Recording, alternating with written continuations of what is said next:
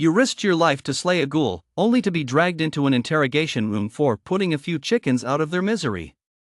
Faced with the scar-faced officeress questioning, all you could do was laugh. In the dimly lit interrogation room, you slammed your fist on the table in exasperation. Those chickens had been bitten by the ghoul. I killed the ghoul and put them out of their misery while I was at it. What's wrong with that? No one believed you, only you know that on the ethereal panel in your mind, the cold text is crystal clear. Host, Shin, engraving point, 10. This stat appeared only after you slew the ghoul with that rusty knife you found in the sewers. They treat you like a chicken-slaying madman, unaware that you now wield the one divine technique capable of overturning this world where ghouls run rampant. You looked at Bing's ashen face and silently thought to yourself, just wait. Soon, you'll all understand. Your name is Shin, right? No, Bing, we've known each other for so long, asking a question like that is. Your name? Shin. Are you 18? 18. Those chickens, did you kill them? Inside a dimly lit interrogation room. A middle-aged man in an all-black uniform, his face marked by a menacing scar, interrogated the indifferent-looking young man across from him with a blank expression. Listening to Bing's words, Shin looked exasperated and tapped the table. I'll say it again, I'm not joking. Those chickens were bitten by a ghoul. I killed the ghoul. Then I saw the chickens were in pain, so I just helped them find peace. What's wrong with that? I figured they didn't want to turn into ghoul chickens. Bing's face twitched as he fought the urge to beat the hell out of the kid in front of him, taking a deep breath. Then, his expression turned serious. 25 chickens, all bitten, and you sent them all to the afterlife? Yeah, what a coincidence, Shin said, slapping his thigh. Click. The interrogation room door opened, and a woman walked in holding a tablet, glancing at it and showing it to Bing. Bing stared at it for a while, then fell silent, feeling nothing but a headache. The woman nodded slightly and left. Before leaving, she gave the teenager a long look and gave him a thumbs up. The moment the door closed, Bing jumped to his feet and walked behind Shin. He reached out and ripped Shin's tattered shirt open. Hey, Bing, what are you doing? Shin looked terrified and tried to turn around, but Bing pinned him down firmly. Bing's face darkened as he stared at the gruesome scar on Shin's back, though it had just scabbed over. A trickle of black blood was still seeping from it. Take a deep breath. After taking a few deep breaths, Bing's expression suddenly turned ferocious, and he slapped Shin hard on the head. Are you trying to get yourself killed, you bastard? You haven't even awakened your talent yet, and you dare to attack a ghoul? Have you even thought about Dong and Xia? And where do you get that knife? With that, he pulled a small, rusty black knife from behind his waist. He slammed it down in front of Shin with a loud thud. Shin could tell Bing was genuinely angry, so he fell silent for a moment.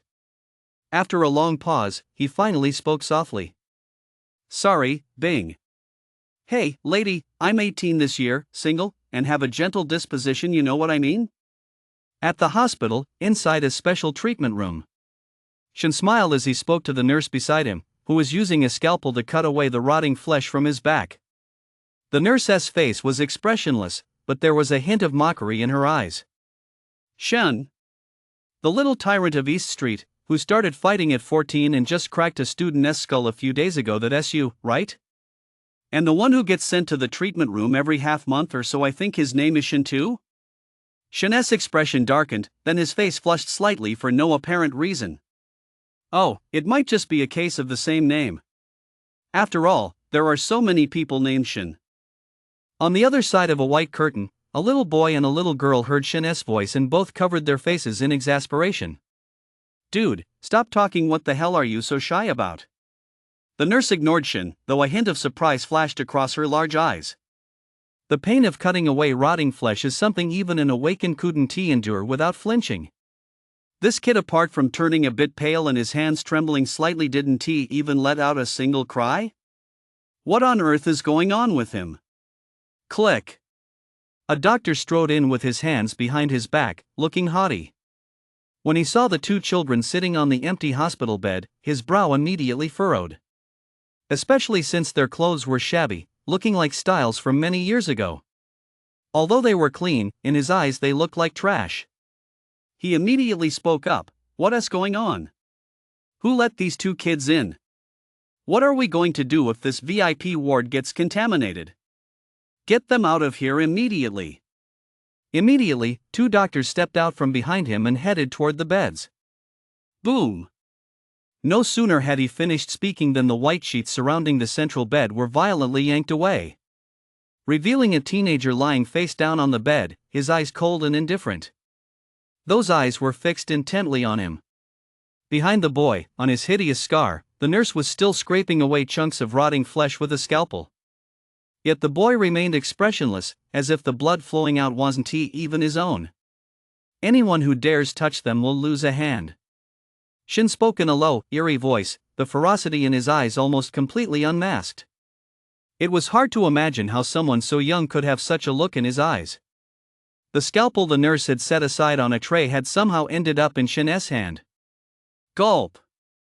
The doctor, who had been looking so haughty just moments ago, swallowed hard. He could sense that Shin wasn't joking. "Who said that just now? A doctor is supposed to have a compassionate heart. How shameless." The doctor, who had come and gone in a hurry with his two companions, turned on his heel and walked away. Shin put the knife back on the tray and, noticing the nurse's strange look, gave an embarrassed, shy smile. "Don't look at me like that. I'm usually pretty friendly." A moment later, the nurse left, carrying a tray of black, foul-smelling rotten flesh. The little boy and girl saw the nurse leave and immediately rushed over. "Bro, are you okay?" The little girl looked at Shin, whose body was wrapped in white bandages, with some concern. Shin grinned and pounded his chest. "Not a damn thing is wrong with me. Your big brother here is as tough as they come." Although he said that, his back was actually killing him, he just didn't want to show it in front of his younger brother and sister. The three of them were biological siblings. The younger brother was named Don, and the younger sister was named Xia. Their parents had died in a ghoul riot when he was 8. He led his younger brother and sister to safety on his own. Over the years, the three of them had relied on each other for survival. Back then, he swore never to show weakness in front of his younger brother and sister. The door to the treatment room swung open. Bing walked in with the woman from earlier and gave him a subtle nod. The woman immediately nodded back, then went over and, with a smile, led Dong and Xia out to grab a bite to eat. Bing sat down next to Shin and sized him up from head to toe. Shin felt a chill running down his spine under Bing's gaze. "Bing, I'm not into guys, and besides, look how old you are." A few veins bulged on Bing's forehead, but he ignored Shin's words and simply grabbed Shin's hand. At the same time, patterns began to emerge on the exposed skin of his neck and wrists. His eyes also gradually turned a clear yellow. His pupils even transformed into vertical slits, like those of a wolf. He exuded a chilling, murderous aura. Shin fell silent, merely staring at the patterns on Bing's body, his eyes narrowed slightly. Likewise, he could feel a bone-chilling aura racing through his body. "That's strange. You haven't inscribed any runes, nor have you awakened any attributes. How did you kill that ghoul?" After a moment, Bing returned to his normal appearance. The patterns and vertical pupils had vanished. He looked at Shin with a hint of suspicion in his eyes. Shin gave a devilish smile and spoke haughtily. "Why should I explain my actions?" Bing's face darkened, turning as black as the bottom of a pot, knowing he wouldn't get any answers. He watched this kid grow up. He knew him better than anyone. "Get up now that you're fine. Come over for dinner tonight. Tomorrow I'll take you to a school to awaken your attributes. Don't go messing around with all that nonsense, got it?" With that, he flicked his wrist, and instantly the battered black knife appeared on Shin's nightstand. Bing had already walked out. Shin reached out to retrieve the black knife, paused for a moment, then smiled. He muttered to himself in a voice only he could hear. "If I really told you, wouldn't I end up getting dissected?" He gripped the black knife tightly and gazed silently out the window. Bing, whose name was Bing, was a squad leader in the Torch Guild. Years ago, when he was fleeing with his younger brother and sister and they were discovered by Bing, Bing took it upon himself to care for the three of them. 10 years had flown by in the blink of an eye. Although Bing wasn't exactly wealthy, he still used some of his spare cash to rent a small house for them, providing them with a modest home. Of course, he also made sure Shin went to school. But Shin was the kind of person who couldn't possibly owe Bing that much anymore. So he simply stopped going to school, giving the opportunity to Xia and Dong instead. As for himself, he just took on odd jobs here and there. If Bing tried to force him to go, he'd simply vanish. This time, if he hadn't been injured by a ghoul and if that family hadn't mistakenly thought he'd slaughtered all those chickens, Bing probably wouldn't have been able to catch him. Has it really been 10 years already? Shin muttered. This year is the 2521st year of the lunar calendar. In the year 2300, Mana awakened. At the time, everyone thought a new era had dawned, everything seemed to be thriving. But everyone was wrong. Mana had indeed awakened, but within it, two distinct forces were intertwined. One force causes the corpses of the dead and the living to undergo extreme transformations. They lose their vitality, their bodies rot, and they transform into ghouls. Ghouls feed on the life force and souls of living beings. If their claws or teeth scratch a human or any other creature, and the wound is left untreated, the victim will gradually die and become a new ghoul. With these eerie creatures roaming the land, over the past century, the entire earth has rapidly fallen into darkness, overrun by hordes of ghouls. Humankind was like a lone boat adrift in a vast ocean. The slightest misstep could plunge them into a state of no return. Yet, even in the depths of despair, hope always exists. Within Mana lay another kind of energy, though equally eerie, that became humanity's sole lifeline.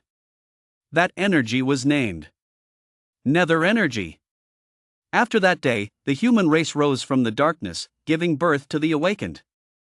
The awakened engrave runes onto their own bodies. Upon successful engraving, they channel nether energy derived from mana to manifest the runes on their skin, thereby harnessing the power within them. It is said that some awakened who have reached the pinnacle of their cultivation no longer merely manifest runes on their skin. In their hands, the runes have become a different kind of existence altogether. However, to Shin, all of this seemed more like legend. At the very least, he himself had never witnessed such a thing. The most he'd seen were people like Bing and the others, some of the awakened within the Torch Guild. He once spent a day in detention for getting into a fight and saw a young man with a massive green serpent materializing behind him. A single punch from him nearly whipped up a tornado. Awakened runes. It really makes one look forward to the future. He looked at the black dagger in his hand, tattered and rusty in many places. But with just this little, battered dagger, he'd actually managed to slay a ghoul. Likewise, it had allowed him to witness something he'd never seen before. Should I call you little broken knife or system? Host, Shin. Age, 18. Level, none. Technique, none. Engraving points, 10. Rune, none. Very concise. This was the ethereal interface that popped into Shin's mind when he picked up the knife from a sewer. At the time, he was still in the middle of a fight, taking on 7 or 8 opponents single-handedly, fighting fiercely. Although he was covered in blood and had been thrown into the sewer, it was precisely there that he spotted this rickety little knife.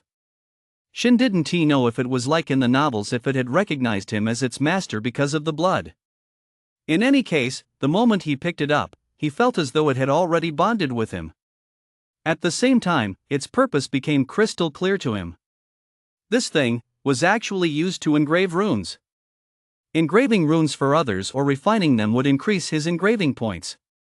Killing ghouls would too. Those 10 points he had were all from killing that ghoul. As for these engraving points, the only thing he knew for sure right now was that they'd come in handy when he engraved runes for himself. As for the rest, he wasn't sure yet.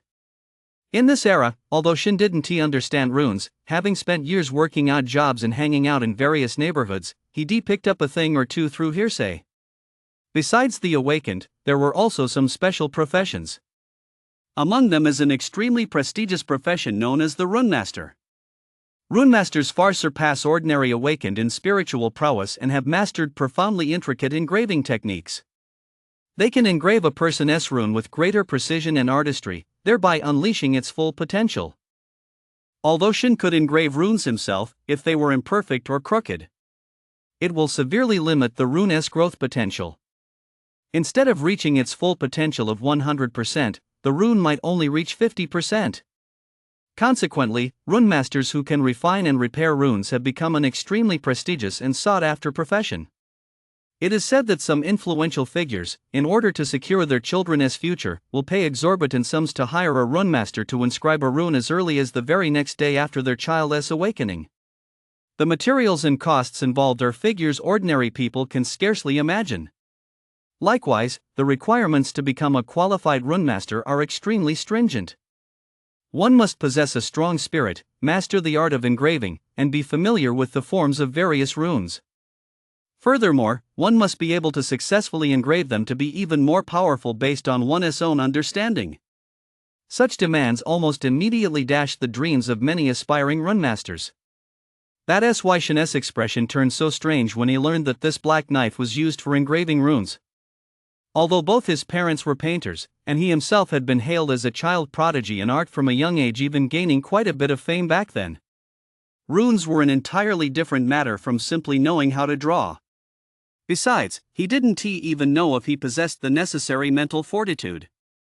Most importantly, as someone who had never even attended school, where on earth was he supposed to find an opportunity to become a runemaster? Although that's what Shin was thinking at the time, he still took the black knife home with him. Once his wounds had healed, he headed back out to find something to do. Then, he happened to come across an empty courtyard where a newborn ghoul was tearing into a chicken. As someone who had spent years dominating the streets, could he really pretend not to see that? He quietly pulled out the black knife on the spot, walked over, and plunged it straight into the ghoul's skull. He gave it a good stir with the blade to make sure it was thoroughly dead. Then he found some oil, poured it over the ghoul, and set it ablaze. Even though he'd gone this far, he hadn't expected the ghoul to struggle one last time before dying, its claws scraping right across his back. He'd also seen that the chickens had been bitten or clawed. If left alone, they'd turn into ghouls. He had no choice but to put them out of their misery. For creatures like poultry, the chance of turning into a ghoul after death was too small, especially in a place like Xia Kingdom. But if they'd been bitten, it was a different story. The fire used to burn the ghoul had also drawn attention, prompting the family to contact the Torch Guild. That's why all this had happened. Collecting his thoughts, Shin tucked the black knife into his waistband, grabbed the jacket lying nearby, and put it on to conceal the blade. Then he strolled leisurely out of the hospital. Just then, he spotted Dong and Xia walking toward him, each holding an ice cream cone.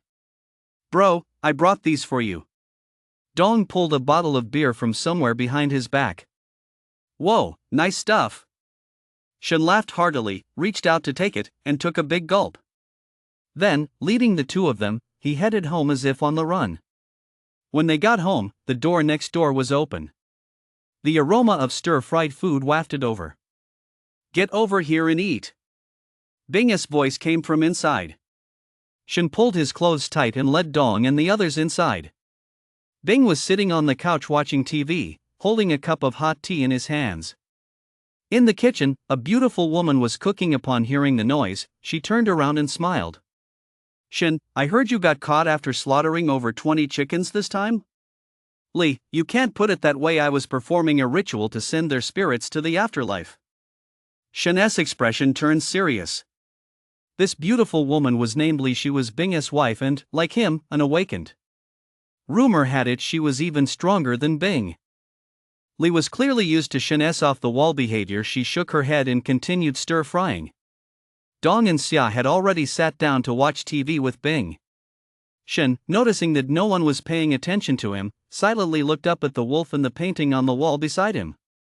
Yes, a bluish-gray wolf that looked incredibly majestic.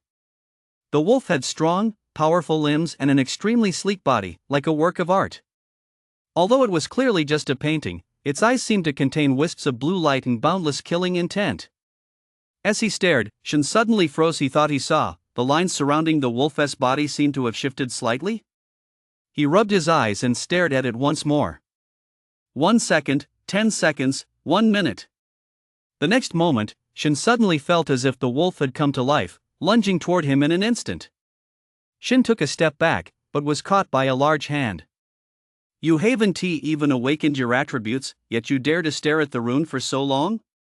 This Shadow Wolf rune embodies slaughter, even ordinary people can't stand looking at it for more than 3 seconds.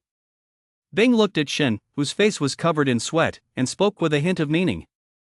Shin gave a guilty smile and was just about to say something when he suddenly felt a fragrant breeze sweep over him from behind. A soft, delicate body pressed itself directly against his back. Shin, where have you been all these days? A soft shout laced with a hint of anger rang out. Before Shin could say a word, Bing's face darkened instantly. All this hugging and cuddling, do you even act like a proper girl? Get off! Oh my, hasn't it been a while since we last saw each other? The weight on his back lifted, and a girl about as tall as Shin's nose peeked out from behind him. Honey, it's been ages, ha ha ha. Shin burst out laughing and spread his arms to give her a hug. Seeing Bing silently unbuckle her belt, he naturally stepped back a few paces. The girl had a beautiful face. She inherited Lee's genes and a tall, slender figure, with a pair of shapely thighs glowing with a healthy tan. Her short hair gave her a bold, spirited look, and her big eyes blinked constantly as she looked straight at Shen. Qingqing, Bing's daughter, was the same age as Xiaoren. A prodigy at school, she was also a formidable fighter. Who is your wife? Qingqing laughed, flipped him off, and turned to walk back to her room to change. Bing glared at Shin, wondering if he should just send this kid somewhere else. A short while later, Qingqing came out of her room. After they'd all eaten, everyone went back to rest. Bing remained seated on the couch watching TV, his communicator placed in front of him. The Torch Guild had no set rest hours. Even though he, as squad leader, was on leave today, he still had to stay alert for any ghouls that might appear. Shin sat beside him, occasionally casting a lingering glance at Bing. As the night wore on, Bing gradually closed his eyes and began to snore. Shin flashed a mischievous grin. He'd guessed right. If nothing happened to Bing by this hour, he'd definitely fall asleep. Bing, don't hit me when you wake up. Shin's hand trembled slightly. Although he'd made up his mind, he was still a little nervous.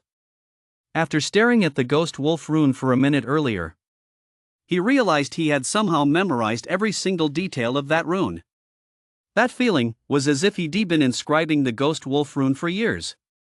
An inexplicable confidence. Especially after dinner, when he sneaked out to find a spot on the ground to try it out, he inscribed it with ease.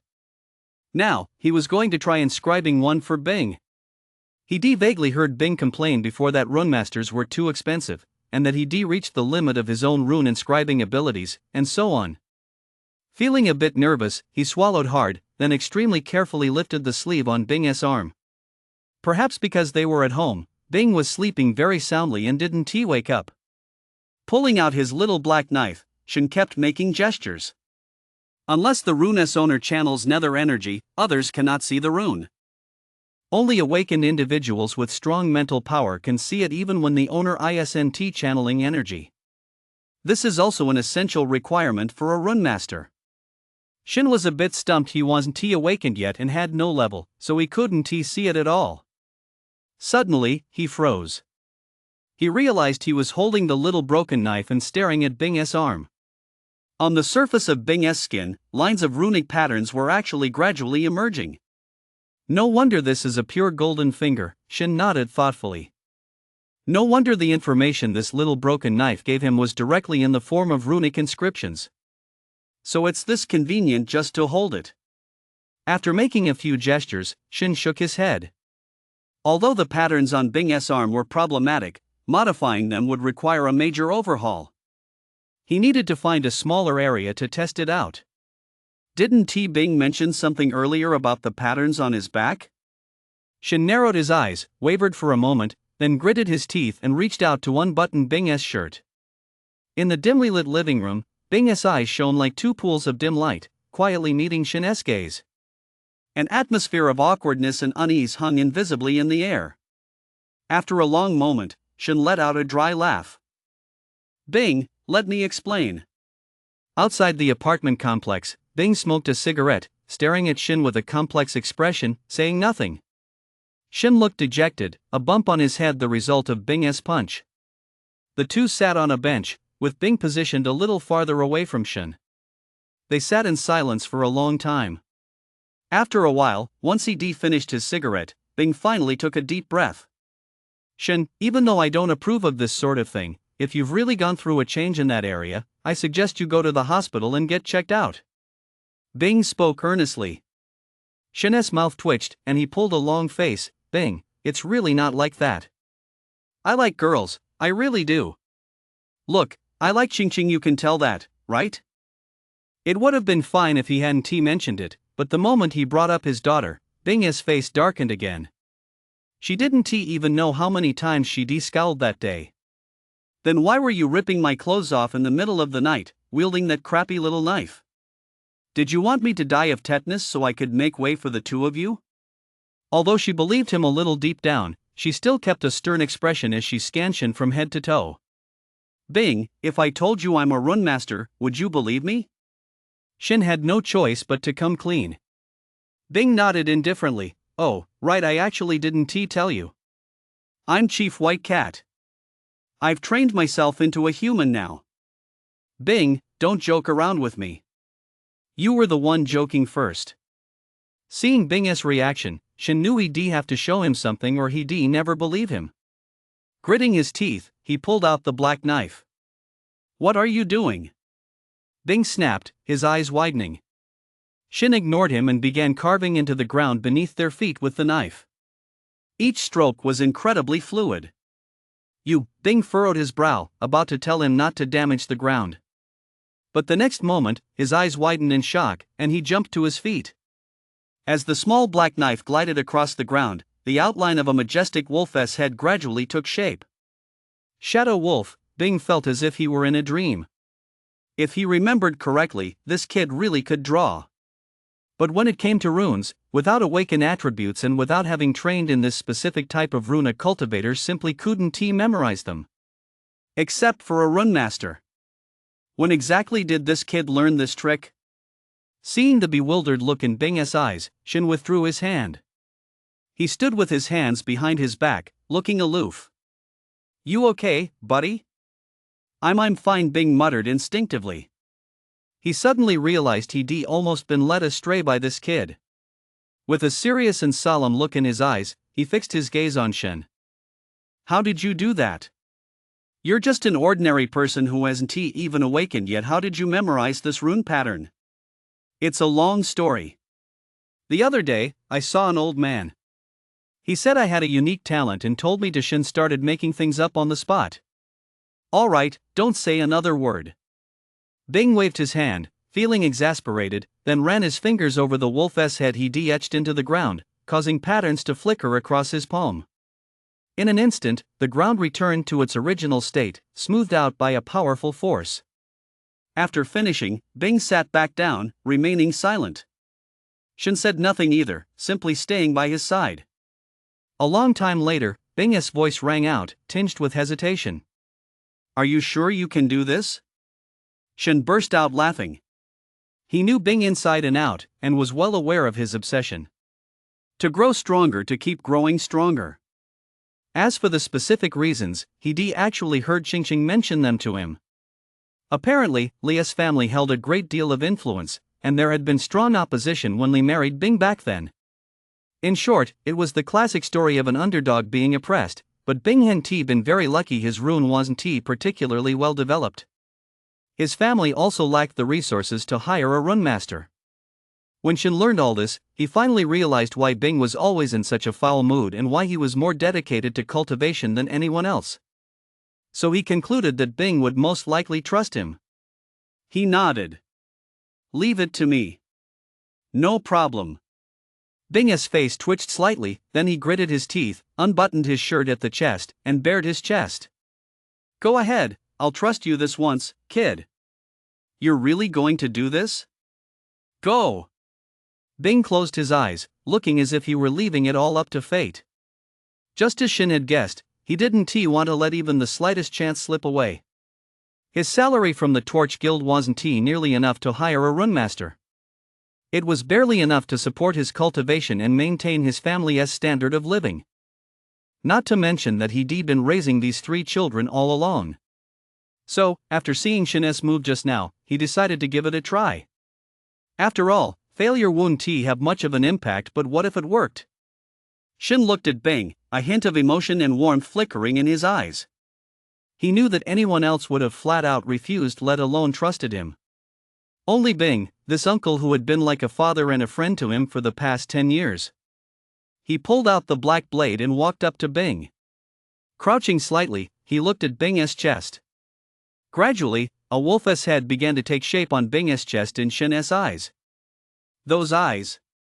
Shin furrowed his brow slightly. He noticed an extremely awkward line where the wolf's eyes should be. These were eyes full of stories. Upon closer inspection, he almost burst out laughing. The eyes, which were supposed to look down majestically, had because of that line turned into those of a dim-witted wolf, one eye keeping watch while the other scanned the surroundings. What s? Bing opened his eyes. Honey, where are we going next? Hee, what do you think at this hour? You're so annoying, ah. Just then, a couple suddenly emerged from the path ahead. For a split second, the entire scene seemed to freeze.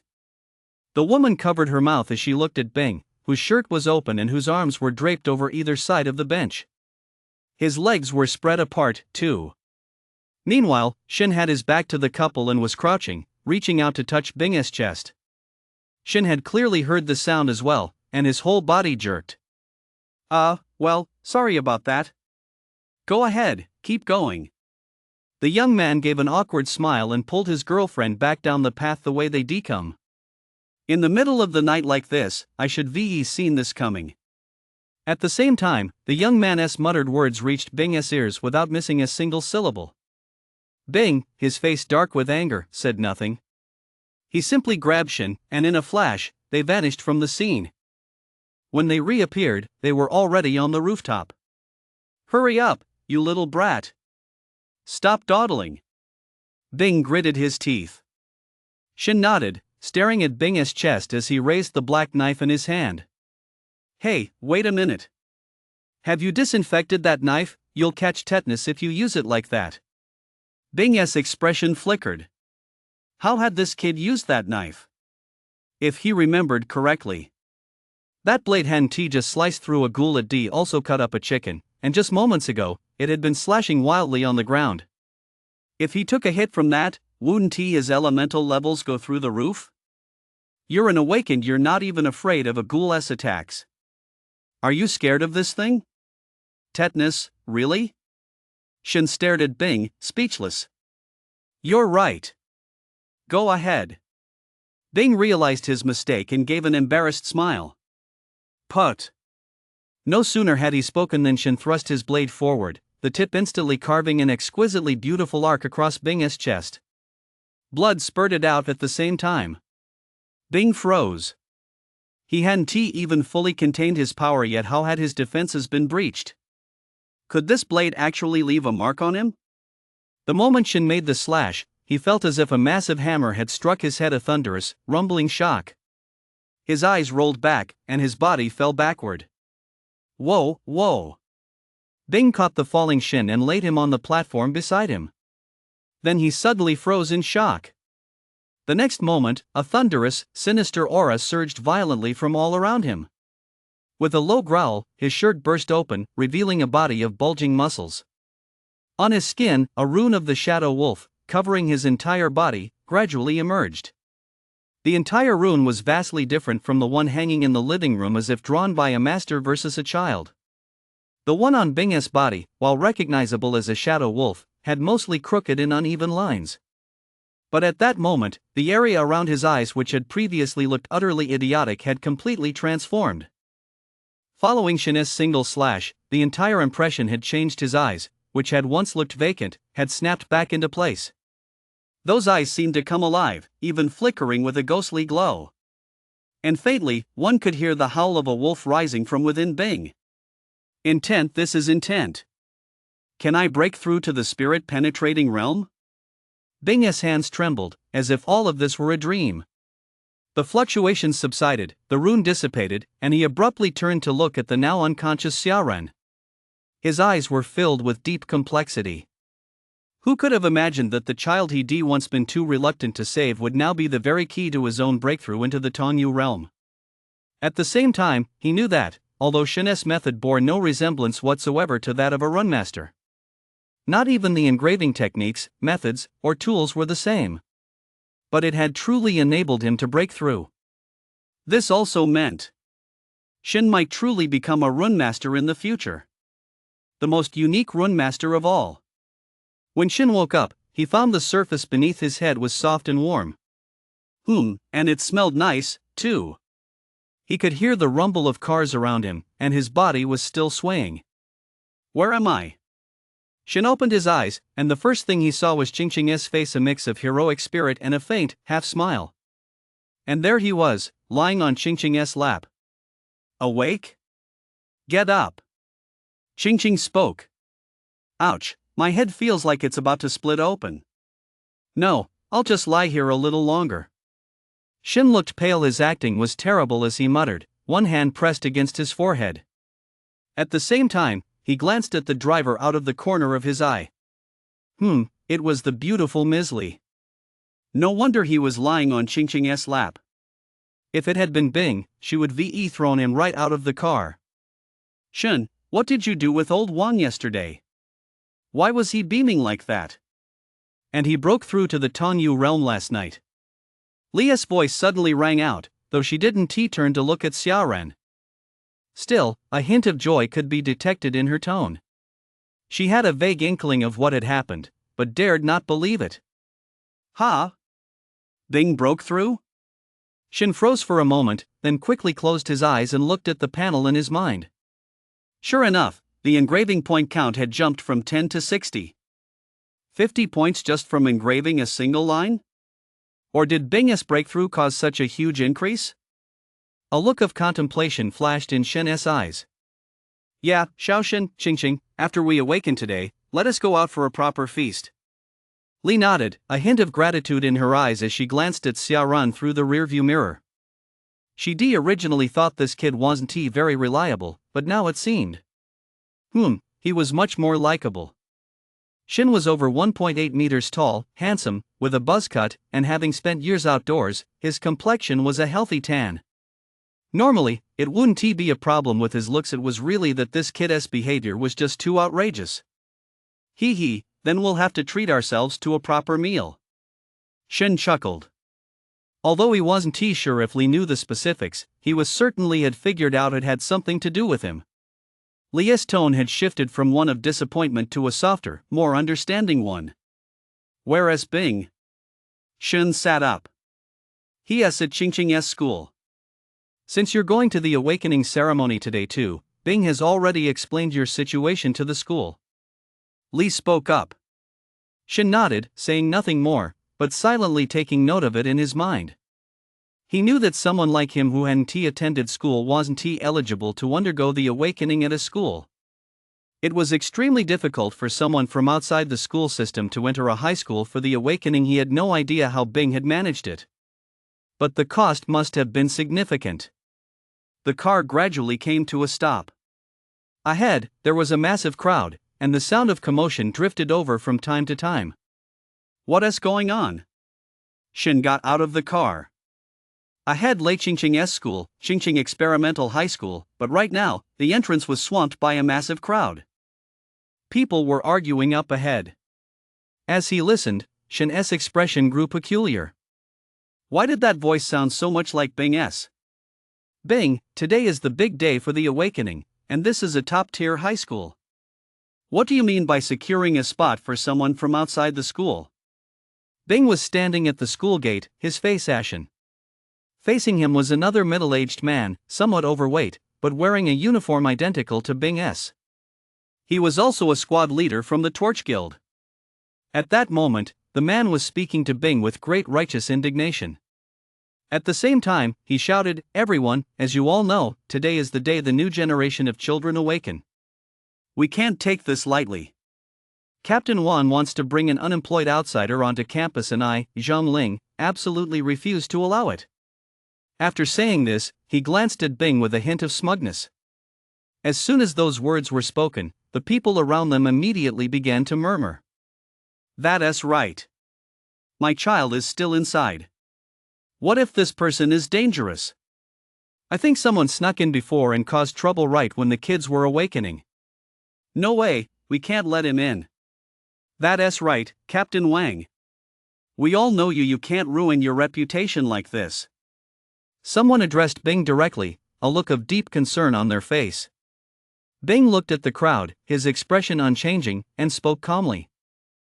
Bing, former captain of Squad 18 of the Torch Guild in Yuanchang, swear on my life, if any problems arise, I'll pay with my life.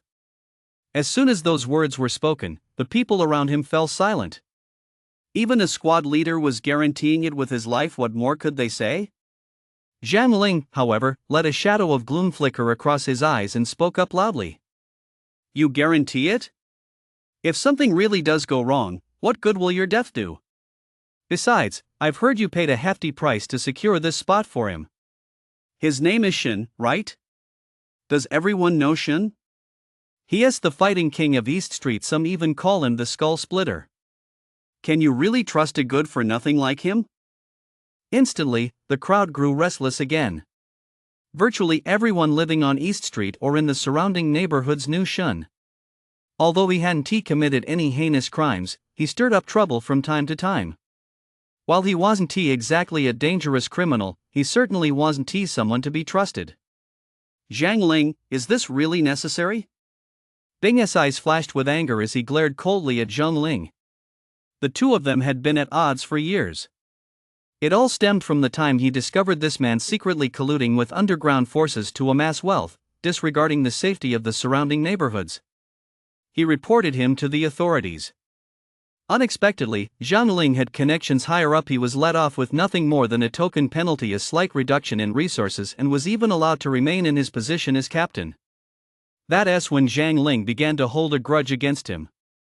He never imagined he'd run into this guy today. Zhang Ling let out a cold laugh. I was just doing my job. As for you, Captain Wang, you've always been protecting that kid, and now you've even secured him an awakening slot. What? Is he your illegitimate son? Or is he the son of your dead? Fuck you. Crack. Before he could finish, a loud roar rang out. Zhang Ling felt a sudden jolt to the back of his head. Then stars burst before his eyes, and blood gushed from his skull. Who the hell? Zhang Ling was about to spin around, but before he could curse, he saw the edge of a blade pressed firmly against his neck. A pair of eyes cold to the extreme, fierce and ruthless stared him down. A bead of cold sweat trickled down Zhang Ling's forehead. Although he was a squad leader, he was only at the most basic awakening stage level. That blade could slit his throat. Say that again?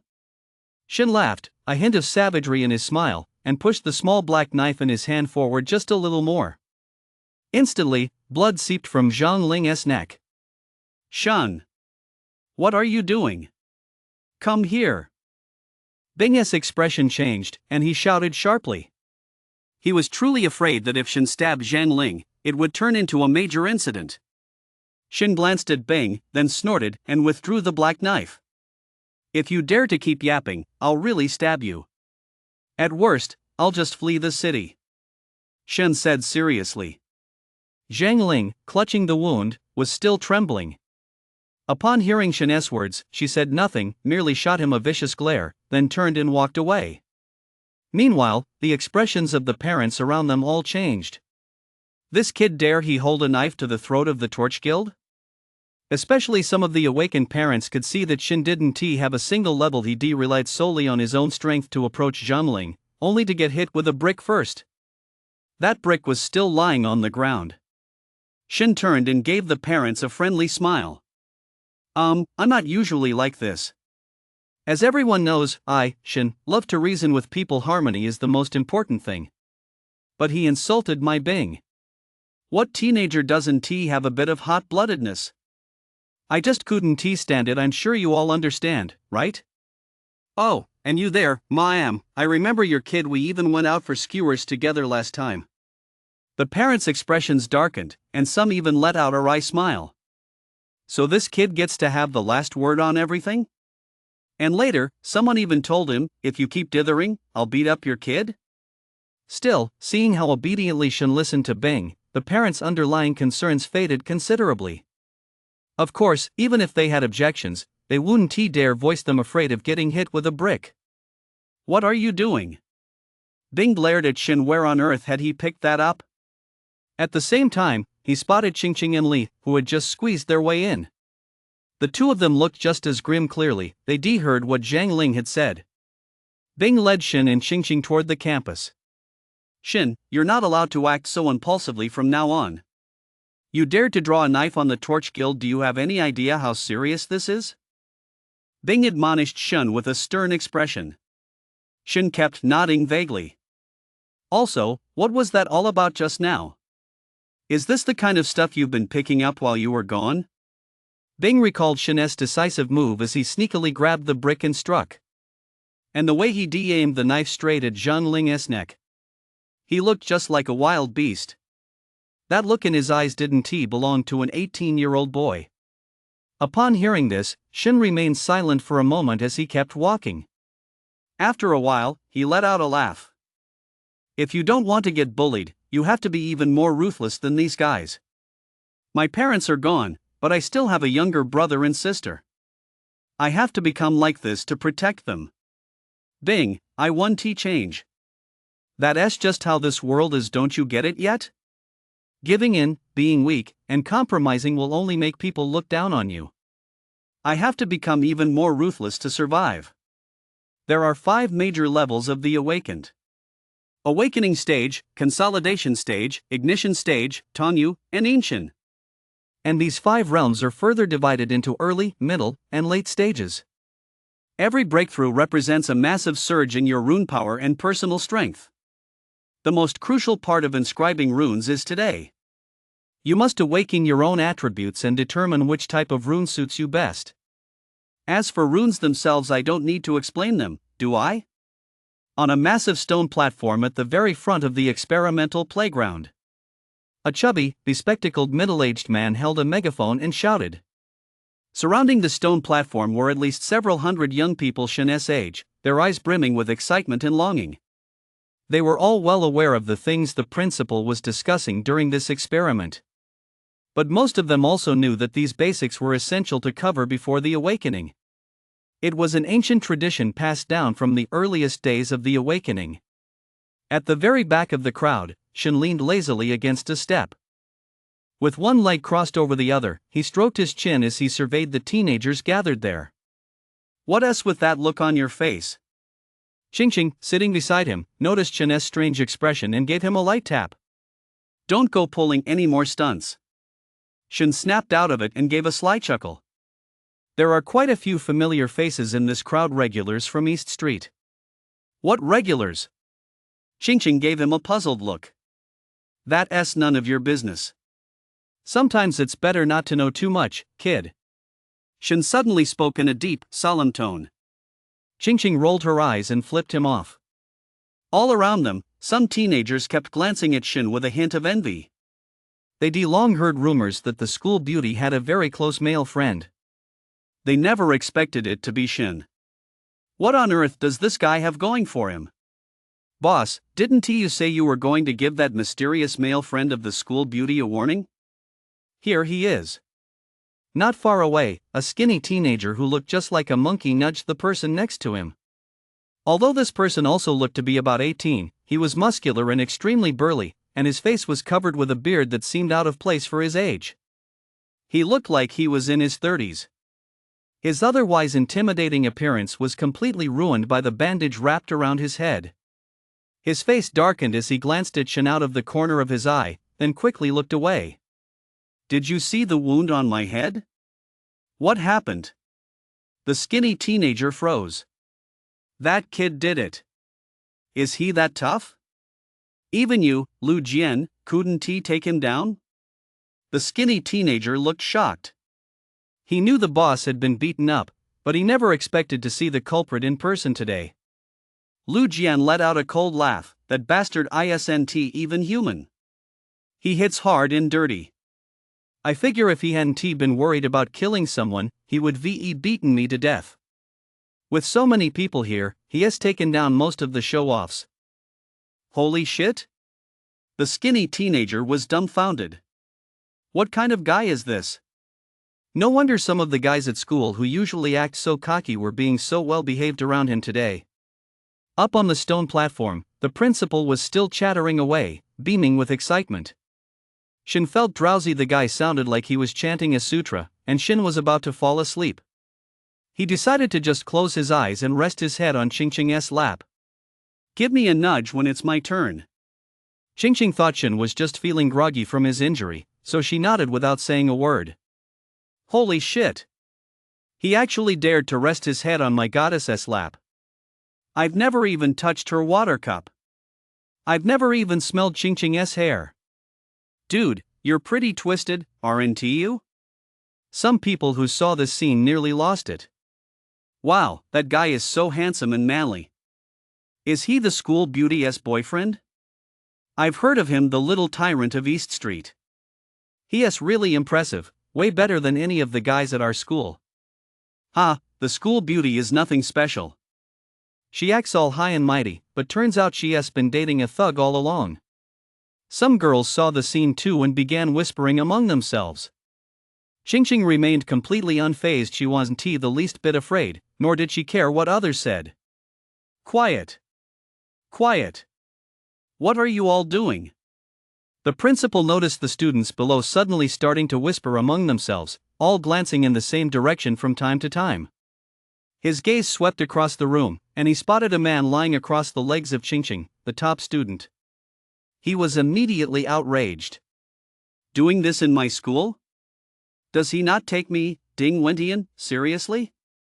His eyebrows shot up, and just as he was about to speak, he suddenly recognized the man's face. The words stuck in his throat as a flood of unpleasant memories surfaced in his mind. He immediately said, "All right, let us begin the test. Those whose names are called, come up." These words finally brought everyone's attention back to the task at hand.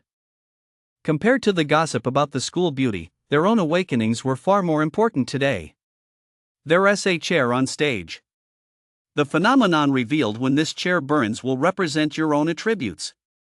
At the same time, it signifies that your awakening has been successful. The scale of the phenomenon also represents the upper limit of your talent. In one of our experiments, we once witnessed the largest phenomenon in the entire history of Yuancheng. It covered half of Yuancheng. Today, it's up to you. Excitement spread across the faces of the crowd below.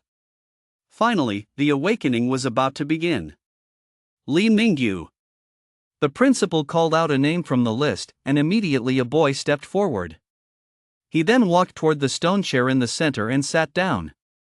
Instantly, a ball of dark golden flame engulfed the stone chair in him, blazing fiercely.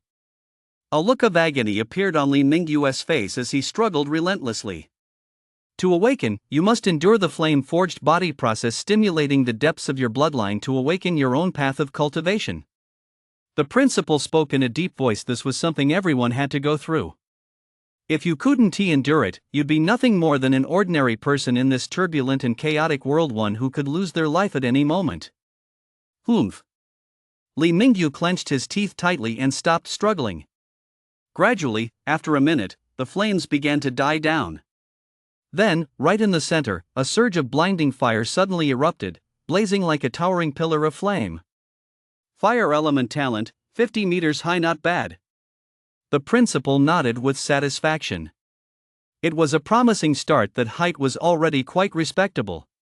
Li Mingyu stood up, his face pale and his body drenched in sweat. Though he was swaying, he couldn't hide the joy on his face. Next. One after another, the trials continued from morning until afternoon. Shen had woken up and even had lunch with Qingqing. Boom! Just as the sun began to set, a surge of overwhelming golden light suddenly erupted from the stone platform. The golden light was dazzling and blinding, like a colossal sword piercing straight into the heavens. Morong Xin, gold element talent. 350 meters. The principal's voice, trembling with intense joy, boomed out. A genius. This is a supreme genius. Generally speaking, exceeding 100 meters is already considered genius level. 350 meters. Looking back at the history of Yuanshan, there have been very few who achieved that. In the college entrance exams, she is bound to shine brilliantly this time. Morong Xan, her hair tied in 2 ponytails and clad in a form-fitting white outfit, remained impassive, as if she had anticipated this all along. She rose calmly, her gaze sweeping toward Qingqing, whose expression was equally composed. "What the hell are you looking at?" Shin glared at her. Morong Xan shook her head, shot Qingqing a slightly defiant glance, and then walked off. "Who's that weirdo? With those double ponytails, it's like she has got 2 big feet stuck on her head," Shin said lazily. Qingqing almost burst out laughing. "Morong Xan, everyone calls me the school beauty, so she is always trying to one-up me. No wonder. She is definitely jealous that you have an awesome boyfriend like me." Shin nodded earnestly. "Get lost. Since when did I have a boyfriend?" Qingqing teased with a laugh, though the hint of joy in her eyes was unmistakable. Next, Shin. In an instant, all eyes in the hall turned to Shin. Shin remained completely calm, stretched lazily, and walked up slowly. "Brother Ding, long time no see. I haven't been here in ages." Shin greeted the principal, only to have his mouth immediately covered by the principal's hand. "Bro, you're my brother, don't say stuff like that, okay?" Cold sweat beaded on the principal's forehead. "Got it." Shin gave a knowing look, then walked right past the principal and sat down on the stone chair. Whoosh! Flames erupted, instantly engulfing Shin in a blaze.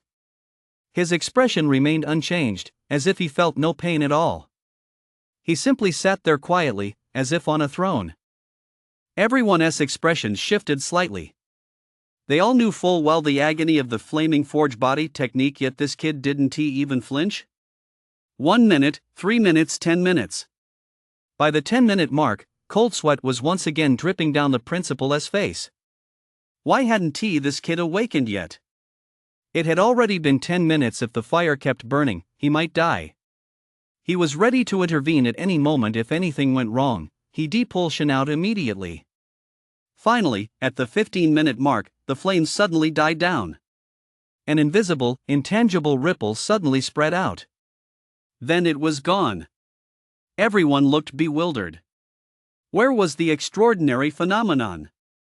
The principal's face betrayed a mix of complexity and regret. Shin an attribute less talent body restriction. Shin was dumbfounded and turned to look at the principal. "Brother Wenti, what does body restriction mean?" "Body restriction means you have no elemental talent. You won't be able to inscribe runes of any element, you'll only be able to engrave some weak, supportive runes." "Su Lao Shun, don't lose heart." The principal shook his head, let out a soft sigh, and patted Shin on the shoulder. To be honest, he really admired this kid, but unfortunately, his fate had been rather rough.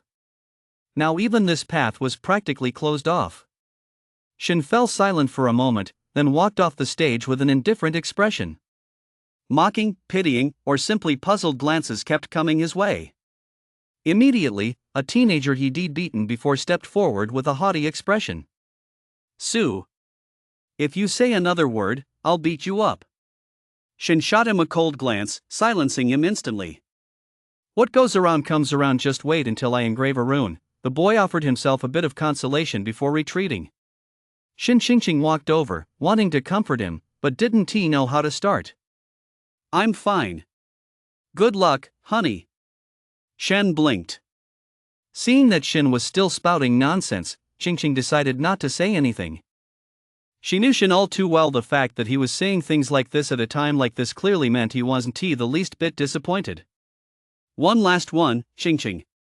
All eyes turned to Qingqing once more. Shin was just a minor distraction, though he might have been formidable before his awakening. Now that he'd awakened a prohibited body, one could only say that heaven had seen fit. From now on, they would be from 2 different worlds. These days, almost everyone possessed at least a few meters of awakening potential. They all have some foundation, to one degree or another. But those with a prohibited physique can really only inscribe runes that are purely supportive and completely useless. Oh, well, there are runes that can be used for daily life. Like the blowing wind rune that makes the flame a little stronger when cooking. So Shin was simply overlooked by them. What they're more interested in now is what kind of talent this school beauty who can both fight and study possesses. Throughout her 3 years of high school, Qingqing had single-handedly taken down nearly every troublemaker who tried to pick a fight with her. At the same time, her grades consistently ranked among the top in the entire grade. You could say she was the dream girl of every boy in the entire school. I think the goddess's talent is definitely nothing to sneeze at. Goddess, my foot? She has already been slept with by that Shin. Stop sucking up to her. Weren't you even more of a suck-up than Fei Yang before? How dare you say that? Mao Rongxin, do you think Qingqing's awakened talent could be stronger than yours? Mao Rongxin stood there quietly as a girl beside her asked the question. So what if it's stronger than mine? So what if it isn't? Mao Rongxin shook her head and replied calmly. She has been outshining you for 3 years. If she doesn't measure up to you this time, wouldn't that mean you could? Before the girl could finish, she met Morong Xan's calm gaze and immediately fell silent.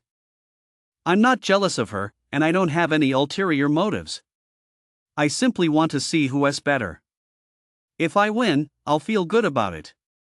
If I lose, it doesn't matter. Put those petty thoughts aside. With that, she turned her attention away and quietly watched Qingqing, who had already taken the stage. Student Wang, you're the last one. Don't be nervous. Principal Ding Wendian smiled warmly as Bing's daughter. Her talent surely couldn't be too shabby. After all, her mother's talent was nothing short of astonishing. Qingqing nodded and sat down on the stone chair. The flames flared up once more. Qingqing's expression flickered briefly, but she quickly regained her composure. Shin watched Qingqing from a distance. He, too, was curious to see what type of talent Qingqing would awaken. Would it be like Bing's? 5 minutes later, the flames gradually died down.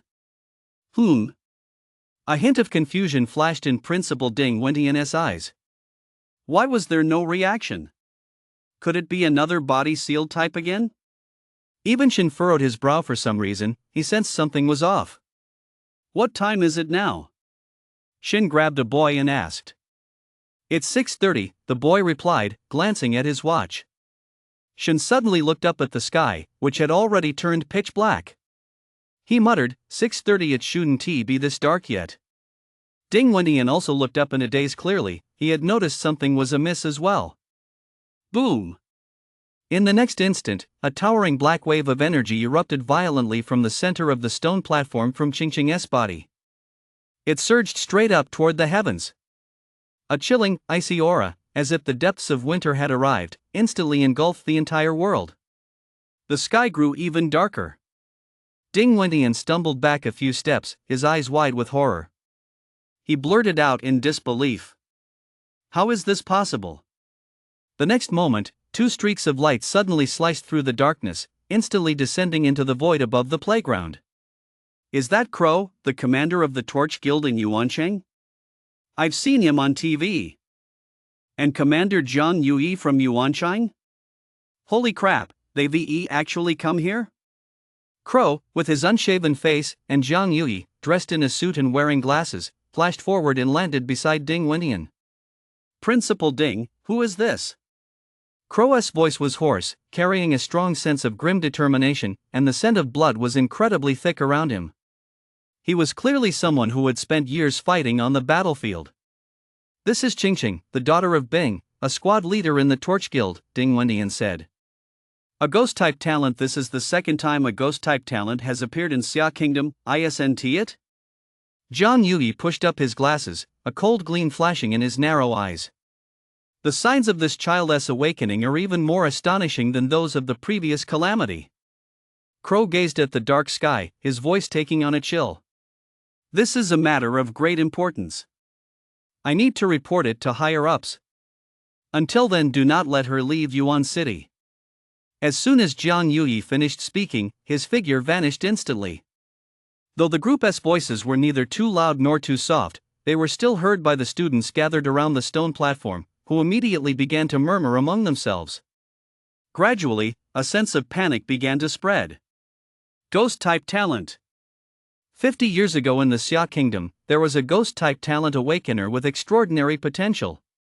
But later, he betrayed the Xia Kingdom and unleashed an unimaginable catastrophe upon an entire city. This was knowledge taught as early as freshman year. Virtually every student remembered the tragedy of that time. Half the city's population perished at that man's hands. Since then, no one with a ghost-type talent has ever appeared again. This talent has even been deemed taboo. And Qingqing, could she actually have a ghost-type talent? These whispers naturally reached Shen's ears. A cold gleam flashed in his eyes as he moved silently. At that moment, Qingqing's face was pale, tinged with a hint of panic. Ghost-type? How could it possibly be ghost-type? She couldn't wrap her head around it. She just didn't understand. Not a single member of her family had a ghost-type talent. Logically, this shouldn't be possible. A child's talents are most likely inherited from their parents. Except for the extremely rare cases where someone awakens a special talent, those are very, very few. She couldn't possibly be that lucky, could she? Unfortunately, the facts were right before her eyes. She could even feel it. The mana in the surrounding world was constantly surging into her body, transforming into threads of excruciatingly cold nether energy. Young lady, you need to come with me. Crow saw Qingqing's pale face, shook his head, took a step forward, and reached out to grab her. But in the next instant, his expression shifted slightly. His palm transformed into two fingers, instantly clamping down on a black, rusty knife that had suddenly appeared. Shen glared at Crow with an icy, almost savage expression. Yet a faint smile played on his lips. Come on, she is just an 18-year-old girl who has never done anything wrong. Why take her away? In an instant, the entire crowd fell silent. Had Shen gone mad? To actually draw a knife on Commander Crow? This was a powerhouse at the peak of the Tongyu realm. Crow, on the other hand, looked at Shen with a hint of interest in his eyes. He could tell that Shen had no level and was still a forbidden body.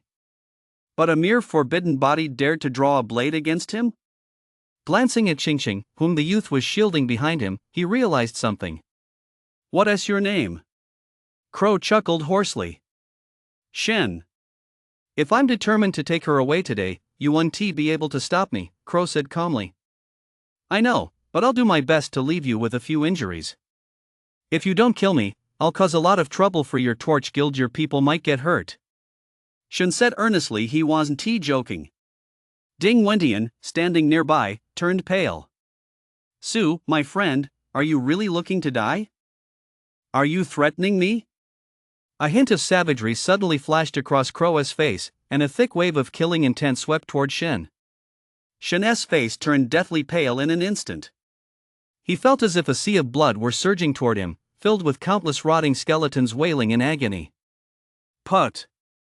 To everyone's surprise, Shen twisted the black knife and instantly pulled it out. A single drop of blood followed in its wake. This blood was invisible to others. Only Crow and Ding Wendian could see this imperceptibly tiny drop. Shen stepped back, his body trembling slightly, but he still shielded Qingqing behind him. He looked exactly like a wild beast protecting its prey. Crow was stunned. Ding Wendian was dumbfounded as well. He suspected he must have seen it wrong. A peak Tongyu level powerhouse Crow, the renowned god of war of the Northeast, had his defense breached by a tiny black knife? Although the scratch was very fine, blood was indeed seeping from it.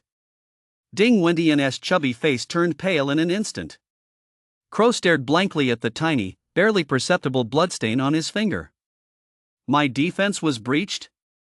I let some lousy little knife breach my defense? That was the only thought in his mind. After a long moment, he gradually snapped back to his senses and took a long, hard look at the black knife in Shen's hand. Ha ha ha ha ha ha. Suddenly, Crow covered his face with one hand and burst into laughter. Shen froze. Had this guy gone mad? Shen, ha ha ha ha ha. Alright, I'll remember you, Shen. Crow laughed wildly, glanced at Shen, took a single stride forward, and with a thunderous roar, vanished into thin air. The black sky had returned to normal at some point. The sun had just set. Shin clenched his hand, which was cramping slightly. That twist just now had nearly caused him to pull a muscle. That madman's strength in just 2 fingers alone matched Shin's entire body's strength. He took a deep breath, pulled Xingqing up, and walked away without a word. It's okay now. That guy shouldn't take you away anymore, Shin said. He had accepted this unchangeable fact. Since he was here, he might as well make the best of it. The two stepped out of the crowd. Shin took Xingqing's hand and walked toward the school gate. Xingqing didn't resist. Tisk, TSK. A worthless body restriction type and a ghost talent disaster. They're bound to get arrested eventually. A laugh suddenly rang out.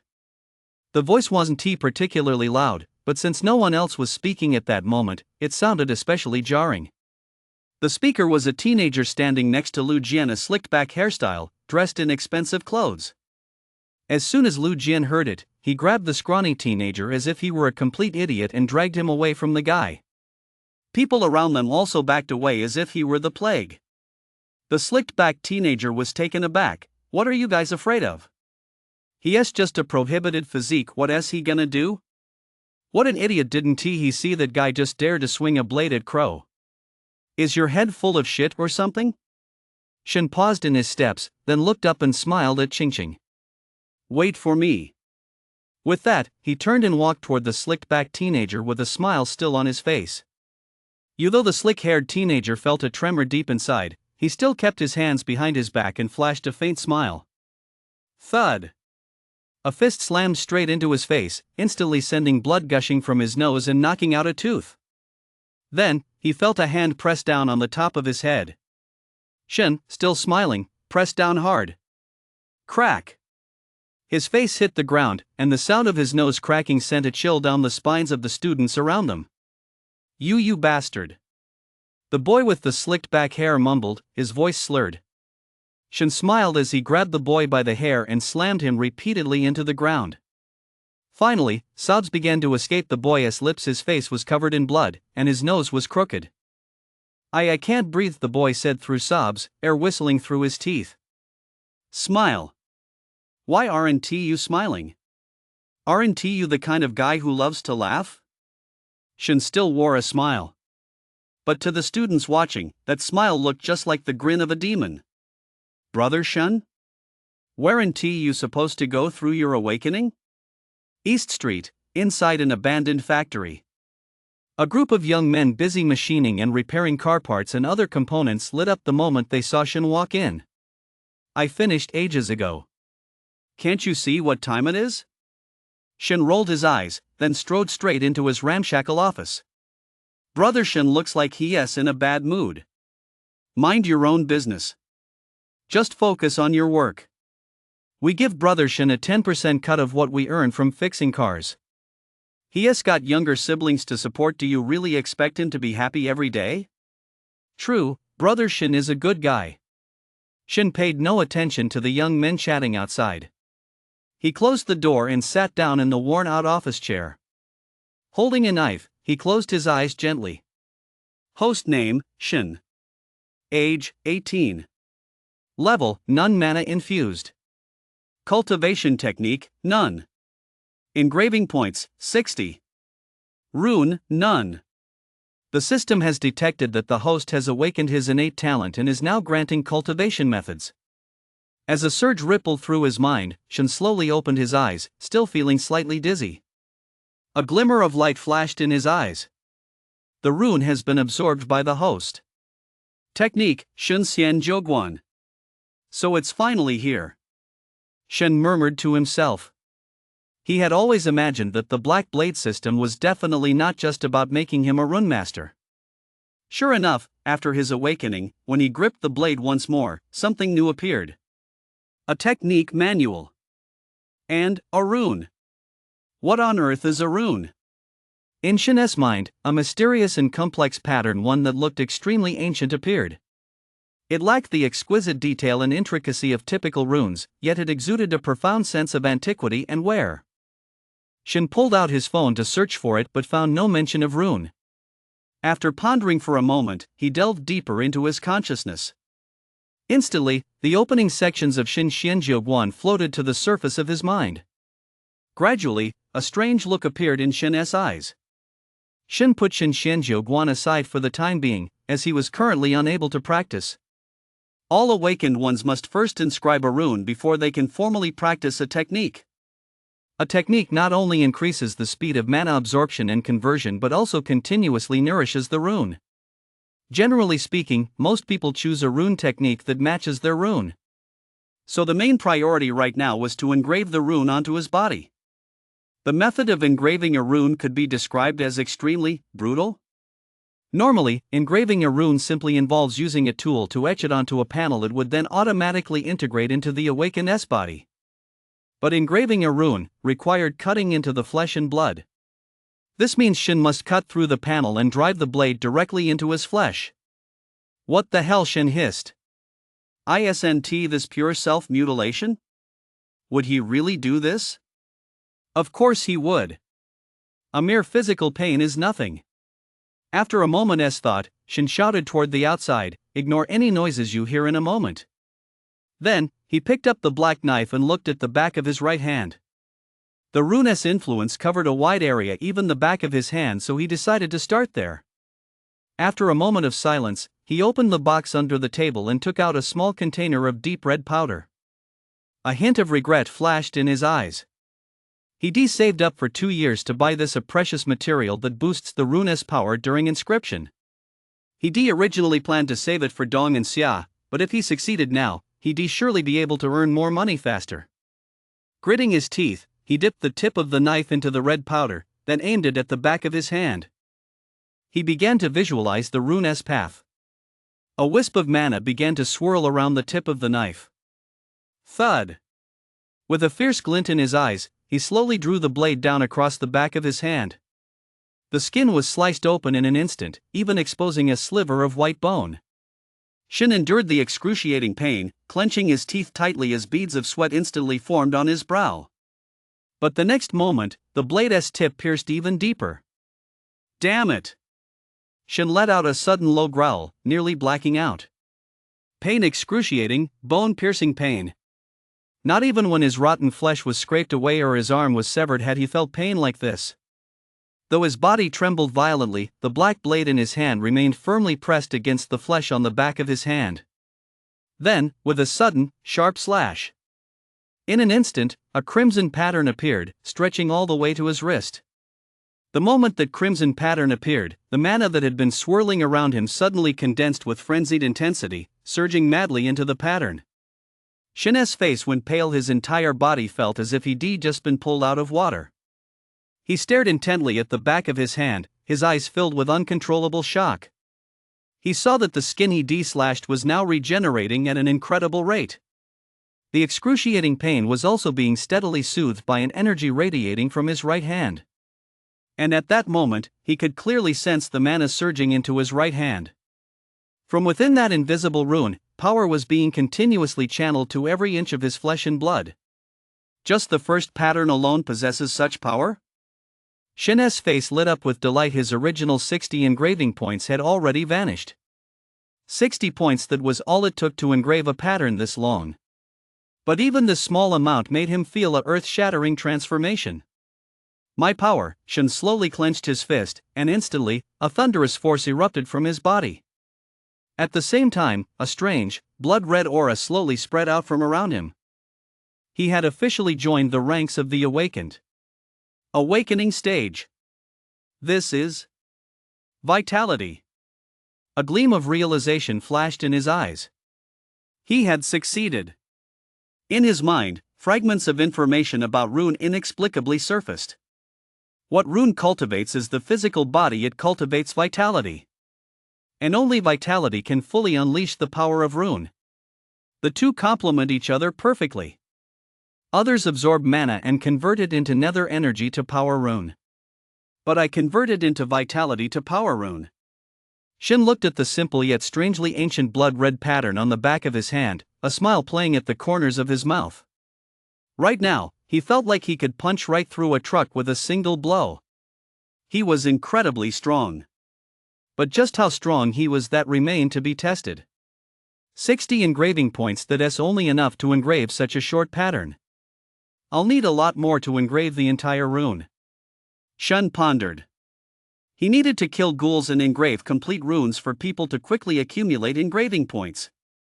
But recalling the one he demodified for Bing, which had caused him to pass out, he felt a bit of a headache coming on. Never mind, I'll worry about that later. Shaking his head, he pushed open the door and walked out, a smile still on his face. In an instant, the young men who had been chatting turned to look at Shin in horror. Shin was in a good mood and laughed. What's up? Do I have something on my face?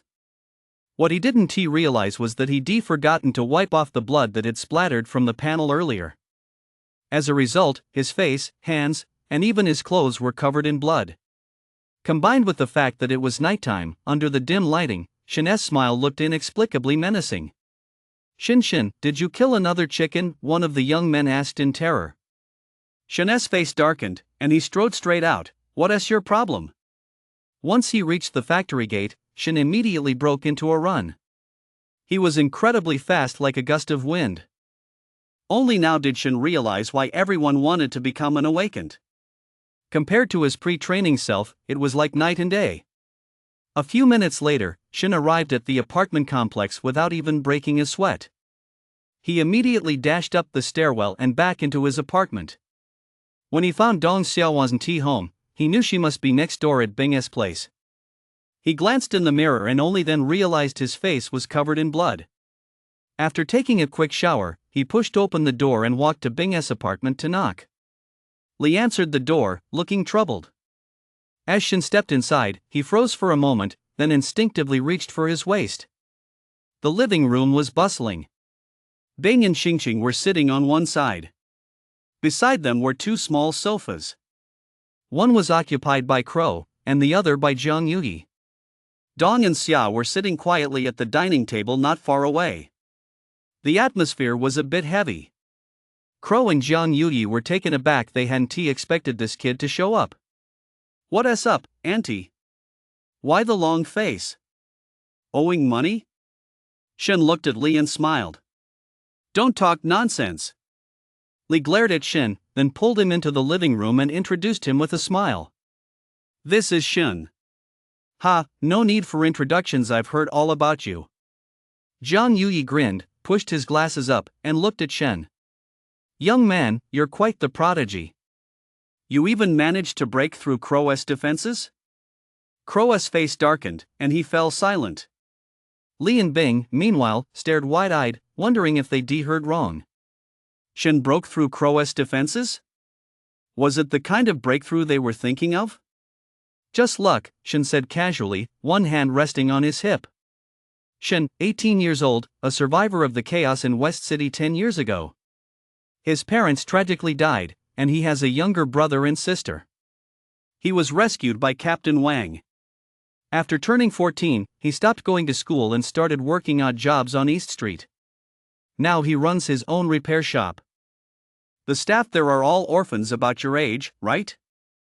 Jiang Yuyi asked with a smile. Have you been investigating me? Shen's eyes narrowed instantly. A rune flashed across the back of his hand, and his entire body erupted with intense vitality. When did you engrave a rune? Bing and Crow jumped to their feet simultaneously, shouting in unison. It's only been about 3 hours since Crow left school and this kid has already engraved a rune? Besides, isn't he a forbidden body? With this level of energy fluctuation, are you seriously telling me a forbidden body can engrave a rune? Bing found it even more absurd. After Shin and Xingxing left the school gates, Shen had handed Xingxing over to him and then bolted. And now, when he reappeared, the rune was already engraved? Plus, according to his own daughter, you're supposed to be a forbidden body, right? What the hell is going on here? Shen said nothing, just staring at Jiang Yuyi. Jiang Yuyi, on the other hand, calmly picked up his tea and smiled faintly. I'm investigating you. What are you going to do about it? I'll just sit here. If you can kill me, I'll have nothing to say. Old Wu, Captain Wang, you two step aside. Let us see if this kid has the guts. Let us be clear, if you can't even hurt me, I'll take Qingqing and your younger brother and sister with me. Based on the records, you're quite dangerous. Your younger brother and sister aren't suited to grow up in this kind of environment. Crow and Bing exchanged a glance and sat back down. Shen suddenly laughed, blurting out a remark that nearly made Zhang Yuyi lose his composure. Did a donkey kick you in the head? Are you setting me up? If I hurt you, you'll get petty and give me trouble. If I don't hurt you, you're still going to take them away? The commander of Yuanchang wouldn't stoop to this, would he? Don't try that on me. What exactly are you after? Cough, cough, cough. Zhang Yuyi nearly spit out a mouthful of tea. Shen wasn't surprised that Jiang would attack him, but he hadn't expected this kid to have a mouth as sweet as honey. Didn't he know his own status? Ha ha ha ha ha. Suddenly, Crow burst out laughing, his face flushing red. Kid, how did you know he got kicked in the head by a donkey when he was a kid? Ha ha ha ha ha. The people around them looked puzzled. Especially Shen. Had he really been kicked by a donkey? No wonder he thought he was so deep and mysterious. Li and Bing both twitched their faces slightly, their cheeks flushing as they struggled to hold back their laughter. Zhang Yuyi's face darkened as he set down his teacup. Then I'll just ask straight out. Shen, what's the story with that black knife of yours, and this rune you're wearing? Zhang Yuyi spoke up. By now, he was completely captivated by Shen. He even temporarily set aside the matter of Qingqing. A body under a body restriction that bore a rune emitting such an aura, he never seen anything like it. And that black knife had actually cut Crow. At first, he thought Crow was joking, but seeing the serious expression on his face, he believed it. A peak Tongyu cultivator had been wounded by a knife wielded by someone who hadn't even inscribed a rune or begun cultivation. That alone was reason enough to take this matter very seriously. Shen walked over to Qingqing's side, plopped down, and leaned back in his seat. What's in it for me? Shen asked with a smile. What do you want? Zhang Yuyi looked at Shen. The other guy didn't seem like an 18-year-old at all. He was just as smooth and seasoned as those old hands. Tuition waivers for my younger brother and sister, plus a monthly allowance for them, Shen said calmly. Zhang Yuyi, however, furrowed his brow. Back then, some children in the West District who lost their parents went to orphanages. There were cases like yours where they received subsidies. Didn't you claim them? 10 years ago, he hadn't yet taken up his post here, but he heard that the previous administrator had issued this policy. Shen let out a cold laugh. Like hell we did. There was a little at first, but later it was switched to food, and eventually the people just vanished. Is that what you call an allowance? Zhang Yuyi furrowed his brow deeply and glanced at Bing. Bing nodded slightly. Crow's face darkened as he pulled out his phone and dialed a number. Look into the West District allowance issue from back then. Track down the whereabouts of every single penny. Crow's voice was hoarse. He was clearly suppressing his rage. If he found out who had embezzled these resources, he'd definitely wring their head off.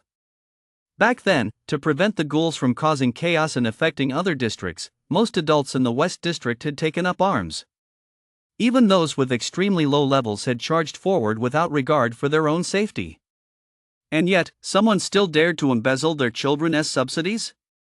And he hadn't the slightest clue? I agree. Furthermore, I'll pay you double the amount of the aid you didn't receive before, down to the last cent. Seeing that Shen remained unmoved, Zhang Yuyi spoke in a deep voice. Shen nodded, then pointed to Qingqing standing beside him. And no one is to lay a finger on her. A hint of satisfaction flashed in Bing's eyes, and he smiled. Shen, you've misunderstood. These two didn't come here today to take Qingqing away. Shen looked at Zhang Yuyi with a hint of suspicion. Zhang Yuyi nodded and spoke earnestly. Although the disaster caused by that previous calamity was immense, we cannot directly hold future generations responsible for the mistakes of their predecessors. Although the young girl has a ghost-type talent, as long as we pay attention to her psychological well-being, there is a high probability she won't have any problems. Shen raised an eyebrow. He detected a hidden meaning in those words. Psychological issues? Did that person from back then have psychological problems? So what kind of problem is it? Shin asked directly, wanting to know the answer right away. John Yudi and Crow exchanged a glance. After a moment of silence, they spoke. Ghost-type talents can only inscribe runes related to the Inshun from legends and myths. And currently, there are only 2 such runes in the Xia kingdom. One is a rune on a spear of unknown origin, the other is the rune inscribed by that calamity back then. It's called Soul Snatcher. Soul Snatcher? Shun rubbed his chin. The name sounded sinister. Could it really snatch people as souls? That's right. Runes can influence a person's state of mind. Take Captain Wang's Shadow Wolf, for example. It unconsciously fills people with a murderous aura. As for Soul Snatcher, it constantly amplifies the dark side within a person's heart. The slightest misstep or provocation could send them plummeting into the abyss, Zhang Yuyi said in a somber tone. He and Crow had also looked into Qingqing's background before concluding that the likelihood of this young girl's inner corruption was very low. Her life experiences had almost no dark aspects, so the possibility of her developing psychological issues was slim. Shin nodded. He understood that much, and immediately patted his chest. No problem. I'll vouch for her. If anything goes wrong, come find me. Everyone's expressions twitched. If something really did go wrong, he'd probably be the first to help her flee Xia Kingdom. So that's settled. As for you, Zhang Yuyi turned to Shin once more. Hold on. You let her go on your own. It had nothing to do with what I suggested, so it doesn't count. Shin spread his hands. Zhang Yuyi's face twitched. Suppressing the urge to slap this kid across the face, he gritted his teeth and spoke. What else do you want? Crow laughed inwardly. Let him keep putting on that act. He's run into a real tough nut to crack. Shin, that kid might be a bit impulsive, but he really suits his temperament. Shin's smile gradually faded as he spoke with utmost seriousness. I want to go to college. As soon as those words came out, everyone's gaze turned to him. Bing and Li's eyes were filled with concern. Only they knew how desperately Shin longed to go to school, but the heavy burden he carried and his reluctance to owe them too much had caused Shin to miss out on much of the youth that normal children experience. Since he was 14, Shin hadn't set foot in a school. He was stubborn. He absolutely refused to let Bing spend another penny on his education, simply because he felt he owed Bing too much. The hint of anger in Zhang Yuyi's eyes gradually faded. Is going to school really that hard? Not really. But for Shin back then, it might have been. These days, school tuition is still quite expensive for most people, especially when you factor in the cost of materials and laying a solid foundation for children from a young age. On Bing's salary as a squad leader in the Torch Guild, it was already a struggle to support 3 children without resorting to petty theft. Shin had been waiting for this opportunity all along. The 2 people before him held high status. They should be able to help him. He had once tried to research cultivation guidelines and the path to becoming a rune master on his own. But in the end, he discovered that everything circulating online was just nonsense. To study properly, he had to go to a professional institution. Without a high school diploma, it'll be difficult. Even if I help you, the best you can hope for is a third-rate university. I'm afraid what you'd learn there wouldn't satisfy you. Unless. After a long pause, Zhang Yuyi spoke in a deep voice, his narrow eyes peering out from behind his glasses, fixed intently on Shin. It was a gaze filled with ambition. This kid has big goals. Unless I prove my worth, right? Shin smiled faintly. Crow looked at Shin with some surprise. This kid wasn't very old, but he sure knew a lot. I'm also a rune master. Is that enough? Shin said softly. What? Crow and Zhang Yuyi's expressions changed instantly. A rune master? Are you kidding me? It had been 2 years since Yuanchang had produced a new rune master. Qingqing's expression also turned peculiar as she nudged Shin in the side. Stop bragging. Shin grabbed Qingqing's arm and turned his gaze toward Bing. Bing, show them. Instantly, two pairs of eyes, a mix of skepticism and a hint of inexplicable anticipation, turned toward him. Bing's mouth twitched slightly, and he nodded. Yes, telling the truth. With that, he unbuttoned his shirt at the chest. As nether energy swirled around him, a wolf's head gradually materialized. Those eyes, glowing with a ghostly light as if they decome to life, instantly captured both of their attention. Jian Yi took a step forward, narrowing his eyes so much he could barely make out the details. It hasn't fully blended with the contours of the old tattoo yet, it's definitely a newly modified rune. Did Shin modify this for you? Jian Yi sounded uncertain. He didn't want to believe that Shin, who had never even attended school, had actually become a rune master. But deep down, he felt a glimmer of hope. If Shin really was one, then the entire original city would benefit. Bing nodded, that's right. After he finished the modification, he passed out, and I broke through as well. Crow, standing nearby, spoke up, that's perfectly normal. If this kid really did it, your level is way too high for him. Every single adjustment he made to you consumed a massive amount of mental energy, it's only natural he passed out. You should be grateful he didn't turn into an idiot. Crow had a friend who was a rune master, so he naturally knew a thing or two. Shin listened, suddenly struck by a wave of fear. No wonder he lost consciousness instantly back then. A smile appeared on Jian Yi's face, and he sat back down, satisfied. Then he looked at Shin without saying a word. Shin remained silent for a moment, then raised his right hand. As his chi and blood pulsed slightly, a rune materialized on the back of his hand. The blood-red rune consisted of a single simple stroke, yet it was imbued with an inexplicable charm. Is that enough? Shin asked once more. It's enough. Jian Yi took a long, deep look at the rune on the back of Xiaoran's hand and committed it to memory. I've agreed to help you with your matter. But you still need to take the college entrance exams. I can't just let someone get into a university for no reason. Likewise, I won't set the bar too high for your academic subjects. As long as you score half the minimum cutoff, that'll be enough. Jian Yi pondered for a moment before speaking. No problem. Shen burst into laughter. Can I take a look at that knife of yours? Crow suddenly asked. Go ahead. Shin shrugged indifferently and tossed it over. Crow couldn't tell anything unusual about it. The knife had been in Bing's hands for quite a while without any reaction. It was just an ordinary, beat-up knife. Only in Shin's hands did it become a mysterious object. Crow held the black knife and examined it for a long time but found nothing strange about it, which only deepened his confusion. How on earth did this piece of junk break through my defenses? After a while, he could only reluctantly return the knife to Shin. Shin also breathed a silent sigh of relief. It seemed his hunch had been correct. With the matter settled, Jian Yi and Crow hurriedly took their leave. Shin didn't know if it was because of engraving the rune earlier or an issue with the awakening process, but he felt extremely sleepy. He simply lay down on the couch at Bing's place and fell asleep. It wasn't until noon the next day that the ring of his cell phone woke him up. Trouble, Brother Shin.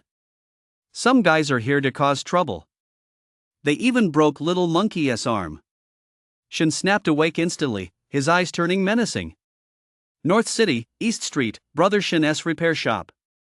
At that moment, the area around the entrance was swarming with onlookers. Someone actually dared to come to Shin's place to cause trouble. It was like looking for a needle in a haystack. Where did this bunch come from? No idea. They just showed up on East Street first thing this morning, swinging sticks. I know. Yesterday, Shin beat up the son of a corporate boss at school. Heard he got beaten pretty badly. They're here to get revenge. Is that true? I heard he tried to slash the captain of the Torch Guild with a knife. People around them were pointing and whispering, some watching the dozen or so burly men blocking the entrance with a touch of schadenfreude. Let us hope they're still this cocky when Shin shows up. Boss, isn't that Yan Dian? He actually dared to show up? Hidden among the crowd were Lu Jian, the guy Shin had cracked open, and his henchmen. The two of them were just kids from factory-owning families in the East District. The skinny teenager was named Wang Lu. His family ran a glass factory. As for Lu Jian, his family owned an auto repair shop. Back then, he tried to start a fight over a business dispute, only to get hit in the head with a brick by Shen. Looking back, he knew he deserved it, so he didn't bother Shen anymore. Now, Wang Lu pointed toward the entrance. There stood Yang Dian, hands on his hips, his head wrapped like a rice dumpling, with only his eyes, nose, and mouth visible. Behind him stood 12 burly men, all bald, clutching steel pipes, their faces twisted into ferocious grimaces. Upon closer inspection, they were all awakened from the awakening stage. Even Yang Dian had become an awakened overnight. He likely already had a rune inscribed on him. When the hell is Shen coming? Tell him to hurry up. Yang Dian sat nonchalantly by the doorway, shouting. Inside the repair shop, several young men, their eyes betraying a hint of fear, huddled in a corner, supporting a young man with a twisted arm. It was clearly a fracture. You're all awakened, how dare you lay a hand on us? One of the young men plucked up his courage, stepped forward, and spoke up loudly. Ha! I'm just waiting here for Shen. He bumped into my guy's baton all on his own. When did I lay a finger on any of you? A burly man let out a snarl. It was he who had broken that arm just moments ago. Besides, you've all got a bit of nether energy. You're hardly ordinary people. Another burly man spoke up, scanning the group inside. Anyone who has ever awakened possesses at least some nether energy and runes. Even if they're weak, they're still not ordinary people. To be precise, only those who haven't awakened can be considered ordinary. Little monkey, hang in there. Shen's on his way. The young man supporting Little Monkey whispered. Little Monkey nodded through gritted teeth, his eyes fixed fiercely on the group by the door. Can they hurry up already? It's fucking almost. One of the burly men glanced at his phone, looking impatient and about to speak, but suddenly heard a loud bang from behind him. He turned his head to see one of his own men lying on the ground, clutching his head as blood gushed out. Who the hell? The burly man flew into a rage and immediately sent out a distress signal. Before he could finish speaking, he saw a tiny black dot rapidly growing larger.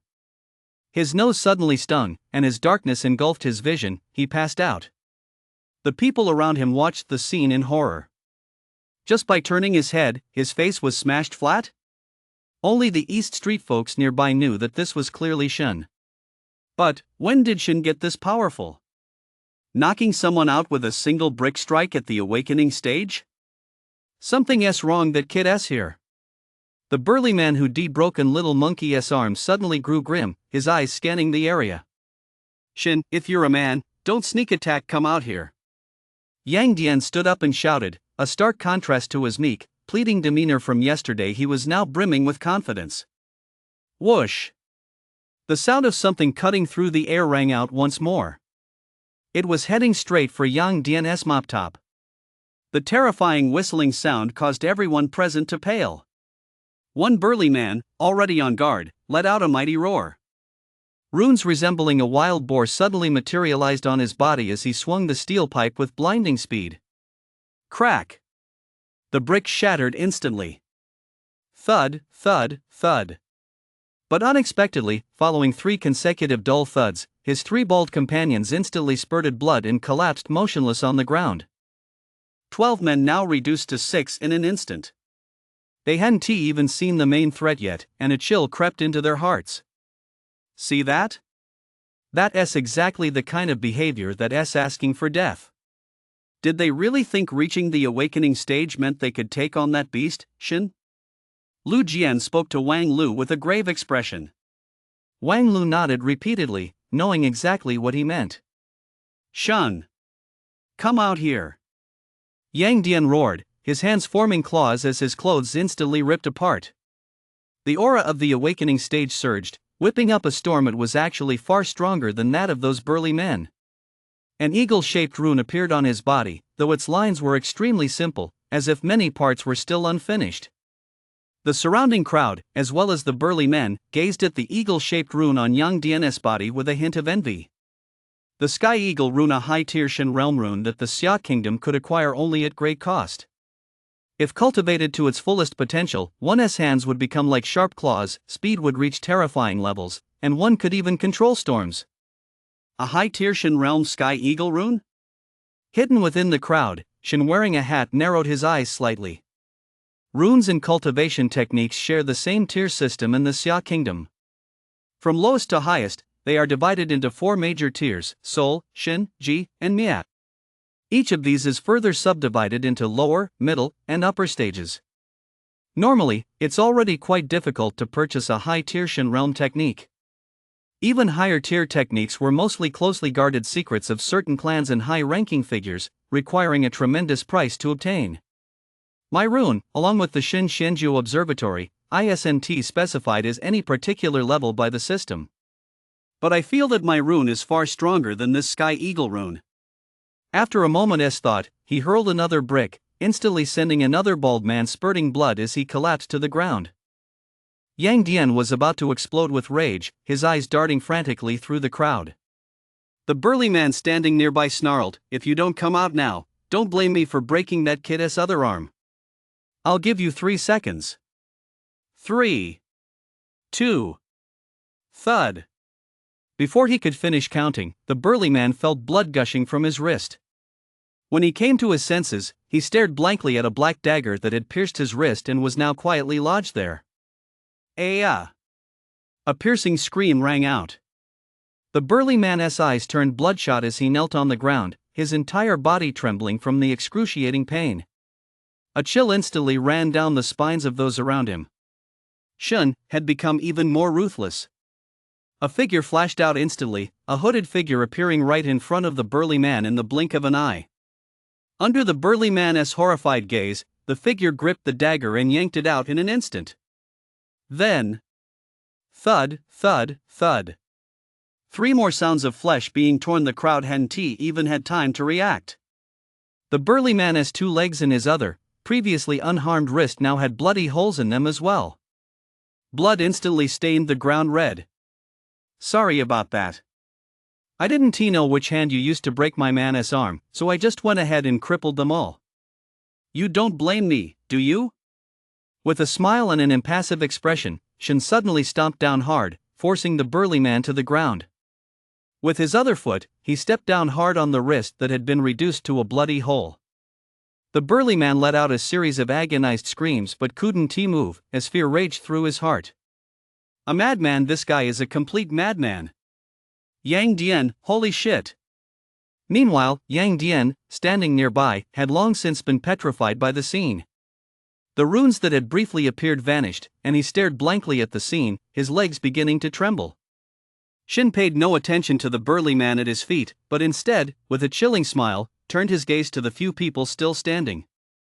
Thud, thud. The remaining bald men turned as pale as ghosts and immediately dropped to their knees, forcing smiles that looked worse than tears. "Brother Su, no, Master Su, we were just here to watch the show. None of us actually did anything." With their own boss' limbs already crippled, what was the point of putting on a show? Saving their own lives was the priority. 500,000. You can take him away. If you get him to the hospital right away, he might still save his limbs, Shin said indifferently. I agree. "Thank you, Master Su," the burly man at CRN's feet said weakly. "Get out of here." Shin gave a cold snort and kicked the burly man, sending his massive frame flying into the group of kneeling skinheads. At that kick, the expressions of everyone around them changed. That guy must have weighed at least 200 Gene, right? And Shin just sent him flying as if he were kicking a soccer ball? Don't even think about renege on the deal. I know exactly where you guys are from. Shin glanced at the group. The bald men, their faces contorted with despair, nodded frantically, clutched their boss, and turned to run. Wait! That devilish voice rang out once more. Master Su, do you have any further orders? The men spun around instantly, as if performing a military drill. My men cover their medical expenses too. Take your boss with you to the hospital. Shin pointed at Little Monkey. Okay. This brother, oh, no, this old buddy, come on over. The bald men took Little Monkey and a young guy from the repair shop to the hospital. At the scene, aside from a few bald men still lying unconscious, only Yang Dian was left, standing there in a daze in the wind, his legs still shaking uncontrollably. Bro! Bro Shun, I was wrong, I'll give you 500,000, just let me off. Yang Dian's voice trembled as he spoke. If he ever crossed this madman again in his life, he'd be a dog. His father's conglomerate had gone bankrupt, and he could no longer afford to act like a big shot. In that instant, Yang Dian swore frantically to himself. Your name is Yang Dian, right? Shen looked at Yang Dian. Why, yes. Do you have a brother named Yang Feng? A strange gleam flashed in Shen's eyes. Brother Shen, my brother's name is Yang Feng. Shen fell silent. Yang Dian's dad was a fucking genius. Then, grabbing the bandage wrapped around Yang Dian's head, he dragged the whole guy into the repair shop. Ah San, close the gate. Shen said offhandedly. Yang Dian wailed and nearly wet himself. Dragging me in was one thing, but why close the door? Could it be that I, Yang Dian, am really going to meet my end right here? The onlookers outside fell silent when they saw the garage door shut. Shen couldn't possibly kill him, could he? Inside the office, Shen casually tossed Yang Dian onto the sofa. Then he sat down in his office chair. Looking at Yang Dian, whose pants were slightly damp, Shen was at a loss for words. After a long moment, he spoke in a chilling tone. Tell me. Who's backing you up? With over a dozen people causing a disturbance right here on the main street, the Torch Guild would been here ages ago under normal circumstances. But today, nearly 20 minutes have passed and no one has shown up. Who sent you here? Shen's words stunned Yang Dian so much that he stopped trembling. You actually figured it out? Shen toyed with his black knife as he spoke coldly. Daring to break someone's arm right here on Main Street, not even someone from the Yang group like you can get away with that. Unless you have someone backing you up. Let me guess, is it that fat guy? Yang Dian shuddered instantly, and his deep-seated fear of Shen grew even stronger. How could he guess that? Just because no one from the Torch Guild showed up? Looks like I guessed right. Shen spoke indifferently, though a hint of cruelty flashed in his eyes. He was already thinking about whether to find an opportunity to secretly take that guy out. Although Zhang Ling was the captain, Bing had said he'd only risen to that position through connections. His actual level was trash, no better than the burly man whose limbs he'd crippled. But Shen quickly dismissed the idea. If he took him out, someone would surely come after him, leading to a whole series of problems. Besides, he didn't know who exactly was backing Zhang Ling. After thinking it over, he pulled out his phone. He found Crow's number and dialed it. Both Crow and Zhang Yuyi had left him their phone numbers before they left. Who is this? Crow's hoarse voice came through. It's me. Who are you? Shen. What do you want? I'm really busy. There's a Torch Guild squad leader named Zhang Ling. Who is his boss? There was a moment of silence on the other end, then Crow spoke up. What's up with him? He is giving me trouble. I want to settle things with him. Shen said coldly. Don't be impulsive. Zhang Ling's boss has some connection to Zhang Yuyi's predecessor. You're just a kid with no connections right now, you can't take him down. Crow interjected. He was genuinely afraid Shen would act on impulse and secretly take out Zhang Ling. He believed the kid was capable of it, but that would spell trouble for both himself and Zhang Yuyi. Besides, this Shen had killed before. The moment Shen drew his knife on him, Crow had seen a flash of murderous intent in his eyes. Although he didn't know who the victim was, Shen had definitely taken a life.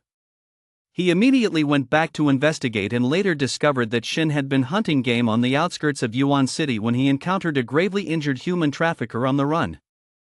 Seeing that Shen wasn't very old, the trafficker had harbored ill intentions. Unexpectedly, Shen saw through him, grabbed a rock, and brutally crushed the consolidation stage trafficker to death. Although the man had already been nearly crippled at the time, devoid of both physical strength and nether energy, Shen's actions still earned him the respect of many in the Torch Guild, and most of them took note of this kid. After delving deeper into the brief history of Shen's life, he began to understand a little better why this kid was the way he was. He was very much like him, but at Shen's age, he hadn't possessed that same ruthlessness. So, after thinking it over, he continued. Here's what we'll do, I'll find a mission to assign him and send him away. How about that? Can you make that call? Shin's voice carried a hint of skepticism. Crow immediately lost his temper. As a squad leader, can't I make that call? Just wait for the message. If he stays in Yuancheng and comes looking for trouble with you, I won't be responsible. With that, he hung up the phone. Shin was silent for a moment, then trusted Crow. Yang Dian, standing nearby having already reached the awakening stage, had exceptionally keen hearing. Having overheard the entire conversation, his body began to tremble once more. Tears streamed down his face. Am I going to be silenced? What did I just hear? Is Shin going to take out a torch guild captain? Shin, please, don't kill me. I'll give you 50, no, 1,000,000. Yang Dian immediately slid on his knees toward Shin, clinging to his thigh and wailing. Shin's face twitched. He hadn't actually intended to do anything. He'd just been trying to scare the kid. It was mostly that Zhang Ling egging him on from behind. But seeing Yang Dian like this, something suddenly stirred in his heart, and he instantly broke into a kind smile. Bro Shin, don't smile, I'm scared. As soon as Yang Dian saw Shin smiling like that, he started trembling even more violently. Little Dian, I'll let you off, but I have one condition. Shin patted Yang Dian's buzz cut. Bro Shin, what's the condition? Just say it, I'll agree to anything. Take off your clothes. Ha! Outside the office, a few young men overheard the conversation inside, and their expressions gradually turned strange and terrified. Could Bro Shin really be that kind of person? Ah! Bro Shin, no, please, don't stab me, ah! A piercing scream suddenly rang out, accompanied by the sound of tearing fabric. The repair shop employees all turned pale and took a few steps back. They exchanged glances. Wow, who would VE thought Brother Shin, so handsome and imposing, would actually be? Wait a minute, doesn't he have a childhood sweetheart? He is actually that kind of person? Ah, Brother Shin, it hurts. Stop moving, it hurts so much. Yang Dian's screams continued to echo. Anxious expressions appeared on several faces. This isn't right. Has Brother Shin gone too far? But gradually, the screams began to fade. Replacing them were, believe it or not, sounds of sheer delight. Shin, what is this? You actually know how to do this? Oh my god, Shin, don't stop. Please, don't stop. I'll give you 3 million, will you keep going? Yang Dian's shouts, filled with pleasure and delight, rang out. The expressions on the others' faces grew even stranger. Click. The door swung open, and Shin walked out with a look of complete satisfaction, his eyes half closed as if savoring the moment. Behind him, Yang Dian stood shirtless, with a trickle of blood running down his body. He had already removed the bandage from his head, and now his swollen face wore an expression of pure bliss and comfort.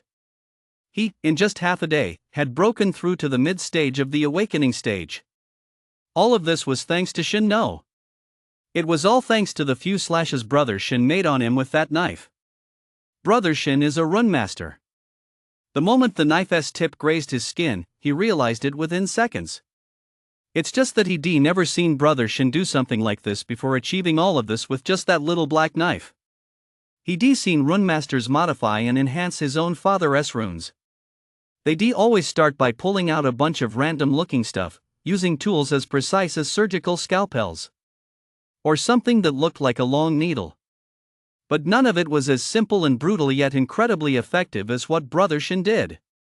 He clearly remembered his father saying that the Sky Eagle rune was already quite good, only true masters could modify it. The cost of hiring them was astronomical. And even after modification, a breakthrough wasn't guaranteed. But now, Brother Shin had simply made a few cuts on his back, and it had actually allowed him to break through right away? He could even feel that his understanding of the Sky Eagle rune had deepened just a little. Brother Shin, I was wrong before. From now on, I'm your little brother. If you tell me to go east, I'll never go west. Yang Dian suddenly took a step forward and spoke earnestly. At the same time, he pulled a bank card out of his pocket and handed it to Shin. What are you doing? Shin glanced at Yang Dian, unsure what had come over him. His gaze and tone, however, were quite sincere. He didn't take the bank card. This money is to apologize to that brother. And while we're at it, Brother Shin, use it to spruce up your place a bit. Consider it a token of my loyalty as your little brother. Yang Dian's gaze was sincere. The expressions of those around them grew even stranger. What on earth was going on? Had Brother Shin won him over? Although Brother Shin did have a strong personal charisma. Are you serious? Shin raised an eyebrow, looking at Yang Dian. Yang Dian nodded emphatically. We'll see. Shin shook his head, turned around, unlocked the factory gate, and walked away. But Yang Dian's face lit up with joy. Brother Shin hadn't outright refused, he was just testing him. As long as he performed well, he'd definitely become Brother Shin's underling. As a future runmaster, if he became this guy's underling now, his old man would definitely look at him with new respect. He immediately put on a smile, darted forward, and shoved a bank card into the hand of a young man who was still staring blankly. Bro, you've got to take this. Consider it a small token of my appreciation. There's no pin, you can use this money however you like. Then, humming a cheerful tune, he walked away, leaving the others standing there in a daze. The young man who'd been handed the card tooted and pulled out a card reader. How much could this card possibly have? The next moment, his eyes widened, and he let out a cry. 5 million? At that moment, Shin was leaning against a secluded spot under a bridge, his eyes gently closed. Engraving points, 50. He experimented on Yang Dian's back. He engraved a total of 5 lines. Although he'd never seen the Sky Eagle rune before, based on his own understanding of drawing, adding exactly 5 lines shouldn't cause any problems. What he hadn't expected, however, was that he didn't pass out immediately. Although he felt a bit dazed, he was still able to continue engraving. But 5 lines was the absolute limit anymore, and he would definitely overexert himself. Likewise, these 5 lines only equaled the number of points from Bing's single line. The number of engraving points obtained must be related to the level of the person being engraved and modified. Before Bing's breakthrough, he was at the peak of the ignition stage. I fainted after engraving just 1 line. But Yang Dian is only in the early awakening stage, which is why it wasn't as taxing for me to engrave. Deep down, Shin gradually came to a conclusion. The reason he didn't immediately refuse Yang Dian's offer to be his subordinate was that he wanted to use Yang Dian for repeated experiments. At the same time, he wanted to assess this person's character. If Yang Dian truly could be a friend, he wouldn't mind helping him refine his runes. At the very least, he would absolutely never give an enemy the chance to grow stronger. Those guys at the repair shop, Bing, Li, Qingqing, and this Yang Dian. For now, I can help them engrave runes to accumulate engraving points. At the same time, I can help boost their strength a bit. Wait, no, Bing has already reached the penetrating the mysteries stage. I can't handle that. Shin shook his head. Dong and Xia are still young, they're a few years away from awakening. His phone in his pocket was vibrating. He glanced at it was Bing. Where the hell have you been, kid? Get your ass back here, we're heading to the lab today. There's a group lecture on techniques the day after awakening. Forgot? Shin slapped his forehead. He'd rushed out at noon because of Yang Dian and had completely forgotten about it. After students awaken, they all have to go to the city's library of techniques to select a technique. Before going, the principal explains how to choose a technique and the precautions for cultivation. Cultivating blindly can easily lead to dementia. This was also why Shin hadn't rushed to cultivate the Shin Shenjiuguan. You guys go ahead. I'm heading to the lab right now, I'm nearby. Dad! Dad! Open the door quickly. Outside the door to the CEO's office on the top floor of the Young family group, Yang Dian was pounding frantically on the door. Inside, Yang Dian's father jumped at the sound, hurriedly shoving his busy secretary aside and straightening his pants. Coming. What's with all the banging, you little brat? Yang Ding Tian muttered under his breath as he walked over and flung the door open. Then he froze. Son, you broke through? Yang Ding Tian was a bit dumbfounded. It was one thing that his son had broken through, but why was he covered in bruises? Yang Dian nodded excitedly, walked inside, and closed the door. Dad, let me tell you, I got beaten up. Yang Dian laid out the entire story. An 18-year-old runemaster? Are you kidding me? Yang Ding Tian looked at his son with suspicion. Had the beating knocked some sense out of him? An 18-year-old runemaster, did this kid even know what that meant? Yang Dian knew his dad wouldn't believe him, so he stood up and tore his newly bought short-sleeved shirt to shreds once again. Nether energy surged through him instantly. Instantly, the Sky Eagle totem materialized, and the aura of the mid-awakening stage radiated outward. Yang Ding Tian's expression changed instantly, a hint of gravity and deep thought flashed across his face. After a long silence, he gave his son a firm pat on the shoulder. Son, it seems you've truly grown up. This is probably the thing you've done that's made me the most proud. If what you say is true, the others haven't yet discovered what makes this Shin so special. So, now is our best chance to befriend him. Yang Dian nodded. Aren't you guys heading to the library to select a technique right now? You should go too, Yang Ding Tian said. Dad, aren't all the techniques already prepared with this Sky Eagle rune? What am I supposed to do there? Yang Dian scratched his head, a bit puzzled. I'm telling you to go over there and stick close to Shen, build a rapport with him. Yang Ding Tian looked at him with a mix of frustration and disappointment. He casually slapped his dim-witted son across the face. Oh, okay. Yang Dian finally caught on and ran out bare-chested. Remember, don't play any games, be as sincere as possible when you meet him. After shouting that, Yang Ding Tian sat down on the sofa, lost in thought. Hey! What's up? The secretary poked her head out from behind the desk. Only after noticing that Yang Dian had left did she dare to get up and walk over to sit beside Yang Ding Tian. Look into someone named Shin on East Street. You heard what that kid just said. Make sure he is not a dangerous person. Just see what he is missing, and we'll send it all to him. EE's eyes widened. Why are you being so generous all of a sudden?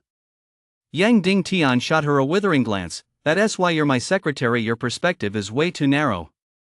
A mere sum of money, how could that compare to a future runmaster? It was now a little past 3 in the afternoon. Shen, wearing a baseball cap with the brim pulled down low, walked into the lab with his hands in his pockets. On the playground, many people were already standing there. Most of them were people who had awakened yesterday. Isn't that Shen? He is here too? Just then, someone suddenly shouted. Shen! I'm wearing a hat and haven't even gotten close yet, and you guys already recognize me? With no other choice, he took off his hat and smiled. Hello, everyone. Many of them took a step back in unison.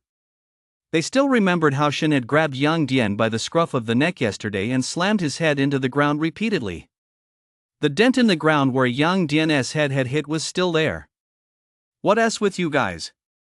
I'm a pretty friendly guy, why are you acting like you've seen a ghost? Right, Lu Jian? Shen rubbed his chin and looked over at Lu Jian, who was standing a short distance away. Lu Jian gave a stiff nod, flashing a slightly forced smile. Shen was getting a bit bored. He checked the time, it was almost 4 o'clock. He decided to just walk over to the steps nearby and sit down. Seeing that Shen wasn't paying them any attention, the others gradually relaxed and continued their conversation. Though their voices were much quieter now. Before long, 2 more figures approached. Qingqing walked with purpose, her expression calm. Beside her was someone with his head bowed, speaking incessantly in a fawning tone. That person was actually Yang Dian? Sis, I'm really sorry about yesterday, I was just being a jerk, don't take it personally, okay? I'm brother Shen's underling now, and you're my sister-in-law. Your words are law to me. Call me sister-in-law one more time, and do you think I want to slap you right now? Qingqing's tone was somewhat exasperated, she wondered if Shen had knocked some sense out of this kid's head. Upon hearing this, Shen flashed a satisfied smile, this kid was actually pretty quick on the uptake. The students present had long since been left speechless. What the hell was going on? Was Yang Dian high on something? Getting beaten up like that and still calling the guy his boss? Yang Dian couldn't care less about the strange looks from these gang of idiots. What the hell did they know anyway? Spotting Shin sitting over there, his eyes lit up instantly, and he ran straight over. Boss, I'm here. He looked as if he'd just seen his own father. Didn't your family give you a technique? Just here to join the fun? Shin glanced at Yang Dian. Yang Dian chuckled, I'm just killing time. Came over to apologize to my sister-in-law. Shin nodded, while Qingqing walked over with a strange look on her face, staring at Shin. What's up, honey? Shin patted the empty spot next to him. Qingqing shot Shin a withering glance, said nothing, and simply sat down beside him. The three of them sat over there, far from the crowd, looking completely out of place. At exactly 4 o'clock, Principal Ding Wendian appeared right on time, still holding the same megaphone from yesterday. When he saw Shin sitting there like a mountain bandit, the corner of his eye twitched, and he ignored him completely. I'm sure that after yesterday's awakening, your families have told you a thing or two. Overnight, you've also felt the changes as mana enters your bodies. The students all nodded in unison. Now, I'd like to give a general overview of techniques. As I'm sure you all know, both techniques and runes are divided into 4 major tiers: Soul, Shin, Silence, and Annihilation. Aside from increasing your mana absorption and the concentration of nether energy you convert, the primary purpose of techniques is, most importantly, to continuously increase the strength of your runes. You could say that runes are your foundation, and techniques are the key to determining whether that foundation can reach its maximum potential. For example, if you have a fire elemental talent and have inscribed a fire rune, but you cultivate a water elemental technique, this will cause the fire rune's original 100% power to drop directly to 50%, or even lower. Principal, are those the only functions of a technique? A student called out. Of course not. Ding Wendian shook his head. A technique also represents your upper limit for absorbing mana and storing nether energy. As everyone knows, after absorbing mana, it is converted into nether energy by your technique and stored in your dantian. A good technique allows you to absorb mana more abundantly, convert it into nether energy faster, and store more nether energy. It will also make your runes more powerful. Principal, then why does it have to be converted into nether energy? Can't mana be absorbed and used directly? Someone else asked.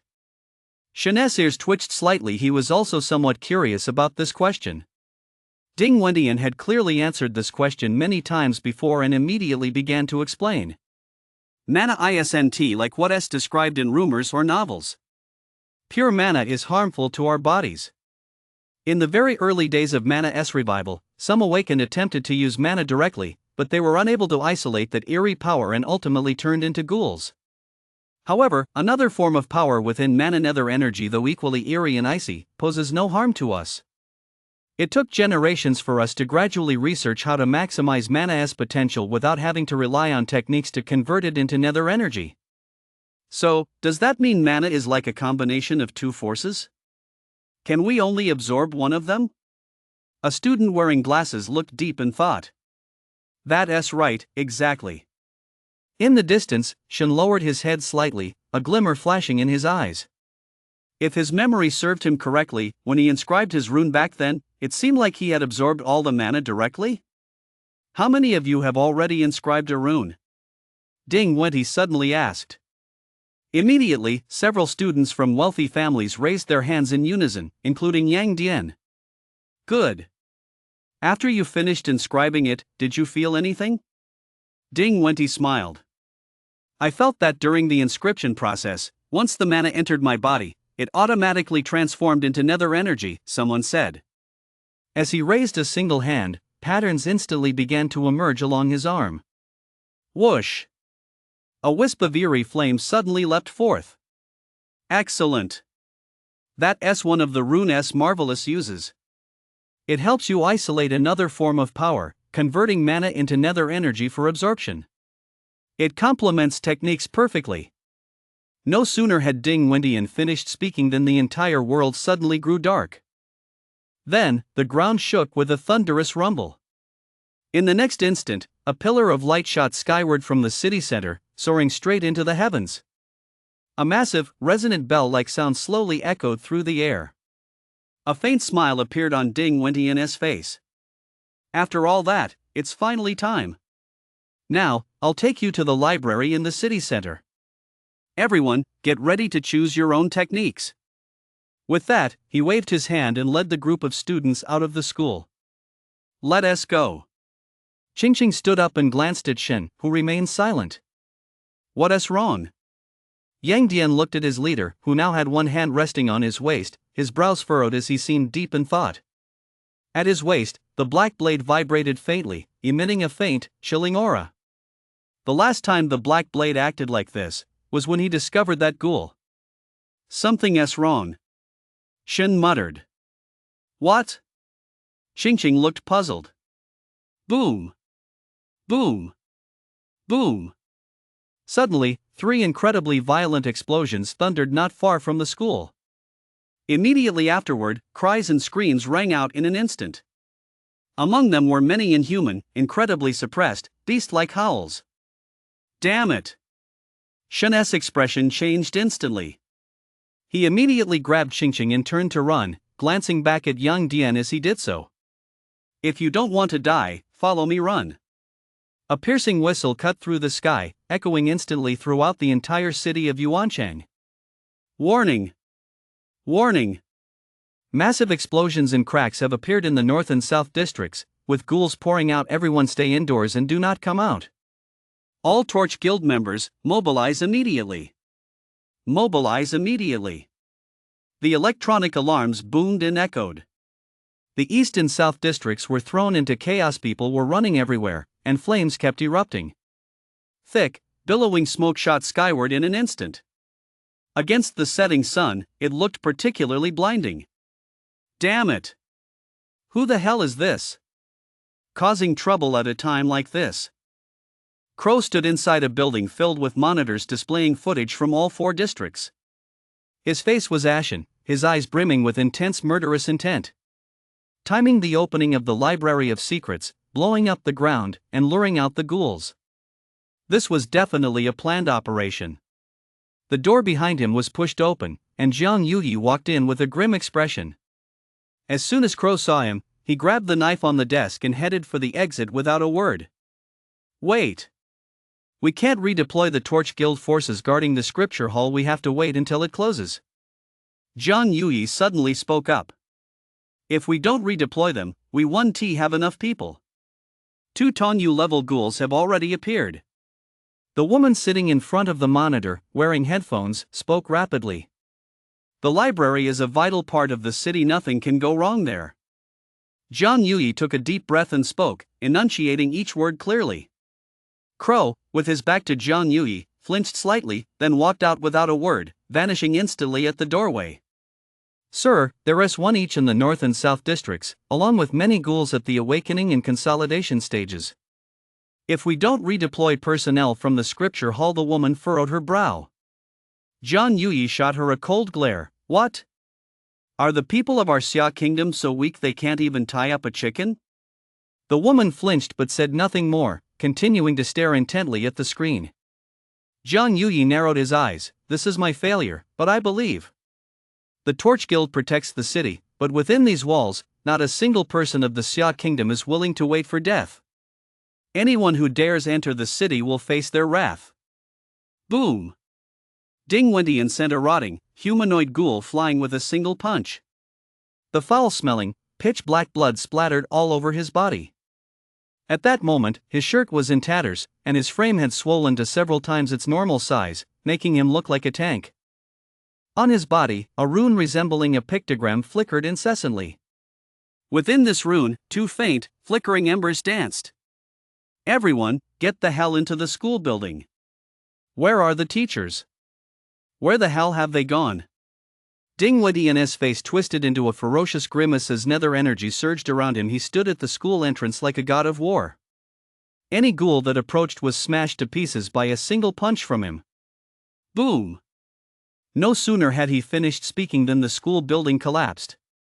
3 figures burst out of the rubble, their bodies covered in blood. At the same time, 3 rotting beasts as large as trucks roared as they charged out. Principal. These beasts snuck into the school at some point. A male teacher bellowed, only to be struck by the claw of a tiger like Ghoul. His chest caved in as he was sent flying sideways. He was clearly beyond saving. Damn it! Ding Wendy and S eyes turned red with rage.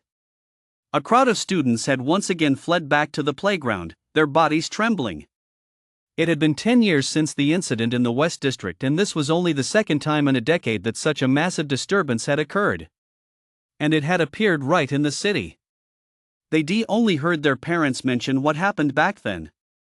But now, seeing such a hideous ghoul with their own eyes, many of them immediately felt their legs go weak with fear. Roar!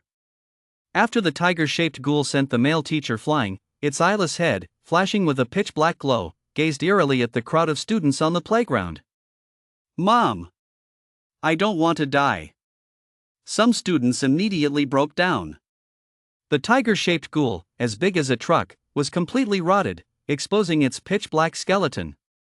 It had no eyes. It was utterly terrifying. Clang! A flash of blade light descended from the sky. Immediately afterward, a bearded young man leaped over the school fence and threw himself directly in front of the students. Brother Yoon? Shen, hiding in the storage room and silently observing through a tiny crack, looked on in surprise. This young man was Sun Yun, a Torch Guild member under Bing's command. He seemed to be at the consolidation stage, roughly on par with the male teacher who had just died. Hold on. Wait for the rest of us to arrive. Sun Yun let out a low growl, yanked the sword from the ground, and charged at the ghoul. As he swung his blade down, his eyes narrowed in shock. He struck with nearly all his strength, yet it had only caused a hairline fracture in the beast's bone? Boom! The tail behind the tiger-shaped ghoul swept out like a spear, sending Sun Yun flying. Sun Yun rolled several times on the ground and spat out a mouthful of blood, but he still gritted his teeth and sprang back to his feet in an instant. A third-tier ghoul at the ignition stage. Sun Yun took a deep breath, his chest heaved as the patterns on his body flickered. Shin, what should we do? Xingqing had witnessed the scene as well. Though her body trembled slightly, she managed to speak in a quivering voice. Shun remained silent. After a long moment, he finally turned to look at Xingqing. Stay here. Don't make a sound. Don't go outside. Yang Dian, keep an eye on her. If she tries to run out. Boss, don't worry. Yang Dian nodded. Though he was terrified inside, he spoke decisively. Watching over Xingqing was better than going out there to get himself killed. Shun, what are you doing? Xingqing's expression changed. Bang! Shun said nothing. He simply struck Xingqing with the edge of his hand, knocking her unconscious, then gently laid her in the corner. He gave Yang Dian a meaningful look, opened the door a crack, and dashed out. The storage room was neither too close nor too far from the playground. If anything went wrong, he could rush back in time. With Li back at home, he had no worries. Shun's figure darted behind a boulder, and he took a deep breath. The cultivation methods of the Xin Xianjiu Guan instantly came to mind. He began cultivating on the spot. He had originally planned to wait until after he was done to learn more before starting, but now it was clearly too late. Though he called it cultivation, it was actually just a matter of an instant. His runes had already been inscribed, and stepping into the most basic level of the Xin Xianjiu Guan was effortless. First level, contemplating the mountain. Shin murmured under his breath, a look of madness gradually creeping into his eyes. As the name suggests, the 9 contemplations of Xin Xian has 9 levels. At his current level, he could only perceive the first 5 levels. Contemplation of mountains, contemplation of the sea, contemplation of the soul, contemplation of life, contemplation of death. As he stepped into the realm of contemplation of mountains, Shin felt his consciousness become incredibly clear. The surrounding mana silently and frantically merged into his body. Half of the mana transformed into vitality, continuously strengthening his body, while runes emerged on the back of his hand. The other half was absorbed by his consciousness. His mental power grew exponentially. Gradually, it was as if the silhouette of a mountain appeared in his mind. It was extremely ethereal, but Shin could still sense that this mountainous silhouette, as if it were real. "What is this?" Shin raised his right hand.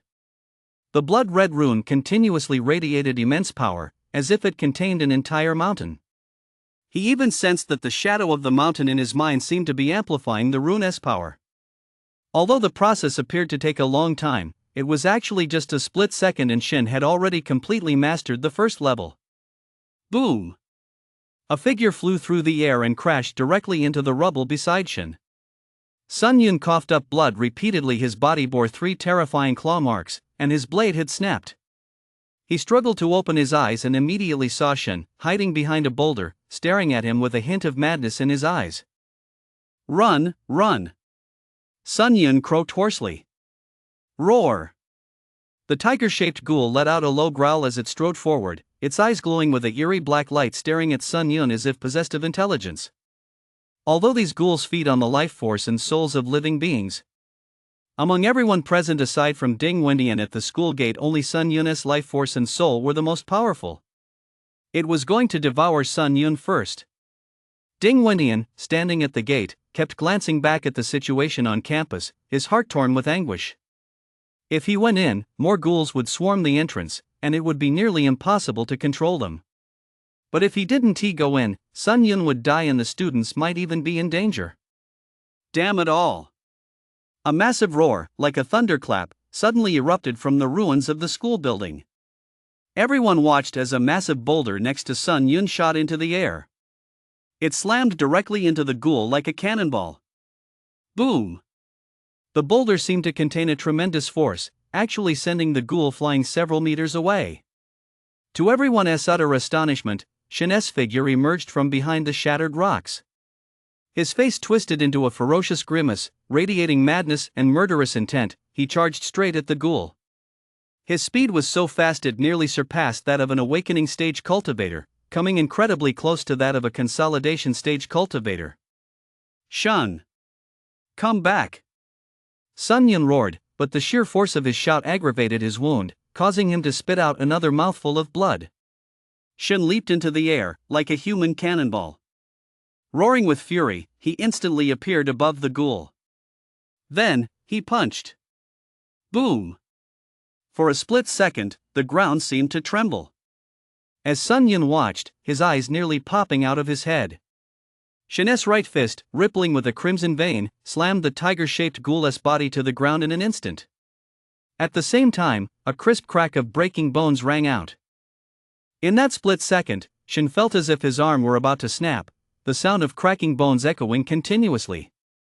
Die! Die! Shin's face contorted in fury as he rained down punch after punch, the sound of cracking bones echoing continuously. It wasn't just the ghoul's bones, it was his own right fist as well. Roar! Suddenly, as if the tiger-shaped ghoul had snapped out of it, it unleashed a thunderous surge of power, flinging Shin violently backward. At the same time, its pitch-black tailbone slammed heavily into Shin's chest. Thud! Shin also spat out a mouthful of blood. The bones in his chest felt as if they had shattered, and his entire body was flung backward, crashing down beside Sun Yun. The two of them fell together. Roar, roar! But surprisingly, although the tiger-shaped ghoul's skull was unharmed, it did not continue its attack, as if overcome by some kind of fear. It actually turned and ran away. But before it could take more than a few steps, a flash of blade light like a celestial blade came out of nowhere, sweeping through the air in an instant. The tiger-shaped ghoul, along with the ghouls still locked in combat with the two teachers, were all severed in two at once. Bing's figure instantly materialized out of thin air, bare-chested, with his ghost wolf rune seeming to let out a howl. His bloodshot eyes scanned the scene. Ching Ching? Where is Ching Ching? Bing was now furious.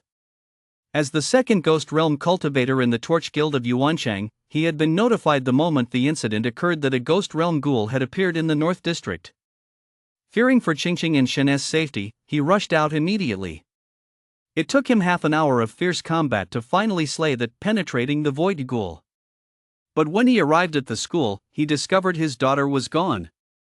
Shin was gravely wounded, lying side by side with Sun Yun. Xing. Xing. Bing raised his long sword, threw his head back, and let out a howl as tears streamed down his face. You're still so young, and yet you. Dad. Bing's tears suddenly stopped, and he spun around. He saw Qingqing running toward him. Xing. Bing immediately embraced her, scanning her from head to toe for injuries. When he found none, a deep sense of joy welled up within him. Big brother. How could you have died so young?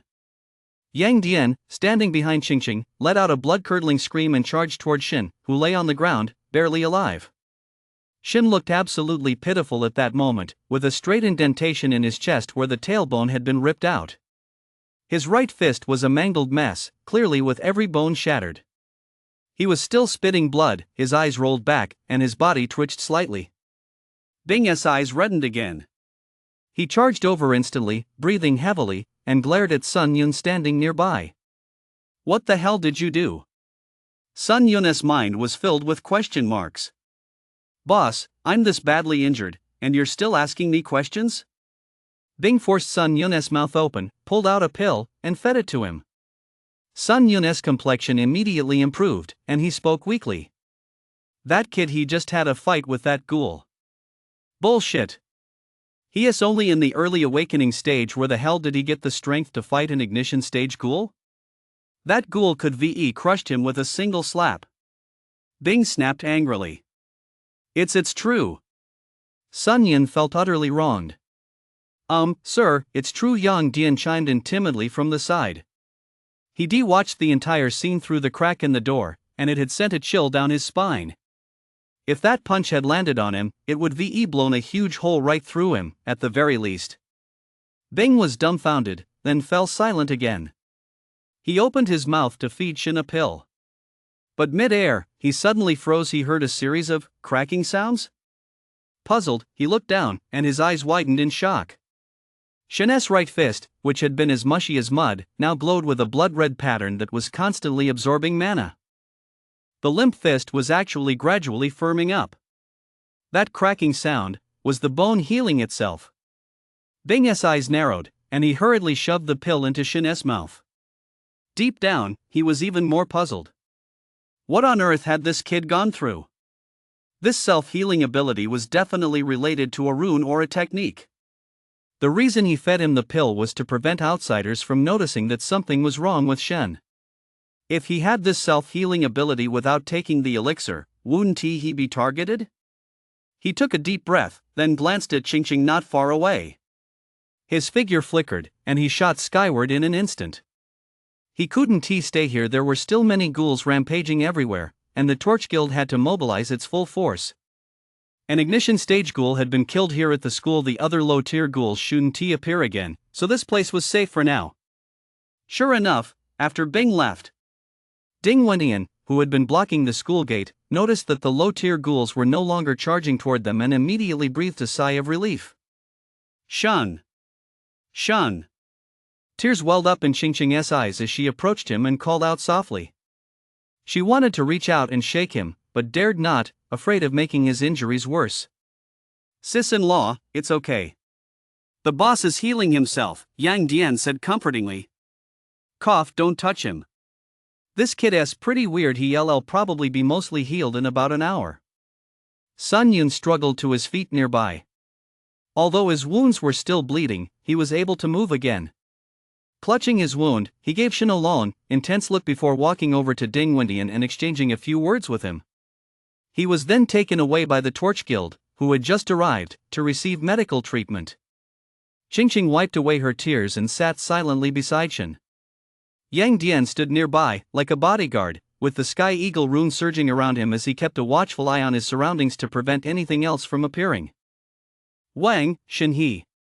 Don't come any closer. Qingqing spoke calmly, though her voice carried a hint of coldness she didn't even realize was there. Black nether energy even began to emanate from her body. Yang Dian instantly appeared in front of Ding Wendian, blocking his path. What is going on? Ding Wendian was dumbfounded. It seemed as though Yang Dian treated him like an enemy. My boss is recovering from his injuries. The principal, you don't need to worry about it. My sister-in-law is worried about him, Yang Dian said, scratching his head with a smile. Hearing this, Ding Wendian didn't ask any further questions. Instead, he glanced at Qingqing and headed toward the playground to comfort the students. Qingqing seemed to have undergone a change. A familiar quality had appeared in her eyes. It was determination. The resolve to grow stronger. That kid Shen, he really is a perfect match for this Wang student. Ding Wendian marveled inwardly. He noticed every one of Shen's movements. At that moment, he nearly popped his eyes out of his head. His aura had wavered, and he been clawed. Although he wasn't sure exactly how Shen, a mere body restriction cultivator, had managed it. He was damn strong. An awakening stage practitioner nearly shattering the skull of an ignition stage ghoul. If word got out, people would laugh it off as a joke. If someone like this were to grow stronger combined with Shen's ruthlessness. Ding Wendian suddenly felt that agreeing to Zhang Yuyi's request to grant Shen a high school enrollment was the right thing to do. Even if Zhang Yuyi hadn't mentioned it, he would given it to him anyway.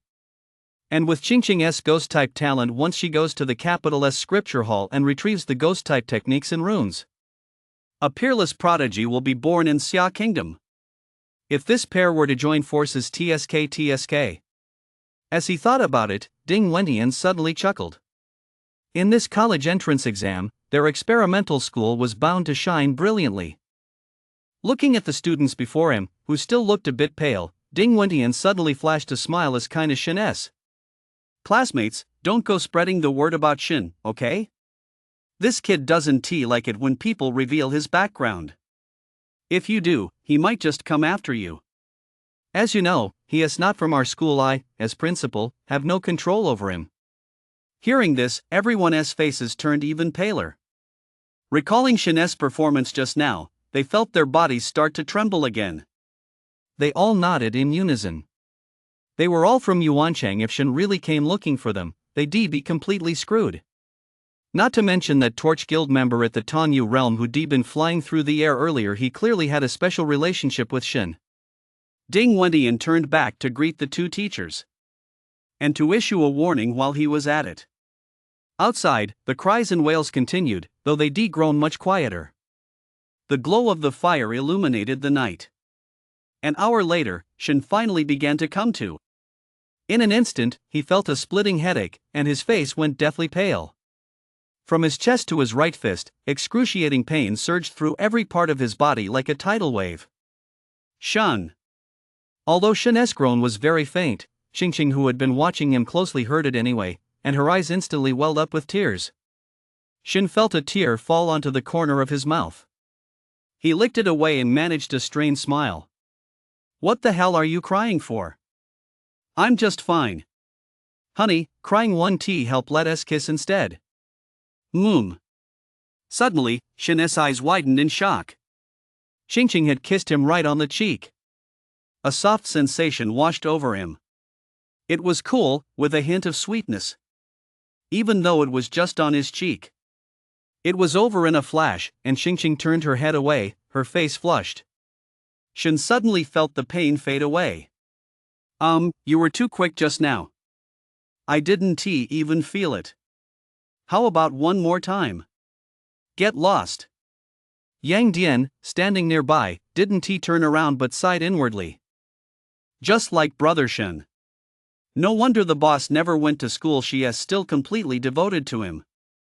Just look at that dedication. He didn't even feel the pain just for a kiss. Ahem. Ding Wendian cleared his throat lightly and walked over. The school forbids early romance. But these two kids were already 18 and about to start college. It wasn't his business. He wouldn't dare interfere anyway. He still had something on this kid. Bro, seeing how I performed today, do you have any kind of reward for me? Shen struggled to get up, wriggling around for a while. In the end, he could only lean against a rock, his whole body half reclined. He spoke with a smile. Of course. I'll give you student status right away. I'll even find you the best tutor for extra lessons. I want spirit stones. Shen's words caught Ding Wendian off guard. Don't worry about that. The Torch Guild will definitely reward you when the time comes. Ding Wentian didn't hesitate to use the Torch Guild as leverage. Shen nodded. Spirit stones, a universal currency, contained vast amounts of mana. A single spirit stone was equivalent to half a day of arduous cultivation. It was also worth 10,000 yuan. After this incident, Shen had fully tasted the benefits. Rune, Shin Xianzhouguan, and the Black Blade system, each one was enough to propel him ever higher. They would also grant him the power to protect himself. He'd just been a bit too impulsive today. He hadn't expected the gap between that ghoul and an ignition stage cultivator to be so vast. He poured nearly all his strength into every punch. As a result, his own bones were shattered, while the opponent sustained only a slight crack. But he had no regrets. If he hadn't intervened, Sun Yun would likely have died before reinforcements could arrive. Sun Yun was someone he dealt with often, a decent guy. Spirit stones allowed him to cultivate faster and could also be used as currency, killing two birds with one stone. Charge! Kill them all! Wipe out these beasts! Outside the school gates, a sudden chorus of shouts rang out. Immediately afterward, over 100 bald, shirtless men, each wielding cleavers, charged in. The leader, a massive, bald man with bandages wrapped around his limbs, scanned the area left and right. There are no more ghouls here. We're protecting this school. Once this is over, each of you better get your families to send us some money. Got it. Before the big bald man could finish speaking, he noticed an eerie silence had fallen around him. Those hundreds of students were staring at him as if he were an idiot. Puzzled, he looked ahead toward the ruins. Standing atop the ruins was Ding Wentian. A stunningly beautiful girl was sitting beside him. On the other side stood that kid Yang Dian, standing with his hands behind his back like a bodyguard, glaring coldly at him. And in the center, that buzzcut demon who had once filled him with utter terror, covered in blood, looked like a mountain bandit chieftain. He was reclining on the rubble, gazing at him with that gentle smile on his face. Smack! The big bald guy dropped to his knees instantly, and though his henchmen behind him weren't sure what was happening, they scrambled to kneel as well. The big bald guy and his entire crew bowed their heads in unison, shouting in trembling voices. Shun Shun Gu! We're here to help you. The school was deathly silent. It stood in stark contrast to the roaring shouts outside. I knew it. I always knew Shin was part of a gang. No kidding. Didn't you see how ruthless Shin is? Would an ordinary person have the guts to do that? These guys are so scary. I think they're called the Bald Heads? I know who they are. Whispers spread among the students, who then began pointing and whispering about the Bald Heads in Shen. The leader of the skinheads clearly heard them, but he didn't care in the slightest. Deep down, he was cursing furiously. How the hell did he have to run into this pest? He heard all about it. Shen had dragged Yang Dian into the repair shop and tortured him in the most inhumane way. After he came out, Yang Dian acted like he'd been brainwashed, fawning over Shen as if he were his own father. He'd even become one of his underlings. At the time, he'd been completely shocked. There was definitely someone backing Shen. He'd even planned to go apologize, but then the whole Ghoul on the loose incident happened. He'd originally thought he'd take advantage of the current staff shortage, find a school to protect, and pick up a little cash on the side to make ends meet. But his very first stop had been running into Shen. He now wished he could slap himself a few times. Shen had clearly heard the students' voices as well, and at the same time noticed the strange looks from Ding Wentian and Qingqing. With a grim expression, he waved his hand. Get the hell out of here. Yes, sir. The bald guy was overjoyed. He jumped to his feet and ran off. Wait a minute. Brother Shen, do you have any further orders? The bald guy snapped to attention in military style. You guys, protect the elderly and the children. If you dare take any money, don't blame me when I come after you later, Shen said coldly. Yes, sir. We'll definitely complete the mission. The bald guy turned and ran off with his henchmen. It wasn't until they'd run several hundred meters away that the bald guy let out a heavy sigh of relief. Boss, who was that guy? How dare he be so cocky? We've got so many of us, why are we afraid of him? A younger looking bald guy looked thoroughly annoyed. Smack! The bald guy snapped his hand back and slapped the other guy on the head. Damn it, you don't know shit. He's the one who stabbed me. Then why didn't we take him down? The younger bald guy asked, looking shocked. Take him down, my ass. If you want to die, go do it yourself. The bald guy's face darkened, then he turned and walked away. Where's the boss going? Didn't you hear what he said? Protect the elderly and the children. I sure don't want him coming after me later. The chaos continued for over 3 hours. It wasn't until past 8 o'clock in the evening when the last ghoul was found and slain. And the arrivals had sealed the massive hole in the ground that the alert was gradually lifted. But the East District was now a scene of utter devastation. Blood, shattered buildings, dead bodies, and fires burning in one spot after another, all of it met Shin's gaze. His expression remained largely unchanged. Only one hand was clenched tightly. It had been just like this 10 years ago. Only back then, it had been far more devastating. Nearly the entire West District had been reduced to ruins. After his parents had sent the three of them to safety, they turned back to fight alongside the people of the West District. Now, this familiar scene was unfolding before his eyes once again. Fortunately, this time, the death toll was low. Supported by Qingqing and Yang Dian, Shin returned to Qingqing's home. There weren't many ghost beasts in this neighborhood. The moment they appeared, Li had already slain them. As soon as the door opened, Dong and Xia, their eyes red with tears, threw themselves into Shin's arms. The pain from his wounds made Shin wince, but he didn't let go of his younger brother and sister. It's so good to be alive. Li, holding a long sword, immediately helped Shin onto the sofa and checked his condition. A moment later, he breathed a sigh of relief. Don't worry, he is fine. Just some superficial injuries and overexertion. He'll be okay after some rest. Although he said this, he felt a bit puzzled deep down. That guy Bing had called him saying Shin's bones were broken, so how come everything seemed fine after he checked? Even his internal injuries were nearly healed on their own. Yang Dian said his goodbyes and hurried off. He had to go back and check on his dad. Shin leaned against the sofa, resting his head on Qingqing's shoulder, and soon fell into a deep sleep. He was exhausted. When he woke up again, he realized it was already the next day. He was lying on a soft, fragrant bed. His eyes snapped open, and he sat up, feeling around for his clothes. Finding no signs that anyone had touched them, he sighed in disappointment. The bloodstains had vanished. No doubt Li had used a rune to clean them up. Stepping out of Qingqing's room, he found that neither Bing nor Li was there. Qingqing was watching the news on TV. Dong Xia must be at school at this hour. Wake up? Qingqing glanced at Shin. Yeah, I feel okay. Shin stretched a bit. Aside from a slight tightness in his chest and some lingering pain from his superficial wounds, he was feeling much better. He walked over and sat down next to Qingqing, and they watched the news together. During yesterday's ghoul rampage in Yuanchang's Northeast District, 36 people were killed and 129 seriously injured in the South District.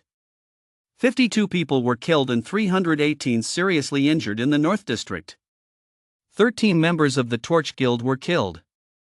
The causes of the sinkholes and explosions in the city are still under investigation. It is suspected that this terrorist attack was an organized plot. Shen and Qingqing fell silent. 88 people had died, including 13 members of the Torch Guild. To be honest, that was actually quite low. But seeing living, breathing lives reduced to mere numbers still left a heavy weight on both their hearts. I'm going to the capital for a few days, Qingqing said. To get the ghost element technique and rune? Shen guessed this was what Jiang Yuyi had told him earlier. Yes, the sooner I get them, the sooner I'll be back. Someone will be accompanying me. Qingqing nodded. After yesterday's events, she couldn't wait to begin her training. Seeing Shin in such a terrible state had intensified her desire to train to an extreme degree. She wanted to protect Shin, too. When are you leaving? Right away. That soon? Shin raised an eyebrow, surprised by how eager Qingqing was.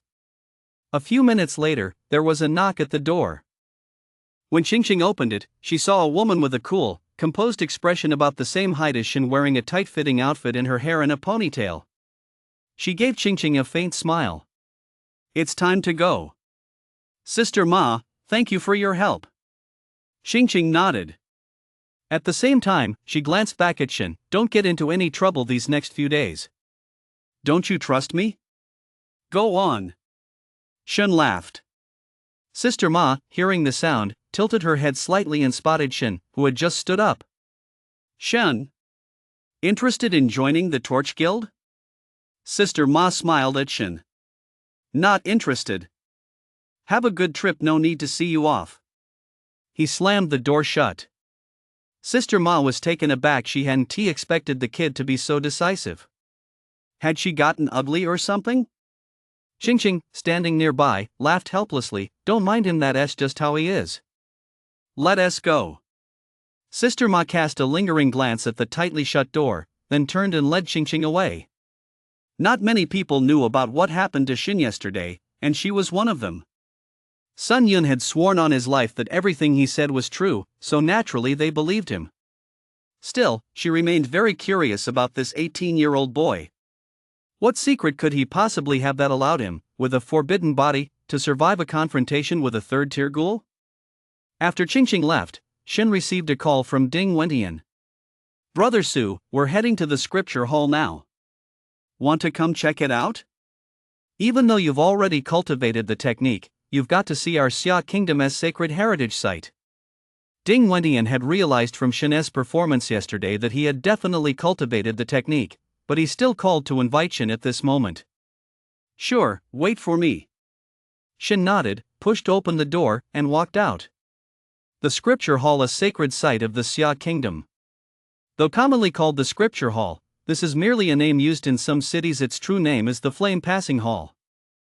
Inside lie countless runes and techniques developed and unearthed by predecessors since the era of Mana-S revival. It is even rumored that deep within the main hall in the capital lie ancient runes and techniques dating back to times lost in the mists of history. Every student who has awakened finds a technique suited to them upon entering. The treasures within can only be described as earth-shattering. That is why it is called the sacred site of the Xia Kingdom. It is said that in each city's branch hall, there is a guide. Guides stand above a city's rules. Almost no one can command them. Each guide is detached from the world. They rarely intervene unless a city-destroying disaster strikes, and they never leave the hall. Shen's main purpose in going there was to see just how powerful these guides truly were. Legend has it that every guide is at the Yin spirit realm. I wonder if that is true. Shen muttered to himself as he hailed a taxi and headed straight for the city center. When the driver heard Shen was going to the scripture pavilion, he assumed he was a student who'd fallen behind and immediately promised to get him there on time. Shen was quite impressed by the driver's skills. In just over 10 minutes, they arrived at their destination.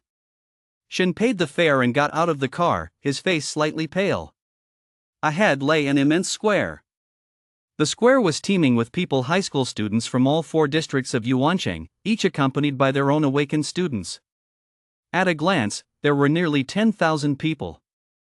Boss, over here." No sooner had he stepped out of the taxi than he heard Yang Dian's voice. Looking in that direction, he saw Yang Dian waving from a short distance away, one of his eyes still bruised. "It's only been a day. Who beat you up this time?" Shen looked at him, a strange expression in his eyes. "Some kid from the East District, no idea where he came from. He heard my wife has a ghost-type talent and started talking trash. How could I let that slide? I went right at him, and then..." "Oh? What did he say?" Shen narrowed his eyes. "He said ghost-type students are dangerous elements who should be strictly controlled." As he spoke, his voice trailed off. He saw that familiar smile appear on Shen's face. "Really? Lead the way. I'll have a little chat with him." Near the farthest end of the square, close to the scripture hall. At the very front, 2 groups were staring each other down, both with a hint of anger in their eyes. They were on the verge of coming to blows. At first, when the other side suddenly brought up Qingqing, they hadn't said anything. But when they went on to call Qingqing a dangerous element, that's when they got upset. She's from our own school, what the hell do you, an outsider, have to say about it? At that moment, Yang Dian stepped forward, pointing at the speaker and challenging him to a one-on-one fight. The result? The guy on the other side knocked Yang Dian down with a single punch. Then Yang Dian said he was going to find Shin and he still hasn't come back. The two groups just stared at each other, as if they were fighting with their eyes. Whereas the principal. Are these all students? From the crowd, Shin spoke up from beside Yang Dian. The principals from every school have been summoned to the Sutra Hall, no idea why. So none of the principals are here, right? Yeah. Who hit you? Point him out. Yang Dian immediately pointed to a gaunt, blonde-haired guy in the crowd across from them. At that moment, the blonde-haired guy was standing with his hands on his hips, looking completely unfazed, a hint of disdain on his face. This guy looks like he has been drained dry. You couldn't beat him? Shin frowned and glanced at Yang Dian. Boss, this kid-ass from the Zhang family. His name is Zhang Zhuangshi. After his awakening, his dad had someone pay for another Shin Realm upper tier Scarlet Flame Lion rune for him. It just happens to be my natural counter. Yang Dian spoke, rubbing his eyes. The Zhang family? The Zhang family that runs that underground black market? Shin suddenly remembered it seemed that fat guy, Zhan Ling, was also from the Zhang family. Having hung out on East Street for years, he was naturally aware of the existence of such underground black markets, which were tacitly tolerated within the city. As long as those people didn't do anything to harm the city or its people, the authorities would most likely turn a blind eye. That's right. His dad is the current head of the Zhang family, and this kid is acting incredibly cocky right now. Do you have a beef with him? Shin detected a hint of anger in Yang Dian's voice. We had a bit of a run-in in the past. I wasn't planning on dealing with him today, but he had to go and bring up my sister-in-law. Yang Dian admitted frankly. Shin nodded, and his opinion of Yang Dian improved slightly. At the very least, he'd taken a beating because of Qingqing. Alright, you watch this. Shin patted Yang Dian on the shoulder, then disappeared into the crowd. Yang Dian grinned. Brother Shin was at it again. In the center of the crowd, some high school seniors from various schools watched the verbal sparring between the experimental high and first high groups with a look of schadenfreude.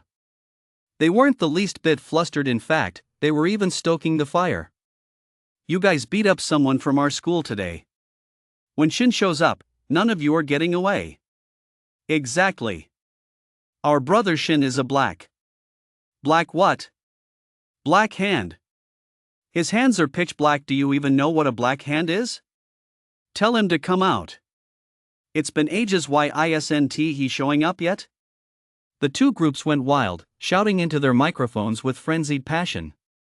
At the very front, Zhang Zhuangshi stood with his arms crossed, a smirk of disdain on his face. What Shin? East Street? I've never even heard of him. Besides, what's wrong with what I said? Ghost-type talents are dangerous to begin with. What if the control fails and the same thing happens again? Is that your problem? Someone from the experiment group piped up. TSK, what a bunch of losers. I heard that ghost-type awakener is this so-called Shin's girlfriend? Where is he? He is still scared. He doesn't dare. Bang! Before he could finish speaking, Zhang Zhuangshi's vision went black, and he collapsed face down on the ground. Everyone was stunned. From among the first high students, Shin strolled out leisurely, holding a cracked brick. He glanced at Zhang Zhuangshi lying on the ground and casually tossed the brick aside. What a loser. You can't even take a single brick to the face, yet you're still yapping here? Shin clapped his hands and crouched down. He grabbed Zhang Zhuangshi by the hair and hoisted him right up. Although Zhang Zhuangshi had been knocked down by the brick, he hadn't lost consciousness after all. He was already in the mid-stage of the awakening stage. He was just a bit dazed. How could he have actually been knocked out by a brick? As he came to his senses, a searing pain shot through his head, and he found himself being lifted off the ground. A smiling teenager appeared before his eyes. You fucking Before he could finish, there was a sharp crack, and his right cheek swelled up instantly. Two of his teeth flew out. "Weren't you looking for me? Why aren't you saying anything now that you've seen me? Are you too happy?" Shin asked curiously. "I..." Smack! Another slap. His left cheek swelled up too. "You're talking too slowly. I can't stand people who drag their words out like that." Shin sighed and shook his head regretfully. "Do you dare let go of my hair and fight me?" Although Zhang Zhuangshi had lost 2 teeth, he still spoke up quickly, spitting out a spray of blood. "What? Fight you?" Shen looked utterly shocked. "Scared?" Zhang Zhuangshi was about to crack a smile again. Thwack! The next moment, he felt a sudden sharp pain on his face as the glint of a blade flashed by. Blood immediately began streaming down his face. Shin was holding Zhang Zhuangshi up by the collar, a black dagger having appeared in his right hand at some point. The gash on Zhang Zhuangshi's face was made by that very blade. In an instant, the students scrambled frantically backward, their eyes filled with terror. "This is way too brutal." He didn't even say a word before pulling out a knife? Shen smiled smugly, tapping the blade against the cut on Zhang Zhuangshi's face. "Why did I let you go so we could fight? I have the upper hand now. What right do you have to say that?" Smack, smack, smack. With every tap, Zhang Zhuangshi felt excruciating pain shoot through his face. He stared into Shin's eyes, smiling, yet utterly icy. His body began to tremble uncontrollably. "What did you just say? Say it again." Shin chuckled. I said she is kind and beautiful, that she is my goddess," Zhang Zhuangshi stammered. Smack! Another slap. "You dare call my woman your goddess?" Shin glared. "I'm sorry, brother Shin, please stop hitting me." Zhang Zhuangshi wore a wretched expression, feeling as if he'd been struck by 8 lifetimes worth of bad luck. With Rune by his side, he planned to put on a good show in front of all these people today, especially since Yang Dian had come right to him. For a moment, he'd been on top of the world. He never expected to have provoked someone like this in the blink of an eye. He'd seen the icy glint in Shin's eyes just now clear as day. That was the kind of look only someone who'd killed before could have. Running his own underground black market, he'd seen plenty of people like that. But he'd never seen anyone so brazen, daring to draw a knife right in front of the scripture hall. He was genuinely terrified. Shin casually slapped him again, glaring at him. "Did I give you permission to speak?" Zhang Zhuangshi fell silent instantly, able only to look at Shin with a pitiful expression. Yang Dian, watching from a short distance away, shook his head slightly, his expression inscrutable. "This reminds me a lot of who I used to be, but now, there is no going back." Seeing Zhang Zhuangshi like this, Shin knew there was no point in continuing. With a sharp flick of his wrist, he sent the man flying into a group of boys from first high school. "Now, if anyone else has any objections, come out and talk to me. Don't worry, I'm a very reasonable guy." Shin turned and addressed the students around him. His smile only served to terrify them further, causing them to shake their heads frantically and laugh nervously. "Bro Shin, we all think you and Xingqing are a perfect match." Yeah. "You two are like a golden boy and a jade girl, a match made in heaven. From now on, I'm your loyal shipper." Some of the girls didn't say a word, but their eyes sparkled as they looked at Shin. So manly. Standing up for his girlfriend, and so powerful to boot, how amazing. Boom. Just as everyone was still chatting, a thunderous roar as the doors burst open echoed through the air. In an instant, everyone realized that no fewer than hundreds of Torch Guild members had appeared all around the plaza. They formed a protective circle around the group, keeping a watchful eye on every direction. Shin's gaze fell on the enormous, cube-shaped scripture hall not far away. At a glance, it was easily 3 or 4 basketball courts in size. The bronze doors of the scripture hall creaked open with a thunderous roar. But after opening just a crack, the rumbling stopped. Ding Wendian, along with several high school principals, stepped out. A hint of concern was visible on each of their faces.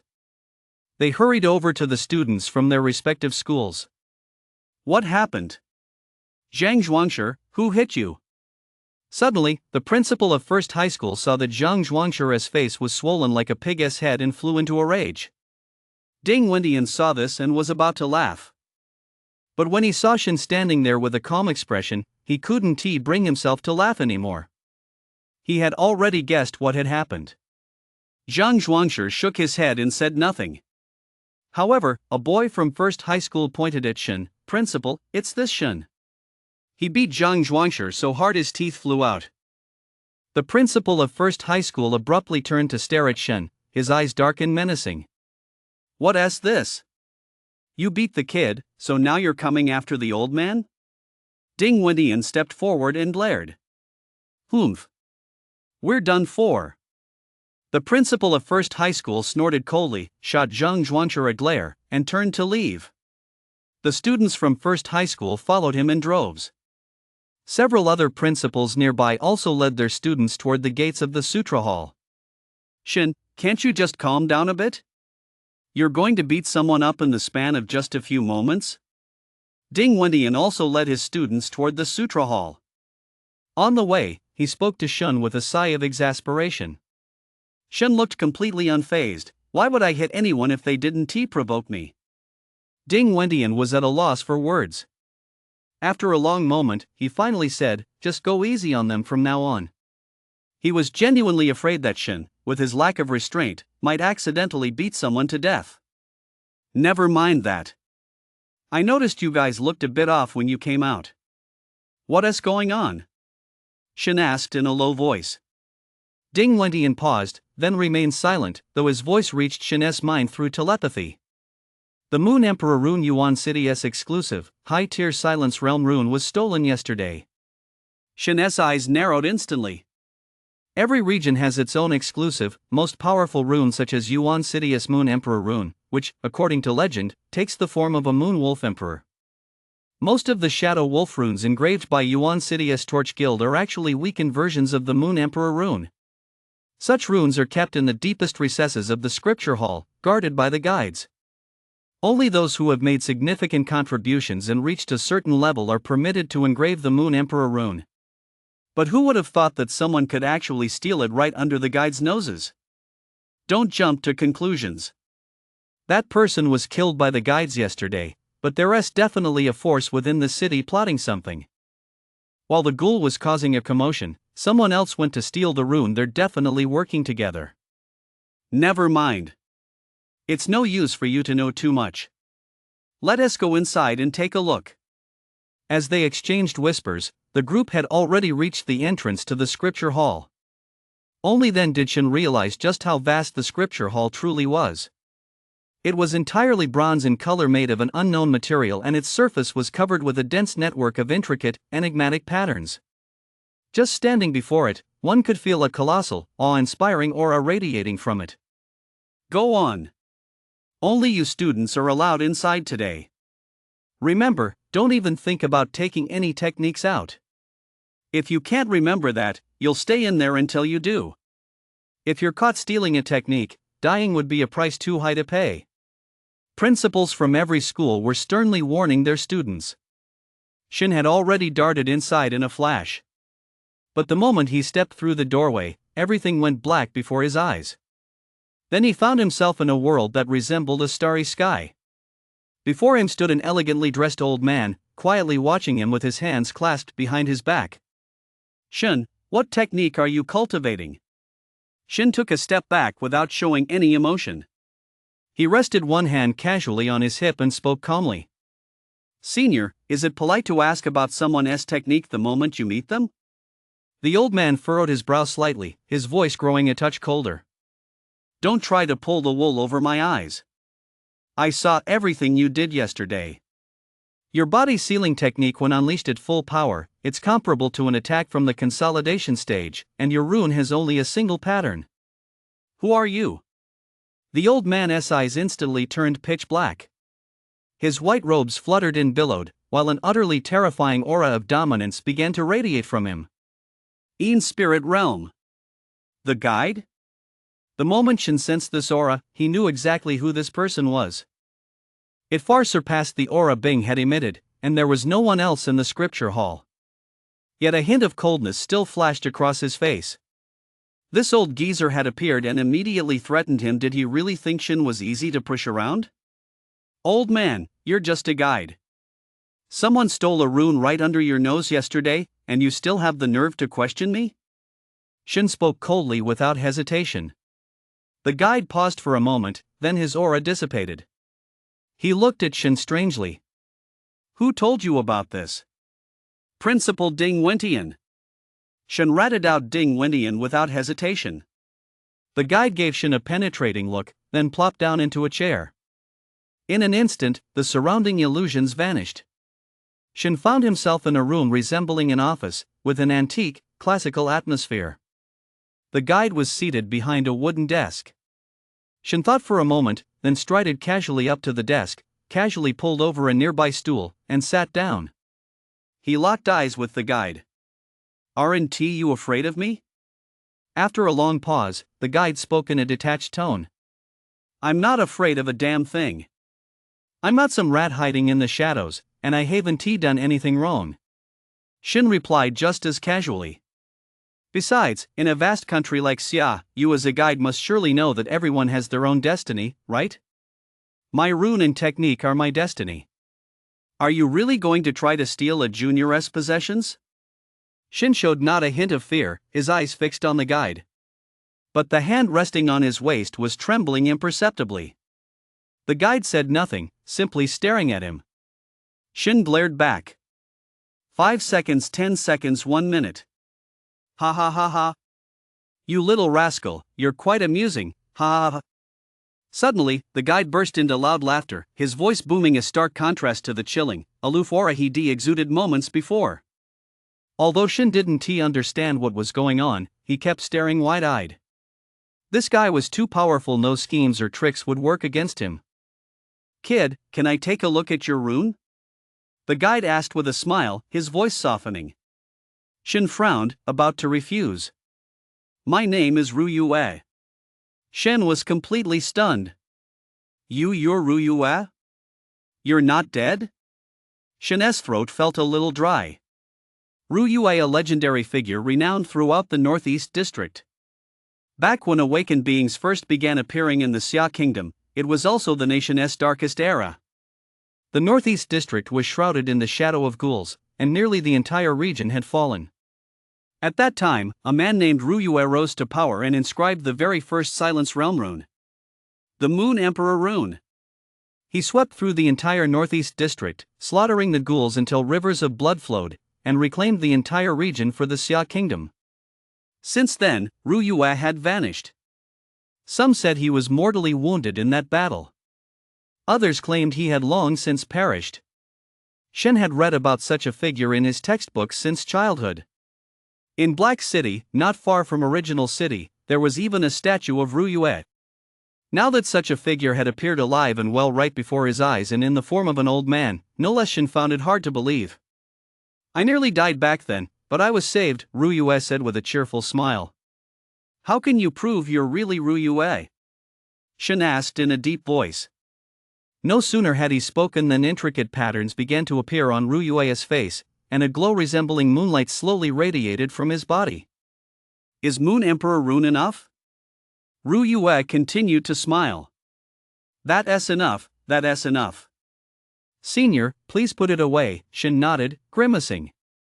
Even with just a wisp of that moonlight shining on him, he felt an icy chill run through his body, as if he'd fallen into an ice cave. Then, his expression turned serious. He stood up and bowed deeply to Ru Yue. I'm sorry, Senior.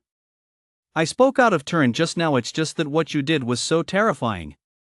As he spoke, his tone began to waver again. It's all right. At your age, to possess such vigilance and tenacity, you must have endured a great deal of hardship, haven't you? Ru Yue shook her head, smiling gently, a glimmer of satisfaction flashing in her eyes. Yesterday, precisely because he couldn't leave the compound, he had extended his divine sense to cover the northern and western districts of Yuan City and was instantly captivated by Shin's performance. Although he had only just entered the awakening stage, the power surging within him was extraordinarily vast, something even Ru Yue had never seen before. Moreover, he possessed that kind of ruthlessness, daring to leap in and engage in a fierce battle with an ignition stage ghoul. Most crucially, he actually survived being struck by the ghoul's tail? That instantly caught his attention. At the same time, he'd been so engrossed that he hadn't noticed someone sneaking in. He casually swatted the in-spirit realm cultivator who slipped in, then sent someone to look up Shin's background. After reviewing it, he became even more interested in the kid, which was why he'd been lying in wait here. His body was sealed, yet his physical strength was formidable. He'd also inscribed a rune, though it was just a single, relatively thick line. All of this piqued his curiosity. "Now, can you let this old man take a look?" Ruyue asked again. Shin scratched his head and smiled, just as he'd been thinking of changing the subject. He reached out, but then pulled his hand back, looking wary. "You can't tell anyone, okay? You don't want the Northeast to lose a futurine spirit-level powerhouse, do you?" Ruyue paused for a moment, then burst out laughing. All right. I swear on my soul I'll never reveal your secret." At the same time, he wondered to himself, when he mentioned it in Spirit Master. Was he referring to himself, or to Shin? Could it be that he wanted to eliminate him? Only then did Shin let out a sigh of relief. He extended his right hand, and as his chi and blood surged, the blood-red pattern instantly appeared. Ruyue studied them closely, his brow gradually furrowing. He swore he had never seen such thick runes before. And there was only a single stroke. It was clearly an unfinished rune. Could this be a rune left over from ancient times? Ruyue murmured. Within the borders of the Xia Kingdom, some ruins contained runes dating back to extremely ancient times, even to eras so distant they were beyond investigation. He had seen all the ancient runes in the scripture hall, but he had never encountered one like this. "This rune of yours isn't finished, is it?" A moment later, Ruyue motioned for Shin to withdraw it and looked up to ask. "Yeah, this is just the beginning." "What level is it?" "I don't know." Shin shook his head. He genuinely had no idea. "Then can you finish it?" Ruyue asked curiously. "No, I need to level up first," Shin replied. In truth, he wasn't entirely sure himself. The main issue was that he had far too few engraving points. It simply wasn't enough. Ruyue nodded thoughtfully. Normally, with high-level runes, the initial engraving can only capture the general shape. If you force it to be complete, the user won't be able to withstand the power and will explode. You've only made a single stroke, yet you've unleashed such power. It must be a high-level rune. Ruyue pondered for a moment before continuing. Is your technique also compatible with it? Shin nodded. Ruyue didn't press further, but a hint of gravity flashed in her eyes. "I'm curious who taught you your fighting techniques." A moment later, Ruyue suddenly asked. Shin's reactions and certain punching stances weren't the kind of skills one could pick up from street fights. "A blind old man on East Street taught me. If I didn't learn from him, he'd come over and beat me up." At the mention of this, Shin immediately gritted his teeth, feeling a dull ache in his buttocks. Blind, a glint flashed in Ruyue's eyes, but he said nothing more. "Shin, could this old man ask you for a favor?" Ruyue suddenly said with a cheerful smile. "Just say the word. If I can do it, I'll definitely do it for you. If I can't, well, I have my reasons." Shin didn't agree outright. "It's simple, get into Capital Academy, then join the Fire Passage Pavilion." "Why?" Shin's expression grew peculiar. What kind of request was this? Get into Capital Academy, then join the Fire Passage Pavilion? Which part of that sounded simple? Your rune and technique are clearly extremely unique. They might not even have existed in the Xia Kingdom before. Do you understand what I mean? Shin narrowed his eyes. So this was a warning that if someone with ulterior motives discovered them, it could lead to a lot of trouble. Once you're in the Xinhua Pavilion, we can provide a legitimate explanation for your abilities. After all, no one would dare set their sights on runes that come from the Xinhua Pavilion. A gleam of sharpness flashed in Ruyue's eyes. Shin, you don't have any connections, and you even have a younger brother and sister at home. You've been on East Street for so long, I'm sure you understand certain things without me having to say them. Shen's expression instantly turned cold as he spoke in an icy tone. No matter who it is, if anyone dares to lay a finger on them, I'll kill them. No one can stop me. If anyone else had said that, Ruyue would have raised his hand long ago to tell them to get out. But hearing Shen say it, he felt a strange sense of relief. I'll go to the Capital Academy, and I'm definitely going to the Xinhua Pavilion too. But before that, what if someone figures out who I am? Shen suddenly thought of this. The guide could make an exception and teach you some of the main pavilion S runes. Ruyue said calmly. Shen nodded. It seemed a visit to the Torch Pavilion was unavoidable. Even though he spoken harshly, he couldn't keep a constant watch on Dong and Xia. There would inevitably come a day when they'd be temporarily separated. Ruyue's actions weren't just to protect him, but also to protect the people behind him. With that in mind, he bowed deeply to Ruyue once more. Although he, Shen, was a bit of a maverick and could be ruthless, he also deeply valued the kindness shown to him. Ruyue waved her hand. There's no need for that. I'm not just doing this for you, but also for the Xia Kingdom and for my homeland. The Xia Kingdom, the humans there are sorely lacking in powerful warriors. Are the human forces that weak? Shen asked. You'll find out about these things in time. Alright, you should go now. Don't forget what we discussed today. With that, before Shen could speak again, Ruyue waved her hand. Shen felt a flash before his eyes and found himself in a corner filled with shelves. Not far away, students were darting about, searching for techniques. Oh, and remember to visit the person who taught you combat more often when you have time. It'll be beneficial. Ruyue's voice suddenly rang in his ears again, then faded away completely. Shen stepped out of the corner and blended into the crowd. He noticed that most of the shelves were crammed with techniques, but he lost interest and left the library of scriptures right away. The square was now nearly empty, with only a few people scattered about. All the school principals had already returned to their schools. Shen decided to hail a cab back to East Street. Ruyue's words had made him very curious about that one-eyed old man. A legendary figure who lived for over 100 years, telling him to go find the old man. It would be strange if Ruyue didn't know the man. He furrowed his brow slightly, a hint of contemplation appearing in his eyes. Old man, who exactly are you? After returning to East Street, Shen didn't go back to his repair shop. Instead, he wound his way through a somewhat run-down area of single-story houses, eventually arriving at the entrance of a courtyard that appeared fairly large. The courtyard looked somewhat dilapidated and overgrown with weeds.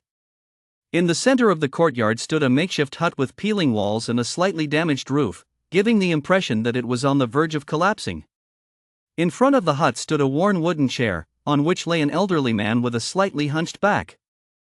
He was dressed in simple clothes, his eyes gently closed, his face radiating a sense of contentment. At that moment, the old man was reclining leisurely in the chair, holding an old radio in his hand. Shen pushed open the door and walked straight inside. You little brat, coming to see an old man like me without bringing anything? He had barely taken 2 steps when he heard the old man suddenly open his eyes, revealing a pair of dull, lifeless eyes. He casually picked up a teacup from the table beside him and hurled it at Shen. A sharp whistling sound rang out as the teacup flew straight toward Shen's face. Shen's face darkened as he reached out to catch it. Crack! The cup shattered. You old geezer, you're still alive? Shen muttered curses under his breath as he walked over and plopped down wherever he happened to find a spot. I'll definitely die after you, the old man said indifferently. Then, his nostrils twitched slightly, and he sat up abruptly. His blind eyes seemed to see right through Shen as they stared intently at him. You can't see a thing, what are you playing at? Shen flipped him off. Have you seen that old codger? The blind old man spoke in a ghostly voice. Shen's mouth twitched. With a look like that, you look even older than the guy himself. How dare you say that? But now that the old man had mentioned it, he was certain these two definitely knew each other. Spill it. Who the hell are you? You've been around this long, you must have a name, right? Shen said. Back when he was making a living on East Street, he'd gotten into a fight with someone who tried to steal his stuff. The guy called in a bunch of people to beat him up, so he ran right here where the old man found him. Without a word, the old man beat him up first. Then he made Shin bring him food every month. When the old man was pleased, he'd teach him a few moves. It was enough for him to gain a foothold on East Street.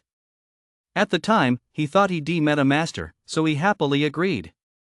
But later he found out that when the old man said a few moves, he really meant just a few.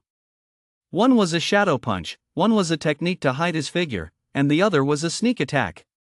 Although there were only 3 moves, they were indeed enough to help Shin make a name for himself on East Street.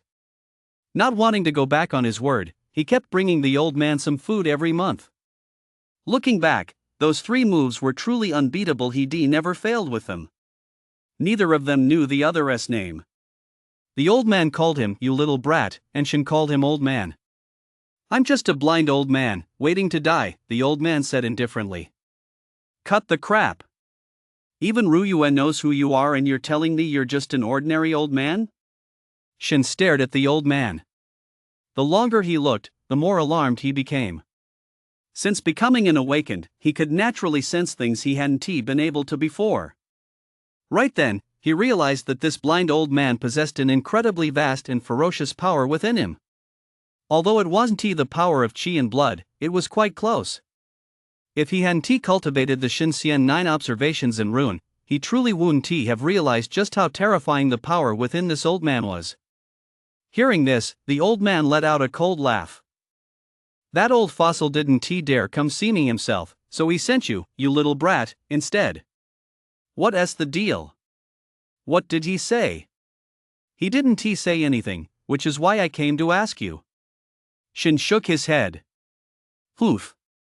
The old man merely snorted coldly, then suddenly pointed a finger at Shin. Suddenly, a peerlessly powerful gust of wind surged from the tip of the old man's finger, whirling and howling as it hurtled straight toward Shin's brow.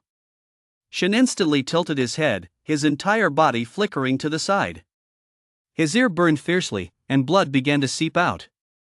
"Are you fucking crazy?" Shin cursed angrily. The old man said nothing, simply spreading his aged, large hand. His 5 fingers splayed wide, each one seeming to contain boundless power.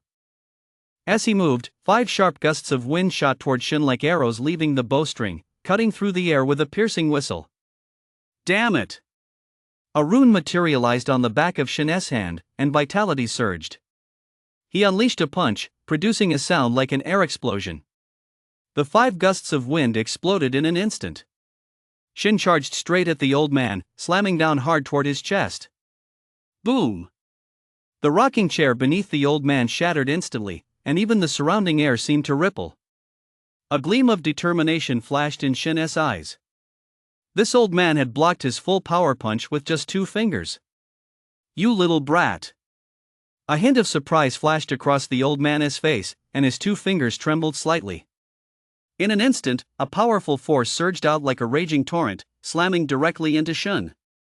The force was so immense that Shin couldn't possibly withstand it. His entire body was sent flying backward, crashing heavily to the ground. In the blink of an eye, the old man appeared before Shin, his hands clasped behind his back, his hunched posture suddenly straightening. Though he remained gaunt, he inexplicably exuded an intense sense of oppression. "What have you been cultivating?" the old man asked in a low voice. Shin let out a cold laugh and sprang to his feet in one swift motion. He brushed the dust off his clothes, his expression calm and enigmatic. "Want to know? Go find it. I left it in." Smack! The old man slapped Shin squarely on the head, nearly giving him a concussion. "Stop messing with me. Spit it out. Where did you get that physical cultivation technique? That stuff has long since disappeared, except within one clan. It's not even in the pavilion of inherited flames." Shin was dumbfounded. He thought the old man had figured something out. His current vitality, while connected to the technique, was primarily due to the rune. "That's my secret. Do you really think I'd tell you?" Shin said indifferently. The old man let out a cold laugh. "You won't tell me, huh? Then just wait for trouble to come knocking." If there's trouble, don't drag me into it. With that, he flickered and walked straight into the house. Shen furrowed his brow. Why was the old man acting so out of character today? Be more specific. What kind of trouble? Shen followed him inside. I just said it, the technique for cultivating the physical body is possessed by only one clan, it's the very foundation of their existence. Now that another like you has appeared, do you think they'll try to win you over, or kill you? The old man leaned back on the rickety sofa, snickering coldly. What does my own destiny have to do with them? Are they going to kill me for no reason? Shin glared at him. All they have to do is say you stole something from them. Shin walked over and sat down, staring intently at the old man. Who are you, anyway? How do you know so much? And what exactly is your relationship with Ruyue? Wan Nendi. What? Your last name is Wa? Shin fell deep in thought. The old man was at a loss for words. Young people these days have forgotten all those old inside jokes from years ago. It's no fun at all. Sigh. Shin suddenly flew into a rage. The old man was still teasing him at a time like this. Fine. I'm from the same generation as Ruyue, just a bit older than him. Satisfied? As for my name, I don't want to talk about it right now. The old man waved his hand and spoke calmly. So, what's the story with that family? And that power you just displayed? Shin took a deep breath and stared intently at the old man. That family's surname is Chang. A strange expression flashed across the old man's face. After a moment's thought, he suddenly spoke again. Anyway, if you ever run into someone with the surname Chang who is physically very strong, especially before they've fully matured, you'd better stay out of their way. Otherwise, you might lose your life without even knowing it. The old man shook his head. As for me, my technique also focuses on cultivating the physical body, the old man said grimly. Shin fell silent. It seemed he had guessed something. So, back then, were you being hunted down by them and fled here? Shin asked, furrowing his brow. Nonsense. Even if I were blind in both eyes and had to carry a mountain on my back, I'd still be invincible under heaven and earth. The old man glared at Shin. So what's your level? Ignition stage, the old man declared proudly. Ignition stage? What's there to be so proud of? I, Bing, have already broken through to the Tongyu stage. Shin felt a headache coming on. This old man was spouting nothing but nonsense, and he had no idea which part was true. But he was absolutely certain that this old man and the Chang family must have a deep-seated grudge against each other. Even though the old man had concealed it well just now, Shin could still detect that hint of murderous intent. Shin instinctively wanted to run away, but the thought that the Chang family might come after him in the future, as the old man had mentioned, made him hesitate. Although Ruyue isn't much to look at, she has quite the imagination, thinking she could get you to come find me to inherit my legacy. But even if she hadn't called you here, I'd have planned to teach you anyway. The old man suddenly spoke with a serious tone. I already have my technique in rune. Can I really learn another technique on top of that? Shin asked curiously. Of course not. What I'm going to teach you isn't a rune or a technique. The old man spoke with a hint of pride in his voice. Then what is it? This time, Shin was genuinely curious. Apart from runes and techniques, what else could possibly enhance one's combat abilities? You've heard the legends from the distant ages before the Mana Awakening, Haven Tu? There were those who could split the void with their bare hands and cleave the heavens with a single sword stroke. Hold on, isn't that the path of immortality cultivation? Shin interjected decisively. You don't know a damn thing, just listen. The old man glared at the blind man before continuing. Runes existed in that era as well, though nowadays they're known as ancient runes. But back then, there was also a group of rune practitioners who focused primarily on cultivating their physical bodies, and their techniques centered on relentlessly training their bodies and honing their combat skills. This group also practiced together an even older, age-old combat method. That's exactly what I'm going to teach you.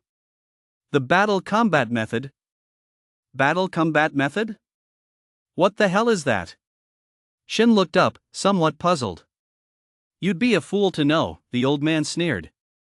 "This is the very foundation of my existence." He then turned and walked over to the broken TV in the living room, slapping it 3 times in a row. Crack! Instantly, a loud noise erupted from the room next door. Since there was no door between the living room and the bedroom, Shin immediately saw a passageway suddenly appear on the bedroom floor. "Holy shit! Old man, you've been hiding this really well." Shin's eyes widened. He'd been to this rundown house countless times, yet he'd never once noticed this passageway. Without a word, the old man strode straight into the depths of the passageway. Shin hurried to follow. The two walked for about a minute before a blinding light appeared. Shin was dumbfounded, staring blankly at the underground space that was easily as large as 2 basketball courts.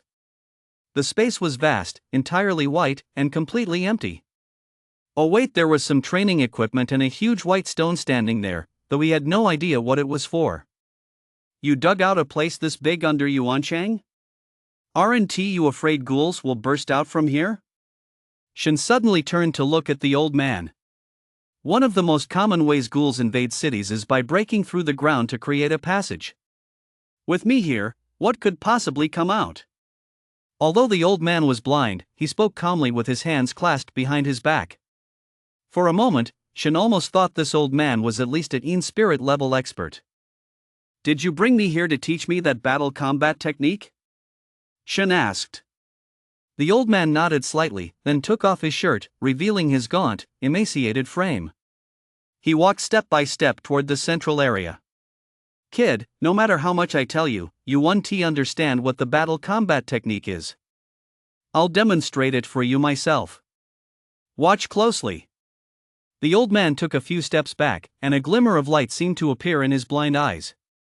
He stood there motionless as strange ripples gradually radiated out from his body.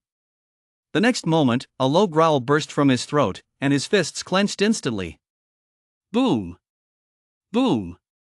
In an instant, a thunderous, powerful surge of energy erupted directly from the old man's gaunt frame. The force of the surge was so intense that it sent Shin flying backward. The next moment, Shin's eyes nearly popped out of his head. Black mist was now continuously billowing from the old man's withered torso. The mist swirled around his body like a storm. His withered muscles began to swell gradually. At the same time, patterns began to emerge across his body. "That's the mountain rune." Shin stared at the peculiar patterns on the old man's body, narrowed his eyes, and recognized them. The mountain rune. One of the earth elemental runes. Legend has it that the conditions for inscribing the mountain rune are extremely harsh. The bearer must possess immense physical strength, or they risk being crushed by it. Furthermore, the mountain rune is exceptionally powerful at every level. It ranks among the most formidable runes. It seemed as though countless ethereal, towering peaks surrounded the old man's body. These peaks were majestic and awe-inspiring, shrouded in mist, exuding an overwhelming sense of pressure. Every subtle movement he made was like a mountain shifting. The air was stirred by his presence, emitting a rumbling vibration. "Awaken!" The old man let out a deafening roar, as if it were about to shatter the heavens. At the same moment, the mountain patterns suddenly flashed, radiating brilliant light, and the old man's aura surged higher and higher. The black nether energy that had been coiling around his body suddenly dissipated with a thunderous roar, replaced by a powerful golden current. This golden current surged like a raging torrent, swirling around the old man's body and forming a dazzling halo. Standing within it, the old man resembled a god of war. His previously sleazy aura had now transformed into one of majesty. His eyes seemed to have turned golden as he glared fiercely at Shin. An incredibly dense aura of ferocity swept out from his body. This Shin's eyes narrowed, shock welling up inside him. He could sense that the old man's aura had surged significantly. Battle technique: activate the synergy between your entire body and the runes. This will keep you at peak strength throughout, and it will also push your combat techniques to their absolute limit. Come on, throw a punch at me with everything you've got. The old man stood with his hands behind his back, gazing calmly at Shin. Without a word, Shin went all out. Runes materialized, his technique surged wildly, and his vital energy roared through his body. The overwhelming aura that erupted in that instant caused a faint tremor to flicker across the old man's face. This kid, did he acquire some kind of legacy? The old man pondered inwardly, when in that very moment a sound like an explosive blast came crashing toward him, carrying a surging gale of fist energy. The old man's expression remained unchanged as he calmly extended a single finger. Boom! The massive sound transformed into a shockwave that roared out in all directions. The old man stood rooted to the spot, not moving a muscle. Shin felt as though he punched a massive, rock-hard mountain. His hand felt like it was about to snap. See? I only need my bare body to block your strike. Of course, that alone isn't enough to make me proud. Now watch closely. The old man spoke haughtily, then let out another roar. Boom! Boom! The entire underground chamber suddenly began to shake violently. The old man's aura surged once more. Veins bulged on his forehead, and his muscles strained to the limit. But... Then, several sounds of flesh tearing rang out, and several jets of blood suddenly spurted from the old man's body. Holy shit! Holy shit! The old man howled in agony as his vital energy plummeted, and his entire body rapidly withered away. In the space of a few breaths, he had returned to his withered state. Now, clutching the wounds on his body, he let out agonized howls. Shin scowled. Is this the battle combat technique? You might as well call it the blood-spurting technique. Though he said this, he had indeed, just moments ago, sensed that the old man's aura had once again broken through some kind of limit at its very peak. In that instant, he felt as if he were suffocating, just like being locked in the gaze of a primordial beast. The old man patted the areas around his wounds to quickly staunch the bleeding, then spoke with exasperation. Can't you see how old I am? I'm getting on in years, my body isn't what it used to be. As he spoke, a faint note of sadness crept into his voice. So, this so-called battle technique allows a person to maintain their combat power at its peak throughout the entire battle? And it can even break through some kind of limit? Shin recalled the old man's earlier display and spoke thoughtfully. Pretty much. You'll see once you start practicing it, it's incredibly powerful, the old man said, panting. If it doesn't count as a technique, can ordinary people practice it? Shen licked his lips. If Dong and Xia could practice it, they'd at least have some means of self-defense. But the old man immediately shattered his rosy expectations. Don't be ridiculous. This technique can only be practiced by awakened individuals who cultivate their bodies. Those who practice runes normally can't master it. If an ordinary person tried to learn it, their body would probably explode on the spot. The old man glared at him, his gray eyes seeming to see right through him. Fine. Shin sighed inwardly. He then walked over and sat down in front of the old man, a serious expression on his face. Why are you teaching this to me? And what exactly is your relationship with Ru Yue? He didn't believe anyone would pass on something valuable to him for no reason. Even back then, he had to give the old man food every month just to get him to teach him a few moves. Now the old man was directly teaching him something that was obviously bound to make others envious. Deep down, he still didn't quite believe the old man had no ulterior motive. The old man fell silent for a moment, then spoke in a calm tone. You don't need to ask about Ru Yue and me, it's none of your business. As for why I called you the old man suddenly grinned. It's simply because I want revenge. Since you've already set foot on this unique path, you're practically destined to be at odds with the Cheng family. If you survive and gain enough power to take revenge on the Cheng family, I'll be right behind you. Of course, if you die, it's none of my business, no one knows I'm here anyway. So the stronger you get, the better. I'm investing in you, you know? The old man bared his teeth and chuckled. The sudden bluntness left Shin at a loss. He gave the old man a deep look. His feelings toward the old man were complicated. Back when he first arrived here, the Bing family had helped him and his younger siblings settle in. And the old man had given him the means to survive on East Street. Although he wasn't sure if the old man knew, back when he'd been out in the suburbs and killed that human trafficker. He could clearly see that the man's stomach had been punched and it was sunken in, and it was obvious the blow had been dealt not long before. At the time, he suspected the old man might have been secretly following him from behind. If Bing was like a second father to him, then the old man was both a mentor and a friend. "Even if you don't teach me, if I ever gain that kind of power, I'll help you anyway," Shin said suddenly. The old man froze, fell silent for a moment, then suddenly stood up and walked out. As he left, he muttered, "Idiot. Be here on time tomorrow morning." Shin also stood up and followed him. After the two of them walked out of the passageway together, Shin turned back. Long after Shin had left, the old man sat motionless on the sofa. After a while, he picked up the old radio on the table and pressed a few buttons. A clear, sweet little girl's voice came from inside. "Daddy, Daddy, when are you going to take me to the amusement park? Daddy, I miss you. Daddy, when are you coming back?" The old man listened silently, his head bowed. Tears fell one by one onto his hand. Trembling, he clutched the radio to his chest, his withered, large hand gently caressing it. "Daddy misses you."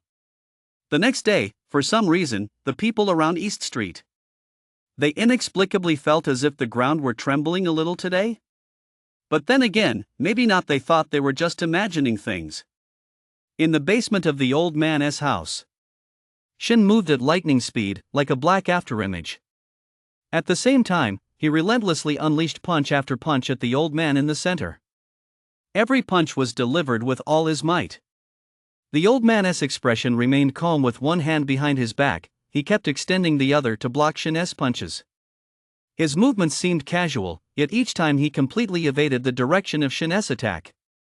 At the same time, he growled, "Such weak punches, are you messing with me? Without that relentless, headlong momentum, how can you cultivate the battle arts? And besides, how did I teach you? Strike when the enemy least expects it, do you understand?" Boom!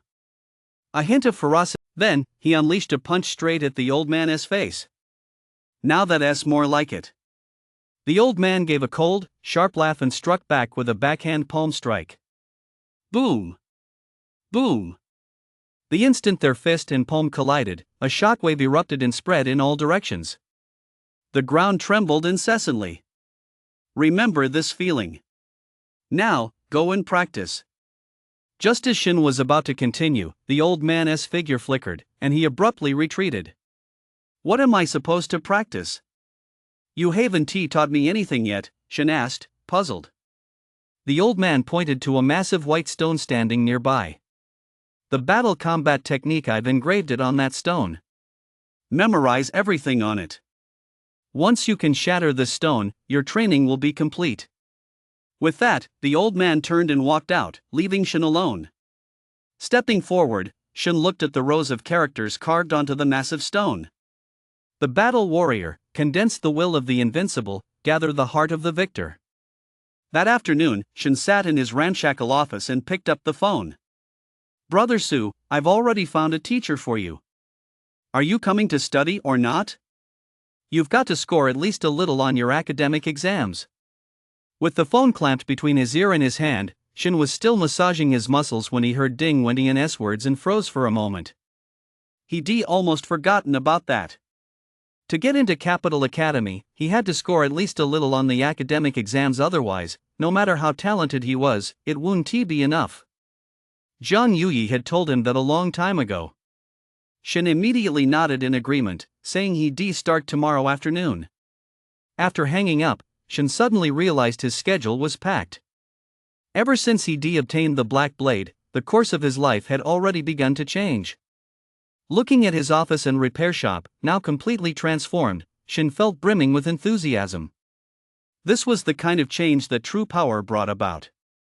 No wonder so many people were willing to go to any lengths to become stronger. Clang! The door swung open.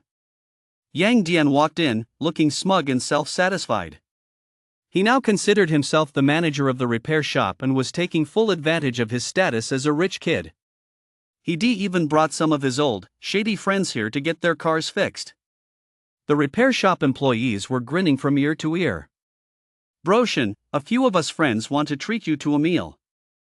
Want to come? Yang Dian said.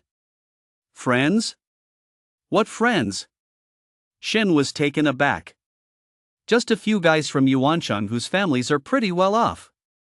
It's a gathering organized by Zhang Zhuansher, and he said he wants to apologize to you while he's at it. Yang Dian said with a smile. Oh? Shin raised an eyebrow. This Zhang Zhuansher seems somewhat intriguing. A trap? Or was it really just a simple apology? After thinking it over, Shin nodded. He didn't have anything else planned for today anyway, so he might as well check it out. What time? 7:30 at the Yuanchang Grand Hotel. It's only 5 now. We'll make it. Shin checked the time and nodded. What's up? Yang Dian was puzzled. Did Brother Shin have something else to do? Shin shut the door, pulled out his black knife, and looked at Yang Dian. Take off your clothes. Yang Dian's face instantly lit up with wild excitement. Hearing the muffled, pained screams coming from the office, the employees outside winced. Having learned from their previous experience, they weren't too surprised this time. A moment later, Yang Dian walked out, fully clothed and looking satisfied. Faint traces of blood could still be seen on his clothes. Shen, on the other hand, was pale and covered in a cold sweat as he lay in his office chair, continuously channeling the Shin Guan technique to restore his spiritual energy. Engraving points, 110. This time, he'd given Yang Dian 6 strokes, earning 60 engraving points. During his previous battle with that tiger-shaped ghoul, he hadn't received any engraving points at all. After pondering for a moment, Shin realized that it seemed he had to kill the opponent to earn them. Even severely wounding it wasn't enough. With no other choice, he could only continue using Yang Dian as a tool. As he pondered this, his gaze suddenly turned somber as he looked out the window at the few employees. These engraving points could be obtained simply by helping others refine and engrave runes. But there didn't seem to be too many restrictions, did there? Although these employees had all awakened, their talent was extremely low. He wasn't sure if they could serve as tools. The employees outside seemed to sense Shin's vivid green glow. They shuddered instantly, cold sweat breaking out on their brows. Is Brother Shin really that powerful? Isn't he satisfied yet? He isn't going to set his sights on me, is he? Shin pondered for a moment, deciding to keep them as backup options for now, though he still felt a twinge of worry deep down. He'd heard that if someone with insufficient talent engraved a rune that was too powerful, problems were highly likely to arise. At best, you'd suffer physical ailments. At worst, you might even lose your mind. Seeing Shin turn his gaze away again, the employees all breathed a collective sigh of relief. After resting for a while, their complexions gradually returned to something closer to normal. Though they were still pale, it no longer hindered their movements. Shin stood up and walked straight out. After leaving the repair shop, he spotted Yang Dian sitting in his sports car. He was fiddling with his phone, grinning like an idiot with a lecherous look on his face. He hadn't even bothered to wipe the blood off himself. What are you doing? Shin slapped Yang Dian on the shoulder. Yang Dian jolted and quickly covered his phone with his hand. He only relaxed when he realized it was Shin. Bro Shin, you walk so quietly you scared the hell out of me. Shin ignored him and glanced at his phone. Yang Dian immediately gave a lecherous chuckle. Bro Shin, I've got a crush on a girl lately. She is so sweet and cute. Let me see. With that, he swiped through his phone and opened a photo. As soon as Shin saw it, his face twitched, and his expression grew increasingly strange. He remembered seeing this girl before. Back when he was working as a bouncer at a bar, she used to come and go with different guys every day. Man, seriously, Shin, I've never seen such an innocent girl before. She is so understanding, too. Not after my money at all. She says all she wants is love. Yang Dian spoke with a look of deep emotion on his face. Shin stared at the photo, narrowing his eyes slightly. The girl in the photo, wearing a long white dress, with an innocent expression, gradually overlapped with the one from his memory of that bar. He spoke without giving anything away. Not bad. Why don't you invite her out to dinner with us today? Are you serious? I was worried you wouldn't be up for it. Then I'll go ahead and invite her? Yang Dian's face lit up instantly. Go ahead. I'll keep an eye on her for you while I'm at it. Shen flashed his signature smile. Ever since that day when the ghouls in the East District caused trouble, he and Yang Dian had truly become friends. Although there had been some mysterious tension between them before, they were both young, it wasn't a big deal. Now that Yang Dian called him boss, he couldn't just ignore it. If his memory served him correctly, this girl had apparently swindled several guys out of their life savings back then. One of them even tried to jump off a building for her and ended up going crazy. Soon, Yang Dian made a call and spoke to Shun with a look of excitement on his face. Bro Shun, she's at the downtown mall with her best friend right now. The Grand Hotel is nearby too, should we head over there for a bit? Shin nodded, and the two of them darted into the sports car and drove straight toward downtown. On the way, Shin suddenly spoke in a calm tone. Yang Dian, do you trust me? Yang Dian replied without taking his eyes off the road, Boss, come on, of course I trust you. Aside from my dad, you're the one I trust the most right now. He had been completely won over by Shun, especially after Brother Shin had just helped him refine his rune a bit earlier. Although he hadn't achieved a breakthrough, he could still clearly feel his power surging wildly. The reason he hadn't broken through yet was that his technique wasn't fully mastered yet, and the power within him wasn't sufficient. Once it was sufficient, he would naturally reach the late awakening stage. Deep down, he was even more certain that Brother Shin was absolutely an incredibly awesome runemaster.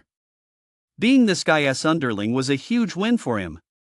How many people would love to be a runmaster's underling, yet they wouldn't even accept them? Hearing this, Shin nodded. By the way, have you ever had a girlfriend? Shin asked casually. While Yang Dian's face flushed, and he stammered a bit. Not before I came of age, but since turning 18 this year, there have been a few interesting ones. But my dad keeps a pretty tight leash on me, so I've never really had a girlfriend. Although some girls have tried to get close to me for money. Shin said nothing, a glint flashing in his eyes. If it really was that girl, and she truly reformed, that would be fine. But if she was still up to her old tricks, she'd have no one to blame but herself. Half an hour later, Yang Dian executed a smooth drift and pulled the car into a vacant spot not far from the mall. As soon as he got out, he spotted two girls standing there. One was wearing a white dress, her black hair flowing smoothly down her back. She had a petite face and wore a very innocent, delicate makeup look. The other was rather ordinary, though dressed quite fashionably, with a bit too much makeup on her face. When the girl in the white dress saw Yang Dian get out of the car, her eyes lit up with joy, and she waved her arm. But immediately, her smile froze. She saw a very familiar figure stepping out of Yang Dian's car. With that smile, the one everyone called devilish, he was looking right at her. Boss, let me introduce you. This is Wanya, my girlfriend. Next to her is her best friend, Zhao Kiki. She is already a freshman in college. Yang Dian walked over, put his arm around Wanya, who was looking down and saying nothing, and spoke with a smile. Deep down, though, he was a bit puzzled. Why did Wanya seem so shy today? But it made her look even cuter.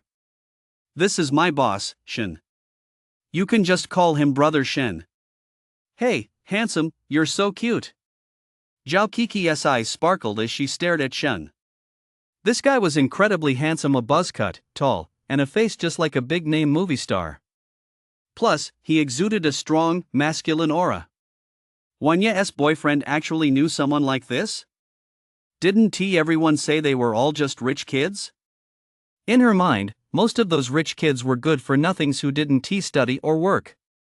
This young man, on the other hand, looked like he was in great shape. Hello, everyone, Shin said with a casual nod. Hello, Brother Shin, Wanya said softly, keeping her head down. Yang Dian was a bit puzzled. What was going on with Wanya? She'd been so excited on the phone just a moment ago. Why was she speaking so softly now that she'd met Brother Shin? Could she be afraid of Brother Shin? Yang Dian thought about it and realized it made sense. Who wouldn't be afraid of someone like Brother Shin?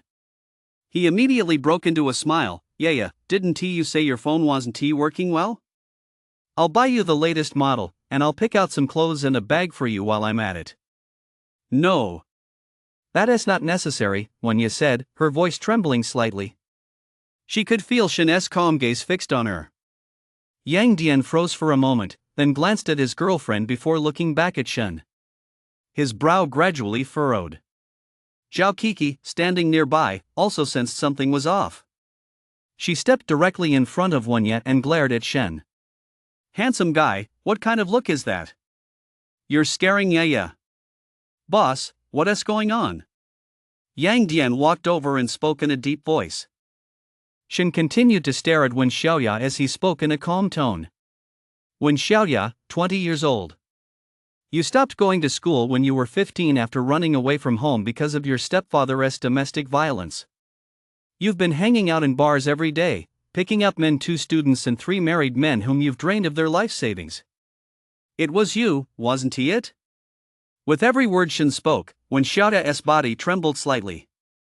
Yang Dian's eyes gradually widened as he stared in disbelief at Wen Xiaoya, who kept her head bowed. Zhao Kiki's expression turned cold, and a surge of energy suddenly erupted from her body. Her consolidation stage cultivation level shot up abruptly, and she glared icily at Shen. No matter who you are, say one more bad word about Xiaoya, and I'll risk getting captured by the Torch Guild today. I'll smash your mouth to pieces. Oh? Shen raised an eyebrow. He sensed long ago that Zhao Kiki's level was quite high, but he hadn't expected her to already be at the consolidation stage. But with a cold laugh, his figure suddenly flickered. Before anyone could get a clear look, a hand clamped around Zhao Kiki's neck and lifted her off the ground. Don't you know what your best friend is really like? Or were you two planning to team up to scam some money? Shen said coldly. Zhao Kiki's eyes widened as she struggled frantically, horrified by what she realized.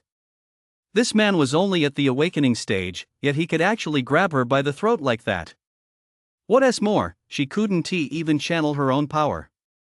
Even if her runes and talents were mediocre, she shouldn't be completely helpless, right? A chill instantly spread through her entire body. Beside her, Yang Dian looked at Wen Xiaoya in a daze. Is what my boss said true? Wen Xiaoya trembled and suddenly bowed her head deeply to Yang Dian. I'm sorry, Yang Dian. What he said is true. Let us call it quits here. After speaking, she glanced at Shen. Brother Shen, please let go of Koff. I promise I'll never show my face to him again. I'm sorry. Then she turned and walked away. Shen snorted coldly and released Zhao Kiki. Zhao Kiki, clearly shaken by Wen Xiaoya's admission, simply sat down on the ground. It took her a while to come to her senses, and she slowly stood up. She looked at Yang Dian. Those people Wen Xiaoya was getting close to, they've all hurt girls before. She told me a bit about them. But I never expected her to go to such extremes. As far as I'm concerned, even if those people died, it wouldn't be a loss. But she was the first person to tell me she liked you, and she also felt she wasn't good enough for you. Handsome guy, you really went all out. That last remark was directed at Shen, and then she turned and ran off after Wen Xiaoya. Boss, do you think we can trust what Zhao Kiki said? After a while, Yang Dian suddenly let out a wry laugh. Shen shook his head. It doesn't matter whether I believe it or not. It's mainly your choice. If you really like him, just use your family's connections to look into it. I tend to think in extremes. I always assume the worst. If it turns out to be my fault, I'll apologize to her. Shen patted Yang Dian on the shoulder. Having hung around the East District for over 4 years, he'd seen it all. He knew what he'd done was wrong, but he'd rather make a mistake first than let his own people get the short end of the stick. Thanks, boss. The two said no more and walked together toward the Yuancheng Grand Hotel. It wasn't far, so they didn't bother driving. However, Yang Dian was clearly still feeling a bit down on the way there, which made Shen shake his head repeatedly. It's just a girl, what's the big deal? If you really like her, go win her back. If I was wrong, I'll apologize to her. 10 minutes later, the two arrived at the entrance of a tall, luxurious building. Immediately, a middle-aged man dressed in black stepped forward. He addressed Yang Dian warmly. Little Yang, you're here. Uncle Tang, Yang Dian smiled. And this is? Uncle Tang glanced at Shin behind Yang Dian. My boss. We reserved that private room specifically for him today. Oh? So it's young Master Su. Uncle Tang's eyes lit up, and he warmly extended his hand. Shin reached out to shake it briefly before pulling his hand back. Soon, a beautiful waitress approached and led the two of them into the elevator. Downstairs, in the direction Uncle Tang and his group had left, he paused to think for a moment before picking up the communicator in his hand. Private room number 1, send over 3 bottles of spirit wine, the best kind. Boss, are you serious? A shocked voice came through the communicator. Stop blabbering, just deliver it. Yes, sir. Putting away the communicator, Uncle Tang nodded with satisfaction. He, Lu Xiaodong, had started in business at 18 due to his lack of natural talent. Now, nearing 40, he owned the largest hotel in Yuancheng. It was all down to his keen eye. Today, in private room number 1, nearly all the children from Yuancheng's most prominent families were present. All invited specifically for one person. What did that mean? This Shin must have incredibly powerful connections. He had to make connections with him. He was even planning to go toast him personally later. The hotel was towering, with over 40 floors. After Shin followed the two men to the top floor, the door opened to reveal a massive, incredibly luxurious private room. In the center sat only 15 people. One of them was Zhang Zhuangshi. As soon as they saw Shin and Yang Dian walk in, they all stood up in unison, their expressions slightly tense. They all heard the story. This Shin had first beaten the crap out of Yang Dian, then taken down Zhang Zhuangshi. Yet neither of them had caused any trouble. In fact, Yang Dian had even become Shin's loyal underling. Moreover, one of them was actually the student from experimental middle school that day. He had witnessed Shin's insanely off-the-charts combat prowess with his own eyes. He made his crew swear an oath by their rune level with the penalty of immediate death if they leaked a word before he dared to tell them what had happened that day. On the spot, these rich kids were completely stunned. An awakening stage fighter taking on an ignition stage fighter? Is that even human? They all came from well-off families and had decent natural talent. They could afford to buy good runes and techniques. They had a head start from the beginning. But none of them were nearly as insanely powerful as Shen. So when Zhang Zhuangshi said he wanted to treat Shen to a meal and apologize, they all jumped on the bandwagon. Brother Shen. A dozen or so of them spoke in unison, startling the beautiful waitress who had just stepped into the elevator. Could this guy be part of a gang? Even Shin had no idea what this group was up to. He'd never seen most of them before. After Shin and Yang Dian took their seats, Zhang Zhuangshi immediately raised a glass of liquor. Yang Dian, brother Shin, I was in the wrong that day. I apologize. Let us drink to that. With that, he downed the entire glass in one gulp. Since the other guy had gone that far, Shin didn't say a word, he just started drinking too. Seeing Shin's reaction, everyone gradually relaxed. They started chatting freely. They realized that Shin was actually a pretty nice guy. He was funny, humorous, and kind, not nearly as scary as people made him out to be. Shin, I'll be honest with you today. Back then, I was actually planning to get someone to take revenge on you. Zhang Zhuangshi clearly couldn't hold his liquor after just a few glasses. His face turned red, and he started putting his arm around Shin's neck as he spoke. Good thing you didn't go through with it, Shin laughed. I didn't go through with it because I thought it over. Back then, I was just trying to act like a jerk, and you took me down. But if I'd actually gone after you, it would made me look like a good-for-nothing who only relies on others. Don't think just because we're all from wealthy families that any of us are willing to be good-for-nothings. In this day and age, ability and rune are what really matter. If we didn't have the talent, that'd be one thing, but since we're all pretty talented, naturally none of us wants to be a spoiled rich kid. Zhang Zhuangshi let out a drunken burp. The other rich kids around them all nodded in deep agreement. Shin was taken aback. He hadn't expected these guys to have such a sense of purpose. But Zhang Zhuangshi was right about one thing: in this day and age, strength is everything. Shin had already experienced this firsthand just after reaching the awakening stage. His life had undergone a complete transformation. Boss, how about Yang Dian had already shaken off his earlier disappointment, now he suddenly grinned and looked at Shin. Shin fell silent for a moment, narrowing his eyes as he surveyed the group. He understood what Yang Dian was getting at. But he wasn't sure what these people were really thinking, nor could he guarantee they didn't have ulterior motives. Ding! Just then, the elevator suddenly chimed. The doors opened, and Lu Xiaodong stepped out with a smile, holding a tray. On the tray sat 3 large jade bottles. As soon as Yang Dian saw them, his eyes lit up. Whoa, Uncle Tang, you've really gone all out treating us to spiritual wine? Ha ha, this is young Master Su's first visit. As the host, I must treat him well. Lu Xiaodong roared with laughter. Spiritual wine? Even Shin's eyes lit up slightly. He'd heard of this wine's reputation. It was said to be brewed from precious ingredients. It contained mana, which was very beneficial for awakened individuals. And the taste was excellent as well. Lu Xiaodong walked over to the table, set the bottle down, and prepared to open it and pour the wine. Wait!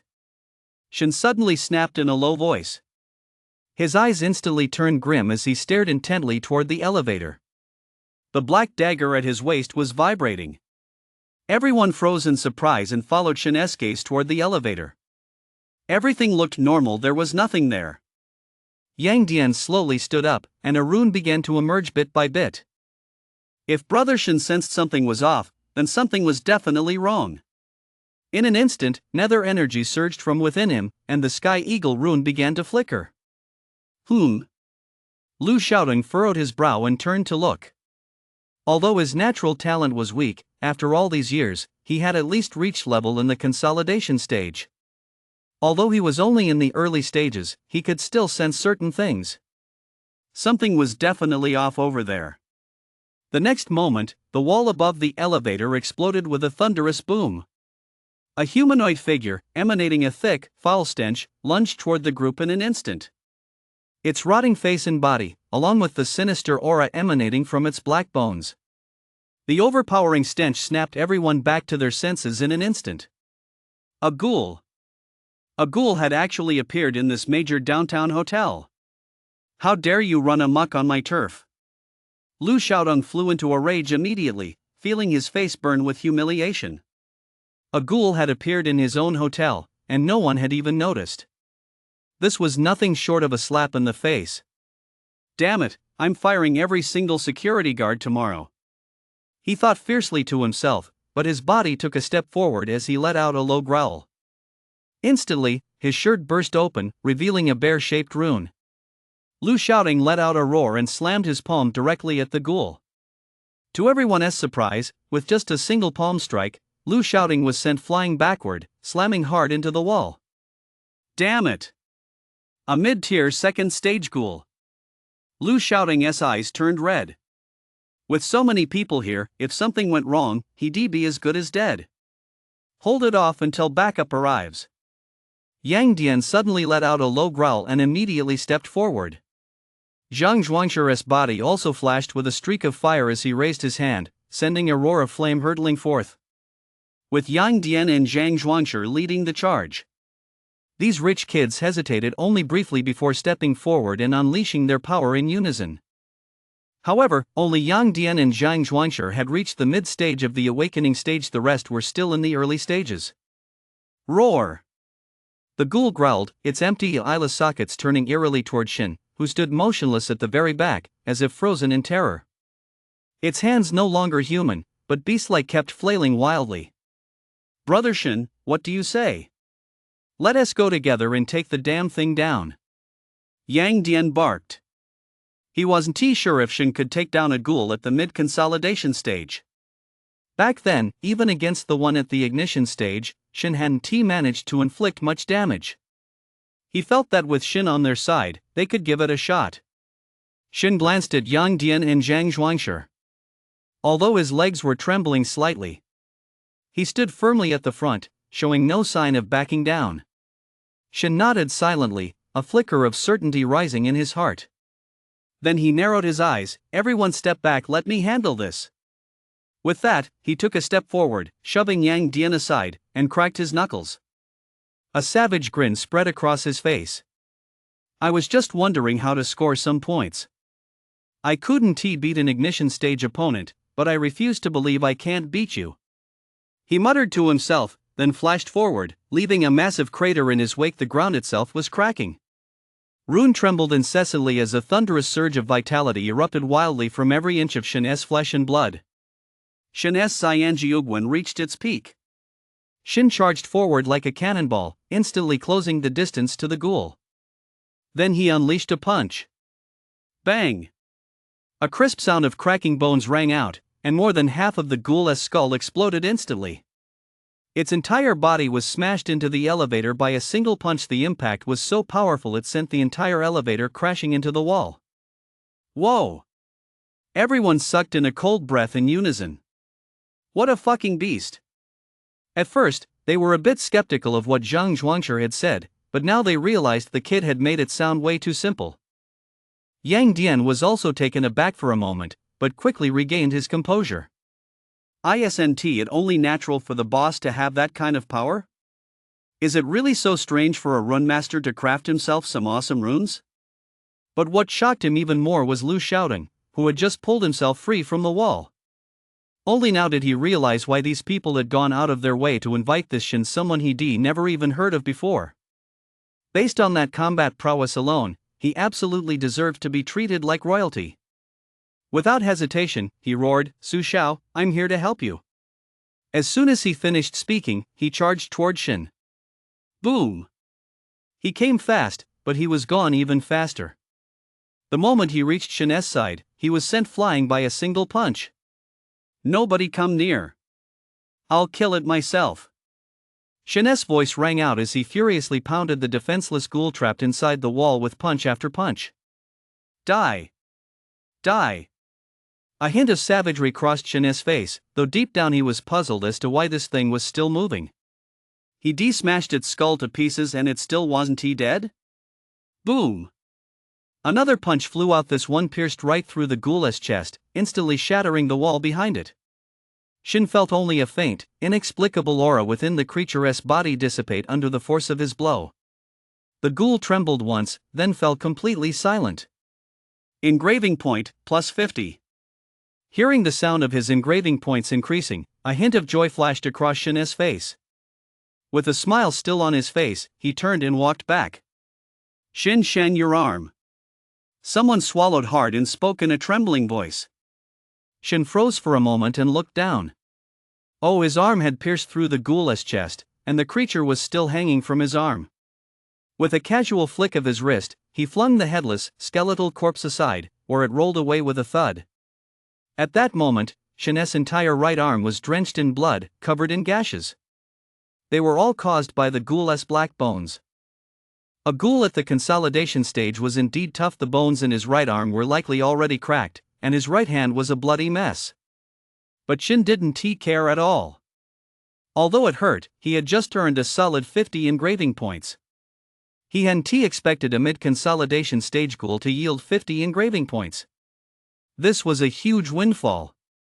Feeling elated, he walked straight to the table, opened a large jade flask, and took a swig of wine. An incredibly rich surge of mana instantly flowed into his body through the wine. What a fine brew! Shin's eyes lit up as he exclaimed. Su Xiao. At that moment, Lu Shaodong was completely won over.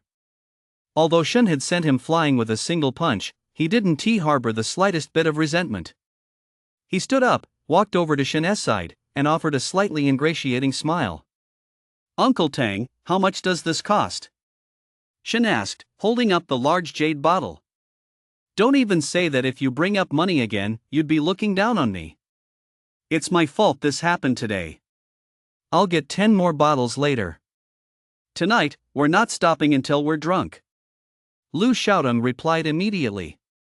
Thanks a lot, Uncle Tang, ha ha, Shin laughed heartily. Then, turning to Yang Dian and the others nearby, he asked, What's the matter? Weren't we supposed to eat and drink today? Why are you all just standing there? Everyone's eyes twitched in unison. Your hand and arm are in such a state and you're still drinking? Just like Brother Shin, even with injuries like that, he is drinking without batting an eye. Judging by the look on his face, he actually seems pretty happy. What a freak! Just 3 minutes later, a squad from the Torch Guild arrived in unison and spotted the headless ghoul lying nearby. They also saw Shin, his hands a bloody mess, drinking and laughing heartily. With strange looks on their faces, they dragged the corpse away. If he remembered correctly, wasn't he this the child Captain Bing had adopted? They'd have to report this. Because of the battle between Shin and the ghoul, this floor was already in shambles. Lu Xiaodong moved everyone to a private room on the next floor to continue drinking, and he actually brought 10 bottles of spirit wine. There was also a female nurse wearing a white lab coat and carrying a toolbox. It's you? It's you? Shin and the nurse exchanged glances and spoke at the same time.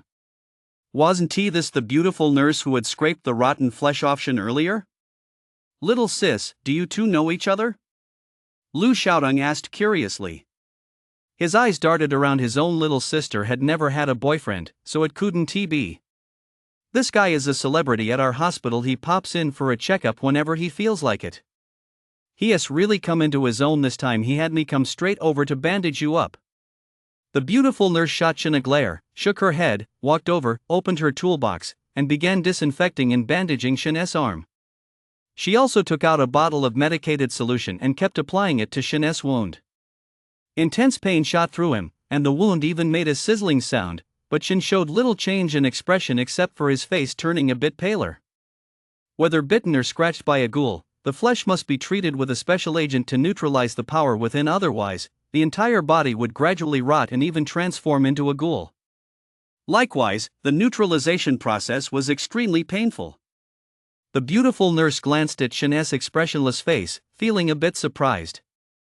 After a while, she finished bandaging Shin's arm and hurriedly left. If her older brother hadn't contacted the hospital directly to find her, she wouldn't have come all the way out here. Uncle Tying, is she your sister? Shin asked curiously. My own sister. What's up, Brother Su? Is that interesting? Lu Xiaodong laughed heartily. He had quite a bit to drink earlier and had already started addressing Shin's brother. No, I just feel like your sister seems to be at a pretty high level. Shin shook his head.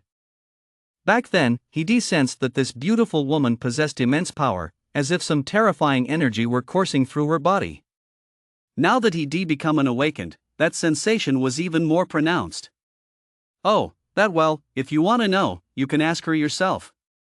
I'd rather not say. Lu Xiaodong shook his head inside. Lu Xiaodong and Shin's group drank for over half an hour before leaving early due to other commitments. It wasn't until late at night that these rich kids noticed Shin, Yang Dian, and Zhang Zhuangshi were still drinking. Not wanting to make fools of themselves, they said their goodbyes and left first. Only after they left did Shin stop, looking at the two people still there. Then he suddenly smiled and spoke slowly, his voice carrying a hint of devilish temptation. Do you want to get stronger? The next day, Shin slowly woke up. The blinding sunlight in his slightly dazed mind made him momentarily forget where he was. He vaguely remembered that someone had come to pick him up at the end. As soon as he opened his eyes, he saw Qingqing's face, tinged with a hint of anger. Shin sat up with a jolt. Honey, when did you get back? He drunk way too much last night. Their group had polished off all that spirit wine.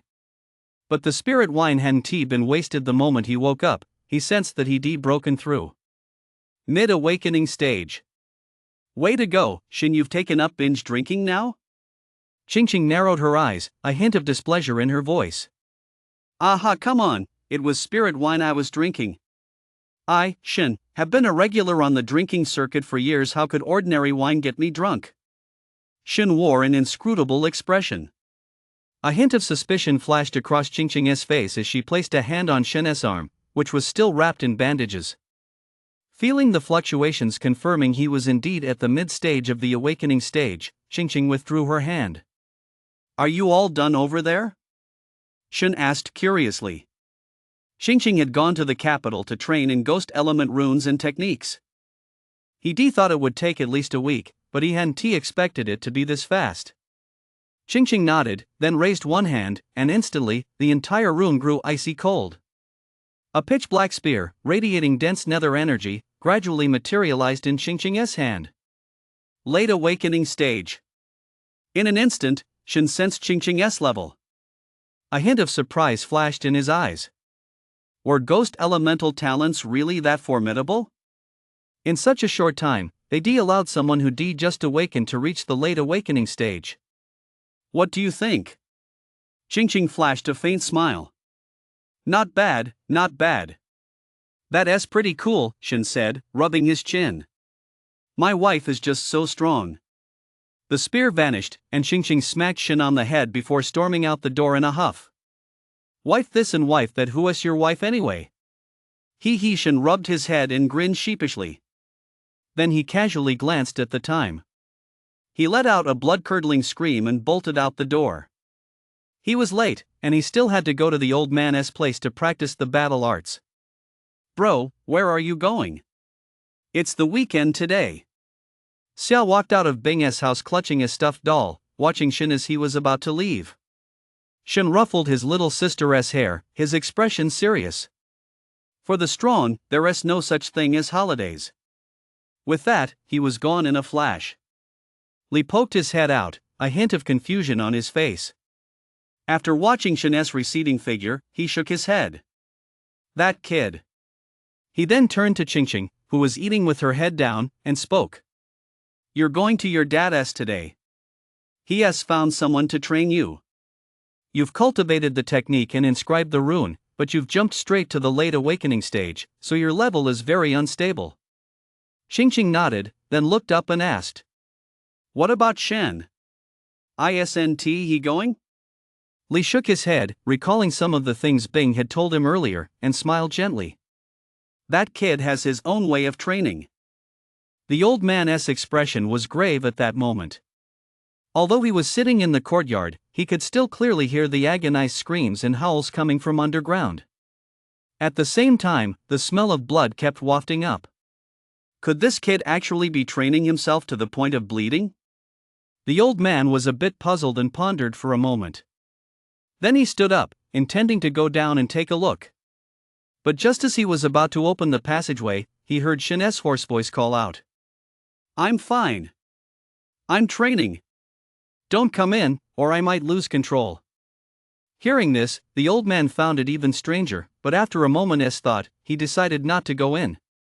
After all, if anything really happened to this kid, he'd definitely shout for help right away, so there was no need for him to worry. Down below. The once pristine white floor was now covered in crimson bloodstains. Shen's face was contorted in a ferocious grimace, his complexion flushed red. By now, the skin from his wrist all the way down to the middle of his forearm had been completely slashed open. His blood-soaked muscles were twitching. His left hand gripped the black blade as he clenched his teeth tightly. The tip of the blade was moving inch by inch. And the engraving points he'd painstakingly accumulated were now vanishing at lightning speed as the blade advanced. Ah! Shen let out a roar. As the last bit of engraving point vanished, he instantly pulled the blade out. In that instant, the surrounding mana surged wildly, rushing toward Shen's arm at breakneck speed. The slashed panel healed rapidly, and at the same time, a blood-red pattern gradually emerged.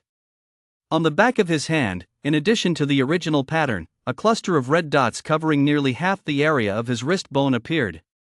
Then, extending from the red dots, a straight line ran all the way to the center of his forearm.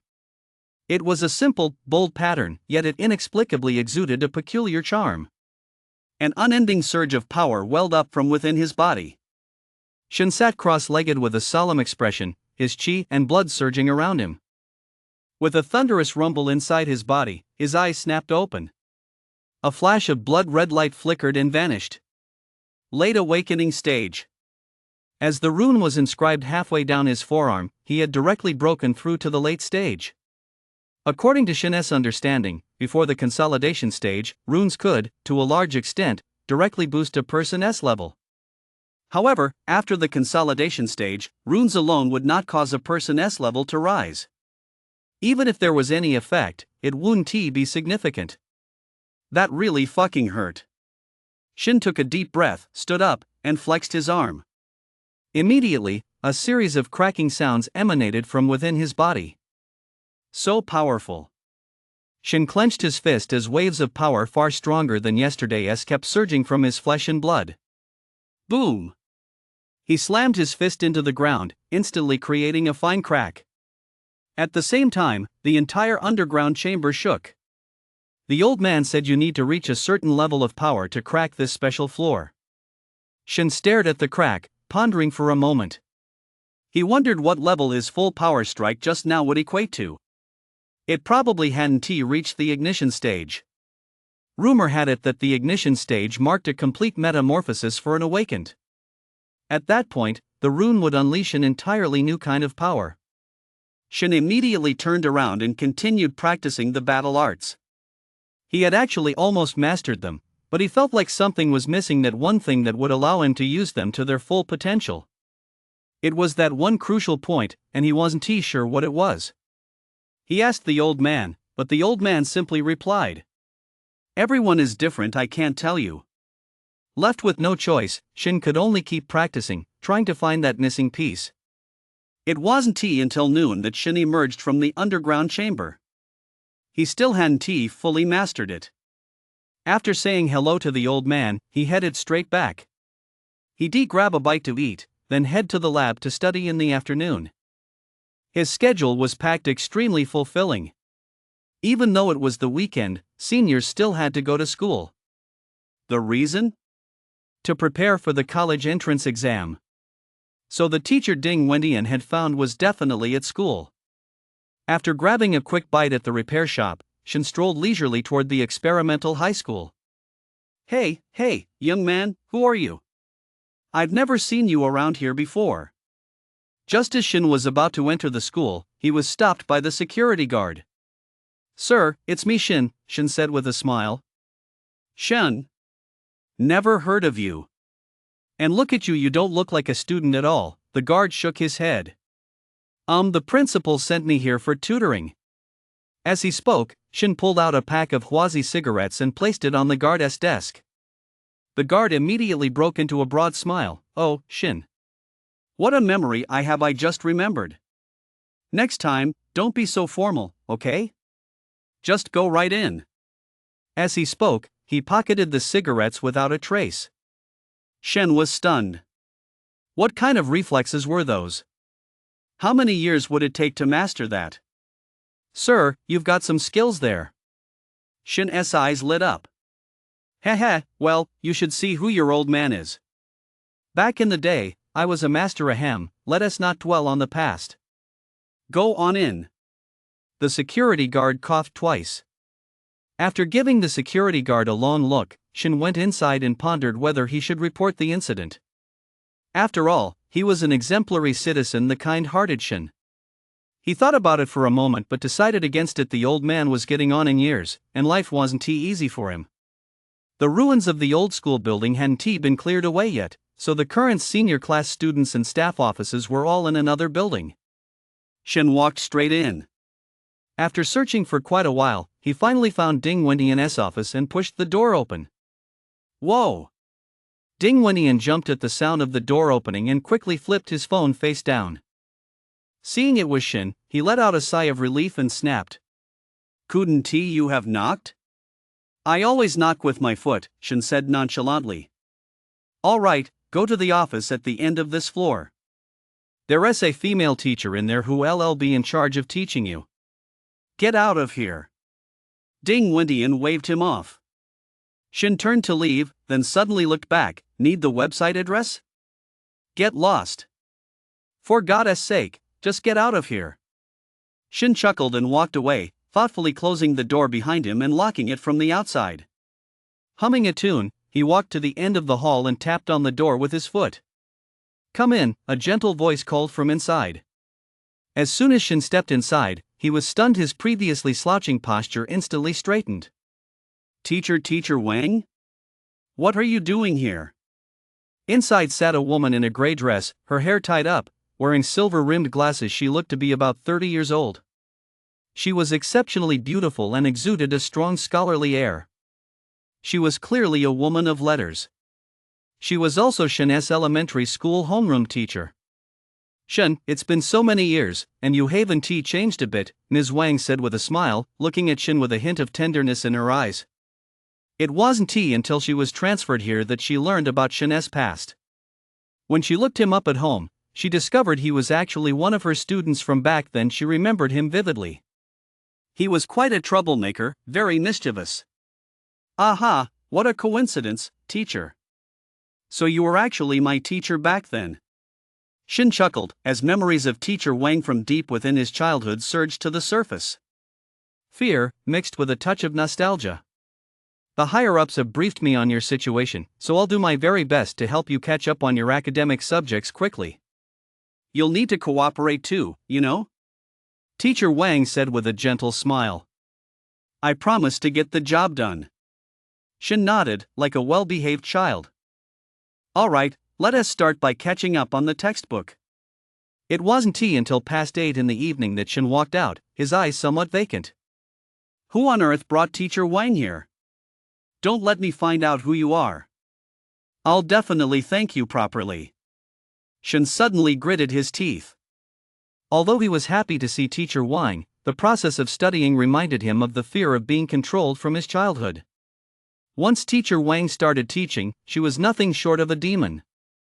Buzz. His phone rang. Seeing it was Zhang Zhesher, he answered it. The very first sentence caused an icy, murderous intent to flare up in Shin's eyes. Bro Shen. I found out who let the ghoul in. I've already tracked down their location. Ever since he spotted the ghoul at the hotel that day, Shin had felt something was off. A ghoul actually appearing in the top floor of the most famous hotel in Yuanshan? And right in the city center, no less? Not even a pig would believe that was normal. As for Lu shouting, Shin had merely cast a passing suspicion his way before dismissing him. As the hotel owner himself, daring to do something like that would be like an old man hanging himself. He clearly had enough of living. He also observed everyone present that day. Each and every one of them had genuinely stood their ground at the time, trembling but refusing to back down. While drinking, he subtly tested the waters with a few remarks, but none of them had caught on. Since it wasn't any of them, it must mean someone was out to get him or one of them.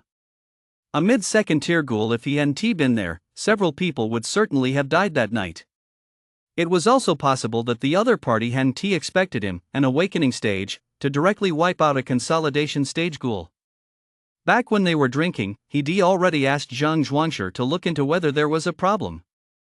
Zhang Zhuangshi's family ran underground businesses, so he definitely had his connections. He hadn't expected that they actually uncovered something now. Who? Where? Shin's voice was icy. The tone sent a shiver down Zhang Zhuangshi's spine on the other end of the line. It's an organization in the West District. The boss is a late consolidation stage awakened, with about 10 awakening stage members under him. Rumor has it they're quite powerful over there. And most of what they do is shady.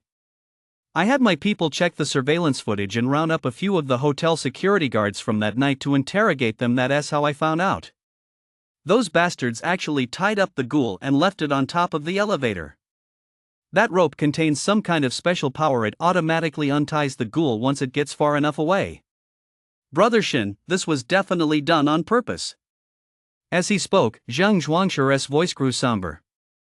If it hadn't been for Shin yesterday, who among them could have taken on that ghoul? Even Uncle Tang was slapped so hard he flew into the wall. A tinge of fear crept into Zhang Zhuangshi's heart.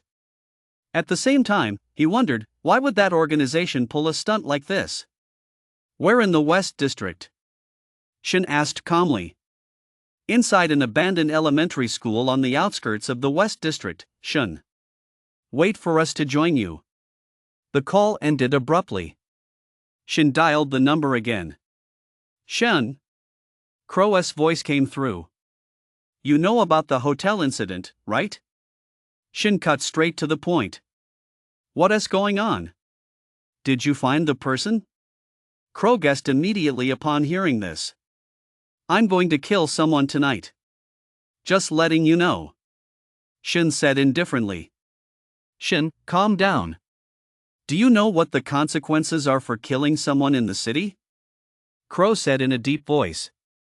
If they can send a second-tier ghoul to attack me today, they'll send a third-tier one to threaten my family tomorrow. What do you think I should do? Shin's voice was extremely cold. Brother Wu, just stay out of this, okay? Do me a favor. Shin, owe you one. With that, he hung up the phone. Crow's face twitched. He took a deep breath, then called Jiang Yuyi to relay Shin's message. He expected Jiang Yuyi to be angry, but to his surprise, the other man actually chuckled. Looks like he has realized his own worth. He is fearless and pretty sharp, too. I didn't expect this kid to have some skills. He actually tracked them down. Never mind. It's something the Torch Guild should VE done anyway, so let him handle it. We'll even earn a favor in the process, why not? A favor from an 18-year-old runemaster is well worth it. Tell the Torch Guild in the West District not to go near the only elementary school tonight if there's any commotion. Clean up the bodies in the morning. With that, Jiang Yuyi hung up the phone. A hint of suspicion flashed across Crow's face. Knowing Jiang Yuyi's personality, he would almost never let the Torch Guild go in and wipe out an organization had someone crossed him. After thinking it over, Crow decided to go check it out himself on the sly. That night, the entire West District was on edge. One van after another poured in, and out stepped a group of bald, burly men wielding machetes. Many West District residents poked their heads out onto their balconies, looking down below. Was this a gang shootout? The door of the first car, a relatively expensive-looking sedan, swung open, and Shin stepped out with a cold expression. Beside him, the big bald man grinned menacingly. Brother Shin, these bastards dared to mess with you. Not a single one of them is getting away today. Shin nodded indifferently. The bald man was Su Guang, a distant relative of his. It seemed he truly won Su Guang's loyalty. With just one phone call, he brought everyone from his crew. Not far away, another group of people was swarming toward them. Who's there? Su Guang bellowed. Boss. It's us. Shin looked over. To his surprise, it was Yang Dian and Zhang Zhuangshi. And both of them had brought quite a few men with them. A hint of a smile flashed in Shin's eyes as he watched them. Yang Dian was dumbfounded, and Zhang Zhuangshi stared at him like a complete fool. Didn't you say Brother Shin was all alone and couldn't find anyone? We even called for backup. Look at this now. It was unnecessary. I'm going to kill someone today. If any of you are scared, you can leave. Shin spoke calmly, looking at the group in front of him. Zhang Zhuangshi was the first to laugh. Bro Shin, I'm not scared in the least. Yang Dian was even more of a show-off. Whatever the boss does, I'll do the same. The rest of the group was a bit scared. They didn't know if Shin was serious or not, so they could only nod. Let us go. Shin glanced at the few who were clearly a bit timid, then set off first toward the abandoned elementary school in the distance. Looking at the streets around him, familiar yet strange, a hint of days and nostalgia flashed in Shin's eyes. This was where he used to live. It was on these very streets that his parents had parted ways with him. Since that parting, they had been separated by life and death. The lone elementary school not far away was also where he had gone to school back then. He never imagined it would become a gathering place for an organization. Have your men surround the area. Kill anything that comes out, even a fly, Shin said calmly as they neared the school gate. Su Guang immediately caught on and waved his hand. A group of skinheads stealthily closed in, encircling the entire area. You guys follow me inside. If you see anyone, break their legs first. Shin swept his gaze over the group. Zhang Zhuangshi, Yang Dian, and Su Guang nodded in unison. Brother Shin, maybe we should stay outside. My level is. Yeah. The men Yang Dian and the others had brought spoke up with awkward grins. It wasn't until they arrived that they realized Shin was serious. He wasn't joking. They'd all been recruited by Yang Dian and Shin. Their ties weren't particularly deep. They thought this was just going to be a brawl, but now it seemed it might actually cost someone their life. Fine, you guys stay right here. Shin glanced at them, then stepped inside first. Yang Dian shot the bunch of cowards a cold look and snorted. Zhang Zhuangshi simply shook his head. You guys sigh. With that, he followed them inside. The moment he stepped through the main gate, a savage expression flashed across Shen's face. Killing intent surged, and his vitality erupted with a thunderous roar. With every step he took, the bone-chilling aura around him grew even more intense. Yang Dian and the other two were no different. Who's there? Such a commotion naturally alerted the people inside. Lights flashed on one after another, and people immediately rushed out. You've got some nerve, daring to come to our hot blood gang? A guy with yellow hair charged right at them, his awakening stage aura erupting. Su Guang let out a savage laugh, his figure flickering as he appeared right in front of the man, simultaneously swinging his machete. Ah! The blonde-haired guy let out a blood-curdling scream. His heel had been shattered by his opponent. Su Guang kicked out, crushing both of his legs. The sound of cracking bones echoed through the air. Broshin said to break his legs, so that's exactly what we're doing. Damn it, is someone tired of living? Immediately, several more awakening stage fighters charged out. Yang Dian, Zhang Zhuangshi, and Su Guang all let out low growls and instantly charged forward to meet them. Shen remained expressionless, walking step by step forward with his hands in his pockets. Get your ass on the ground. A burly man with a crew cut suddenly burst out of the shadows. His aura surging, he lunged directly at Shen, who still had his hands in his pockets. At the same time, a short dagger glinting with a cold light appeared in his hand. This guy is clearly the ringleader. Take him out first. A flash of viciousness crossed the bald-headed man's eyes. But what he didn't expect was that just as the dagger was about to pierce the man's abdomen, everything went blurry before his eyes. Then, an excruciating pain shot through his hand. When he came to his senses, both his arms were bent at unnatural angles. At the same time, a long, powerful hand was clamped tightly around his neck. A pair of cold, beast-like eyes stared down at him. Where's your boss? Shen asked calmly. Haha, you're a... Thud. Before he could finish, he felt a sudden chill on his right arm. Then, the young man in front of him actually tore his entire arm right off. A piercing scream rang out instantly. When everyone saw Shen holding up an arm, they all shuddered in unison. Where's your boss? Shen spoke once more. Who are you? Just then, a deep, resonant voice echoed from the entrance of the school building.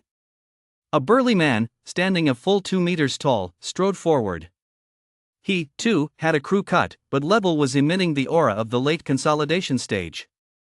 You're the one I'm looking for. Shen looked at him. The burly man narrowed his eyes. He naturally knew who this person was, but he hadn't expected the other party to come looking for him in the middle of the night.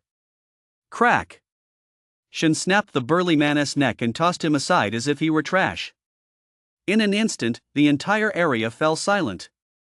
Even their boss's eyes narrowed sharply at that moment. This kid actually dared to kill someone right in the city? Yang Dian, Zhang Zhuangshi, and Su Guang were all stunned. Bro Shen, are you for real? Hey my friend, my name is Pao Hui. Don't you think there might be some kind of misunderstanding? A bead of cold sweat appeared on Pao Hui's back as he laughed nervously. Although this kid was only in the late awakening stage, he snapped his own subordinate's neck without a moment's hesitation. What on earth gave him the confidence to do that? And at this age, he actually dared to kill someone? Moreover, based on his years of experience, this kid who looked so young and inexperienced was extremely dangerous. Crack crack. The sound of bones snapping echoed, and Pao Hui's face twitched. Seeing their second-in-command dead, his men didn't even dare to fight back. The 3 men broke their legs one by one. They lay on the ground, wailing in agony. A misunderstanding? Shen laughed. Yeah, we're all just misunderstanding my ass. Shen roared and instantly charged at the cannon fodder. Runes instantly appeared on his arms and the backs of his hands, while vitality rumbled and reverberated. Like a human beast, he appeared before the man in the gray robe in the blink of an eye. The man's pupils contracted instantly. That speed, how could he be this fast? But years of combat experience made him instinctively cross his arms, hunch his body, and shield himself. Boom! In an instant, a force akin to being struck by a train thundered through him. Pao Hui's two arms snapped off on impact, flesh and blood exploding outward, as Shen's fist pierced straight through the mist of blood and slammed heavily into his chest. Pao Hui's entire body was sent flying like a soccer ball, slamming into the ground. Both his forearms were completely severed. Intense pain spread through him like a tidal wave. Pao Hui wanted to scream, but found he couldn't make a sound. An overwhelming sense of fear surged through him. How could he be this strong? He couldn't even block a single punch from his opponent. He is going to kill me. Shen crouched down, grabbed Pao Hui's head, and asked calmly, "Who told you to release the ghoul? And how did you know we were at the hotel?" I want to say the cannon fodder spoke in broken sentences, enduring the excruciating pain. You want to talk? Shen smiled. You're going to the cannon fodder's eyes widened, but before he could finish, he felt a sharp pain in his leg. Shen held a black dagger, which had already been driven all the way into his thigh. Blood gushed continuously from the wound, instantly staining the ground red. Are you going to talk now? I really want to. Shen remained expressionless as he slowly twisted the black dagger. In an instant, blood gushed out wildly, splattering Shen's face. The firelight illuminated his face, making him look exceptionally ferocious for a moment. Everyone present felt a chill run down their spines. Even Yang Dian and the others, who were on Shen's side, felt at that moment that Shen was simply too brutal. One last chance. Shen's voice, like that of a demon from the ninth hell, echoed slowly. Zhang Ling. It's Zhang Ling. At that moment, Pao Hui could no longer hold back and roared out loud. In an instant, Zhang Zhuanshi's expression changed. Yang Dian and Su Guang both turned their gaze toward him, their eyes flashing with hostility. Thud. Shen plunged his knife straight into Pao Hui's heart, then yanked it out violently. Pao Hui's eyes gradually dimmed faintly, there was even a hint of relief in his gaze. The henchmen around them, their legs broken, trembled one by one, not daring to lift their heads as they lay face down on the ground, not uttering a sound. Brother Shen, it wasn't me. I swear. I was there too. Zhang Zhuanshi's eyes turned red. I know, Shen shook his head. Did you mention this to anyone from the Torch Guild at the time? As Zhang Zhuanshi listened, his eyes suddenly widened. Shit, he cursed furiously. That bastard Zhang Ling, does he want me dead so his son can inherit the Zhang family? In an instant, it all clicked. Zhang Ling was his father's cousin and the second in command of the Zhang family. But the guy was a total disappointment. Not only was he lacking in talent, but he also loved getting involved in pointless nonsense. Even when he became a squad leader, it was only because someone pulled some strings for him. Before he left home, he mentioned something to one of Zhang Ling's former subordinates. That kid's name was Pao Hui, wasn't he it? It all made sense now.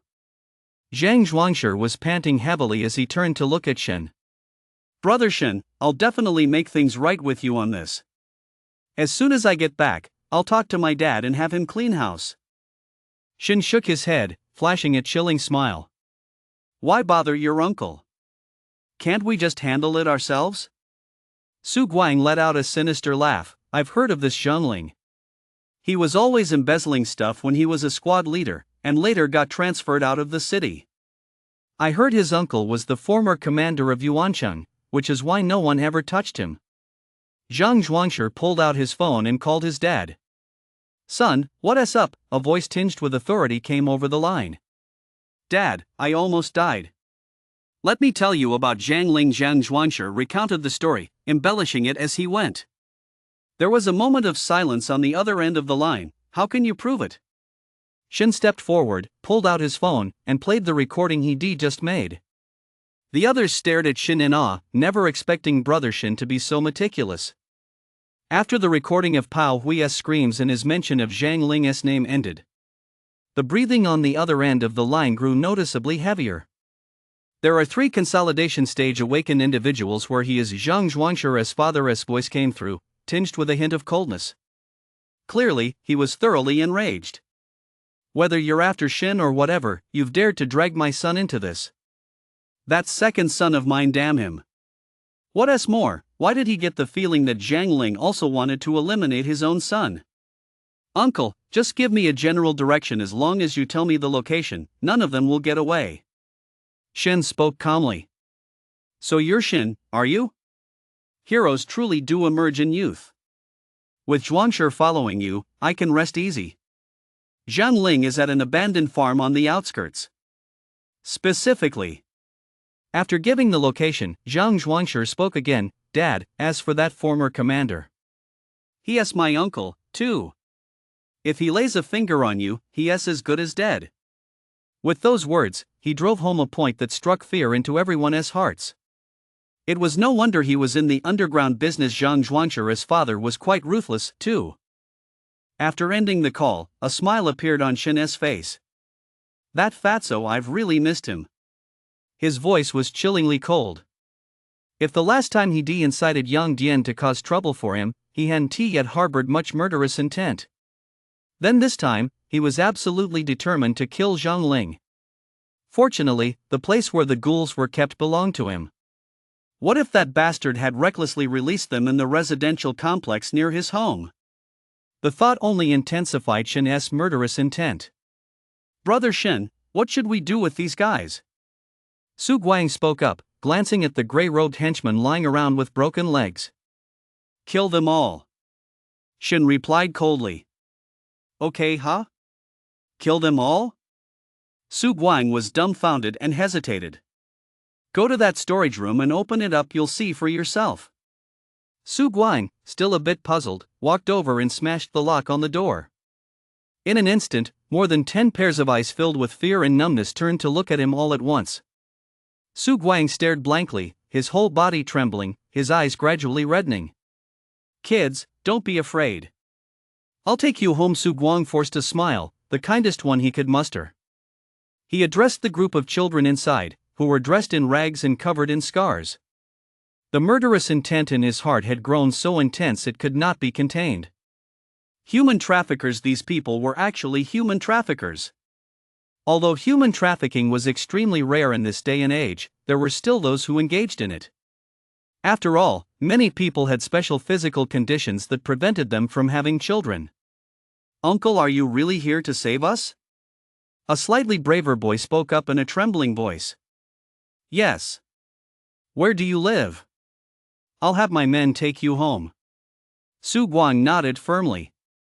Immediately, the children all gave their addresses, and to his surprise, they were all orphanages and welfare homes. Su Guang took a deep breath and called over a dozen of his men from the doorway. Take them back to the addresses they gave. If anyone loses a single one, I'll kill you all, got it? Su Guang ordered. Yes, sir. Immediately, the dozen or so skinheads, each with a child in tow, got into their cars and drove off. As he watched the cars disappear into the distance, Su Guang's expression suddenly turned ferocious. He picked up an iron pipe from the ground and walked straight up to a man whose face was contorted with fear. You. Fuck you. Su Guang's eyes were bloodshot as he smashed the steel pipe directly into the man's skull, shattering it, then began furiously pounding his body. These are all children. They're all fucking orphans. How could you bring yourselves to do this? Fuck. Fuck. Su Guang vented his rage like a madman. He himself had also been abducted by human traffickers back then. Except he managed to escape. Moreover, most of these children's parents had either been members of the Torch Guild who perished, or had died in the Ghoul uprising. Yang Dian and Zhang Zhuangshi's faces were now ashen, their chests heaving heavily. Without a word, they picked up several weapons from the ground and immediately began striking the Blood Passion gang members lying on the ground with lethal force. The screams gradually faded into silence. Covered head to toe in blood, the three men seemed completely transformed, their eyes now radiating a newfound intensity. Shin looked toward the doorway. The people who had originally come with Zhang Zhuangshi and the others had fled the moment they saw him kill the man with the crew cut. They were terrified that the Torch Guild would come after them later. Shin shook his head. Let them run, they were of no use anyway. The few remaining hot blood gang members, seeing that Shin and his group weren't looking their way, secretly breathed a sigh of relief. But the next moment, figures with shaved heads appeared all around them. Each of them was holding a steel pipe. "You bastards, how dare you lay a hand on a kid?" In the Northeast District, there's only one outcome: death. A burly man roared, and instantly, steel pipes rained down. Shin and his group had already left the school grounds. "Brother Shin, let us go." Su Guang looked at Shin, the bloodshot redness in his eyes still not faded. "No, I'll go alone." Shin shook his head. Zhang Ling had 3 consolidation stage fighters. These 3 were all at the awakening stage. There was no comparison. Shin was afraid something might happen to these 3. "Boss, we'll draw their attention. You go in for the sneak attack." Yang Dian spoke earnestly. "That's right, Brother Shin. Even though we can't beat them, we've come this far, how can we just turn around and go back? Wouldn't that be a slap in the face?" Zhang Zhuangshi wiped the blood from his face and laughed. Shin looked at the 3 of them for a moment, then suddenly laughed. "All right, the 4 of us will take on those few. But none of you are to lay a finger on them, got it?" No matter what their relationship had been before, after what happened tonight, it had changed. Since they dared to do these things with him. These 3 right in front of him were now Shin's brothers. "Captain, are we really not going to do anything?" Not far from West District's only elementary school, a squad from the Torch Guild stood smoking, their brows slightly furrowed. Every move Shin and his group made was under their watchful eyes. Seeing Shin like that, they all felt an irresistible urge to go grab him. Who was the real threat here, anyway? Who cares? One of them, an older, bearded middle-aged man, spoke indifferently.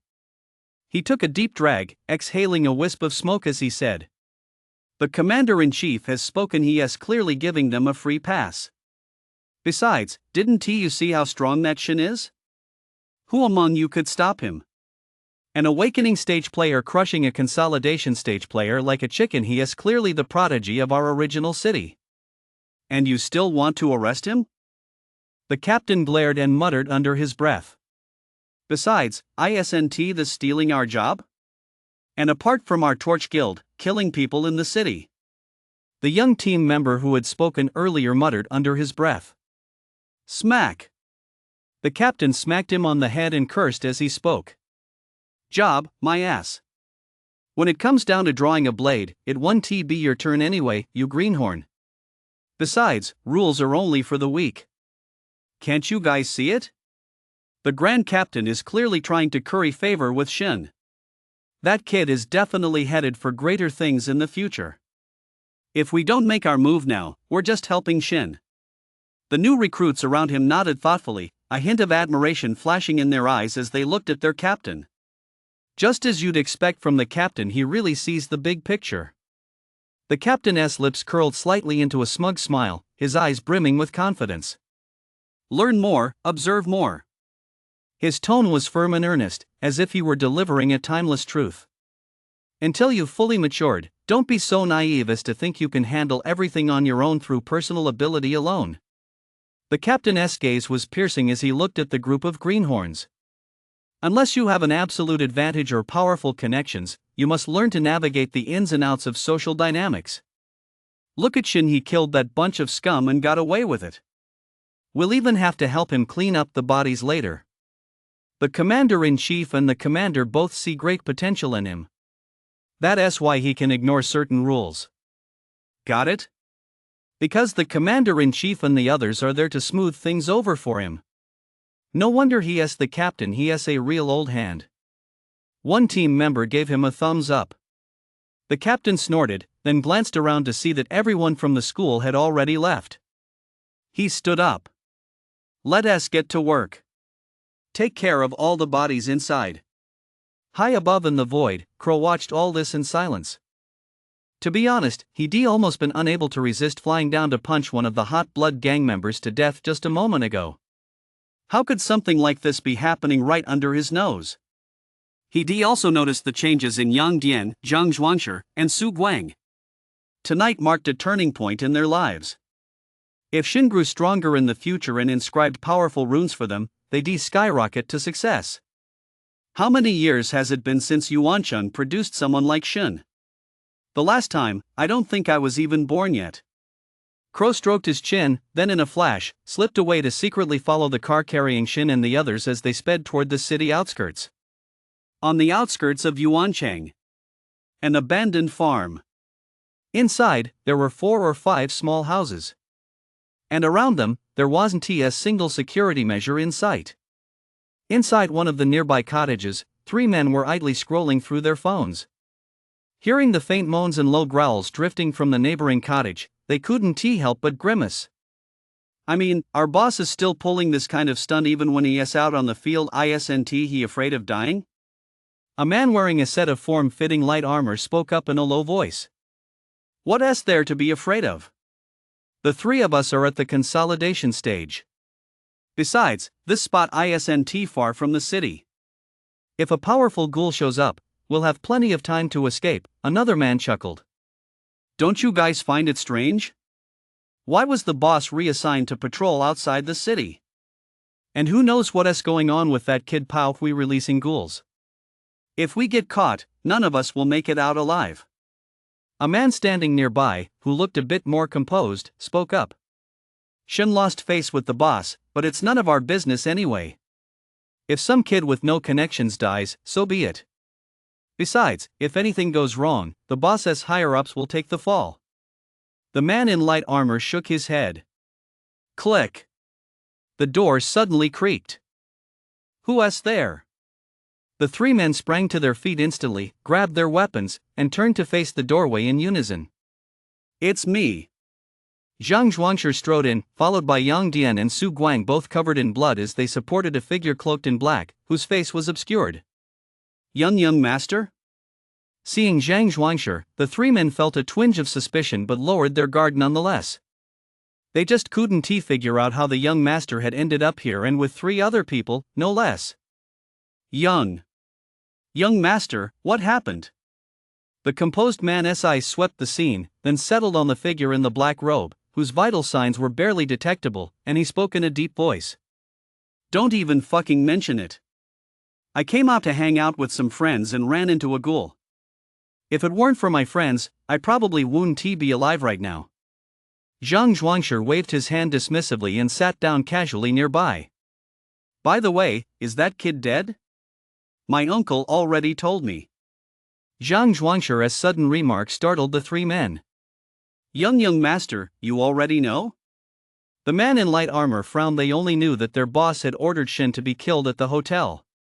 They didn't know much else. Of course I know, Zhang Zhuangshi nodded meaningfully. Put. Just then, the composed man suddenly felt a chill sweep across his chest. He looked down in shock and saw a hole where his heart should have been. Blood gushed from the hole, quickly staining his clothes red. He tried to open his mouth to say something, but only a gurgling sound came out of his throat. His gaze gradually grew hazy and dim, and his body collapsed lifelessly to the ground. It all happened so suddenly that neither the man in light armor nor the other man had time to react. When they finally came to their senses, they were horrified to find an icy hand already clamped tightly around their necks. The man in the black robe slowly raised his head, revealing a young yet exceptionally cold face. His gaze was as cold as an ice cellar, sending a chill down one's spine. Shin's lips curled slightly into a smile that betrayed both contempt and murderous intent. It seems you 2 are in cahoots as well. Shin laughed. Blood from the arm that had pierced the man's chest still clung to his face, making him look particularly hideous and terrifying. The man in light armor tried to say something, but Shin simply twisted his wrist. Instantly, there was a crack at the nape of his neck, and the man's body, which had been struggling just moments before, went limp and slumped to the ground. No. The sole remaining man was now overcome with terror. He struggled frantically, only to discover that his entire level seemed to be suppressed. A frenzied force kept surging from the teenager's hands. Crack. Shin's smile faded as he snapped the man's neck with a similar crack. He then gently laid both bodies on the ground.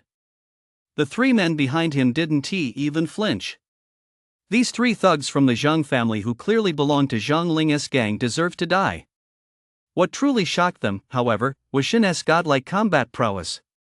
In less than 10 seconds, all three were dead. It was absurdly powerful. But only Su Guang knew that Shin had been able to kill the three so quickly purely because he caught them off guard. They hadn't even had time to react. Shin gently pushed open the door, then glided like a ghost to the doorway of the adjacent room. Inside, Zhang Ling and an incredibly alluring woman had clearly just finished a fight. They were each puffing on cigarettes, blowing clouds of smoke.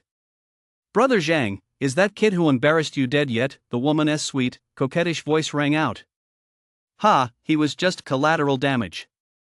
The main target was my big nephew. Once he is dead, the Zhang family will be under my control. Plus, this Shin is the kid that bastard Bing adopted.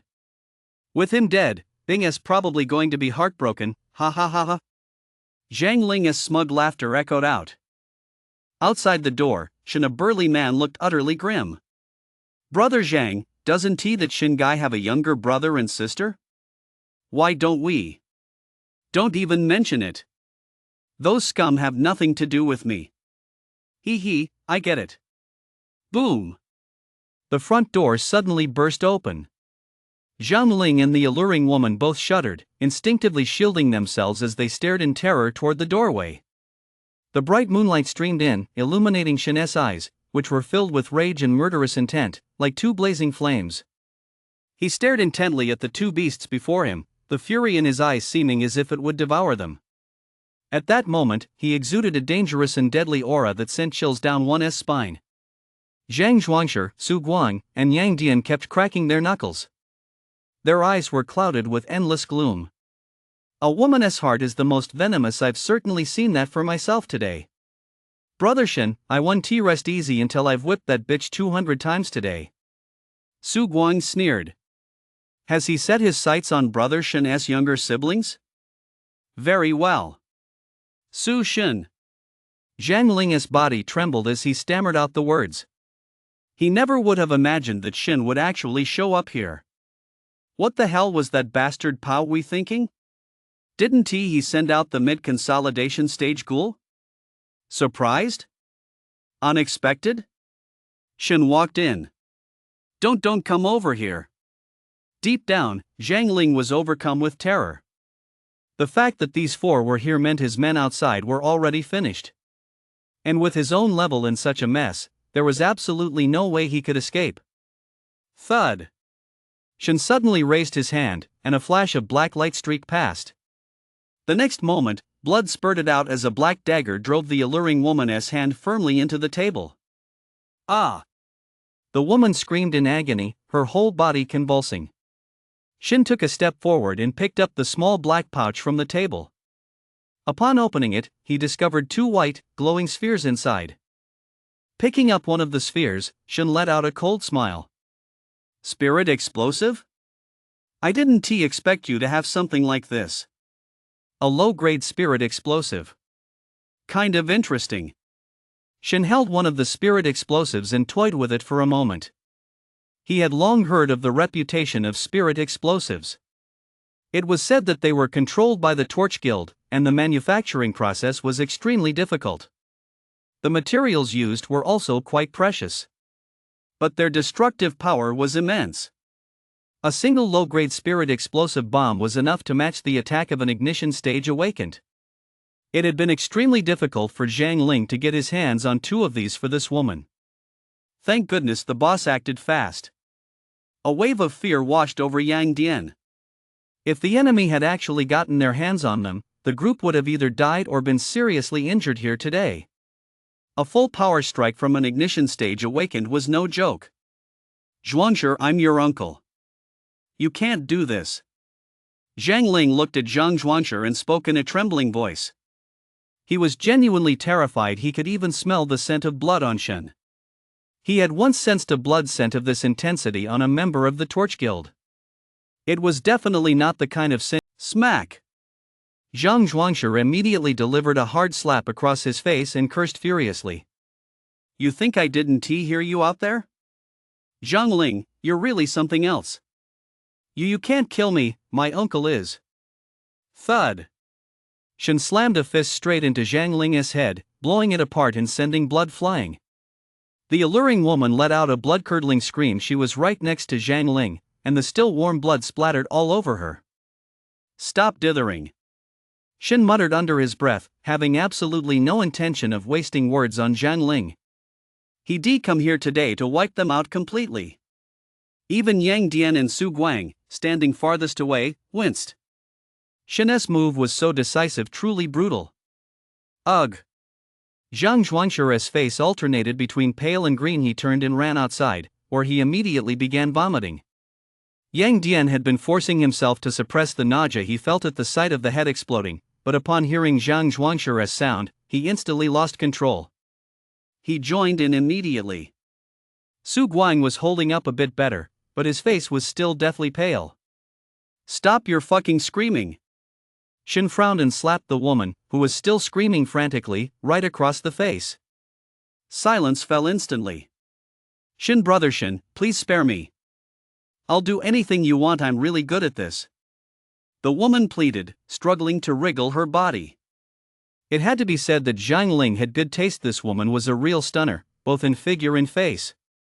Especially those long, straight legs smooth as silk. Shen gripped the black knife embedded in her palm and pulled it out. The woman trembled all over from the pain but dared not scream, looking at Shen with a pitiful expression. Thud.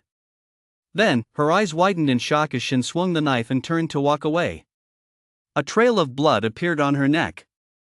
She didn't understand why this man wouldn't let her go. Wasn't she beautiful? But that was a question she'd have to ask in the afterlife. Shen walked out of the room, took a deep breath, and calmed his restless heart. Killing so many people tonight had stirred some turmoil within him. However, he regained his composure in an instant. No matter the other person's status or background, as long as they dared to lay a hand on his family, he would never let them off. That was his bottom line and his principle. No one was allowed to cross it. The safety of his younger brother and sister, as well as Bing's entire family, was more important than anything else. Anyone who dared to challenge that bottom line would pay a terrible price. His Achilles heel was the people he cared about. Brother Shen, look with what I did today. Do you think I'm ready to join your crew? Su Guang stepped out. Though his face was pale, he managed a faint smile. Shen had called him over on short notice, but after that, it was purely his own decision to tag along with Shen. He felt that as long as he followed this teenager who was quite a bit younger than him, his life was bound to undergo a massive transformation. You're my brother. Shen looked at Su Guang, let out a loud laugh, and slung his arm around the other's neck. Su Guang was taken aback for a moment, then a wave of emotion suddenly welled up inside him, and he joined Shen in laughter. What about us? Ugh, Yang Dian was still vomiting as he looked up. Stop throwing up first, then we'll talk. Shen waved his hand dismissively, his face full of disgust. Damn it! Brother Shen, you're even disgusted by us.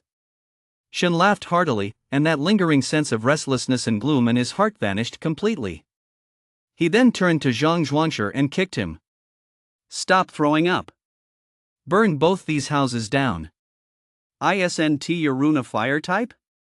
We're supposed to burn them down too? Zhang Zhuangshu stood up, his eyes wide. Of course. Destroy the evidence and cover your tracks. It's common sense. It's also the finishing blow. Better yet, let us reduce him to ashes. Shun said irritably. Soon, in the darkness of the night, a raging fire blazed up. The four watched the houses gradually being engulfed by the flames, each with a different expression. Clap, clap, clap. Suddenly, a round of applause rang out from behind them. The four jolted and spun around instantly. Shen narrowed his eyes, his vitality surging through his body as he fixed his gaze on the figure emerging from the darkness. He hadn't even sensed anyone approaching. Shun, I really underestimated you. The figure revealed his face. It was Crow, who had been secretly watching the spectacle the whole time. In the darkness, Crow moved slowly toward them, exuding a heavy aura of intimidation. Oh no! Su Guang's expression changed drastically, a flicker of panic crossing his eyes. Shin, Yang Dian, and Zhang Zhuangshi all fell silent. They never expected Crow to show up, but what did he want? What should we do? Yang Dian couldn't help but whisper. Just go with the flow. Don't panic, Shin said, shaking his head slightly. Crow's expression betrayed no emotion as he scanned the four men before him.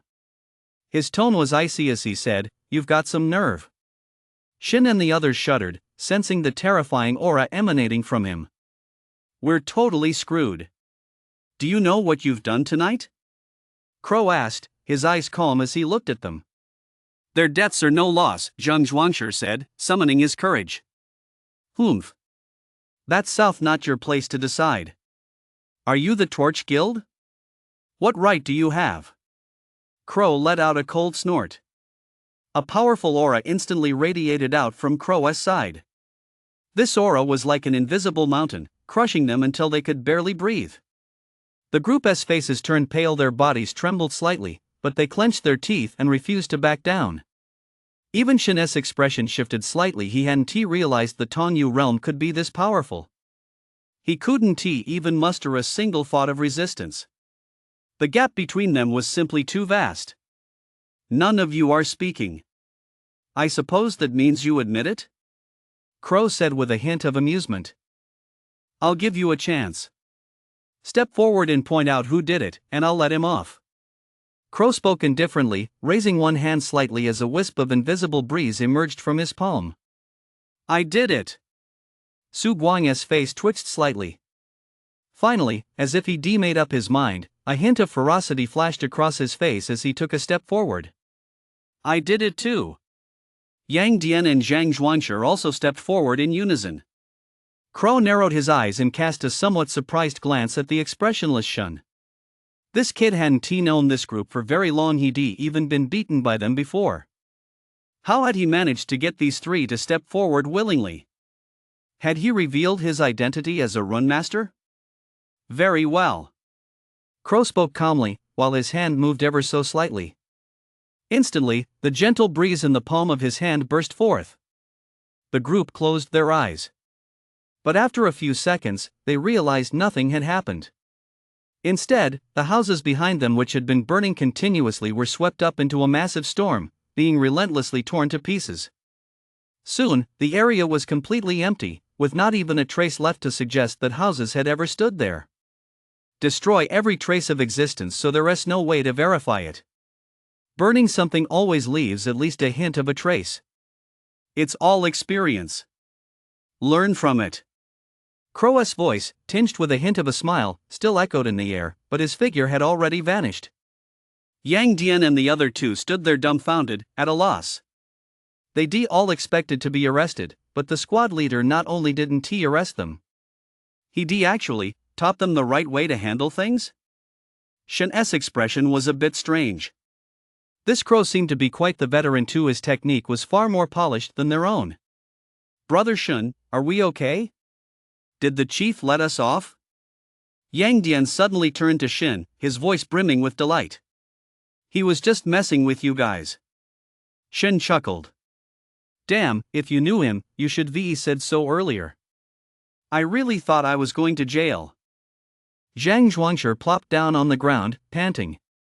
Even the slightest hint of the chief's intimidating aura was terrifying. He'd been holding on by a thread just now. Thanks for tonight. Shin looked at the group and suddenly spoke earnestly. Bro Shin, you're being too formal saying that, aren't you? Yeah, don't say thanks anymore, okay? From now on, the three of you take turns coming to the repair shop every day to see me. I'll engrave runes for you. As soon as Shin said this, Yang Dian and Zhang Zhuangshi were overjoyed. Su Guang was completely stunned. He had no idea that Bro Shin was actually a rune master. Then a look of wild joy spread across his face. He'd bet on the right guy. A rune master. Who would have thought such a young rune master had appeared in Yuanchang? After chatting for a while, the four of them glanced at the room, which was now completely free of any traces of the fight, then turned and climbed into a car parked nearby. They drove straight into the city. By the time Shin got home, it was already midnight. He opened his front door as quietly as possible. Only after confirming that Dong Xia was fast asleep did he feel at ease and prepare to take a shower to wash the blood off his body. When he turned around, his body froze in its tracks. Bing was sitting in the corner of the sofa, his figure indistinct like a ghost.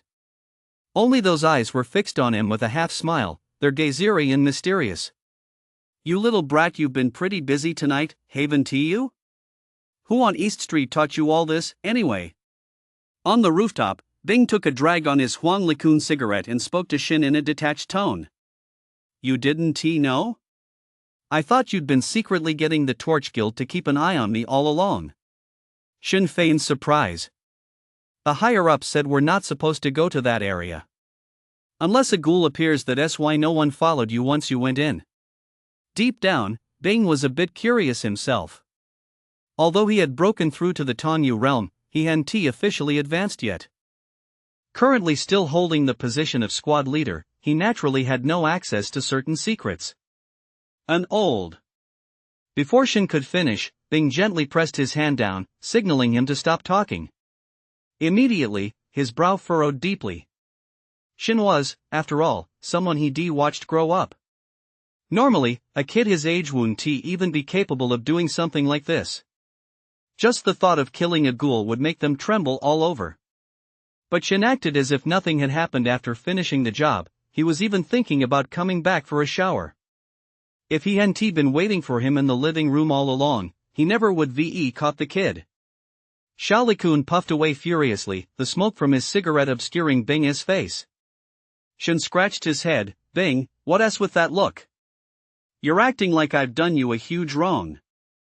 I haven't taken good care of you all these years. If only I'd tied you up and forced you to go to school back then." "Bing." Shin's voice suddenly turned grave. Bing looked at Shin. In the moonlight, his eyes shone with a brightness that belied his age, yet held a maturity beyond his years. "Even if you'd tied me up and forced me to go to school back then, I would run away anyway. I'm already grateful that you helped Dong Xia and the others. Besides, you didn't embezzle any money. Where would you have gotten enough to pay for all four of us to go to school? You were the one who bought us the house, and it's been Lee who has cooked for so many people every day all these years. I'm not ungrateful, but since I'm capable of supporting myself, I won't let you spend another penny on me. Bing, I remember everything you and Lee have done for me over the years. I'll repay your kindness 1,000-fold in the future." Shin's voice carried an indescribable sense of resolve as he looked at Shin's earnest face. For a moment, Bing was at a loss for words. After a long pause, Bing finally tossed his cigarette butt aside and stomped it out. "Since you've already found your own path, Uncle won't say anything more. Also, you handled today's situation well." Patting Shin on the shoulder, Bing turned and walked back. As the second Tongyu realm cultivator in the Torch Guild of Yuanshan, how could he not know everything Shin had done? In the days that followed, Shin spent his mornings practicing combat techniques with the old man. In the afternoons, he caught up on 10 years' worth of academic courses with teacher Wang in the lab. At night, he worked tirelessly to engrave and refine runes for his 3 best friends. His days were incredibly fulfilling.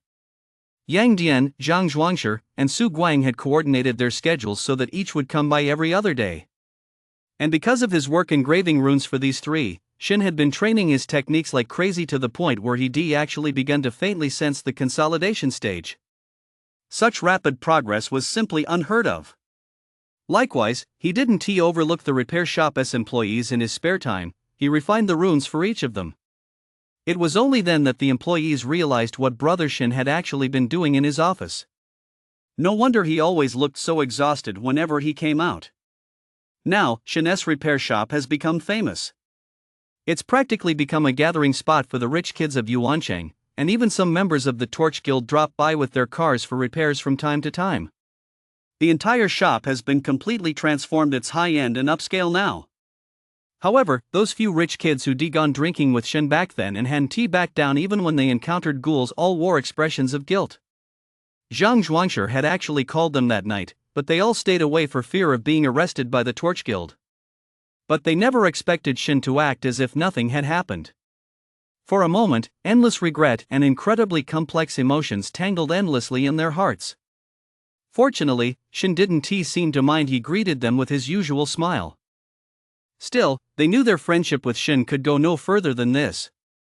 Nearly 2 months had passed, and the group of high school seniors who had awakened back then had gradually begun to reveal their own unique talents. The most famous among them were 5 individuals. 2 were from the experimental group. One was Morong Xian, said to be from a branch of the Morong clan of the Xia kingdom, who had inscribed the Morong clan's ancestral rune, the Fierce Heaven Armor rune, which combined both offense and defense. The other was Qingqing, the ghost element talent who had caused quite a stir and sparked much controversy back then. She was also the most mysterious of the group. Almost no one had ever seen her entering or leaving the school. The other 3 came from the other 3 districts. Shi Jian, a lightning-type talent, possesses the Thunder Surge rune. Kai Tianpeng, a wind-type talent, possesses the Heart of the Azure Wind rune. And the last one is a very petite girl who has attracted a great deal of attention. Her name is Lin San Kai. Rumor has it she is frail and frequently ill, yet her talent is supposedly pure sword type. It's said that right after her talent awakened, an influential figure arrived and took her away for secret training. She had only recently returned, and the sword light emanating from her hand was utterly astonishing. But these matters no longer mattered to Shin. He was still at the training ground below the old man's house. At that moment, Qi and blood surged and reverberated throughout Shin's entire body. Every movement he made, every subtle shift, was accompanied by a roar like thunder. The sound was like 1,000 horses galloping, or a mountain collapsing and the earth splitting apart. And that sound, like rolling thunder, came from within his body. Every contraction and extension of his muscles, every friction and collision of his bones, triggered a powerful surge of energy. It was as if an invisible storm was raging around him. At the same time, newly inscribed runes appeared on his arms. These runes, like mystical symbols, shimmered with a strange light, blending seamlessly with his skin. In particular, the runes on his left and right arms echoed one another, forming a wondrous symmetry. Even more astonishing was that with every breath he took, it was as if a divine radiance were gushing forth from his mouth. Like a blooming golden lotus, it radiated a dazzling golden glow. This divine radiance seemed ethereal, yet it emitted tangible energy waves. It surged ceaselessly from the depths of his flesh and blood, as if his body harbored an endless treasure. So this is the battle combat art. Golden light burst from Shin's eyes as his vitality and the battle combat art intertwined layer upon layer. In an instant, the blood-red vitality surrounding him began to transform into gold. As Shin continuously channeled the immortal 9 observations, he let out a low growl, and in an instant, every function of his body surged to its absolute limit. At that moment, golden light swirled around Shin's entire body, radiating a terrifying, surging vitality accompanied by the sound of thunder and lightning. In that instant, the old man lying on the rocking chair on the ground suddenly opened his dull eyes. "So you finally succeeded." Shin raised one hand and clenched it slightly. Immediately, a rumbling sound filled the air, as if the thunder within his body were about to burst forth as actual lightning. Boom! In silence, Shin slammed a fist into the massive white boulder before him. Instantly, the entire room shook violently, and the sound of shattering echoed loudly as cracks began to appear on the white boulder, one by one. Then, in an instant, it exploded into pieces. The golden light receded, and Shin's golden eyes gradually returned to normal. His entire being seemed to be imbued with an inexplicable aura. It was a sense of unstoppable determination. A feeling that any obstacle ahead could be shattered with a single punch. The origins of this battle technique are certainly no less significant than those of the Shin Shinjo Observatory. A gleam of insight flashed in Shin's eyes. As he gained complete mastery of the battle combat technique, he realized it bore a striking resemblance to the technique. Except this was purely a technique for refining the body and engaging in combat. What surprised Shin even more was that within his mind on that incredibly ethereal black mountain he had cultivated through the Shin Shinjo sect. As he perfected the battle combat technique, a tiny golden figure exactly like him had suddenly appeared in his mind. This figure was extremely ethereal, Just like that mountain peak, it sat cross-legged atop the summit, divine light surging around it, resembling an immortal. What on earth is this? Shin was somewhat puzzled. He activated the battle combat technique once more, and immediately, the tiny figure flickered, as if it had fused directly into every part of Shin's flesh and blood. In an instant, Shin's combat power soared to its peak. He even felt as though he were surpassing his limits. Feeling waves of excruciating, tearing pain radiating from his flesh, Shin hurriedly dispelled the battle combat technique. The little figure returned once more to his mind. Could it allow me to transcend my limits? A hint of disbelief flashed in Shin's eyes. The old man had once said that breaking through one's limits was merely a possibility. It wasn't something one would achieve simply by cultivating. But what was happening to him now? Although he just endured excruciating pain in his flesh and blood, he could clearly sense that, if he wanted to, he could take that step. However, his body might end up tearing apart just like the old man's had back then.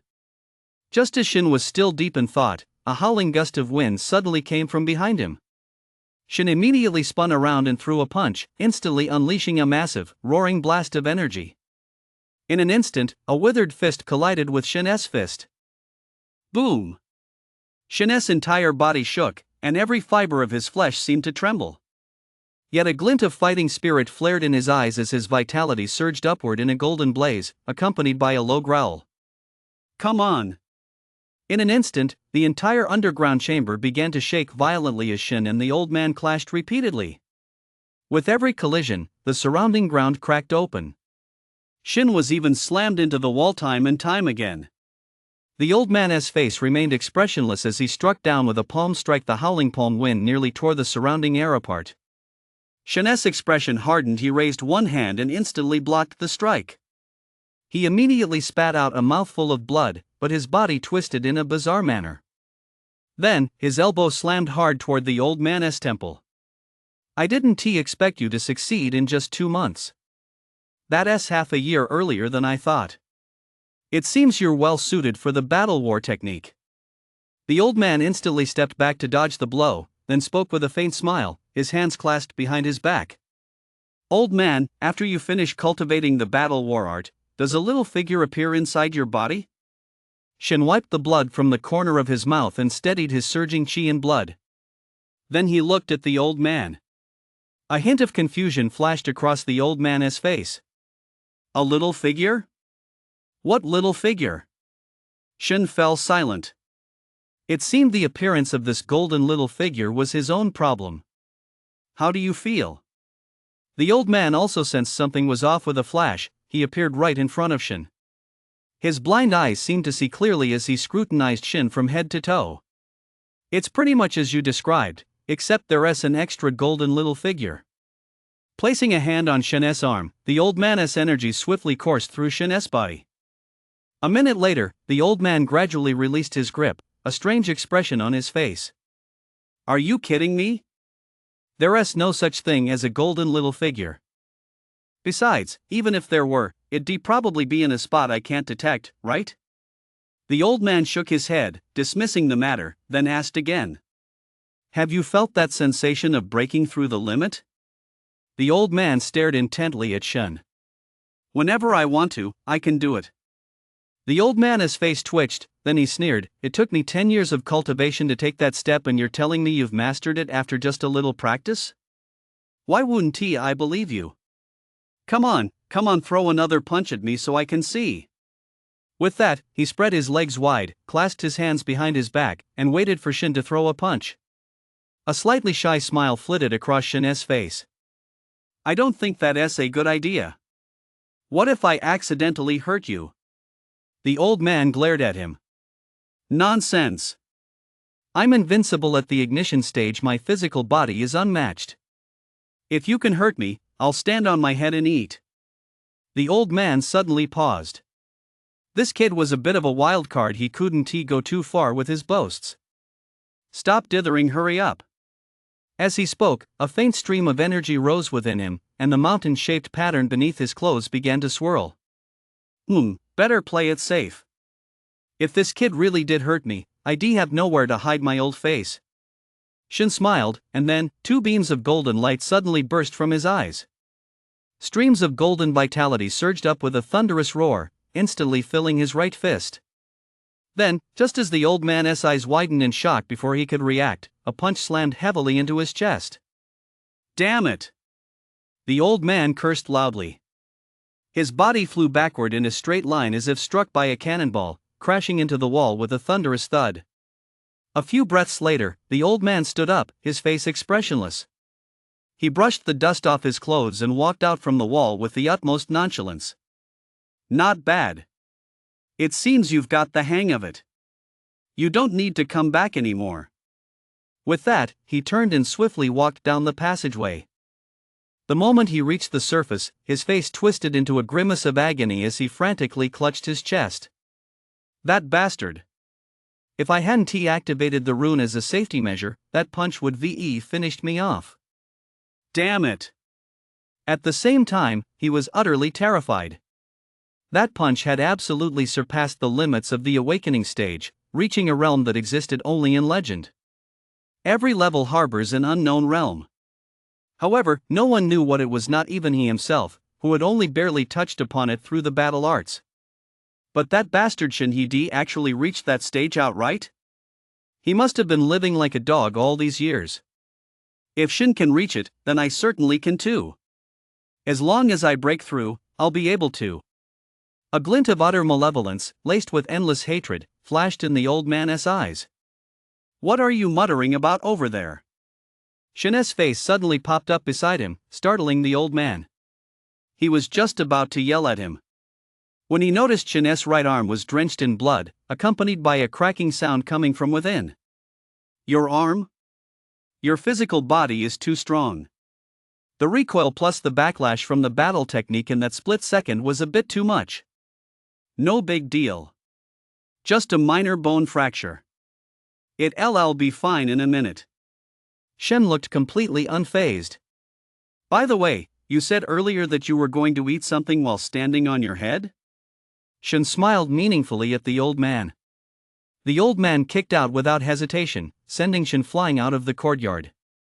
Get lost. Don't bother coming back, I've got nothing left to teach you.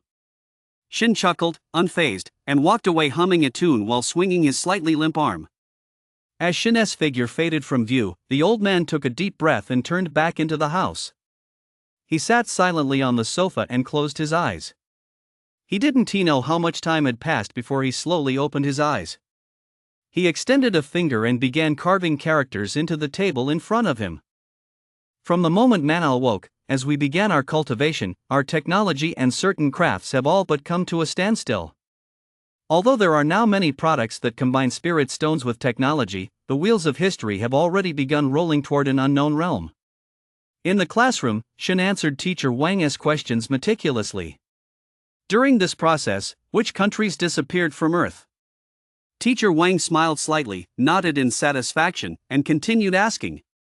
Some small countries have been destroyed due to Ghoul unrest, but the larger ones from the past still exist. Among them, India lost more than half its territory due to the overwhelming number of ghouls born in the Eternal River back then, and it still hasn't reclaimed it. Shin paused to think for a moment before speaking. Very good. It seems you've remembered these basics very clearly, Shin. You're just as smart as you were when you were a child. Teacher Wang gave him a thumbs up. Shin gave a shy, ha-ha laugh. Next up are the key questions. These are the ones I've taught you that will let you score points the fastest right now. The origin and history of runes and techniques. Teacher Wang's expression grew a bit more serious as he continued questioning. The first rune was discovered by an elderly historian from our country, Mr. Suzeo, in the year 2315. At the same time, he also discovered the technique engraved beneath the rune within an ancient ruin. From that day forward, humanity officially entered the era of cultivation. One after another, techniques and runes were continuously unearthed, and some families and factions that had once been deeply hidden began to emerge one after another. Such as the Buddhist sect, Wudang Mountain, various clans, and so on. Each of these existing factions possesses its own exclusive and extremely powerful rune. In addition to the techniques and runes that have been discovered, many exceptionally gifted and brilliant masters have also created runes and techniques that are now even more widespread. Take the Shadow Wolf rune here in the Northeast region. For example, it was a new rune personally modified by the very same master who originally discovered the Moon Emperor rune. Shin spoke fluently. He had spent the past 2 months intensively cramming this material. At the same time, as long as he memorized all of this firmly, his score was bound to be high. Not bad. Then do you know the classification of ghouls, and what the origin of ghouls is? Teacher Wang pulled out a sheet of paper containing Shin's test scores across various subjects. Apart from the textbook material and history, the rest were a complete mess. Ghouls are beings born from a strange form of energy within mana. Their ranks can be classified using human cultivation levels or numerical scales. For example, a ghoul at the awakening stage is considered tier 1, and so on. As for their origin, Shin paused to think. Through research conducted by scientists, it was discovered that the power within a ghoul bears a striking resemblance to an evil entity described in the ancient myths of the Xia kingdom and in tales from many years ago, from an era before the awakening. Whites. Shin's eyes took on a serious expression. When he first read that phrase in a book, he almost thought he was seeing things. Had these legendary creatures whites actually appeared? But when he considered that people could now inscribe runes and fly through the skies or burrow through the earth, it didn't seem so strange after all. That's correct, but Haven T covered the whole picture. Ghouls ranging from tier 1 to tier 3 aren't whites at all, they're merely monsters. Because they possess little intellect and act purely on instinct. As for ghouls above the 3rd tier, which, among us awakened, is equivalent to the communing with the spirit realm level in human terms. That's when they're called whites. Although they're called whites, they're nothing like the legendary whites. They possess human-level intelligence, and their bodies are impervious to blades and bullets extremely hard. They can also speak human language and claim their own territories. It can be said that, with the exception of some beast-shaped whites, humanoid whites look virtually indistinguishable from humans. Shin nodded, committing this information to memory. So do they drink blood? Shin suddenly had a brain fart and asked for no apparent reason. Teacher Wang sighed helplessly. At that level, it would just devour you whole. What difference does it make whether it drinks blood or not? So, are these whites very powerful? Shen recalled the descriptions of whites from legend. Hundreds of years ago, even before the revival of mana in the Xia kingdom, there were many accounts of whites. Such as boundless strength, bodies as hard as iron, and movement as swift as lightning. You must understand that although mana may have existed back then, even the faintest traces of it were long ago insufficient to support any living being's cultivation. Since whites were already the subject of such legends back then, just imagine how much stronger they become in today's environment. Teacher Wang leaned back in his chair, patiently explaining to Shin. So, if a human were at the same level, could they defeat a white? Shin stroked his chin, his gaze growing pensive. Don't underestimate the potential of us humans. And don't underestimate runes and techniques either. From the past to the present, there have been quite a few instances of whites being slain single-handedly by humans. Tongyu and Inshin, as their names suggest, have already transcended the limits of what humans can achieve. Some have also mentioned that perhaps, long ago, there were the immortals of legend. Could they have been powerful beings at the Tongyu or Inshin realms? After leaving the lab, Shin was still reflecting on everything Teacher Wang had said. If such legendary white corpses truly exist, then do the immortals and gods of legend really exist as well? If they do exist, where are they? Or were the immortals and gods of the past simply mythical representations of the awakened? As the years passed, they had perished. Could those ancient runes be what they left behind? Deep within Shin's heart, a faint, inexplicable sense of anticipation began to grow. Since embarking on his cultivation journey, these legendary concepts had gradually taken on a clearer form. Could it be that as his level and such increase, he'll gradually be able to see another side of the world? The phone suddenly rang. Su Guang's voice, tinged with a hint of panic, came through. Brother Shin, it's bad. My wife's in a fight with someone. East Street, the auto repair shop.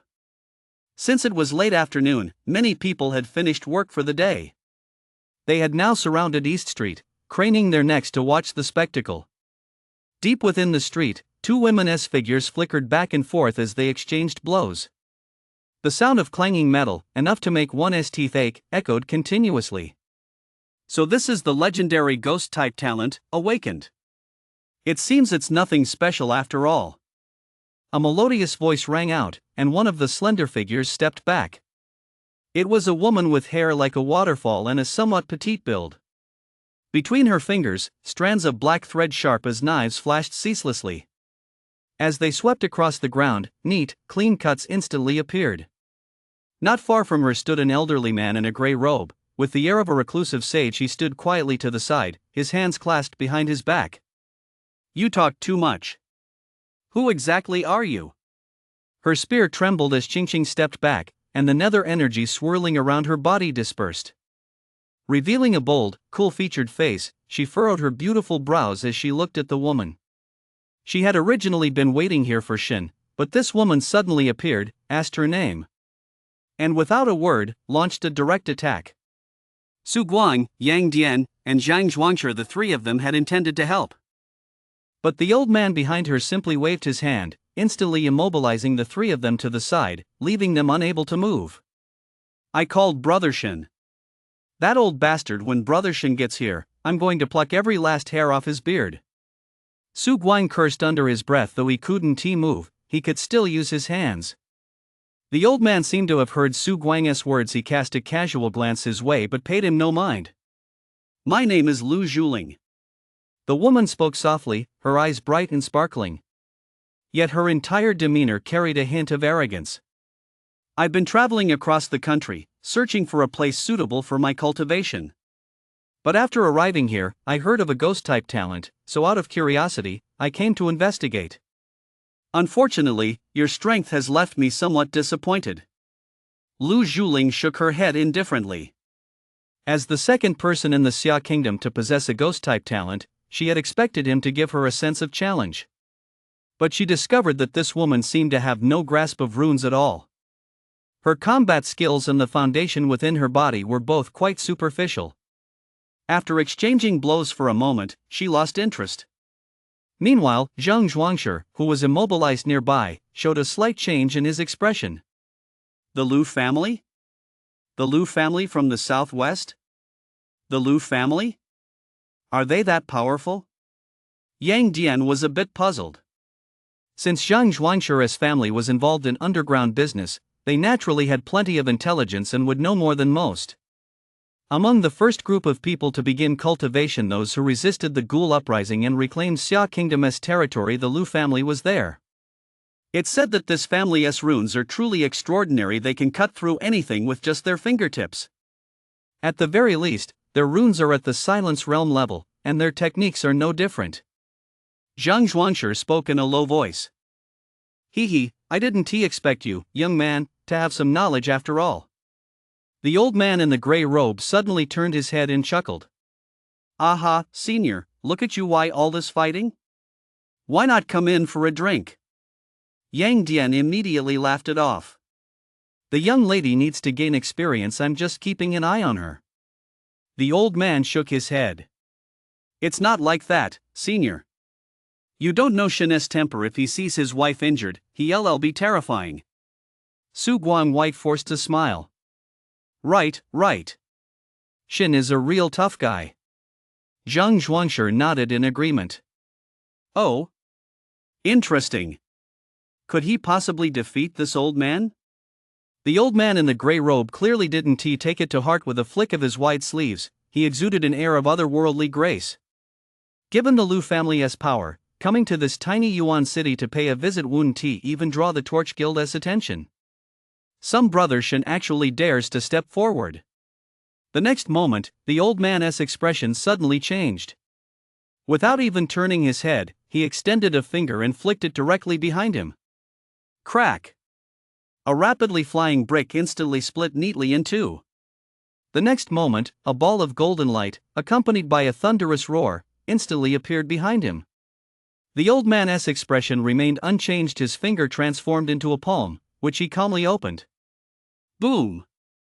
But suddenly, the corner of his mouth twitched violently. Had his own nether energy actually been shaken by that punch?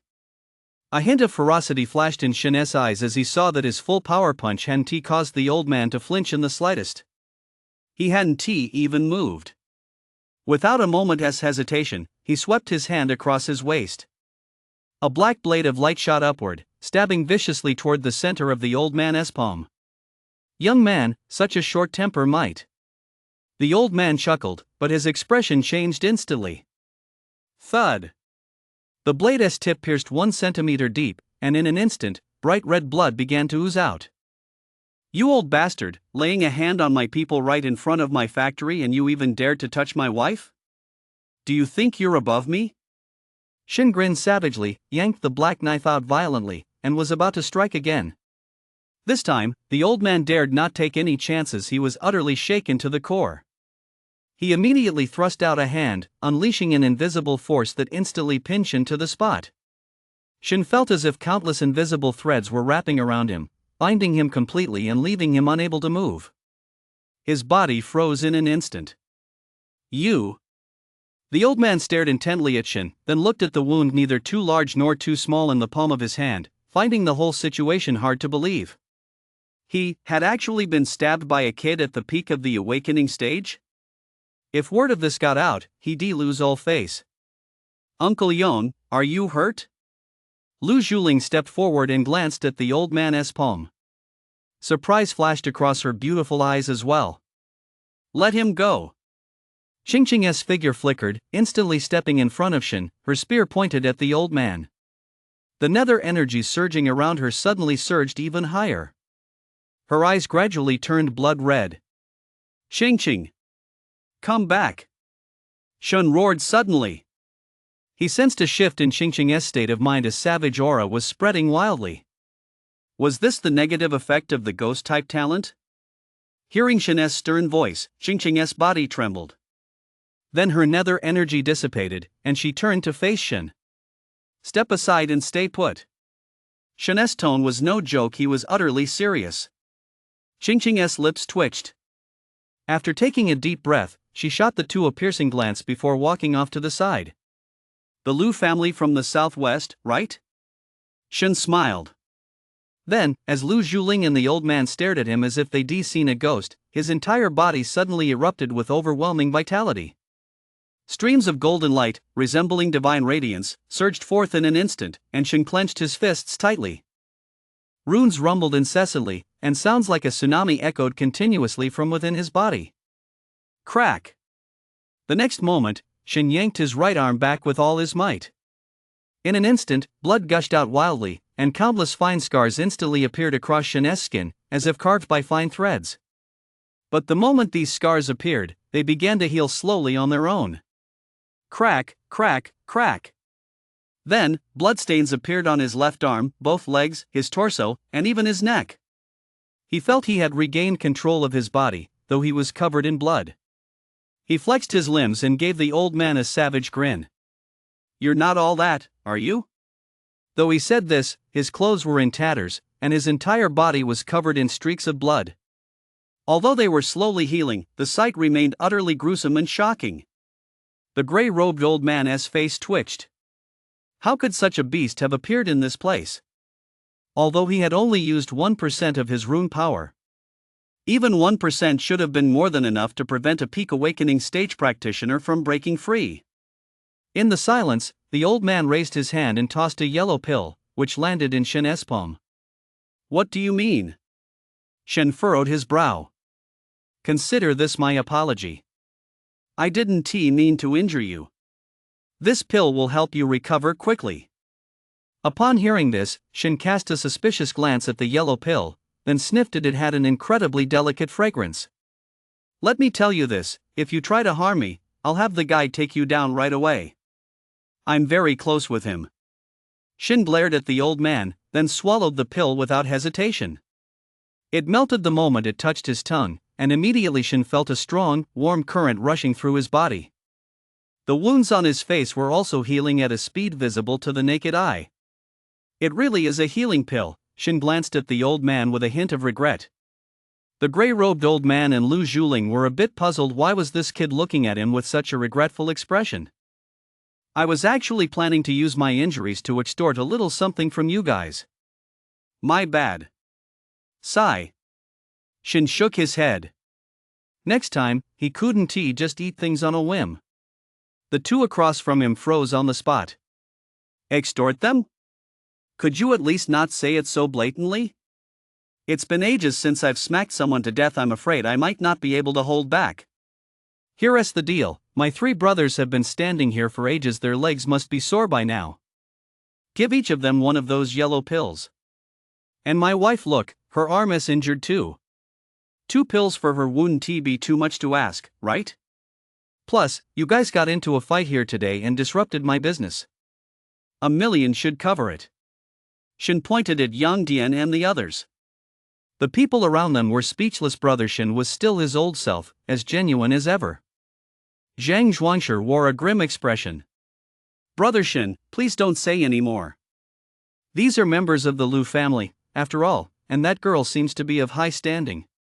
The Lu family patriarch is one of the founders of the Torch Guild, and you're still trying to extort them here. How can you say all this so casually?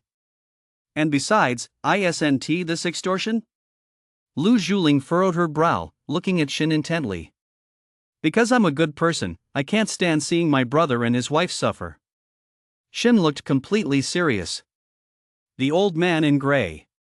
He immediately raised his hand to stop Lu Zhuling, who was about to retort, gave Shin a deep look, then tossed a bottle and a card his way. We were a bit thoughtless about this matter. Here's everything you asked for. If you ever get the chance, come visit the Southwest. With that, he grabbed Lu Zhuling, who looked thoroughly indignant, and walked away. Shin stood dumbfounded at the doorway. I just said that offhand, and you actually gave it to me? Although Qingqing had a scratch on her arm, it was the kind that would heal if she'd just gone to the hospital a little later. And that old man told me to go visit the Southwest when he left? I wonder if he has ulterior motives. Put. No way am I going. As the two from the Lu family left, Yang Dian and the others were free to act. They immediately reached out eagerly for the elixirs. They'd seen the effects for themselves. These were life-saving treasures. Shin took one for himself, and gave the rest to Qingqing. A few more hours passed. For the first time, Qingqing witnessed Shin engraving runes on someone, along with those incredibly strange cries. Her face turned as red as a monkey's butt. By the way, why did you suddenly come here today? Shin, his face pale as he lay in his office chair recovering his spiritual energy, asked Qingqing. Qingqing replied. We're almost done with our academic courses, but our foundations aren't quite solid yet, so we decided to go outside the city for some training. My dad has already agreed, but he said you have to lead the group. Knock, knock, knock. Knock, knock, knock. Old man. Where the hell are you? Open the door. We're here to bring you some warmth. Shin, carrying a roasted chicken and a bottle of baijiu, pounded loudly on the old man's door. He nearly smashed the door to pieces, yet there was still no response. Shin furrowed his brow and slowly extended a thread of spiritual energy. This was a basic application of an awakened spiritual energy, something nearly every awakening stage practitioner knew to some extent. As he scanned the room, Shin froze. Bang! He then slammed his fist into the door. With a thunderous crash, the door shattered instantly, scattering into countless splinters. Shin stood in the doorway, his expression somber. A sense of foreboding welled up inside him, accompanied by an inexplicable sense of oppression. He stepped inside, his gaze quickly sweeping over everything around him. The room was a shambles. The furniture was overturned, and all sorts of items were scattered across the floor. Shin didn't pay it much mind. It had always been like this when the old man was around. But what puzzled him was that he didn't smell any blood, nor did he see any bloodstains. This made him breathe a sigh of relief, yet the unease in his heart only grew stronger. Shin furrowed his brow, his mind racing through possible scenarios. He let out a slight sigh of relief. He thought the old man's enemies had come looking for him. After a moment's thought, he walked toward the old man's room and lifted the floor to reveal the entrance to the underground passage. Immediately, he froze in his tracks. The entrance to the passage had been sealed shut by the old man, completely and securely. And when he lifted the floor, he discovered it was actually the tabletop from the living room. Engraved on the tabletop were many words. Shin, by the time you read this, I will be gone. Don't look for me, and don't ask where I've gone. My real name is Yin Gue. I was born during the darkest era of the Xia kingdom, the very era when the Awakened first appeared. Upon reading this, Shin shuddered violently. Although he had already guessed as much, seeing the old man admitted in his own words still sent a shock through him. By that reckoning, the old man must be over 200 years old? My parents died during that era, and I, too, found my calling while fleeing the turmoil. That calling was the battle combat art which I have already taught you. I suspect the origins of the battle combat art are far older and more mysterious than I ever imagined. In all my years, I have never encountered anything quite so extraordinary. It gives me the feeling of a spell that belongs only in legends and myths. Do not neglect the cultivation of this art. After that, the markings on the tabletop became somewhat jumbled, as if the old man had crossed out half of what he decarved after finishing, making it impossible to make out what was written. With no other choice, Shin could only continue reading the legible text. Forget it, why am I even telling you all this? Anyway, don't come looking for me. The next time you hear from me might be years from now. If I'm still alive, then maybe we'll have a chance to meet again. But if I'm dead. Shin's eyes flickered, he could tell. This sentence, and the one that followed, clearly carried different weight. It was clear the old man had carved them at different times. When that time comes, take my ashes to Lingcheng in the south and scatter them on any mountain you like. Remember, watch out for the Chang family. The writing stopped abruptly. Shin took a deep breath, stood up, and turned away. With a calm expression, he said, "That damn old man, if he wants to leave, let him go. It's actually kind of." Suddenly, his expression twisted into a grimace.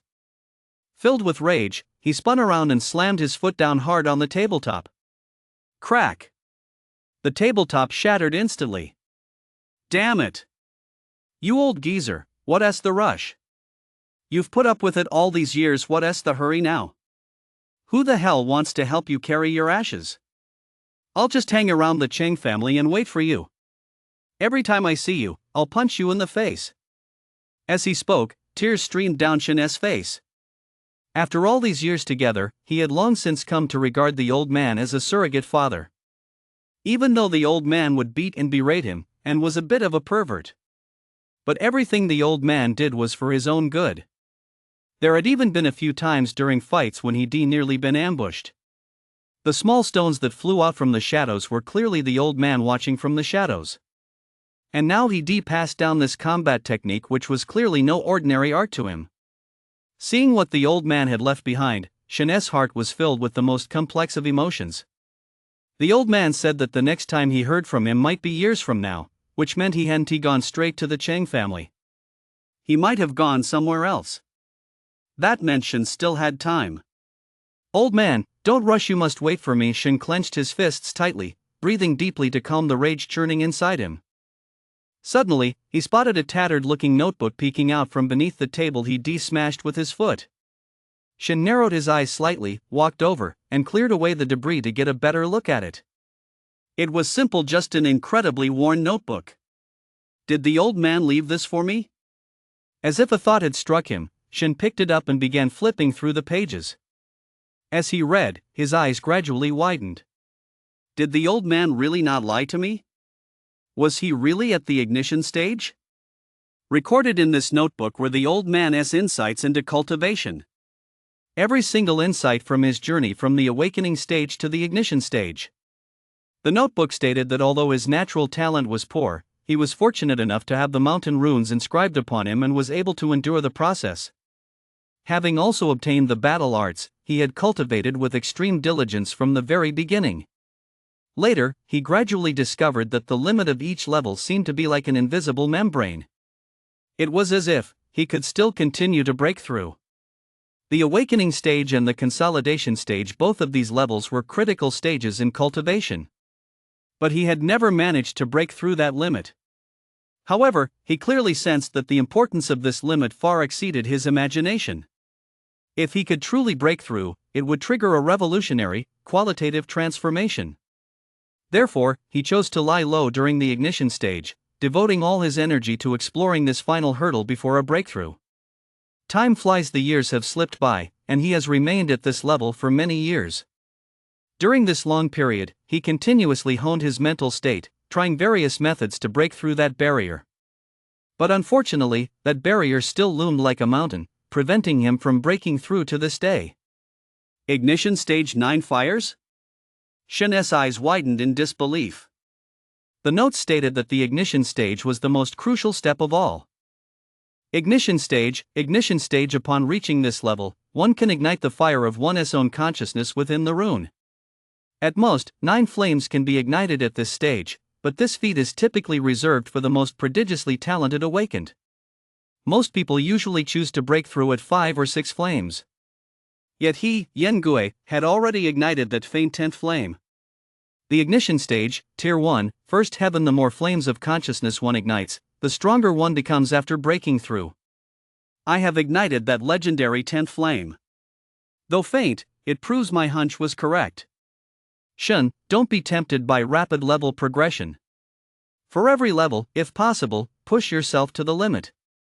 The stronger your foundation, the better your path ahead will be. Remember this, remember this. The last 2 sentences were clearly added later. Evidently, the old man had prepared this notebook long ago. Shin couldn't help but wonder, how could the old man, who was blind, write such neat handwriting? Was he pulling my leg? With doubts lingering in his heart, Shin silently tucked the notebook into his chest, treating it like a precious treasure. Old man, I can't help you right now. But give me some time, you must wait for me. Shin waved his hand, reducing the fragments of the promotion table to dust, then turned and left the place. Inside the repair shop, Yang Dian, Zhang Zhuangshi, Su Guang, and Qingqing, the 4 of them had been waiting for Shin for quite some time. Qingqing had contacted them earlier, suggesting they go out together for some training. Training solely within the city was too slow. Bro Shin, you're here. We've been waiting for you for ages. Yang Dian gave a chuckle. So, where are we going to train outside the city? Shin sat down wherever he pleased and spoke casually. Although he agreed to go out with Qingqing and the others, he still had no idea where they were headed. Well, I haven't decided yet. Qingqing's face flushed slightly, looking a bit embarrassed. So you're deciding right now? Shin stared at her blankly. It was almost noon. Seeing that Qingqing didn't respond, he shook his head. Then he pulled out a slip of paper with the address of the old man's house written on it and handed it to Yang Dian. Before you leave, find some people to renovate this place. Don't change the exterior at LLBR base from now on. Yang Dian felt a bit puzzled, but he didn't ask any questions. He took the note, pulled out his phone, and hurried outside to contact his people. Shin, are you okay? Qingqing noticed a hint of sadness in Shin's eyes and leaned in to ask. I'm fine. If anything's wrong, just give me a peck on the lips, honey. Shin burst out laughing instantly. Get lost. Qingqing dodged him. A moment later, Yang Dian returned, making an 078k hand gesture. Alright, then let us figure it out as we go. Shin waved his hand, and immediately everyone slung their backpacks on and got ready to set off. Wait a minute. Qingqing suddenly spoke up. Seeing the puzzled looks on their faces, Qingqing explained with a sigh. Are you guys really just going to head out like that? Let us go to the Torch Guild Hall first to pick up a quest before we go. Otherwise, if we just go out there recklessly, we'll die without even knowing how. The Torch Guild posts quests too? Shin was hearing this for the first time. Of course. Otherwise, how would all those awakened who aren't in the Torch Guild earn resources? Qingqing suspected Shin hadn't been paying attention in class at all. Let us go check it out then. Come on, brother Shin, I'll drive. Yang Dian started up the armored van he'd prepared. The group tossed their backpacks in the back and climbed into the vehicle. They sped off toward the city center in a flash. The Torch Guild Hall in Yuanchang. This place served as a resting spot for Torch Guild members during their downtime. It covered a vast area, even slightly larger than the Fire Passage Pavilion. From the outside, it resembled a massive white tower-like structure. Grand yet simple, it stood on the outskirts of the city like a city landmark. If you looked closely, you'd surely notice that its surface was also engraved with dense, intricate patterns. "Hey, handsome, is this your first time here?" The receptionist was a beautiful young woman in her 20s. She watched as Shin strode over with his feet splayed outward, hands clasped behind his back, looking as if he were a high-ranking official on an inspection tour. She paused for a moment, then smiled slightly. "Beautiful lady, how did you know?" Yang Jian asked curiously. Team 1 at the awakening stage, and carrying backpacks like that's something only newbies would do. The receptionist explained with a smile. The 5 of them, with their huge backpacks, looked out of place here. But perhaps because it was early in the morning, there weren't many people around. "Are there any missions suitable for us?" Qingqing poked her head out from behind Shin. "Qingqing? So these are the teammates you found?" The receptionist clearly recognized Qingqing and immediately stood up. At the same time, there was a hint of strangeness in her gaze. "Yeah, thanks for your help, Sister Ye. Find us one, please." Qingqing nodded. "Sai, those people were looking for you, but you turned them down." Sister Ye shook her head helplessly and began tapping away on a tablet. "What's the story? Did someone else try to recruit you before?" Shin looked curious. "Yeah, Morong Xin and a few others approached me, but I didn't go." Qingqing clearly didn't want to say much. "No big deal. I'll take you on a wild ride." Shin patted his chest. His expression and tone piqued Sister Ye's curiosity, and she looked up at him again. "Found it. Help the Torch Guild's garrison at Changbai Mountain defend their front lines. It'll take half a month, and you'll get a reward of 1,000 spirit stones upon completion." Sister Ye said. "This is the most suitable mission for you newbies. After all, you're all still in high school. Missions where small teams operate independently aren't right for you." "We'll take this one, then." "Thanks, beautiful." Shin nodded with a smile. "Since you're all together, you'll need a squad name." "Any ideas?" Sister Ye said, looking down at her screen. "You said we're a bunch of newbies, right?" "Let us call ourselves the Rookies Squad," Shin said offhandedly. Sister Ye's face twitched slightly as she gave Shin a strange look. Seeing that the others had no objections, she finally nodded. She then took out a scanner and swiped it over each of the 5 faces. Immediately, everyone's name, information, and appearance appeared on the tablet. After reviewing the data, Sister Ye's expression grew even more peculiar. She said nothing, however, and continued working. A moment later, she looked up, all set. "Go wait by the dark green bus outside at LL Depart in half an hour." "Thanks a lot, beautiful." Shin offered his thanks, then led the group out. "What a shame. Captain Wang's daughter has a ghost-type talent, but not a single one of her teammates has even half her talent. Especially this Shin guy, he is so handsome, yet he is a physical type. Isn't that asking for trouble? Let us hope they don't get seriously injured." Sister Ye shook her head inside, then sat back down. Although she was puzzled deep down, professional ethics dictated that she couldn't criticize them. All she could do was silently root for this rookie squad. "Bro Shin, something feels off to me." In the back row of the bus, the 5 of them sat side by side, all feeling a bit nervous after all. It was their first time traveling this far outside the city. Su Guang glanced at the empty seats up front and whispered to Shin. "Maybe they're still asleep?" Shin scratched his head, feeling a bit puzzled himself. He checked the time, it was already 8:30, and no one had boarded the bus yet. Surely they couldn't be the only 5 people on the whole bus? Everyone else who was supposed to go has already left. We might be the last group. Qingqing spoke exasperatedly, growing increasingly certain that Shin definitely hadn't been keeping up with his studies. What? They're all out on missions by 8:30? Don't they sleep? Shin's eyes widened. Do you think this is a regular 9 to 5 job? A lot of people set out in the middle of the night, or even in the early hours of the morning. And for many members of the Torch Guild, time doesn't even matter. Plus, some independent awakened who aren't part of the Torch Guild might be waiting here as early as the wee hours for new missions to be posted. Qingqing shook her head in exasperation. The four heads beside her nodded in unison. So that's how it was. So, does that mean our mission might be what others left behind? Only then did Shin suddenly realize something. Definitely. It's the Changbai Mountains, it's the front lines, and for half a month's work, it's only 1,000 spirit stones. Although 1,000 sounds like a lot, if the 5 of us split it 200 each, it's not that much. Besides, do you guys know what the Changbai Mountains represent? Qingqing's voice suddenly grew somber. What? The four curious ones leaned in. Since the Mana awakening, Earthstar's volume has been constantly expanding, and the land and ocean areas have been growing as well.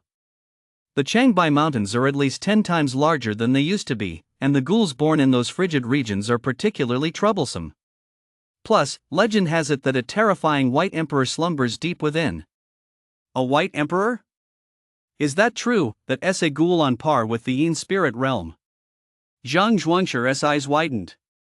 Yeah, I didn't know that either, Yang Dian nodded. Shin looked completely calm. I told you to read more and study harder. You didn't even know this, did you? Humph. Bro Shin, did you know about this all along? Su Guan looked utterly shocked. I didn't know. Shin replied indifferently. Heh, this young lady's knowledge is actually quite impressive. Suddenly, a deep, slightly hoarse voice rang out from ahead. The group looked up to see that a thin, middle-aged man wearing a cap had appeared in the driver's seat at some point. Bro, it's just the 4 of us, is that everyone? Shin watched as the middle-aged man started the car without a word. Heh, your mission's casualty rate has always been among the highest. If there weren't any other missions available, who'd want to go to Mount Changbai? The middle-aged man chuckled, looking somewhat cheerful. Yang Dian and Zhang Zhuangshir's faces went pale. Bro! Don't scare us. This is our very first mission, Yang Dian stammered. I'm not scaring you. If I remember correctly. Over on the Changbai Mountains front line, the harsh conditions mean people die all the time, let alone rookies like you guys at the awakening stage. The middle-aged man's tone was somber. Boss, is it still possible to get out of the car and switch to a different mission? Zhang Zhuangshir asked, his face a picture of despair. Shin's expression was also grim as he wondered if he'd been tricked by that receptionist. Haha, rookies, you got on my car and now you want to turn back? Too late. As soon as the middle-aged man finished speaking, a surge of nether energy erupted from his body, and the entire car shook violently. It shot up into the air, soaring straight toward the sky. It was flying. Holy shit! Damn! Shin's face instantly went pale. Then he felt the entire interior of the bus spinning wildly, accompanied by a howling roar as it soared upward. He even felt a slight sensation of weightlessness. Before long, Yuanchang gradually shrank into a tiny speck on the horizon. Bro, my bro, slow down. Shin roared as the middle-aged man piloted the flying bus, careening wildly through the sky at breakneck speed. With all the jostling, Shin was on the verge of throwing up. He even saw bird-like ghouls appearing in the air, only to be smashed into a bloody pulp by the bus. The windows were splattered black with blood. Bro Shun, there is something seriously wrong with this driver. Yang Dian gripped Shin's sleeve, his face pale, feeling like he was about to throw up. Although Qingqing looked relatively calm, she wasn't feeling any better either. This bus was a specialized strategic vehicle powered by spirit stones. Only awakened individuals at the consolidation stage or higher could pilot it in flight. Although she heard her dad mention it before, she never expected it to be this terrifying once she actually got on board. Maybe it's the driver's fault. The driver clearly heard Shin's shout and immediately flashed a smug grin. Slow? I, Wang Chuefeng, have been piloting strategic vehicles for years. I don't even know what slow means. I'm not bragging, but I used to be the #1 strategic vehicle pilot in the Northeast District. I've killed countless ghouls just by ramming them in the sky. Even beings at the penetrating the mysteries realm praise my skills. Once you're in my vehicle, you'll never waste a second. Consider yourselves lucky. Wang Chuefeng roared with laughter, his face radiating intense excitement. He turned his head back and spoke. Bro, you said I used to be, so why aren't you anymore? Su Guang asked, his face deathly pale as he gripped the seat in front of him. Huh? Because I'm missing a leg, Wang Chuefeng replied, suddenly looking a bit embarrassed. In an instant, the 5 young faces in the back turned deathly pale. Shin's face contorted with horror. He staggered to his feet and ran over to look down. Sure enough, half of Wang Chuefeng's leg was missing. The other leg was moving so fast it looked like it might spark, clanking away as he steered. Bro, I believe you now, but how do you even land? Shin forced a wry smile. He saw that beneath Wang Chuefeng's feet there were no brakes. No brakes. Wang Chuefeng froze for a moment, then gave Shin a strange look. Landing? What landing? For me, Wang Chuefeng, there's only crashing straight into the ground. No such thing as landing. Don't worry, the tactical vehicle is super sturdy. As long as I get it up to 20-odd meters in the air and crash straight down, I guarantee you'll all come out unscathed. If we're lucky, we might even take out a few ghouls. Shin walked back with a blank look in his eyes and plopped down into his seat. Looking at the 4 pale faces around him, he paused for a moment before forcing a faint smile. How about we just trust him this once? He probably won't die. My name is Su Guang, and I'm 24 years old. I've drifted through life for half my existence. I left the orphanage at 15 and hung around the outskirts of Yuan City. Eventually, I founded my own organization. I believe this is the foundation of my future empire. In my life, I, Su Guang, have never been outdone by anyone. But one day, a student named Jiang Dian came to me, asking me to teach a kid named Shin a lesson. He also had the backing of Zhang Ling, a squad leader from the Torch Guild. I went. But it ended badly. I was stabbed in all 4 limbs. Even so, I didn't hold a grudge against Shin. Because I knew that a ruthless guy like Shin, who could stab me all over and still walk away unscathed, must have powerful connections. And his future achievements would surely be no small feat. I also heard that when the ghouls were running amok that day, Shin went head-to-head with a 3rd-tier ghoul. Later, Shin called me and asked for a favor, to help him surround some people from an organization. I'd already been thinking of befriending him, so I went. The outcome was great. I chose the right path, and not just me, but Yang Dian and Zhang Zhuangshi as well. Clearly, the 3 of us were on the same page. Following Brother Shin, we're bound to achieve great things in the future. But right now, I'm up in the sky. I might be about to die. Some idiot is speeding through the air. And he doesn't even have brakes. Plus, he is missing a leg. I don't know if I'll make it out of this alive, but Mount Changbai, one of the legendary mountains of the Xia Kingdom. Ever since the Mana Awakening and the emergence of the ghouls, this place has been a crucial battleground between the Xia Kingdom and the ghouls. Legend has it that several Shen-level powerhouses once ventured deep into the mountain range. They escaped only to be severely wounded. One of them, a Shen-level powerhouse from the Northeast District, even perished there. Since that year, no one has dared to force their way in. Nor does anyone know what exactly lies within. Even to this day, the Xia Kingdom has reclaimed only 1/10 of Changbai Mountain's outlying areas. But even that 1/10 is an extremely important strategic location. At this moment, on a plain covered in ice and snow. The once pristine white snow is now drenched in blood. Black and red seem to be the only colors on the snowy ground. One figure after another, brimming with vigilance, radiated nether energy and flashed with runes as they kept a watchful eye on their surroundings. They paid particular attention to the distant mountains and forests, as well as the surrounding thickets. Behind them lay a massive, tent-like base. The pristine white snow was splattered with bright red blood everywhere, and medical personnel were constantly rushing back and forth. From inside the tents, pained groans could be heard from time to time. And at the very front, the ground was littered with the corpses of ghouls, strewn haphazardly in every direction. Dismembered limbs and blood covered nearly the entire ground. Some belonged to ghouls, others to humans. Do these bastards want to wear us down? A burly man sitting at the very front, clutching a knife and covered in blood, wiped the blood from his face and cursed as he spoke. Yeah, Captain. There is definitely a tier 3 or higher ghoul pulling the strings behind these ghouls. They're matching our level, but they outnumber us by far. And they seem completely unhurried, as if they're trying to wear us down slowly.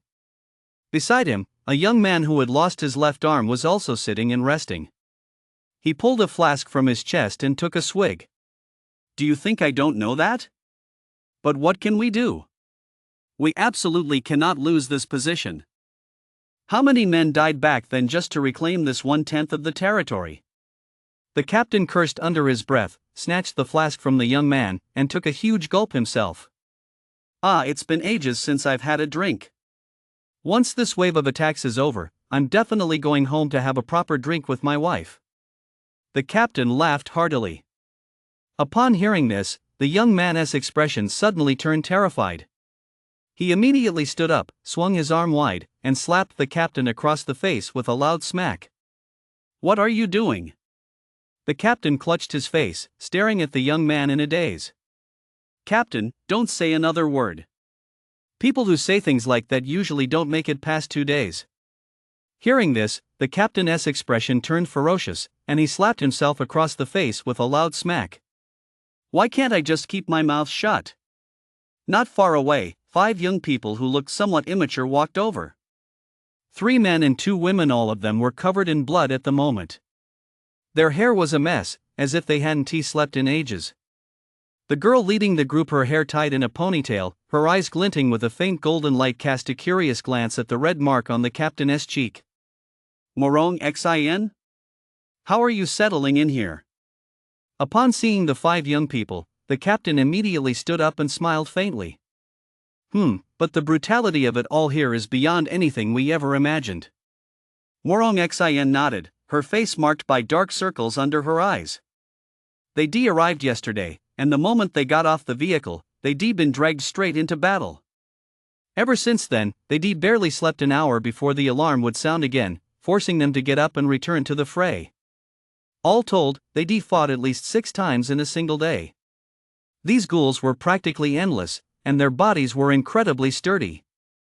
On several occasions, if the Torch Guild hadn't stepped in to help them, they would suffered serious injuries at the very least. This is nothing compared to the worst one yet. We fought almost an entire day, and even lost one of our ignition stage members. The captain shook his head and sighed softly. Morong Xin, if you're tired, go rest. I can take your place. One of the young men, whose build was about as sturdy as Su Guang's, gave a sheepish grin.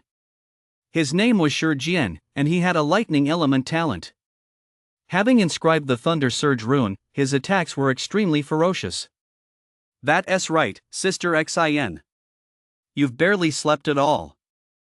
Another girl, who was quite frail and pale-faced as if she were ill, spoke up. Sword light surged around her. Lin San Kai, a sword element talent. As for the other 2, there was Kai Tianpeng, who possessed a wind element talent. And Morong Xin's cousin, Morong Jian, who also possessed a metal element talent. Morong Xin had gathered these famous geniuses from Yuancheng to go out and gain experience. But she hadn't expected Qingqing to refuse her, so with no other choice, she had to turn to her cousin. You can't form a squad without 5 people. It's a shame Qingqing isn't coming. Otherwise, with her ghost element talent, she could have saved us a lot of trouble. Morong Jian shook his head and sighed. That Qingqing thinks too highly of herself. She turned us down even when we all invited her together. It doesn't matter whether she comes or not. I, Kai Tianpeng, can hold the line all by myself. Kai Tianpeng snorted coldly. Qingqing? The one with the ghost-type talent? I've actually heard rumors about someone like that in town. The squad leader suddenly spoke up. So what if she is ghost type? She doesn't even dare come to the front lines. What a waste of talent. Kai Tianpeng retorted indignantly. The squad leader glanced at Kai Tianpeng but said nothing. He remembered that this kid had always been hiding in the back before. Running away at the first sign of trouble. He wasn't exactly a reliable guy. But since the other side wasn't part of the Torch Guild, he couldn't say much. At the very least, they were putting in real effort. Heh, you can't say that. What if? The dim-witted Shi Jiangang was about to say something when, in the next instant, an excruciatingly shrill alarm suddenly blared. Damn it! Here we go again. Attention, everyone! Move up! Don't let a single ghoul set foot in the living quarters. The captain's expression changed the moment he heard the alarm. With a roar, he drew his sword and sprinted forward. The one-armed young man beside him followed closely without a word.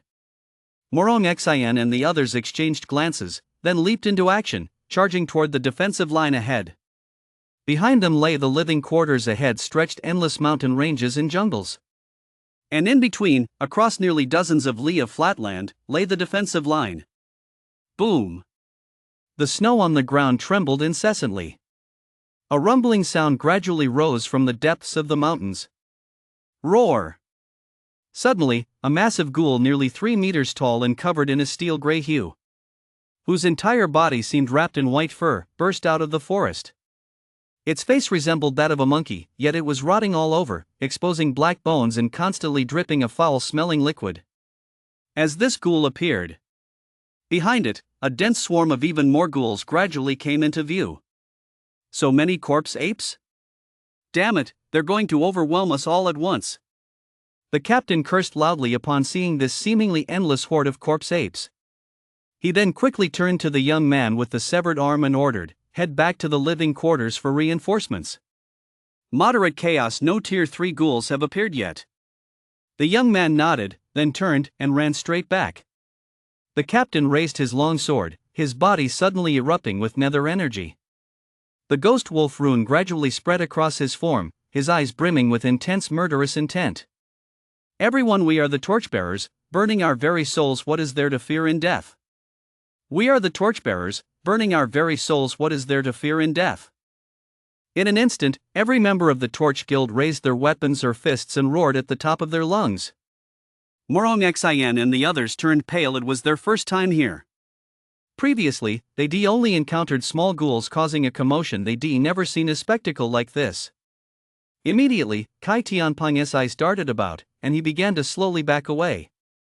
He was a genius. How could he possibly die in a place like this? Once he became powerful enough, he could. Boom!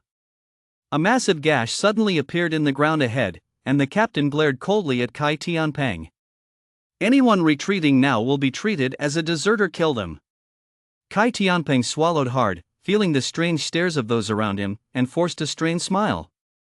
"I was just checking out the terrain. I'm sworn enemies with these beasts." The captain and his men paid him no mind, instead fixing their gaze intently on the tide of ghouls rushing toward them at breakneck speed. Just as they neared within 10 li of the living quarters, the captain's eyes turned blood red, and he let out a sudden, ferocious roar. "Kill! Kill!" In an instant, figures surged forward, radiating a murderous intent and madness.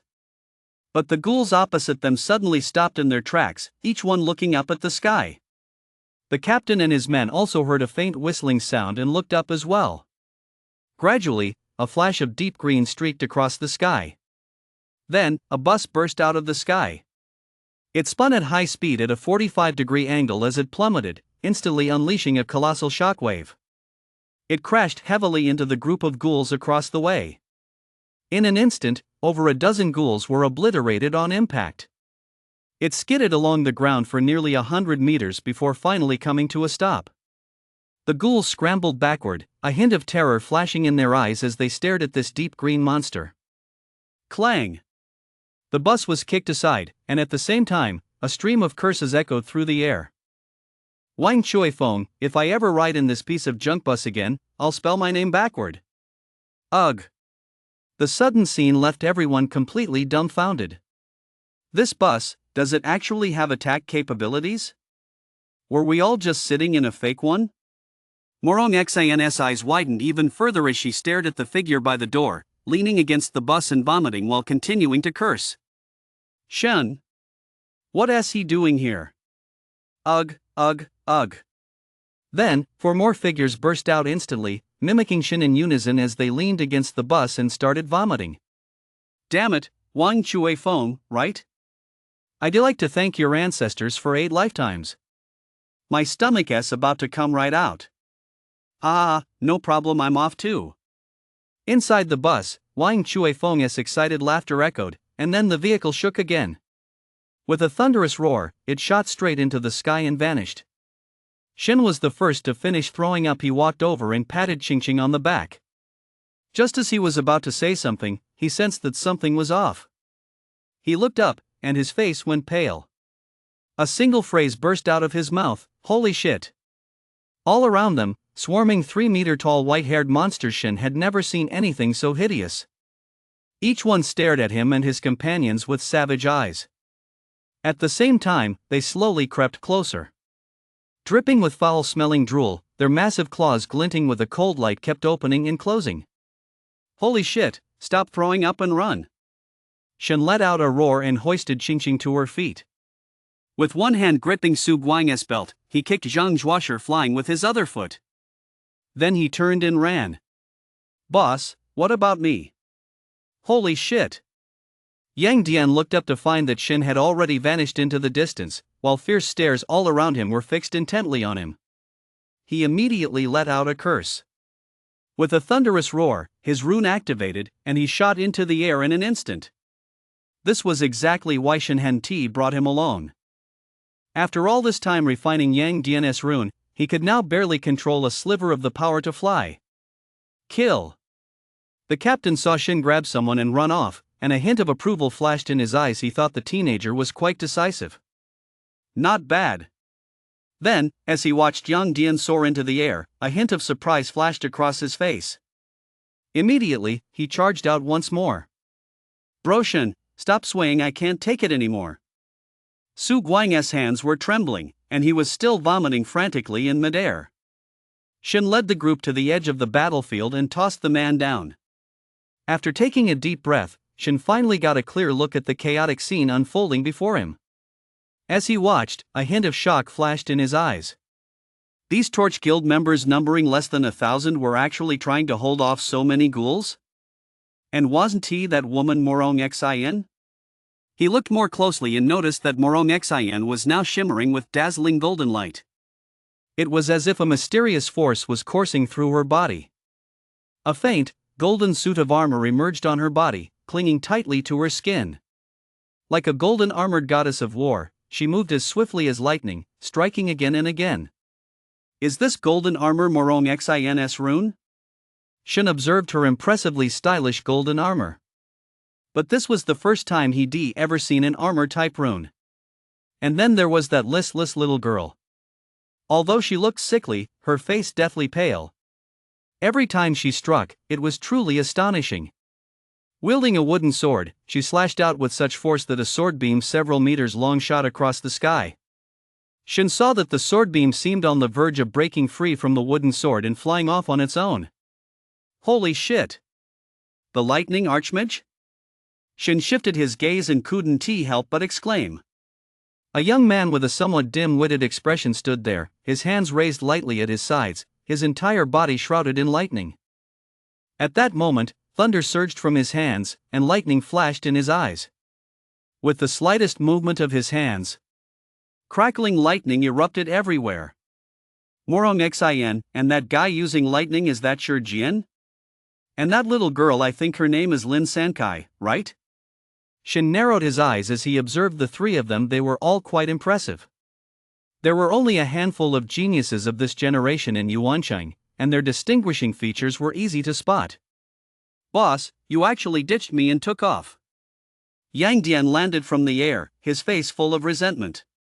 If he hadn't been flying so fast, he figured he would have gotten his butt grabbed. Stop whining. You can fly, so shut the hell up. You two stay here and recover for a bit. Shin cracked his neck and stretched his body. A glint of utterly chilling murderous intent flashed in his eyes. Brother Shin, you're not going to. Yang Dian's eyes widened in disbelief. Jumping into battle right after arriving, just how much of a grudge does he hold? With so many ghouls, I'm going to kill my fill today. A savage grin curled at the corners of Shin's mouth, his eyes flashing with a mad gleam. Instantly, his body erupted with a surging, overwhelming golden light. It was like a dazzling golden sun. He leaped into the air. Transforming into a golden beam, he instantly sliced through the horizon. That golden light seemed to tear through the earth, suddenly appearing on the battlefield. It roared as it charged toward the fray. By now, Xingqing had nearly fully recovered. Seeing Shin charge forward, she clenched her fist, and a long black spear instantly materialized. At the same time, surging nether energy swirled around her, and her eyes gradually turned a faint shade of red. Without a word, she transformed into a black shadow and followed closely behind Shin. She alone knew why Shin had suddenly become like this. Back then, Shin had witnessed his own parents die at the hands of a ghoul with his own eyes. Stop fucking throwing up. Follow Shin, let us take him down. Su Guang saw Zhang Zhuangshi still vomiting there and immediately kicked him. Then he roared fiercely, unleashed his rune, and charged forward. Kill! Yang Dian soared into the air once more, taking Zhang Zhuangshi with him. North. Maintain formation, don't let a single one get past. At that moment, the captain, wielding a long sword and covered in blood. He was wildly slashing in all directions. With every swing of his blade, a ghoul's arm or head would fly off. His eyes were bloodshot as he stared intently at the battlefield to the north. Over there were even more corpse apes, but he was tied up in combat and couldn't break free. Captain! We can't hold them off, there are too many. A member of the Torch Guild let out a roar, only to have his arm bitten off before he even realized it. Ah! Xiao Lang! The surrounding Torch Guild members' eyes turned red as they charged toward him with reckless abandon. But there were simply too many zombie apes. Including those who had come to support the mission, they numbered only about 1,000. On the other side, there were at least 10,000. Brothers, please take care of my parents for me. Next year, pour some fine wine on my grave. Ignite my soul. Xiao Lang let out a roar, and instantly, a corner of the rune covering his body shattered. In that instant, his aura surged several notches higher. At the same time, a thin trickle of blood seeped from the corner of his mouth. He was shattering the rune to unleash his maximum power. But the very next moment, a series of massive booms erupted from the ground. A blinding golden light, accompanied by endless thunderous roars, descended in an instant. Bro, if you want a drink, go drink by yourself, don't make anyone else take care of your parents. A voice, laced with icy murderous intent yet tinged with a hint of mockery, rang out. Xiao Lang saw a young man with a crew cut who didn't look very old. Accompanied by the golden light, the scene was blinding. He swept past Xiao Lang in an instant, then unleashed a punch. Before a single ghoul could even react, its entire body exploded. After that, the man moved like a golden beast, delivering a punch wherever he went. One after another, the zombie apes exploded, leaving not even a scrap behind. He was like a merciless reaping machine. Holy shit! Where did this badass come from? Isn't that the guy who just got out of the car? The surrounding Torch Guild members were all stunned. The bodies of the zombie apes, having spent years in the frozen wasteland, were as hard as ice. Even a full force strike from them would be lucky to sever a head. And this kid who looks like a scion just smashed them to dust with a single punch? Shin paid no heed to the stares of those around him. The killing intent he suppressed for 10 years had now reached a point where he could no longer control it. His eyes gradually turned blood red, his fists clenched tightly, and the runes on his forearms began to glow. Shin of the Xianzhou sect, his battle combat technique was now operating at its absolute limit. Surge after surge of incredibly violent energy rippled out from around Shin. He watched the zombie apes swarming toward him. Thanks to the battle war art, all his bodily functions had been pushed to their absolute limit. To his eyes, the ghoul's movements were now laughably slow. Mom and Dad, watch this. Today, I'll collect some interest for you first. Shin's maniacal laughter echoed out instantly. The killing intent he had suppressed for so long was contained within it, making the already frigid weather around him seem to drop even further. Die. In an instant, it seemed as though a towering golden light flared up across the scene. Shin's figure, like a golden grim reaper, unleashed a punch that was sure to blow a zombie ape to pieces. No matter their tier, whether first tier or second tier, they all seemed as fragile as paper in the face of Shin. Wherever he passed, a stench-filled rain of blood erupted. Ha ha ha ha. Come on. Come. Shin fought with bloodshot eyes, his entire body covered in black blood. He laughed maniacally, swinging his fists like a god. Not far away, Yang Dian and the others who had barely managed to kill a few ghouls stared in stunned silence at Shin's appearance, unable to suppress a shiver. Is this brother Shin's true form? It's terrifying, these ghouls look just like eggs. Qingqing stood in silence, her body radiating nether energy far more intense than anyone else's, her spear in hand resembling the very embodiment of death. With every thrust, she precisely shattered the skull of a corpse ape. She paid no heed to Shin's appearance. She just wanted to stand by Shin's side and kill as many ghouls as possible. Where on earth did these guys come from? The captain had long since been left speechless by Shin's performance. This kid, he is practically a god of war. After all, there wasn't a single ignition stage ghoul present. And as for him, the captain, he was at the peak of the consolidation stage.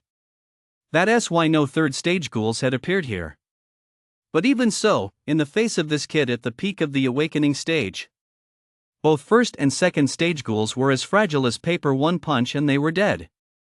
He was even afraid this kid might go on a killing spree and land a punch on one of his own men. Then there was that girl, her body radiating a chilling aura of nether energy, holding a gun like a messenger from the underworld. Every time a ghoul attacked her, she dodged it in an eerie way. Then there was that bald, burly man, bare-chested and wielding two cleavers, his torso marked with runes he'd never seen before. He was hacking away at a ghoul like he was chopping vegetables. Oh, right, and those two guys in the air. One was flying, pulling along the boy whose hands kept spewing blazing flames. They're pulling off combo moves, huh? In comparison, although Morong Xian and her four companions were performing quite well, they didn't stand out quite as much. Roar!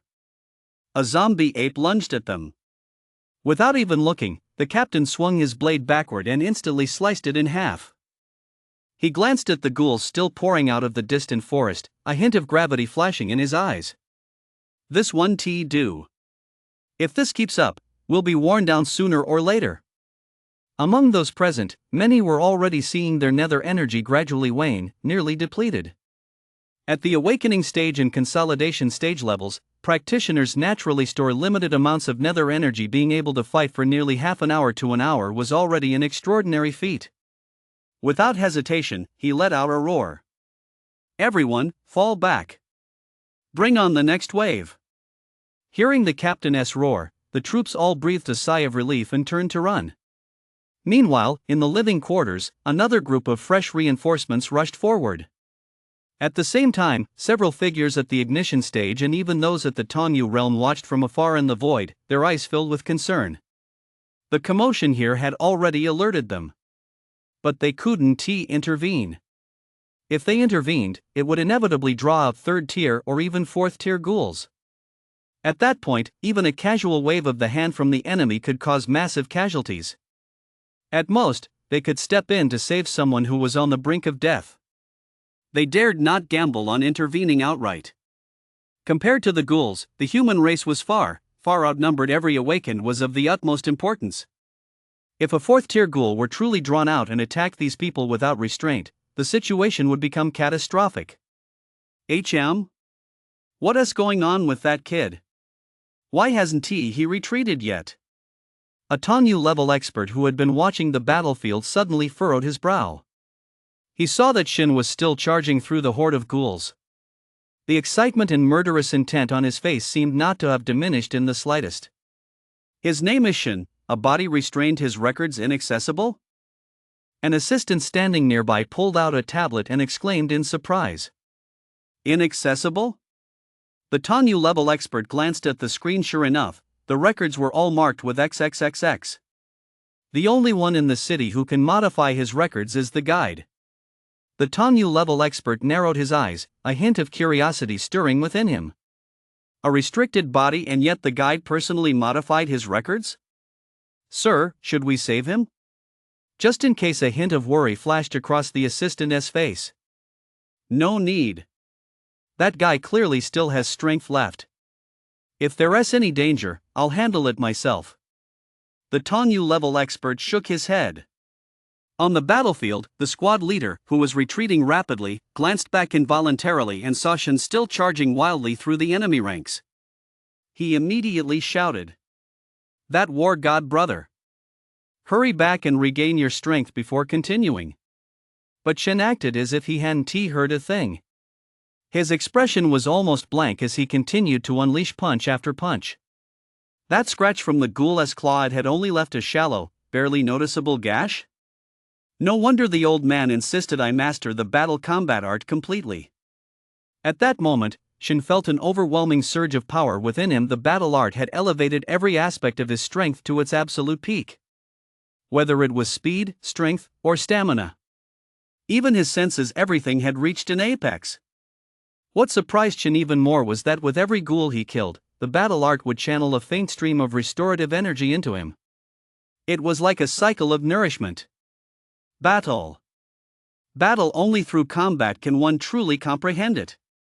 Golden light flashed in Shen's eyes at that moment. He fully understood what the battle art truly was. It was, quite simply, a technique born for battle. As for the mental energy and vitality required to maintain this state, under Shen's cultivation of the immortal 9 contemplations, the illusory mountain peak within his mind trembled ceaselessly, minimizing his losses to an almost negligible extent. Especially the little golden figure seated upon it seemed to provide him with an endless supply of vitality. The Shinzaianjiogwen and the golden figure ensure that my mental energy and vital energy remain abundant. At the same time, they allow me to keep the battle art active continuously. Although there's always a limit, every time I slay a ghoul, I receive a small amount of replenishment. In other words, as long as the power of the illusory mountain peak and the golden figure hasn't been exhausted, I can keep fighting indefinitely. Shen shattered the charging ghoul with a single punch and licked his slightly parched lips. The old man certainly hadn't shortchanged him. He truly taught him something truly extraordinary. Feeling the blood and chi within him still surging with boundless vitality, Shen felt better than he ever had before. He also sensed that while the golden figure and the illusory peak were constantly supplying him with power, that same energy was also diminishing bit by bit. The energy he was feeding back to them was of no use to the golden figure or the mountain. The moment it dwindled to a certain point, that would be the moment he lost his ability to fight. But even so, it was enough. After all, he was only at the awakening stage. The golden figure and the mountain would surely grow stronger as he did, until the energy became truly inexhaustible. With a savage laugh, he immediately resumed his fierce battle against the ghouls. Even though the cotton jacket he'd been wearing on his upper body had been torn to shreds, and his entire body was covered in countless wounds that were slowly healing, Shen still paid no heed whatsoever. His entire body suddenly shuddered, and he charged deeper into the horde of ghouls. He had already realized that among this group of ghouls, there were no beings at the 3rd stage ignition stage level. Below the 3rd stage, he was invincible. In the distance, those who had retreated to the living quarters and were sitting cross-legged to restore their inner strength watched Shen's figure. One by one, they were dumbfounded, utterly shocked. "You're the ghoul, aren't you? The second wave has already charged in, yet your aura hasn't weakened at all. It's actually growing stronger." Morong Xian stared intently at Shen. As a body-sealing practitioner, how on earth did he manage this? Or was it that when he first awakened, some entity had concealed the signs of his awakening? Could he actually be a prodigy of extraordinary talent? "Cousin, who is this man?" Morong Jian's eyes were now filled with intense astonishment. Seeing the look on his cousin's face, he asked in a deep voice. He had originally thought there were no so-called geniuses in this small town in the northeast district. He'd come here not only because his cousin had invited him but also to see that ghost-type awakener. And now, out of nowhere, a scion like this had appeared? Once he returned home, he would have to report this to the family. If he could win him over, he would. If that wasn't possible, he absolutely couldn't afford to make an enemy of him. Shun, Xingqing's childhood friend, Morong Xian said. At the very back, Kai Tianpon watched Shen's figure, his face contorting as he struggled to suppress the jealousy welling up inside him. How dare this kid be so strong? I'm the genius here. At that moment, the brilliance of all the so-called geniuses present was completely overshadowed by Shen alone. The ignition stage and Tongyu realm cultivators watching from the sidelines were stunned by Shen's performance. Moreover, the way Shen carried himself suggested he harbored a blood feud with ghouls. Commander, this kid, I think we absolutely have to recruit him into our torch guild. Yeah, he is a natural-born killer. At his age, I was still sitting quietly in school. Several ignition stage practitioners approached the Tongyu realm expert and spoke up one after another. Whether he joins our torch guild or not is irrelevant as long as he is a citizen of Xia Kingdom, that's enough. The Tongyu realm expert spoke calmly. He'd already thought this when he first saw Shen, but after discovering that the guide had altered the records, he changed his mind. Clearly, the guide had high hopes for this kid. Was his performance recorded? He asked. There are constant surveillance cameras on the battlefield. 3 are still operational, and they've captured everything clearly, the assistant nodded. Send a copy to headquarters, and another to Commander Jiang in Yuan City. The Tongyu level expert gave the order, then continued watching Shen. But the next moment, he spotted the girl who had just been resting in the living quarters, nether energy surging from her body once more as she grabbed her black spear and charged out. Stop her! Shen, who was in the thick of battle, caught a glimpse of Qingqing pale-faced and charging toward him out of the corner of his eye and immediately roared in anger. The Torch Guild members who had just rushed over froze for a moment and glanced back. Although they didn't know what was going on, seeing that Qingqing clearly hadn't recovered yet, 2 of them immediately stepped forward to block her. Get out of the way! Qingqing said coldly. Sis, you need to recover first. If you haven't fully recovered yet, you'll just drag that superhuman brother down with you. A member of the Torch Guild immediately tried to persuade her. Qingqing hesitated for a moment, gritted her teeth, glanced at Shen's figure, then immediately sat down in the lotus position and began rapidly absorbing the surrounding mana.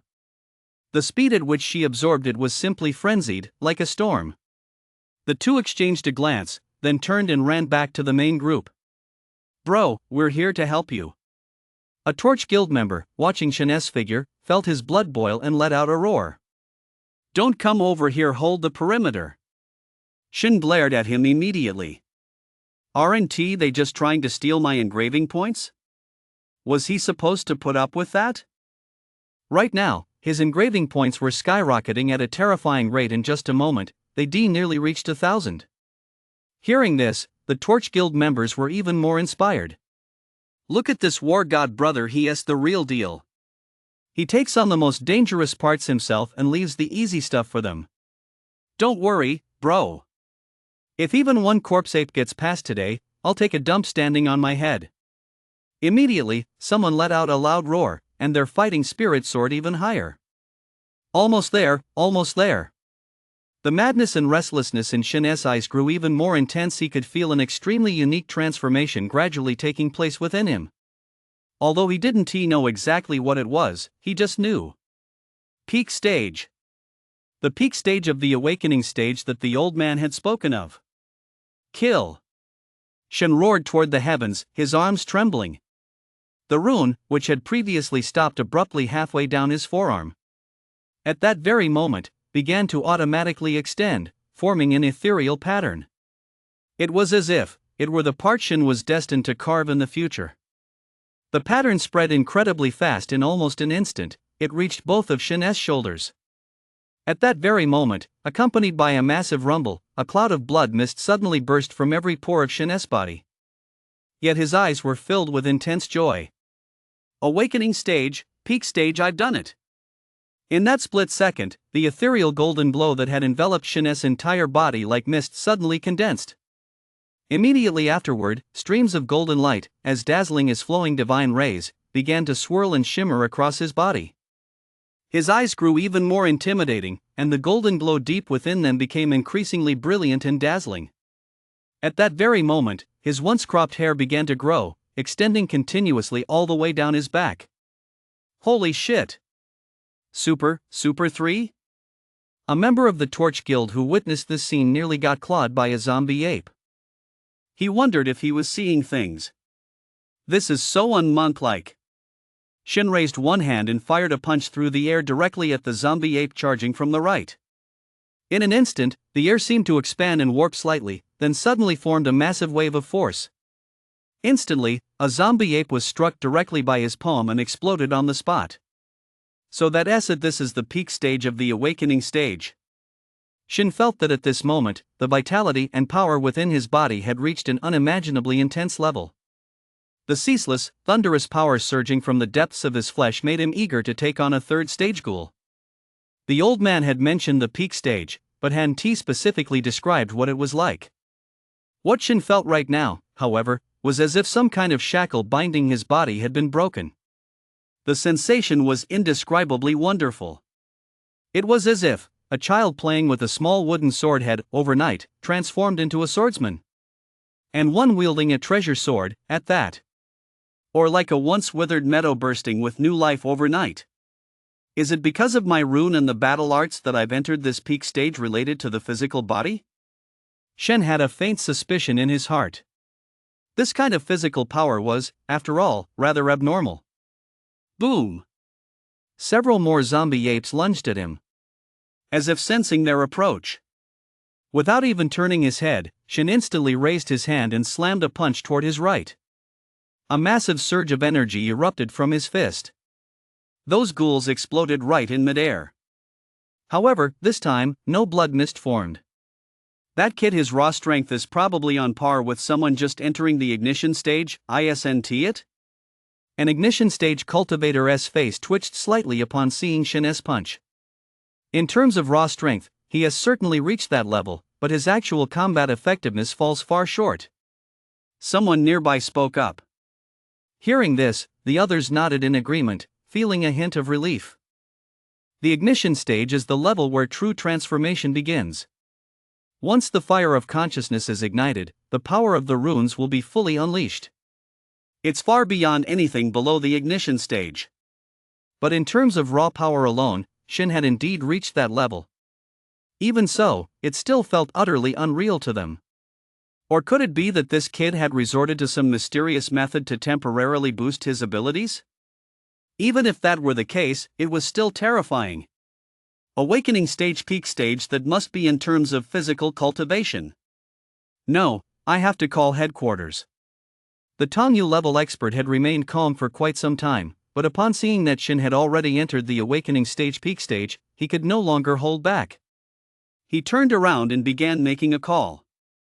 As for the peak stage of a level, those at the Tongyu realm generally have some understanding of it. The main reason was that it was simply too difficult for anyone to cultivate to that level, so the term wasn't widely used. This peak stage isn't just related to runes and techniques. It's also connected to certain aspects of a person's consciousness and more. Don't be fooled by the number of people here. Even if you included the entire city of Yuancheng, aside from Shin, there likely isn't a single other person at this level. As for the term peak stage, it was first proposed many years ago by a senior practitioner surnamed Yen. Who would have thought that today, they'd actually witness one in person? Reporting, sir. This is Dong Tianming, Supreme Commander of the Changbai Mountain Theater. I have what appears to be a child at the peak stage of the awakening stage. As he spoke, a hint of uncertainty crept into his voice. This was his first time witnessing such a phenomenon. Are you certain? There was a brief silence on the other end of the line. Then a voice, tinged with authority, replied. His performance closely resembles the peak stage described by that senior figure, but since I've never seen one before, I can't be 100% certain. But there are some differences. This person seems to have broken through to the peak stage through physical means. Dong Tianming said solemnly. What do his records say? Is his background clean? The records have been altered by the guide of Yuancheng. I don't have permission to access them. There was a moment of silence on the other end of the line, followed by a calm reply. Test the waters first to see if he is truly at the peak stage of the awakening stage. I'll send you the files shortly. If it's true, I'll contact him personally. He is the first child among CIS civilian awakened to reach the peak stage right at the start of the awakening stage. If possible, I'll do whatever it takes to have him join the Torch Guild. Perhaps he could be the future blazing fire. As soon as those words were spoken, Dong Tianming's eyes narrowed sharply, and for a moment, he was speechless. It wasn't until the other party ended the call that he gradually came to his senses. Blazing fire, you really are incredibly lucky. Boom! Boom! Boom! On the battlefield, just as Shin was leading the charge, the ground suddenly began to shake violently, causing everyone's expressions to shift slightly. Why was this tremor even stronger than the one before? Roar! As trees toppled one after another, dozens of figures gradually charged out of the forest. These figures bore a striking resemblance to the zombie apes, yet there were some subtle differences. They were more massive than ordinary zombie apes, with more defined musculature. The white fur on their bodies wasn't pure white, it had a faint, luminous red tint. This made their entire bodies appear even more mysterious and eerie. At the same time, each one's aura was far stronger than that of the zombie apes present. Peak second-tier zombie apes. Retreat! Retreat! The captain, who had only just begun to recover, immediately turned pale and let out a roar. The Torch Guild members engaged in battle with the zombie apes didn't even need the captain's reminder. One by one, they swiftly pulled back. The simultaneous appearance of dozens of peak-tier ghouls could only mean one thing. An even more terrifying ghoul was lurking behind them. Shin, who had just reached the peak stage of the awakening stage, was currently in the thick of battle. Seeing everyone quickly retreat, a hint of gravity gradually appeared in his eyes. Behind those dozens of peak-tier ghouls, there was another, even more terrifying aura. Roar! In the next instant, a blood-red zombie ape gradually materialized amidst the pristine white snow. It wasn't very tall, and its fur seemed to be soaked in blood.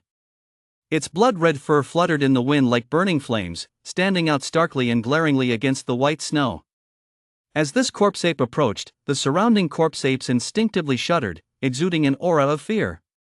To Shin's surprise, though this corpse ape stood only about 2 meters tall, its body was remarkably intact, showing no signs of decay. Only its skin retained its ashen gray hue. A descendant of the Blood Ape King. The team leader SI twitched, and he immediately darted forward. Brother, come back. That's a descendant of the Blood Ape King. At the peak of the second tier, it possesses combat power on par with someone just entering the third tier. You can't beat it. Upon hearing this, Shin instantly remembered. Among the knowledge he recently crammed, there was a description of the Blood Ape King. The Blood Ape King, a 5th-tier white emperor. The overlord of the outskirts of Mount Changbai, possessing terrifying strength. Legend has it that he once engaged in a fierce battle with 2 God realm experts from the Xia kingdom. Though he was severely wounded himself, he nearly killed one of them. That shows just how terrifying he is. This red-haired ghoul before him is a descendant of the Blood Ape King. So is this the little Blood Ape King? A fighting spirit surged in his eyes at this moment. His will was at its peak. He radiated an aura of invincibility. Retreat was simply not an option. Instantly, his figure flickered, and he stood alone on the snowy plain. One man, facing all the corpse apes. Perfect. I haven't had my fill of killing yet. Today, I'll see just how many of you I can slaughter. Shin let out a savage laugh as golden radiance swirled around his body, his vitality surging with overwhelming power. Just standing there, he exuded the aura of a lone defender holding the pass.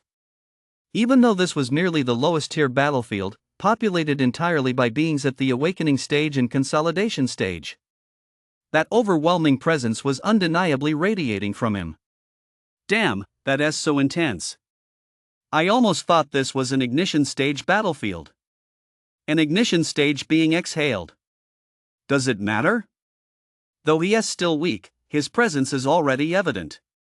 If he doesn't meet an untimely end, he'll surely appear on an ignition stage battlefield in the future or perhaps even higher. Moreover, we, the human race, and our Xia kingdom, should project this kind of presence. If everyone of this generation in the Xia kingdom were like him, why would we ever worry about our nation's decline? Dong Tianming spoke softly, gazing at Shen's solitary figure. For a moment, it seemed to overlap with a being he had once witnessed.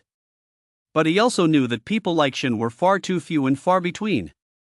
In the distance, the little blood ape king did not charge forward immediately. Instead, he stood quietly in place. Those gray-white eyes seemed to hold a glimmer of wisdom. One arm slowly rose, pointing gently at Shen. The next moment, the countless zombie apes surrounding them suddenly parted. Meanwhile, those dozens of peak second-tier zombie apes let out earth-shaking roars and charged furiously toward Shen. All of you at the peak of the consolidation stage, get the hell over there and back him up. Immediately, someone bellowed, and a dozen or so figures leaped forward, including the squad leader. Xingxing followed close behind without a word. Yang Dian, Zhang Zhuangshi, and Su Guang exchanged glances, gritted their teeth, and charged out as well. If we can't beat it, we'll ambush it. Shen no longer cared about anything around him. In his eyes, there was only this small blood ape king, covered head to toe in blood. The aura emanating from his opponent actually made the hairs on the back of his neck stand on end. But his fighting spirit only grew stronger and stronger. Raising his hand to smash the skull of the corpse ape charging at him from the front, Shen let out a sinister grin. His eyes bloodshot, he fixed his gaze on the little blood ape king. At the same moment, he stomped the ground with such force that the earth trembled, and his entire body transformed into a golden beam of light as he shot forward. This trash can't stop me. You are the only one worthy. Commander, are we just going to stand by and watch?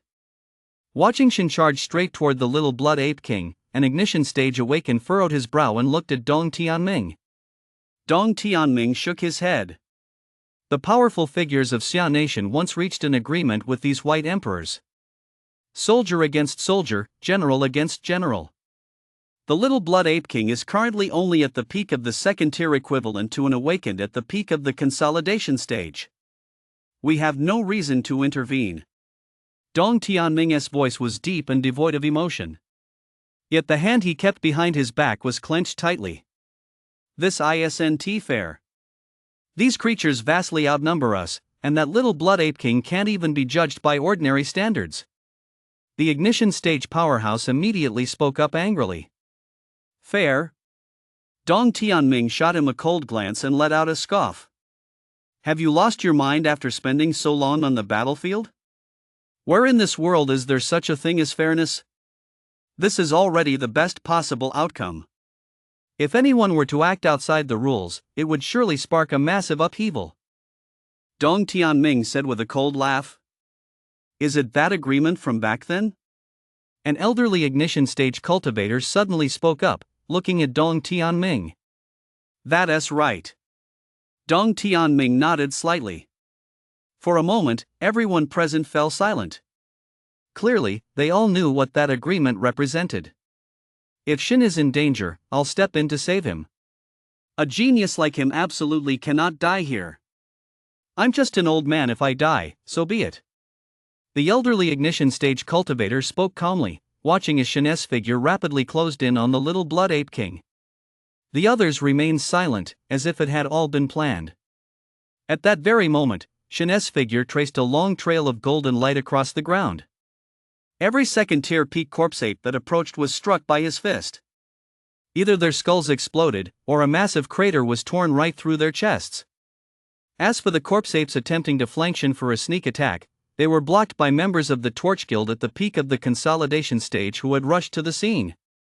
They had clearly realized that Shen's target was that blood-red little blood ape king. Boss! Take that little bastard down. We'll hold them off for you. Yang Dian let out a roar as his shirt shattered into pieces. In an instant, the sky eagle rune on his back erupted with bursts of green light. His entire aura instantly became ethereal, and even his hands seemed as sharp as blades. With a single swipe, an illusory eagle-less claw suddenly materialized, instantly tearing a chunk of flesh from the peak second-tier corpse ape. Zhang Zhuangshi was no different. His body blazed with towering flames, and the crimson flame lion rune on his body seemed to come to life. Roars of a lion erupted in waves, and surges of fire spread out, momentarily holding off the two corpse apes. Su Guang's approach was much simpler. His rune took the form of two crossed long swords. He swung them with such force that he instantly severed one zombie ape's arm. But the most breathtaking sight was Qingqing, her entire body shrouded in nether energy, appearing as ethereal as a ghost. Her beautiful eyes had turned blood red with every thrust of her spear. A ghostly glow flashed, leaving gaping holes in the zombie apes' bodies. These guys came with Shen. How come they're all so strong? Even though they didn't inflict serious injuries on the zombie apes, it's still quite an achievement that they managed to hold them off. Also, their runes aside from the woman and the bald guy, the other two are common, but there is something different about them. Isn't there? Even though this burst of power only lasts a moment, it's still impressive. Why haven't we heard of these young ones in the city before? Several ignition stage cultivators had clearly noticed Qingqing and her group's performance, and their eyes lit up. Although these young ones were still very inexperienced and couldn't even control their power properly. But they're still young. And there is something indescribably peculiar about their runes. I can't quite put my finger on it. Boom! The ground in the distance suddenly trembled. Shen had already clashed with the little Blood Ape King. With just a single strike, Shen sensed that the little Blood Ape King's strength was simply unlike that of a peak second-tier cultivator. The moment their fists collided, Shen could even hear a faint cracking sound coming from his own arm bones. Yet the little Blood Ape King merely took a few steps back. Otherwise, he showed almost no sign of being affected. You human are strong. Suddenly, the little Blood Ape King actually spoke in human language, a savage grin curling at the corners of his mouth. Shen's eyes narrowed sharply, and his scalp instinctively prickled.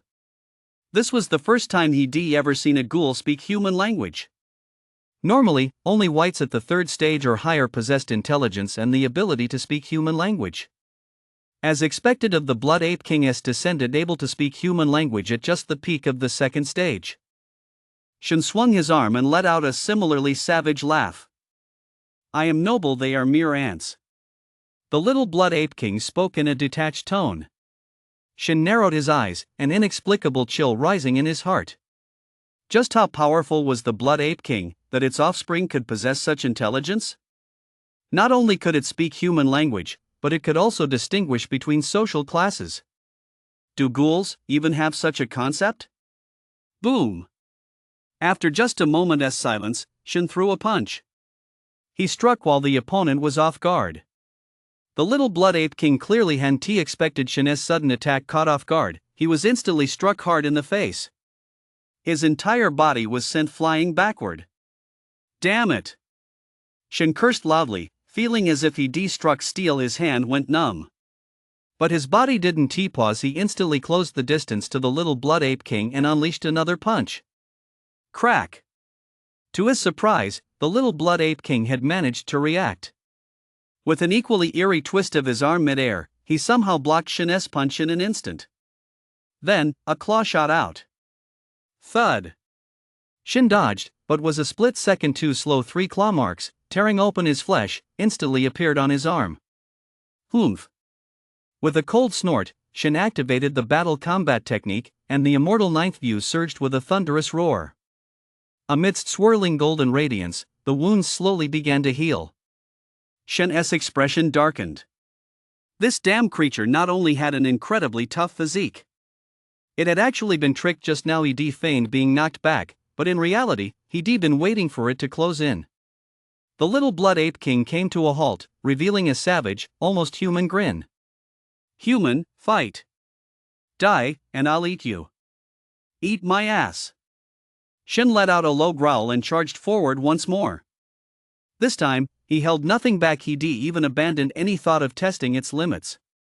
His eyes were filled with ferocity and madness, and the runes on his arms continuously radiated power. As his fist struck, the air itself erupted with a cracking sound.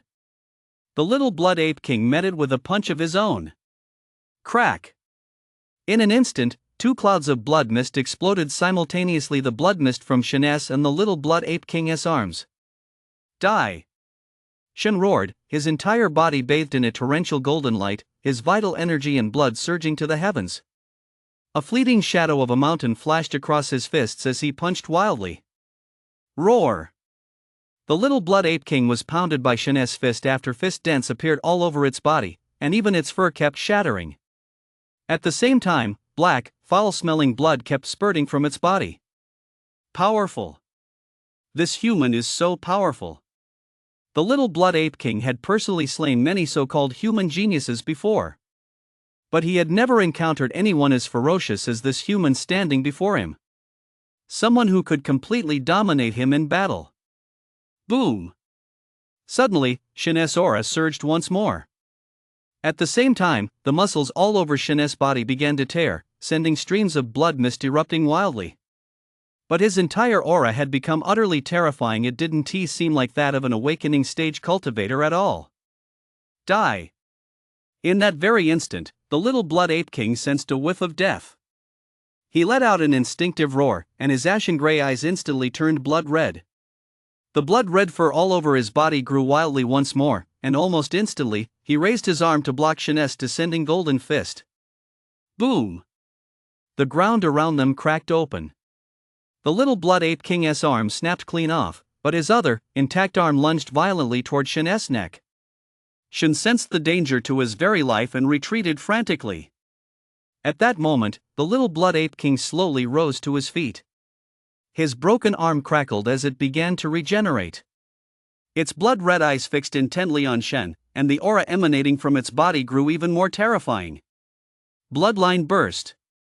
Has Shen actually forced the little blood ape king to unleash its bloodline burst? In an instant, Dong Tianming and several ignition stage cultivators all changed their expressions. Bloodline burst is an innate ability possessed by whites, which uses the impure black blood within their bodies to forcibly boost their combat power. Back then, the Blood Ape King had relied on this very ability to launch a sudden burst of power that nearly slew a in spirit-level powerhouse from the Xia Kingdom. Human, you're despicable. The little Blood Ape King glared at Shin and roared. What a pity. I was hoping to split your skull open before you even had time to react. Shin endured the excruciating pain within his body, gritting his teeth as he let out a cold laugh. From start to finish, he had not once drawn upon the power of the peak stage of the awakening stage all to deceive his opponent. In that split second, he unleashed his full power while simultaneously pushing the battle combat art to its absolute limit.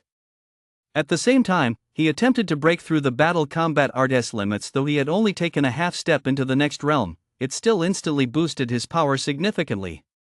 He hadn't expected this little brat to react so quickly. It had gone into overdrive, forcing Shin to retreat with regret. He was secretly shocked by just how terrifying the little Blood Ape King's strength was. Even with all those buffs stacked, he still couldn't finish him off.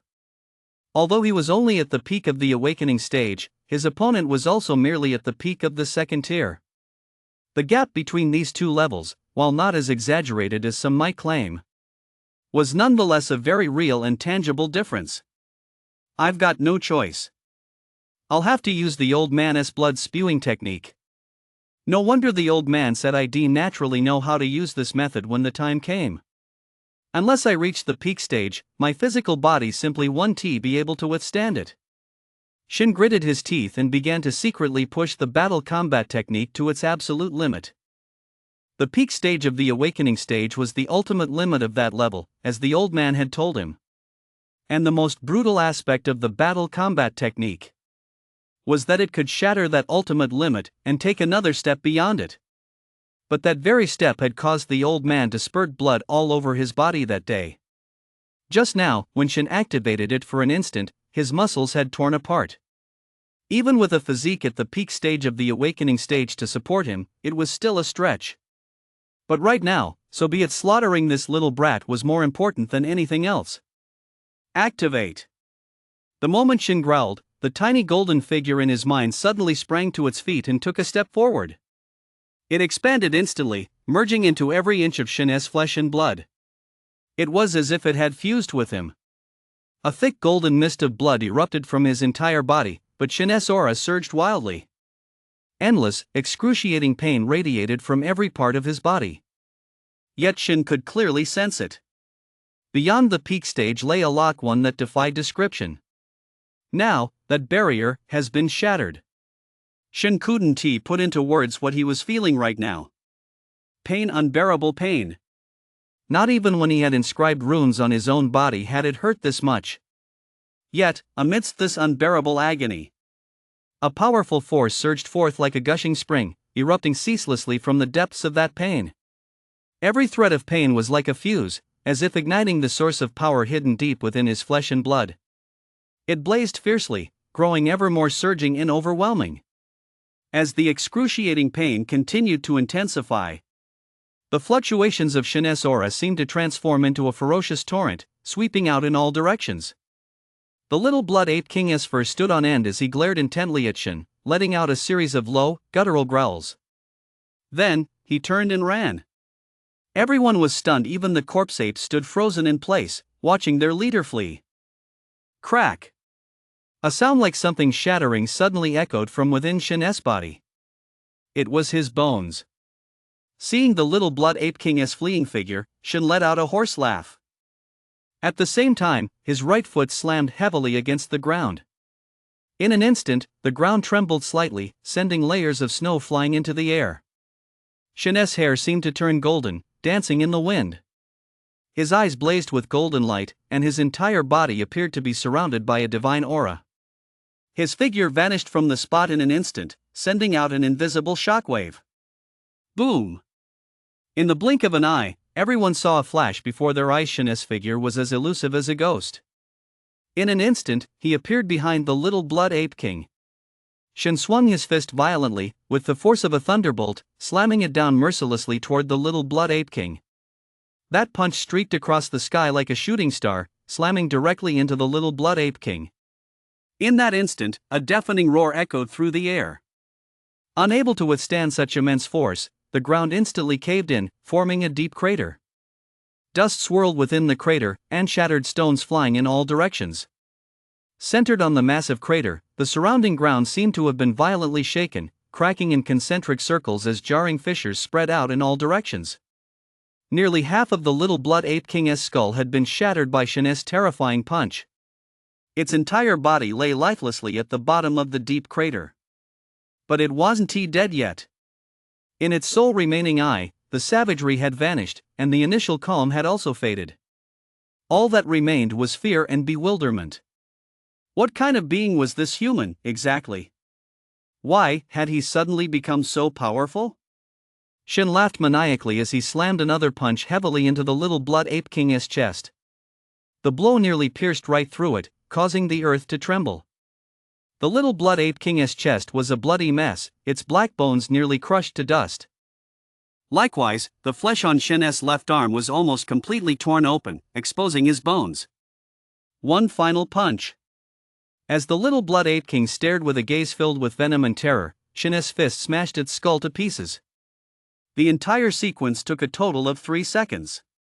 The moment the little blood ape king fell, Shin could no longer hold on. Blood gushed from his entire body, the golden light instantly dissipated, and he was reduced to a blood-soaked figure. His vision went black, and he nearly passed out. He struggled to his feet, his eyes fighting the urge to close. Before losing consciousness, he saw Qingqing and the others continuing to fight their way through the chaos, charging toward him. Just before losing consciousness, Shin had one question. Why did I get into a fight the moment I got out of the car? What? The little blood ape king is dead? Killed by an 18-year-old kid at the peak of the awakening stage? Are you fucking kidding me? Bullshit. I've got a million things on my plate. Why would I waste my time messing with a little bastard like you? You really aren't lying to me? Are your eyes just for decoration? Can't you watch the newly sent video yourself? Somewhere in the capital of Xia Kingdom. Inside an extremely secluded, solemn, and somber conference room. At that moment, the room was filled with shouts, gasps, and the sounds of telegrams being sent. Inside were 5 middle-aged men wearing tight-fitting black uniforms adorned with golden patterns. Among them was a woman. Each of them held an extremely prestigious position, but here, they were arguing as fiercely as old ladies on the street, their faces flushed with anger. As they argued, a gray-haired old man walked in without saying a word. He immediately turned on the projector in front of him and played a video. The footage showed the very moment Shin had slain the young Blood Ape King. The five stopped arguing and simply stared intently at the screen, occasionally narrowing their eyes as a look of deep thought crossed their faces. When the footage ended, the old man, seated at the head of the table, glanced at the five of them. "Go ahead, everyone. What are your thoughts?" The old man's voice was calm and measured, as if he were speaking to old friends. "Awakening stage, peak stage, this is definitely peak stage. And somehow, this kid has managed to break through yet another limitation right within the peak stage." A middle-aged man with a scar on his forehead spoke up, his eyes gleaming with excitement. "Commander, I believe this Shin must have had contact with Senior Yen, or perhaps obtained some method from him.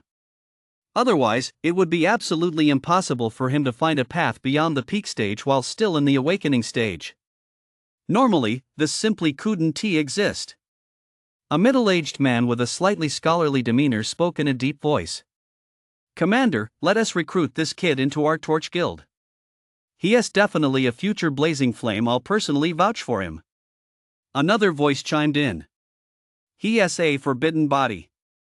The commander's single sentence left all five people present speechless. Forbidden body? "Commander, you must be joking." The only woman present laughed. But she fell silent immediately. Ever since taking control of the Torch Guild, the commander had never once joked. "I contacted the guide at the Ember Pavilion in Yuan City and received some information." The commander clasped his hands, his gaze sharp. "Shin has had contact with Yen Gue. The only thing we can confirm for certain right now is that Shin is an awakened specializing in physical cultivation. I suspect he may have inherited something from Yen Gue." Immediately, the expressions of all five people present shifted slightly. They knew what this meant. Even though they themselves had only been promoted to blazing fire in the past few decades, they had heard of Yen Gue even while they were still growing. In fact, many high-ranking members of the Torch Guild, though they never met Yen Gue, regarded him as something of a mentor. "Senior Yen is still alive?" After a long moment, the refined middle-aged man spoke, his voice tinged with surprise. "If that were truly the case, Senior Yen would have to be considered a true old monster." "I'm not sure about that, but if Shin really does get his hands on Yen Gue's possessions, how do you think the Chang family will react?" Bang! The middle-aged woman immediately slammed her hand on the table, a chill flashing across her face. "The Chang family, do they really think they're the saviors of Xia? Of all those who participated in that battle, didn't the Chun family contribute the least? No matter what you say, at least right now, the Chang family has people in every sector. Even at the capital academy, one of the vice presidents is from their family. So what? Does that mean Shin can just step in and take action once he enters the academy? Heh, you know full well what these major clans are capable of." "What do you mean by that?" "My Shangwan family is one of them too. What is your problem with us?"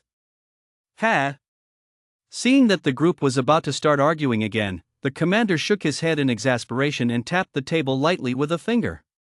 "I've already sealed away all of Shin's files and footage. For now, I'd like to ask you all, what should be done with Shin in the future?" The group exchanged glances, momentarily at a loss as to how to resolve the situation. If he were to enroll in college, he would inevitably reveal certain aspects of himself and come under the watchful eye of the Chang family. Not to mention Shin's connection to Yen Gue. Even without the Chang family, there are other factions that would specifically seek out a unique genius like Shin. As for joining the Torch Guild, that's one option, but at Shin's age, most would choose to go to college. Unless a family was extremely poor, no one really wanted to join the Torch Guild so early to engage in combat. They couldn't force Shin to come either. Seeing the worried expressions on their faces, the commander shook his head and sighed. "You lot, you've been fighting for so many years that your minds have gone a bit dull. I already have a plan for Shin. Now, I need you all to decide together."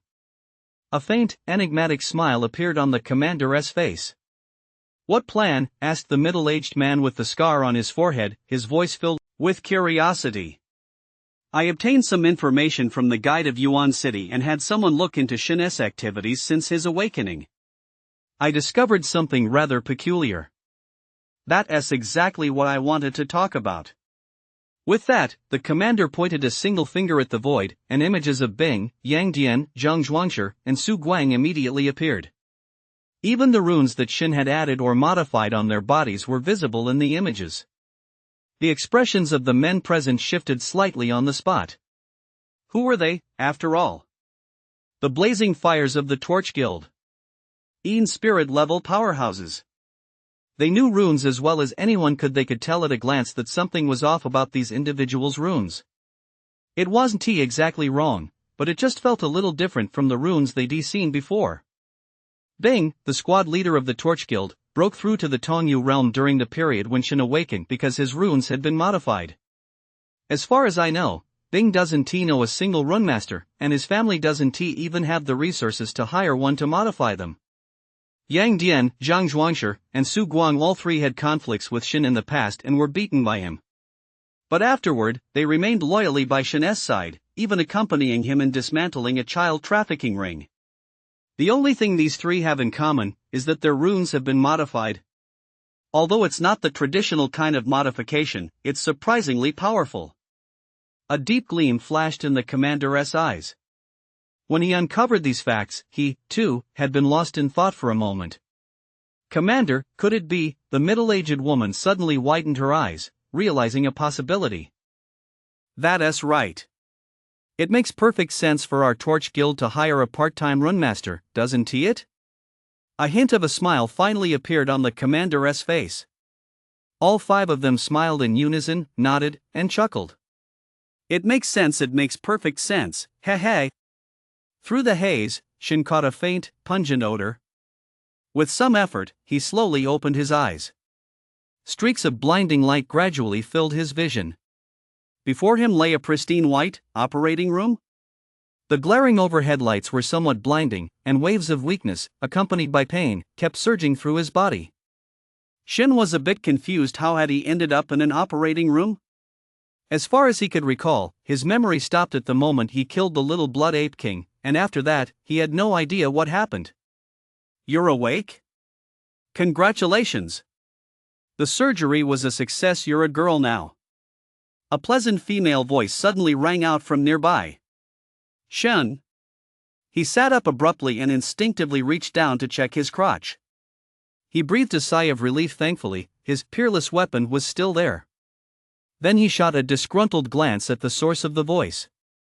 When he got a clear look at the figure, he was taken aback. Why is it you again, young lady? Sitting nearby was a beautiful nurse with her hair tied up, wearing a white lab coat. She wore gold-rimmed glasses, and her plump thighs were sheathed in flesh-colored stockings.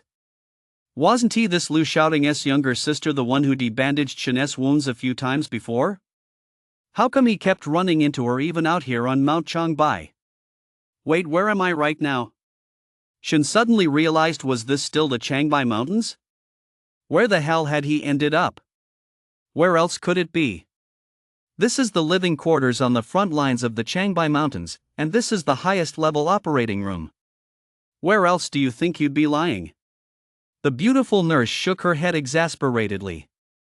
Then she stood up, swaying her hips as she walked over to Shin's side, and pricked his arm deeply with a single finger.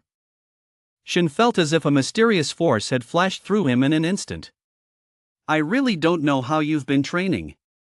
When I first met you, you hadn't even awakened yet, and you took down the weakest tier 1 ghoul.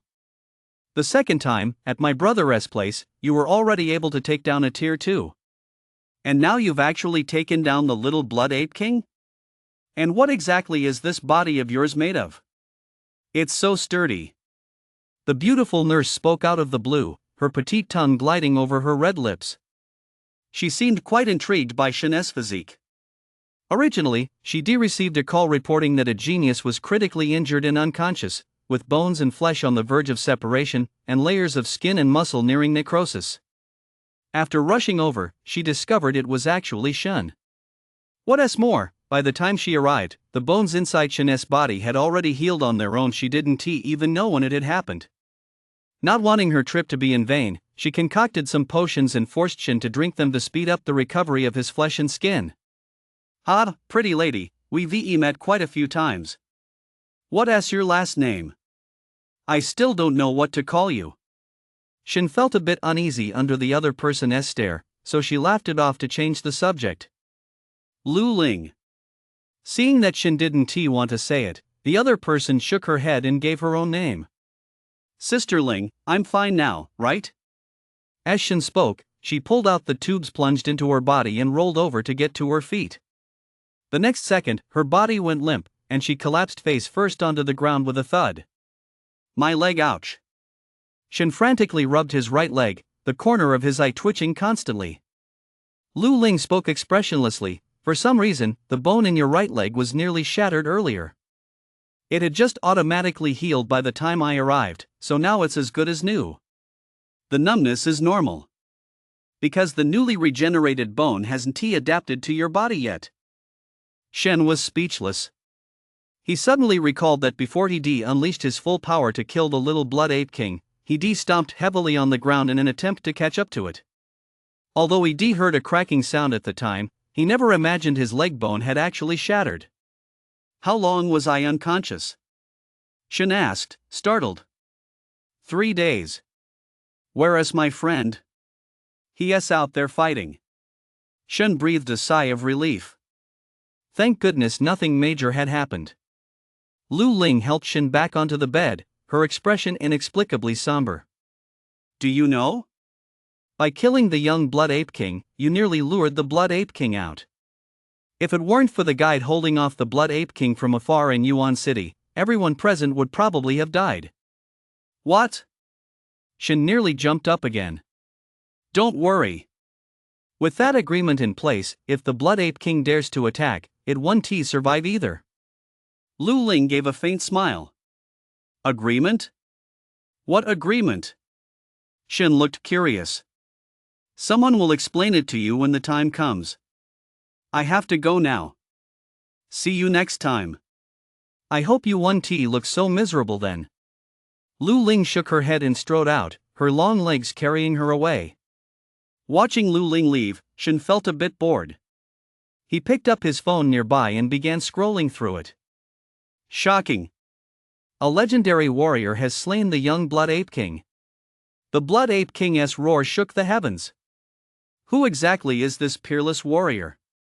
A reporter traveled to the front lines of Mount Changbai in person to search for the warrior, but everyone was left speechless. Not a word was mentioned. The warrior's identity remains a mystery. The guide manifested a colossal form, standing face to face with the Blood Ape King from afar. The sky nearly split apart. Shin watched these breaking news updates, his eyes narrowing slightly. It seemed that his killing of the young Blood Ape King had caused quite a stir. Moreover, news about him had been completely suppressed. No one knew anything. He opened the comments section below and found tens of thousands of posts.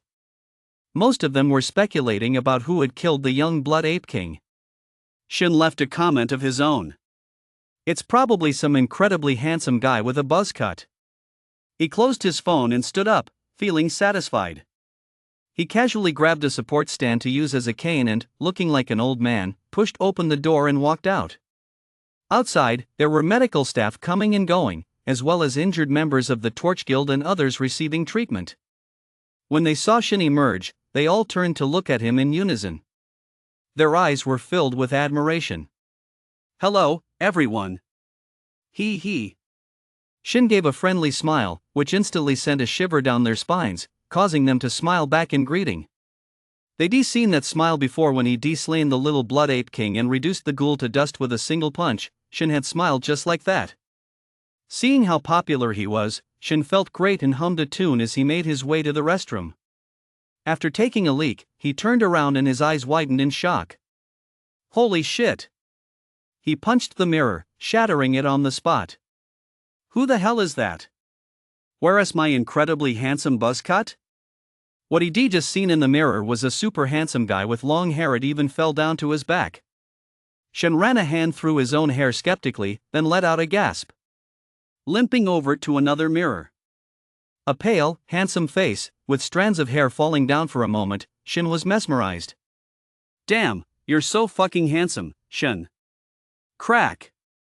A Torch Guild member emerged from the restroom next to him, glanced at the stunned Shin with a flushed face, and walked out. Shin's face twitched slightly. You've got some serious self-control. I smashed the mirror and you didn't even flinch.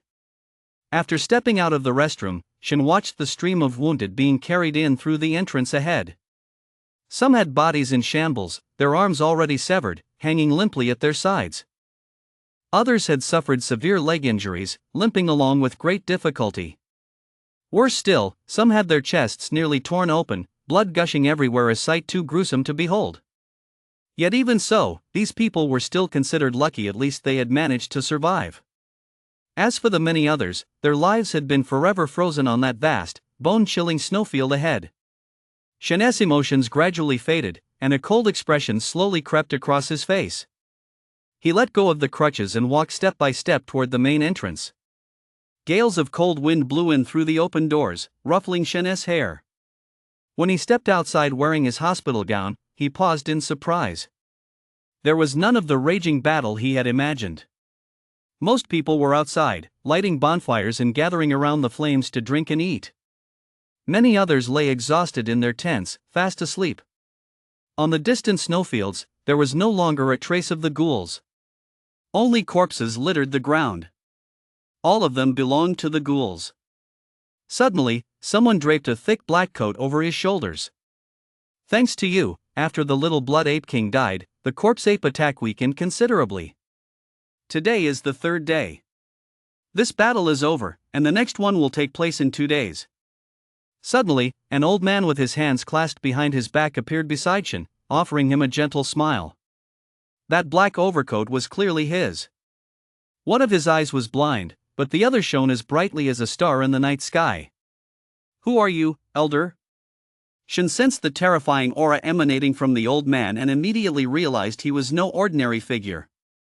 This old man is Wei, one of the squad leaders of the Torch Guild here. Wei patted Shin on the shoulder and let out a soft sigh. What are you thinking about? I don't know, Shin shook his head. After a pause, Shin spoke hesitantly, I never imagined the front lines would be this brutal. I always thought battles weren't this frequent. The front lines marked the city's perimeter. Once that line was breached, the city would face utter devastation. But even so, Shin visiting the battlefield for the first time was still deeply shaken by its brutality. Wei chuckled softly, do you know why our Xia kingdom has endured for so many years, from ancient times to the present? It's not just because we've chosen the right path. More than that, it's because of the bonds we cannot let go of. For our families, for our brothers and sisters, we'll do everything in our power to protect them. Even if we know it's dangerous, even if it means death, we'll still charge ahead without hesitation. A pair of bright eyes fixed on Shin. This is the spirit that has been passed down through generations in our Xia kingdom. You, me, and even them, we're all standing here for the sake of everything we're protecting back home. Isn't that right? Shin nodded. So, cruelty is unavoidable. All we can do is become stronger. At times, anyone could die. Wei pulled out a cigarette and slowly lit it. Shin glanced again at the wounded soldiers who had just been brought in from the rear. Most of them are wounded soldiers we just found on the plains. As if reading Shin's thoughts, Wei smiled. What about the friends who came with me? Are they injured? Shin scanned the area but saw no sign of Qingqing and the others. They sustained some injuries, but they're all minor. They're inside recovering now. I came to find you because the commander here wants to see you. See me? Let us go. Wei smiled and turned to leave. Shin paused for a moment, then followed him. The two entered a building that resembled a watchtower and stepped into the elevator. They rode all the way to the top floor. When the doors opened, they saw a man with graying temples and a somewhat youthful appearance, who gave him a slight smile. Hello, Shin. I'm Dong Tianming, commander of the Changbai Mountain Theater. Come to think of it, the last time I saw you was 10 years ago. You've met me before? No, I haven tea. Then why did you say you'd met me? I was just trying to strike up a conversation. Shen remained silent, glancing at Dong Tianming, who seemed rather stern. Wei had left at some point. In the vast observation room, only Shen and Dong Tianming sat facing each other. Is there anything you'd like to ask? Seeing that Shen hadn't spoken for a while, Dong Tianming couldn't hold back any longer and asked. I heard the Blood Ape King almost intervened, but was forced back by the guide? Shen thought for a moment before asking offhandedly. Dong Tianming nodded slightly, flashing a self-deprecating smile. That's right. That day, I almost thought I was going to die right there. Is the White Emperor really that powerful? Shen looked at Dong Tianming. Although it was their first meeting, the faint fluctuations emanating from him were strikingly similar to those of Crow and Jian Yuyi. Clearly, they were all powerhouses at the Tanyu realm. The White Emperor is equivalent to the ancient realm among humans. At that level, you can think of it as beyond what mortals can imagine. The legendary ability to move mountains and overturn seas is exactly how such powerhouses are described. Shen's eyes narrowed slightly. Although he had imagined just how powerful the ancient realm might be, he never expected it to be this strong. Moving mountains and overturning seas, those were feats only mythical figures from ancient legends could accomplish. A guide, at the ancient realm, could they really have reached such heights already?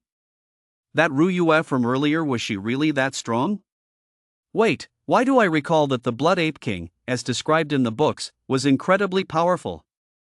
Back then, when two in-spirit realm experts hunted it down, one of them nearly lost his life in the battle?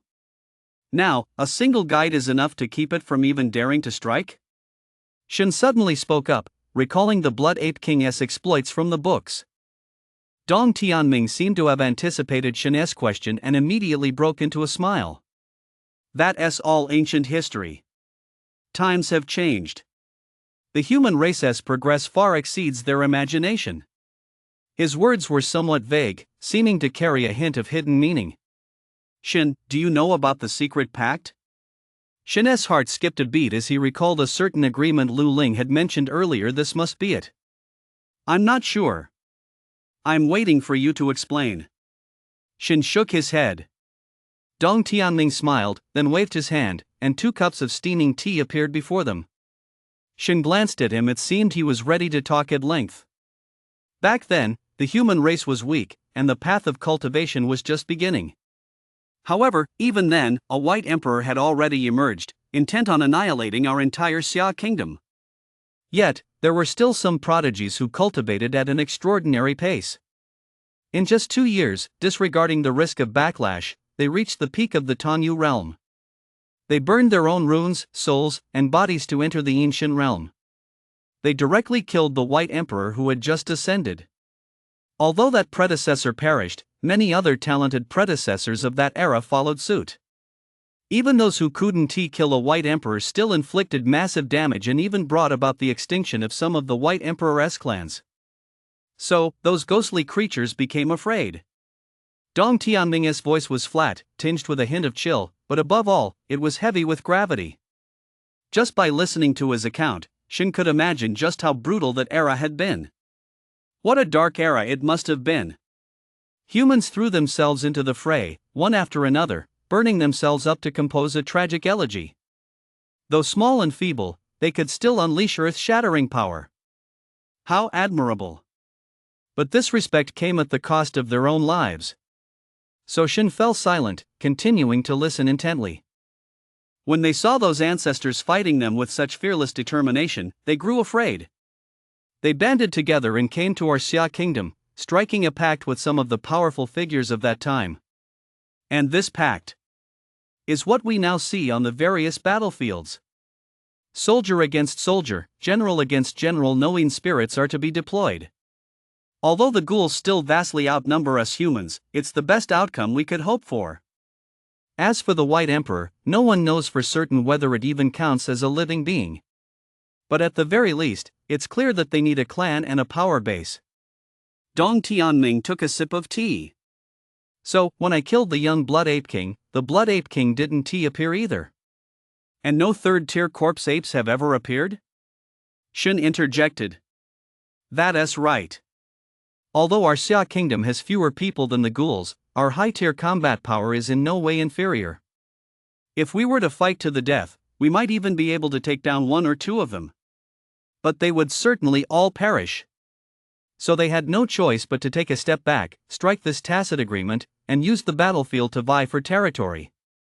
But what do they need territory for? Don't ghouls just want to devour life? Shin furrowed his brow, somewhat puzzled.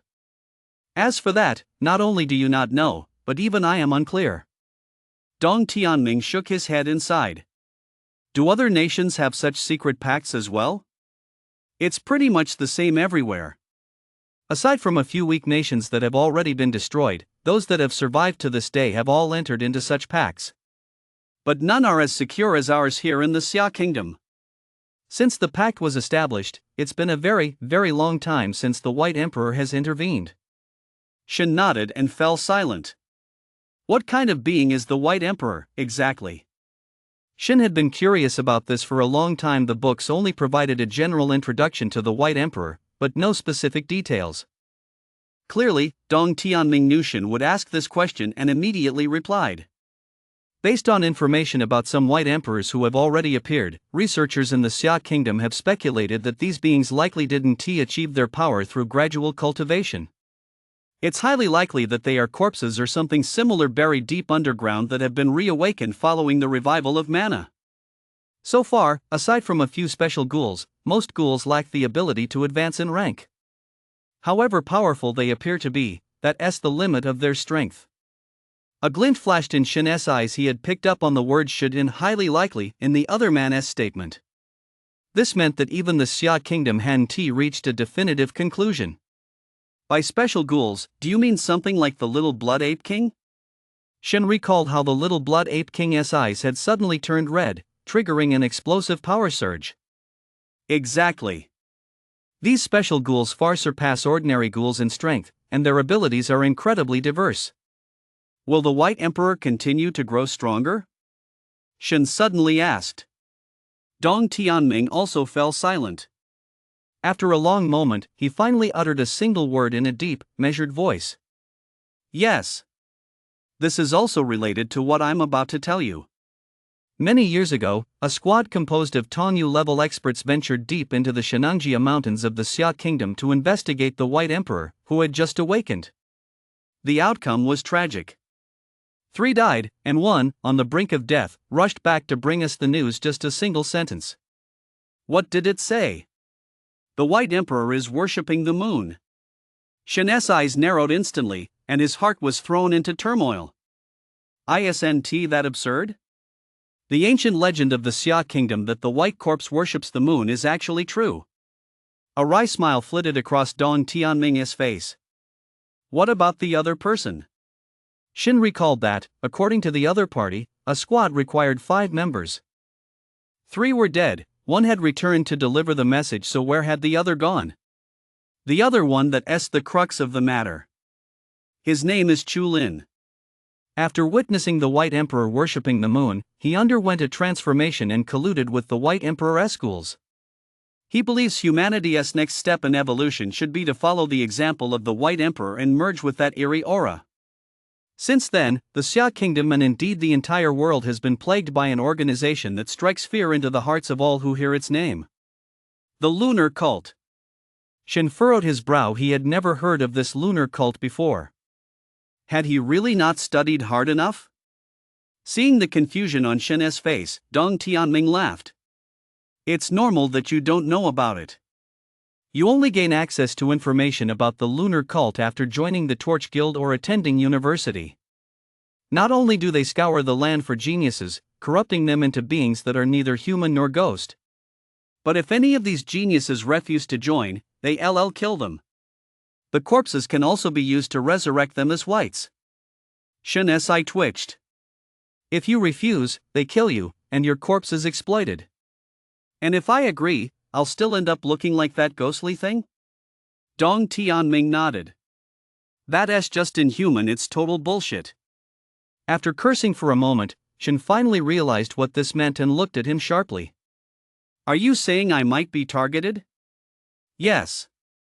Although your original guide and even the Torch Guild headquarters have already erased your records, and today's footage has been classified as top secret. But there is still no guarantee against the lunar cult's all-pervasive intelligence network. I wouldn't put it quite that way. It's more accurate to say that members of the lunar cult could show up anywhere. Shin ran his fingers through his hair, looking somewhat troubled. Then how can I spot them in everyday life? So I can be on guard. Unless they actively attack you, there is no way to detect the eerie aura within them. Shin jumped to his feet and began pacing back and forth. He wasn't particularly afraid for himself, but he dreaded the thought of them using his family to threaten him. Dong Tianming had also said that these lunar cult people could pop up anywhere. Even if his records had been erased, there was still a chance they could track down Dong Xia and the others. Suddenly, Shin's eyes turned slightly red as he fixed Dong Tianming with a piercing stare. You've told me all this isn't this the most important part? What exactly do you want? Dong Tianming smiled faintly and snapped his fingers. It's simple, just have a talk with a certain someone from the Torch Guild. Trust me, the Torch Guild will never harm you. As he snapped his fingers, everything around them gradually plunged into utter darkness. From the depths of the darkness, a strange black flame began to flicker. Even though it was in the dark, the flame was black, yet strangely, it stood out quite clearly. The flickering grew more intense, and eventually, it gradually took the form of an old man. Hello, Shin. I am Yi Xiaoxin, the current ruler of the Torch Guild. Also known as the Commander. When Shin returned to the room Dong Tianming had prepared for him, he still felt somewhat bewildered and dazed. But more than anything, he was silent. He had spoken at length with the old man named Yi Xiaoxin. He had also learned a great deal of information he'd never heard before. Most importantly, the man turned out to be a longtime friend of that old man, Yin Gue. At the same time, Shin also learned that the old man and ignition stage cultivator was actually a legend among the Torch Guild's high-ranking members. All because, back then, the old man had proposed the existence of a peak stage within the level system. He had also shared numerous physical training methods, teaching that generation how to attempt to break through the peak stage, and so on. Some of that experience is still practiced by the Torch Guild to this day. In fact, many even regard him as a mentor. At first, he thought this old man Yuan Ti a good person and was trying to cause trouble for the old man, so he kept his answers vague. It wasn't until the other man pulled out a photo of the two of them from their youth that Shin believed him. Although the man in the photo looked handsome and tall, a world apart from the old man's shabby appearance, he could still make out traces of resemblance on the old man's face. Most importantly, there were certain facial features that only Shin recognized. Once he was certain, Shin asked if he knew where the old man had gone. But Yi Xiaoxin didn't know either. Then, Yi Xiaoxin told him something that struck him as utterly absurd. He told him not to go to college. At that moment, Shin nearly lost it. I finally got the chance to go to college, and you're telling me not to go? Aren't you just asking for a beating? But realizing this was the leader of the Torch Guild, someone he couldn't afford to cross, he could only force a smile and ask for an explanation. It was that single question that sent a chill down Shin's spine. The Chang family. The Chang family again. As a close friend of the old man back in the day, Yi Xiaoxin seemed to know quite a bit, but he didn't go into detail. He merely mentioned that members of the Chang family were present in universities and even in certain industries. If he entered university, unless he stopped using the battle arts technique his old man had left him, he'd inevitably be targeted by the Chang family sooner or later. Even a vice president at Capital Academy was an elder of the Chang family. Even if he got into university, unless he demonstrated sufficiently strong potential, he wouldn't receive any resources. At Capital Academy, there were true prodigies. Although they weren't quite as extraordinary as Shin was now, they weren't far off. I'm not going to Capital Academy. Can't I just go to a lesser one? Yi Xiaoxin shook his head immediately. If there's already a vice president from the Chang family at Capital Academy, what do you think the other universities are like? Or are you planning to go to a school that offers no support just to get a degree? the Torch Guild could arrange one for you right away. Shin fell silent at that. So, this Chun family, do you really think they dare to target me on campus? No, you shouldn't be focusing on whether they dare or not.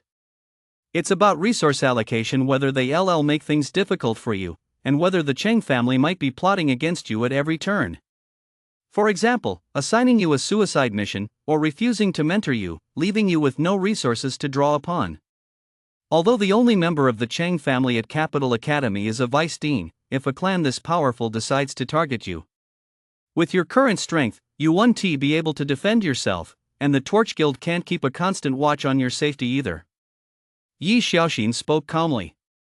So you're just going to stand by and watch me get crushed and killed by them? Shin shot him a strange look. You can't avoid going out on missions. Even if we wanted to shield you, the Torch Guild doesn't have enough manpower to spare to protect you exclusively. The war between Xia Kingdom and the ghouls is far more brutal than you imagine. Shin was at a loss for words. It's just a method for physical cultivation, isn't it?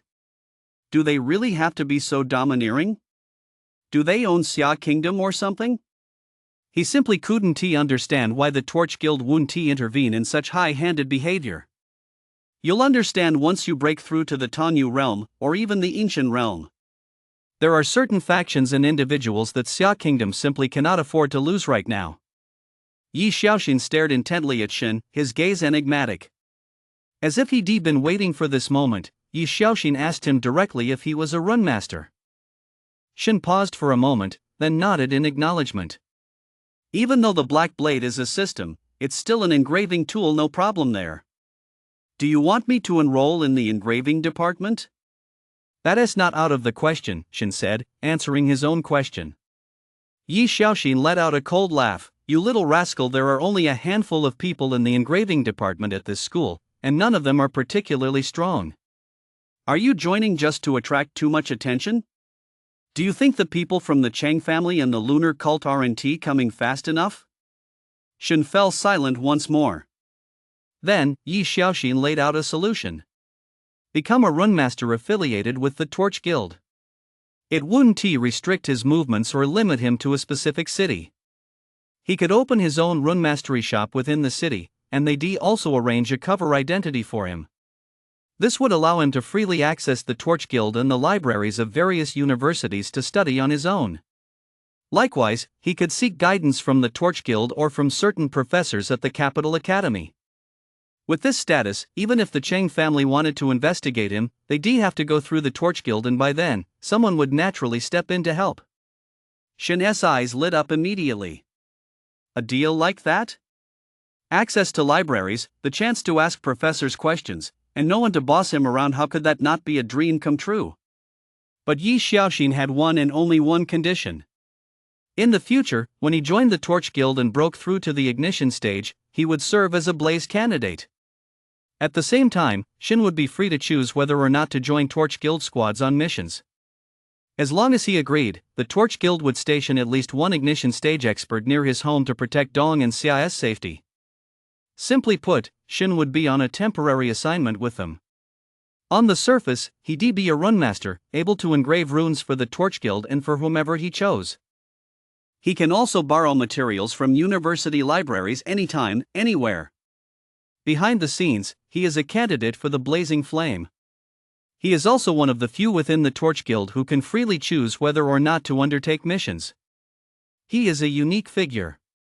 It's safe to say these conditions are absurdly favorable. Even a powerhouse like the Blazing Flame might be assigned missions.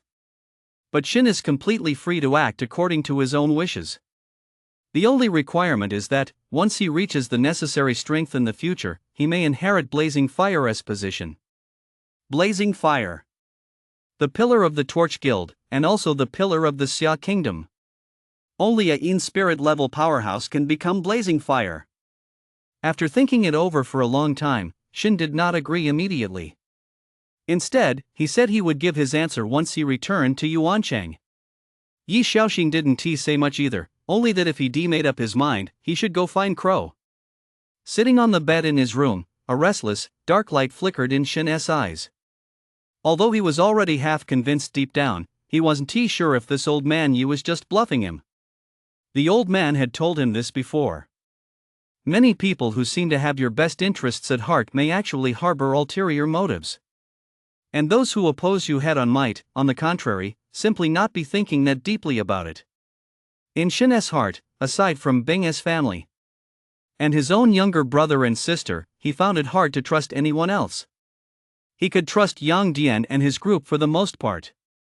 After all, as long as they weren't completely idiotic, they naturally knew just how valuable he, the rune master, was. Although Old Man Yi and the old man had been close friends in their youth, it had been so many years they were both old monsters now. What if one of them suddenly lost their mind and turned evil? So Shin had to be cautious. At the very least, he needed to investigate whether the lunar cult and the Cheng family were really as exaggerated as they claimed before making any judgments. He picked up his phone and searched for keywords like Little Blood Ape King, only to discover that none of the results referred to him. He then searched for the Cheng family.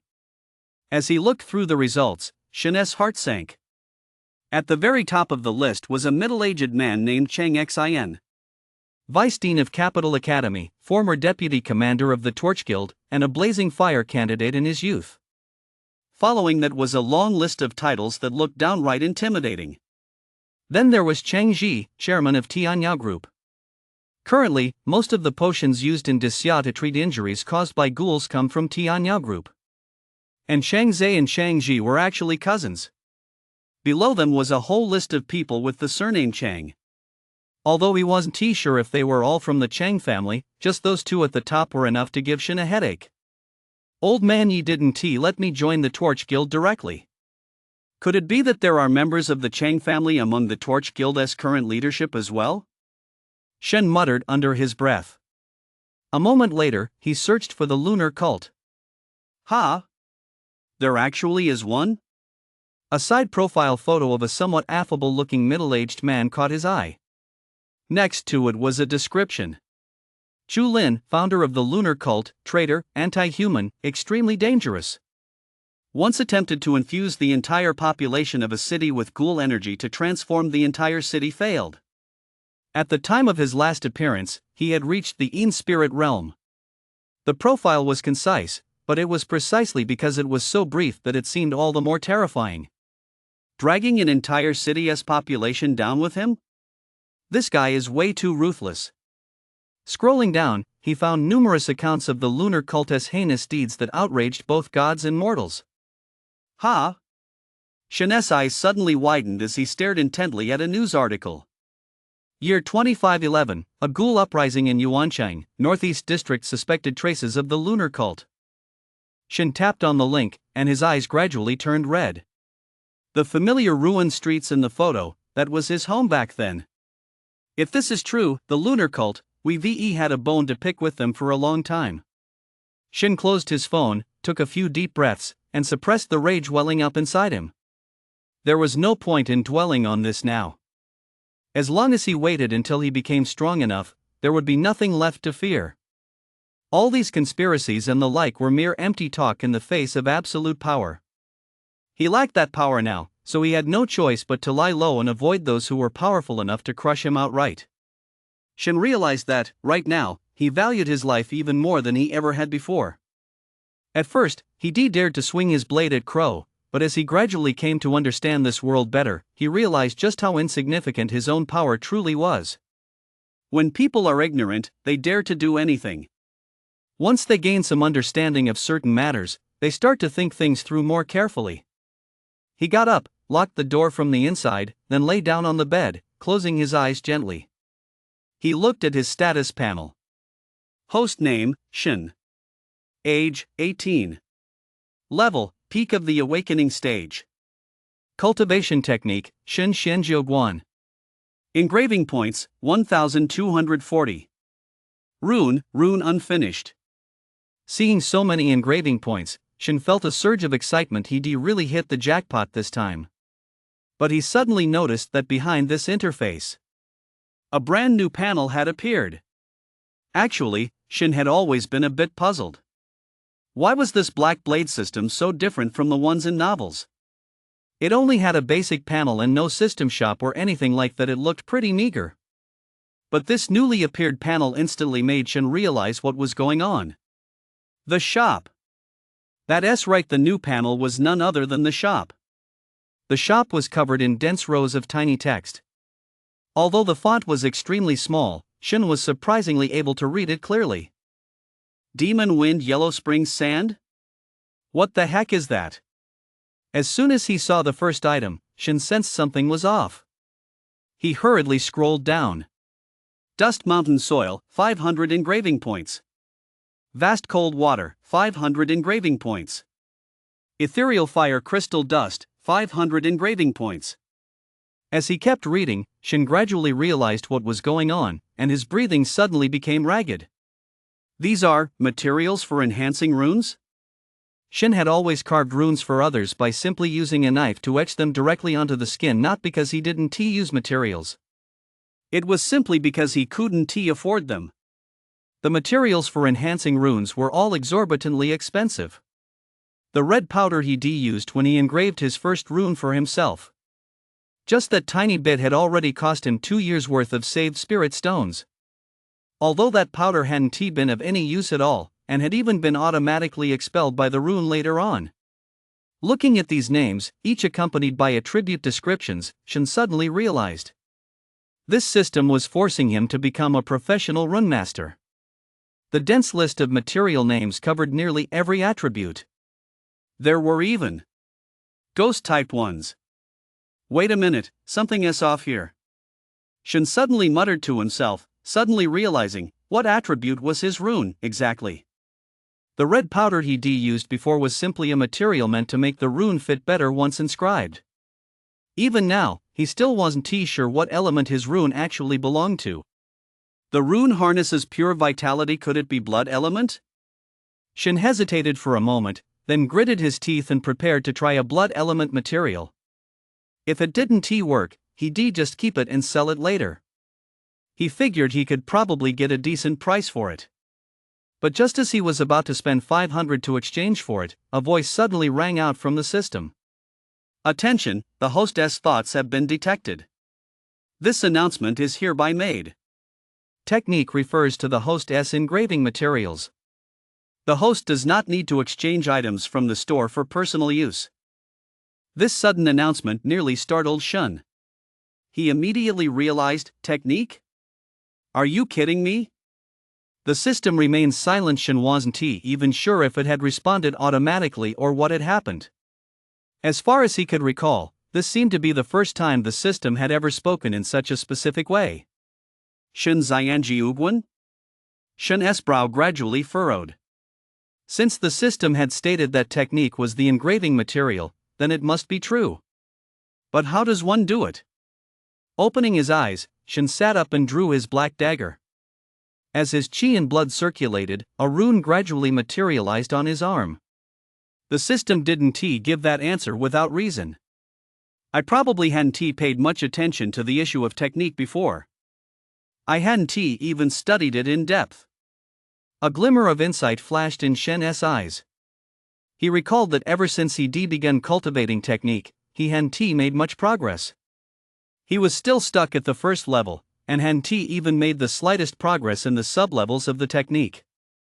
Most of his time had been spent cultivating the battle arts and engraving runes for others. Oh, and going to school. After a moment of silence, Shin sat cross-legged and began to practice the Shinxian 9 contemplations. As his consciousness settled, the surrounding mana continuously flowed into his body, and the ethereal silhouette of a mountain in his mind kept flickering. Half an hour later, Shin slowly opened his eyes. Although nothing had changed outwardly, it was as if he finally knew what to do. That feeling had transformed into an instinct. He no longer needed to think about it. He simply knew how to do it. Picking up the black blade beside him once more, Shin sliced through the panel above his forearm. Bright red blood gushed out, and the flesh pulsed violently, causing Shin's face to twitch. Then, as he activated the technique, the mountain's silhouette began to flicker even more intensely. Shin felt the tip of the blade suddenly grow a fraction heavier. It was as if that mountain's silhouette had materialized right at the tip of the blade. A fierce glint flashed in his eyes, and he thrust the blade violently into the flesh, moving upward inch by inch. Crack, crack. Damn it! In an instant, Shin's face went pale, and beads of sweat the size of soybeans broke out on his forehead.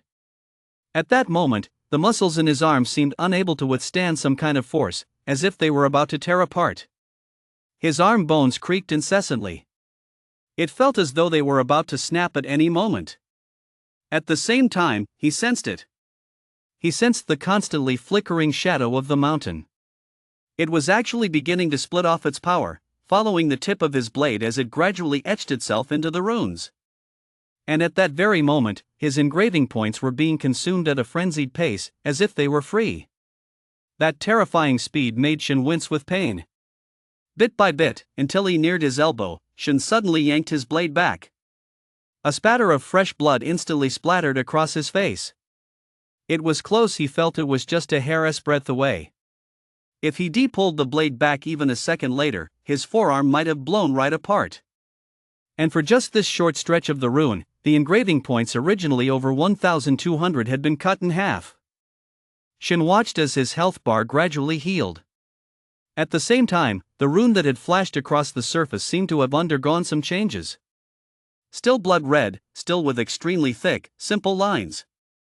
But it was precisely because the lines were so thick that Shin could faintly make them out. The newly inscribed rune, along with the blood-red mark on his right forearm from the previous inscription, seemed to contain the shadow of a mountain. Though called a shadow, it could just as well be described as a faint, mountain-shaped pattern. Just like the old man's mountain pattern. So that's it. As he moved his right arm, feeling the added power within it, a realization gradually dawned in his eyes. He activated the Shin Jiuguan. As the mountain shadows trembled, threads of mountain-like power surged from the tip of his blade into the rune. Even without activating a technique, a single punch of his would carry the power of a technique. If he were to channel the 9 contemplations of Shinxian at full power, the power of the mountainous shadow would surge forth. Combined with the rune at that moment, that would be a synergistic effect. I just don't know if this mountainous shadow is actually part of the rune itself, or if it's the mountain pattern layered on top. No wonder the system kept reminding me I'd been neglecting the technique a bit before. Although the battle combat technique is very useful, the things the system gives me are ultimately even stronger. This is my most important secret. Far more important than the battle combat technique. Shin couldn't help but feel that the system granted by this rickety little knife was truly terrifying.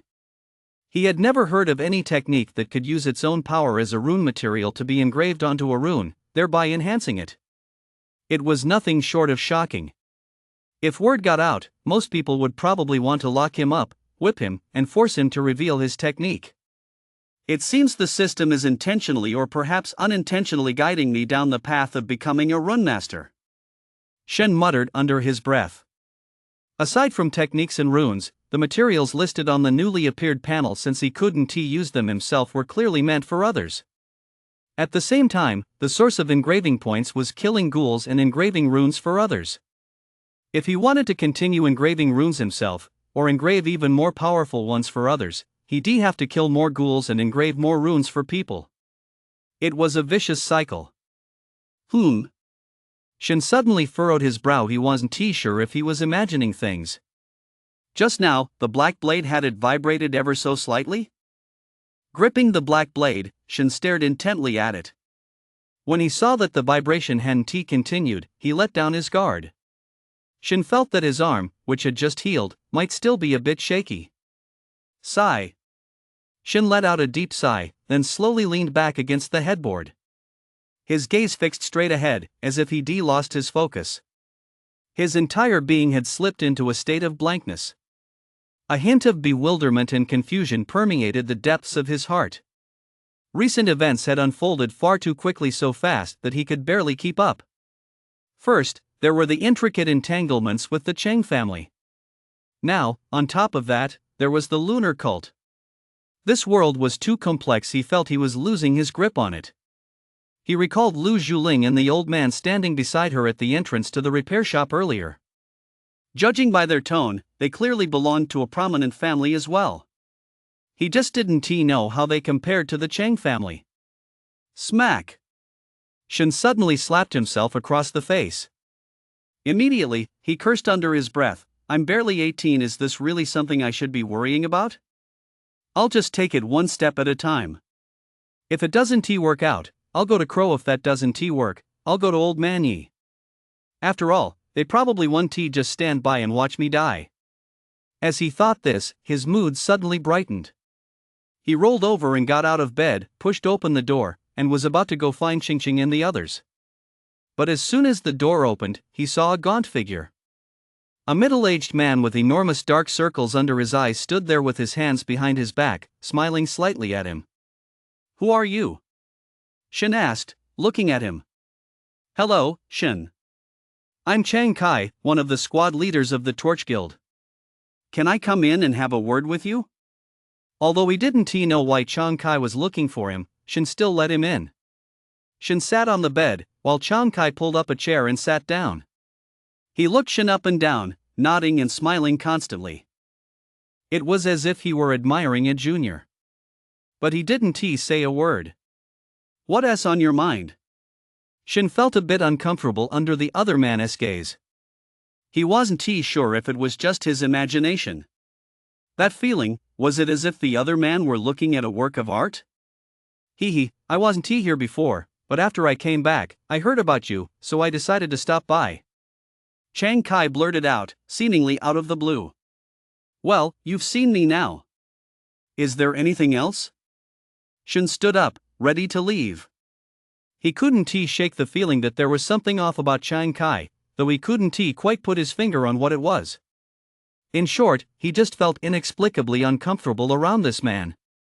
Chang Kai's mouth twitched slightly. What a hothead this kid was. He'd barely been sitting there for half a minute, and already he wanted to show him the door. "I came here to ask you a question." Chang Kai cut straight to the point. "What question?" Shen continued walking toward the door. "What do you think of the lunar cult?" Shen's stride halted just as he reached the doorway. A glint flashed in his eyes as he stood with his back to Chang Kai. Then he turned to face Chang Kai, who was still smiling as if chatting with an old friend. "Come on, old Chang, you're not part of the lunar cult, are you? Do I really need to ask that?" Shen laughed. Chang Kai shook his head slightly. "It's better to ask.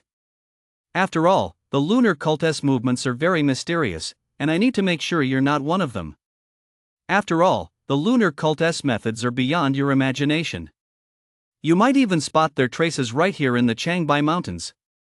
Shen stared at Chang Kai, his brow furrowing slightly. "You suspect me?" "I've suspected everyone here." Shen rubbed his chin and gave the other man a deep look. Then he glanced at the clock nearby. "I've got to run an errand. How about we chat as we walk?" Chang Kai was taken aback. He hadn't expected Shen to say that, but he nodded. "Sure, it's just a few questions anyway." "Let us go, then." Shen chuckled and pushed open the door, stepping out first. The two walked down the long corridor, chatting sporadically. My take on the lunar cult? What they do is simply inhuman. Turning people into white-like creatures, how is that even possible? They can't even enjoy taking a shit anymore. That's one of life's greatest pleasures gone. What would you do if you ran into someone from the lunar cult? If I can fight them, I'll fight. If not, I'll just surrender. My life comes first. Although that's the smartest move to stay alive, I didn't realize you were such a practical guy. After all, those who know when to give in are the true heroes. As they walked and chatted, they grew more and more animated, almost slinging their arms around each other's shoulders. "Brother Chang, where are you from?" Shen slung his arm around Chang Kai's neck and laughed heartily. "Over in the Chuan district. If you ever get a chance to come by, I'll treat you to hot pot, brother." "I'll definitely have to go then, huh?" "Hey, brother Su, what are you up to?" The two had already walked out of the building and were standing outside. Chang Kai looked at Shen's flimsy hospital gown with some confusion. What on earth could this kid possibly do dressed like that? Shen flashed him a friendly smile, baring his front teeth. "Of course. To kill you. Beneath those smiling eyes lay nothing but icy coldness. A flash of black light appeared in Shin's right hand, striking like a bolt of lightning as it plunged heavily toward Chiang Kai-'s heart. Thud. The black blade sank completely into his heart, sending a spray of blood splattering onto the pristine white snow. At the same time, waves of vitality surged through the blade, causing it to vibrate violently, instantly shattering his entire heart. Confusion flickered in Chiang Kai-'s eyes as he stared blankly at the horrific gash in his chest. Then, his body slowly slumped to the ground. Shun! What are you doing?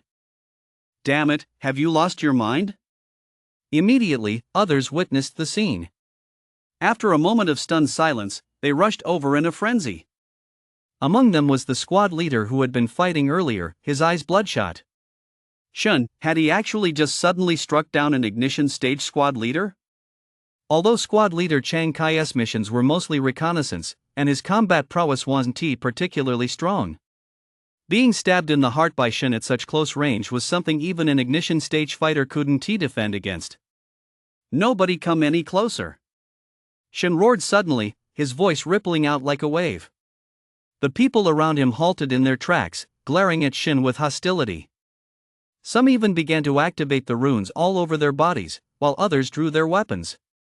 This kid is way too weird. I don't know if he has gone crazy or if there is something wrong with him to begin with. Shun, although I don't know why you attacked Captain Chang. Someone took a step forward, about to speak. But as Shin's frenzied, crimson gaze swept over them, the words instantly stuck in their throat. Shin retreated inch by inch, staring intently at Chiang Kai, who lay in a pool of blood, his eyes unfocused. The hand gripping the black blade was trembling slightly. It wasn't his hand trembling, it was the black blade. This time, he felt it clearly. This Chiang Kai, he is not human. From the moment Chiang Kai sat down in the room, Shin had felt the black blade begin to tremble slightly. The closer he got, the more pronounced the vibration became. The lunar cult. In that instant, Shin thought of the lunar cult. With a normal ghoul, even from a distance, the black blade's warning would be unmistakable. But with this Chiang Kai, Shin had to wrap his arm around the man's neck just to get a reaction comparable to that of a normal ghoul.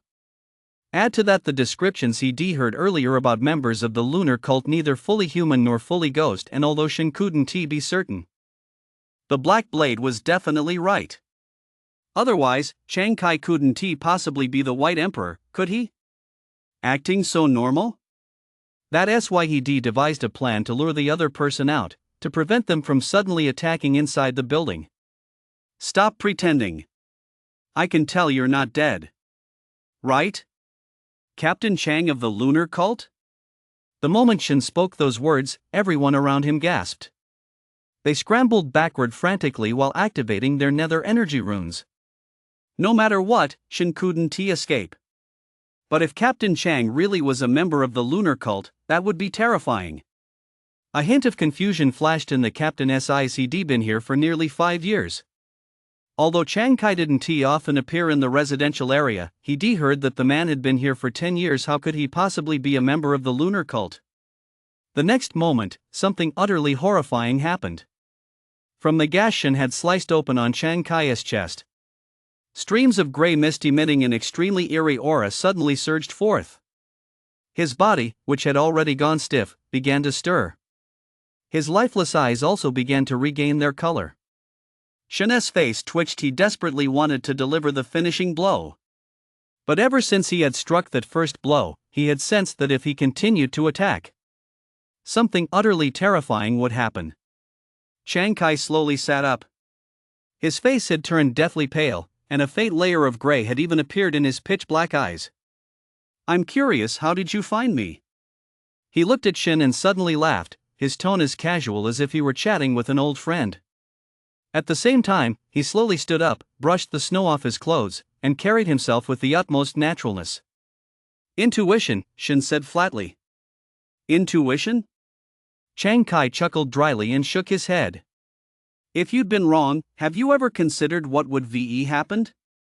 He watched Shin with keen interest. He seemed oblivious to the figures with icy stares appearing all around them. If I killed the wrong person, so what? I didn't like the look of you anyway. Shen looked completely unconcerned. Chiang Kai fell silent, his gray-tinged eyes fixed intently on Shen, his thoughts unreadable. Chiang Kai, we've known each other for so many years. When exactly did you? Wei, his eyes filled with complexity, stepped forward. From other directions, the other ignition stage squad leaders gradually closed in on Chiang Kai. Each of them felt an incredibly complex mix of emotions. A comrade in arms they'd spent every day with and who had even saved each other's lives was actually a member of the lunar cult? They couldn't accept it at first. Chiang Kai had hidden his true identity far too well. If not for Shen's strike today, who knows how long he would have kept it hidden. Uncle Su, you're wrong. I've always been a member of the lunar cult. There's no such thing as joining it. Do you really think our bond will vanish just because of my identity? Chiang Kai shook his head and smiled faintly. Surrender. We'll lock you up at the Torch Guild headquarters, and you'll at least get to keep your life. Wei spoke up. Sayulat just can't see the true nature of this world. This so-called war zone is nothing more than a game. Likewise, you're unwilling to look up at the world above. There was a note of regret in Chiang Kai's tone as ripples gradually surged beneath his feet. His body soared into the air. The faces of the squadron commanders all paled. Chiang Kai was actually at the Tongyu realm. Commander Dong. Chiang Kai gazed into the void, where Dong Tianming stood, a broadsword in hand, staring at him coldly. Impressive. In 10 years, no one managed to see through you. If it weren't for Shin, I suppose you could have hidden for another 10 years, right? Dong Tianming spoke coldly, swinging the broadsword in his hand. Instantly, a massive ripple appeared in the void, directly enveloping the area around the two of them. No. I'd been here for 10 years without a single breakthrough. I was about to give up. Who knew there'd be such a pleasant surprise? Chiang Kai shook his head indifferently, his expression unruffled. Not a trace of fear had shown on his face from start to finish. Regardless, you must stay here today. Dong Tianming pointed his broadsword, and the fluctuations of the Tongyu realm erupted with a thunderous roar. In an instant, the void behind him seemed to manifest a huge, blurry pattern. Chiang Kai's expression remained unchanged, his tone tinged with a hint of regret. Dong Tianming, I once told you that cultivating this sword rune is extremely difficult. Otherwise, you wouldn't still be in the late Tongyu realm without having fully manifested your intent. If you'd listened to me back then, you might actually have been able to stop me today. Dong Tianming furrowed his brow. What do you mean? Chiang Kai said nothing, merely raising a single hand. A massive, deep gray, rotting heart appeared in his palm. Waves of ominous, eerie energy spread out continuously. The moment the heart appeared, Dong Tianming's expression changed drastically, and he charged toward Chiang Kai in an instant. His broadsword slashed out violently, a colossal blade of light cleaving through the void. At the same time, he roared, "Stop!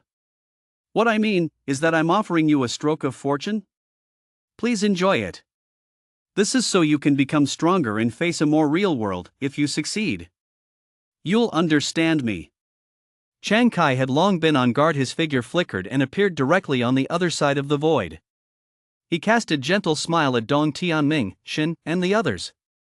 At the same time, the heart in his hand exploded. As the heart burst, it was as if the entire void had fallen silent. In the next instant, visible rings of gray ripples centered on the heart's original position, they instantly engulfed the entire living quarters. Ring after ring, like ripples on water, kept surging outward. The moment Dong Tianming came into contact with these ripples, his face turned deathly pale, and a low growl escaped his throat. His body plummeted straight toward the ground. Trembling uncontrollably, he coughed up blood frantically, and to his horror, flecks of gray appeared in the blood. At the same time, the veins on his body began to pulsate, as if something were constantly moving inside them. Dong Tianming was actually off better than most. Everyone below fell into a coma the instant the gray ripples spread. They collapsed right where they stood, utterly powerless to resist. No, there was one more person, Shin. His eyes widened as he watched everyone around him collapse simultaneously. His face turned pale in an instant, and blood, a mixture of red and gray, began to gush from his 7 orifices. What's going on? Shin darted over to Wei's side and helped him to his feet. The moment he touched Wei, Shin felt his skin was abnormally cold as a corpse's. Reversal heart. He is going to transform everyone. Wei spoke, using nearly all his remaining strength, then passed out immediately. Shin checked him and found that he wasn't dead. His consciousness had merely fallen into a deep slumber. His body, meanwhile, seemed to be struggling against the gray mist. You're actually okay? How is that possible? In the void, Chiang Kai's 7 orifices were bleeding. Large sections of his body had rotted away, and half of his once black hair had turned white. Clearly, activating the reversal heart had taken a heavy toll on him. But when he saw Shin still standing there as if nothing had happened, his eyes nearly popped out of his head, and all trace of his usual composure vanished. What exactly are you trying to do? Shin gritted his teeth, murderous intent surging in his eyes. Cough, what am I doing? You saw it yourself, I'm transforming them. Chiang Kai stood in the void, coughing up a mouthful of blood as he looked down at Shin. Shin, join us. You'll understand everything. Chiang Kai spoke earnestly, his eyes filled with sincerity. Stop this. I'll join you. Shin glanced at the people around him, then fixed his gaze on Chiang Kai, his voice cold. Once the reversal heart explodes, there's no stopping it. Whether they can hold out or not depends entirely on them. I'm merely the one setting it in motion. Chiang Kai shook his head.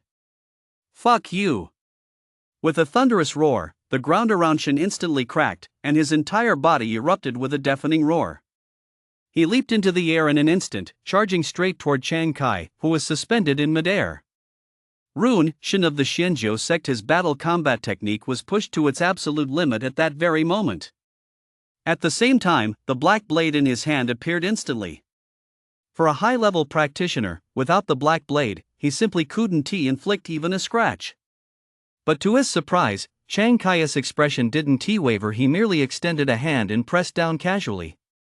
Immediately, Shin felt as if a mountain were crashing down from the depths of the sky. Before he even reached halfway, he was instantly slammed into the ground by this force.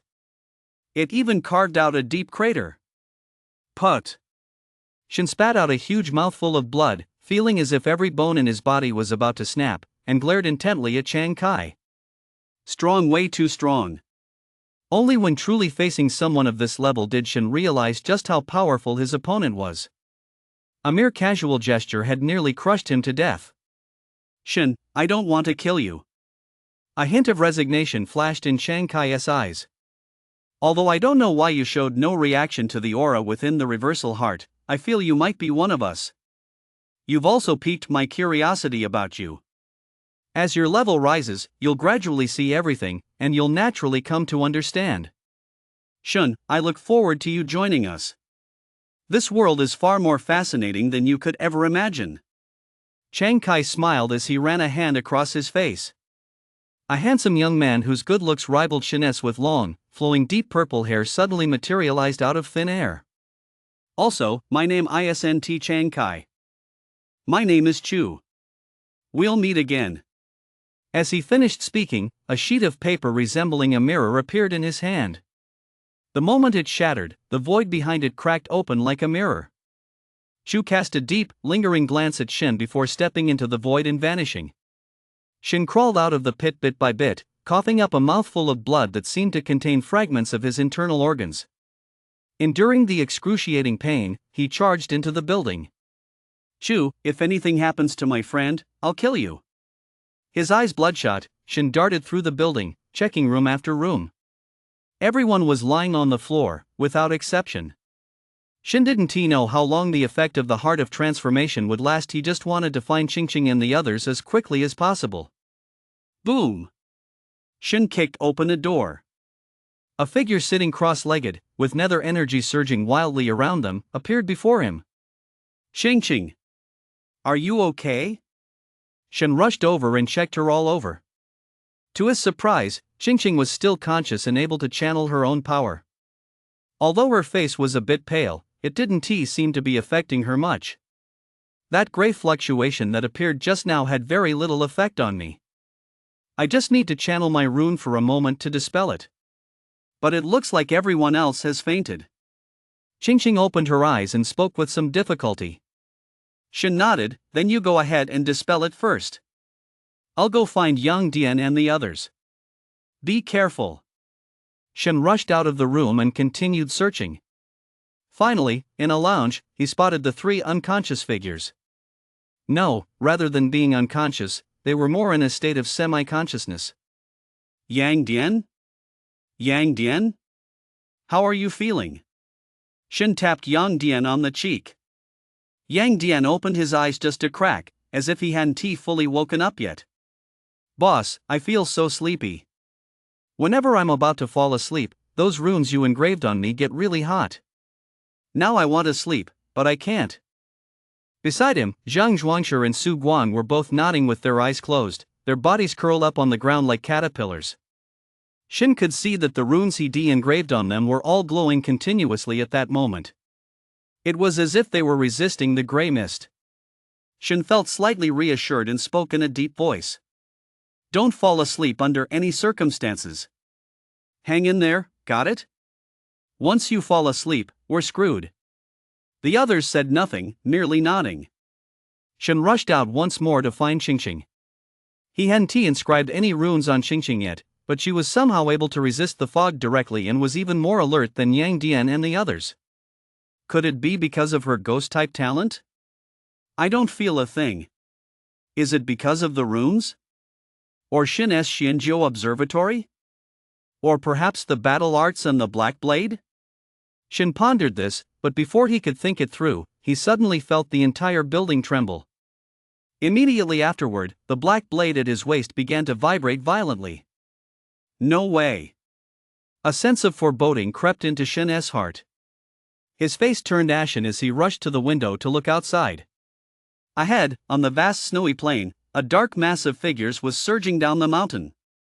That vibration was caused by this swarm of figures. Shen turned and ran, rushed back to his room to grab his phone, and immediately sent a message to both Crow and Zhang Yuyi. The lunar cult has activated the reversal heart on the Changbai mountain front line. Everyone is unconscious. Send immediate backup. After sending the message, Shen threw on a hospital gown and dashed outside. He absolutely couldn't let those beasts get through.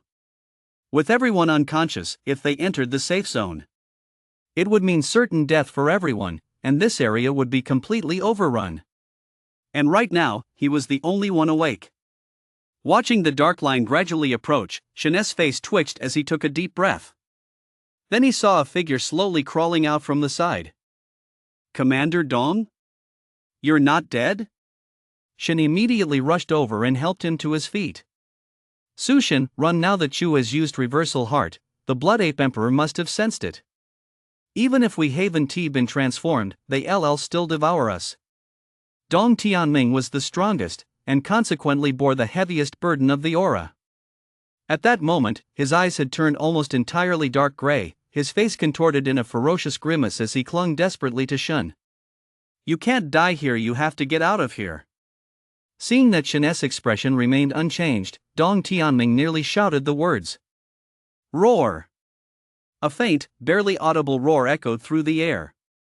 Upon hearing it, Dong Tianming's expression grew even more ferocious. Third tier, there are 2 peak third tier auras. Shen, run! Even though he was nearly unable to move, his spiritual sense could still detect the auras gradually drawing nearer.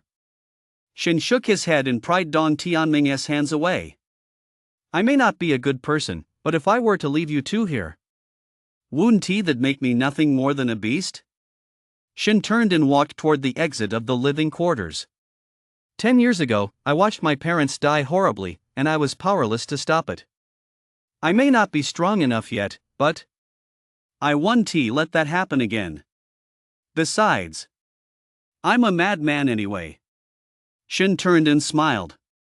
Dong Tianming stared blankly at the teenager's retreating figure. He knew that nothing he said could change the other's mind.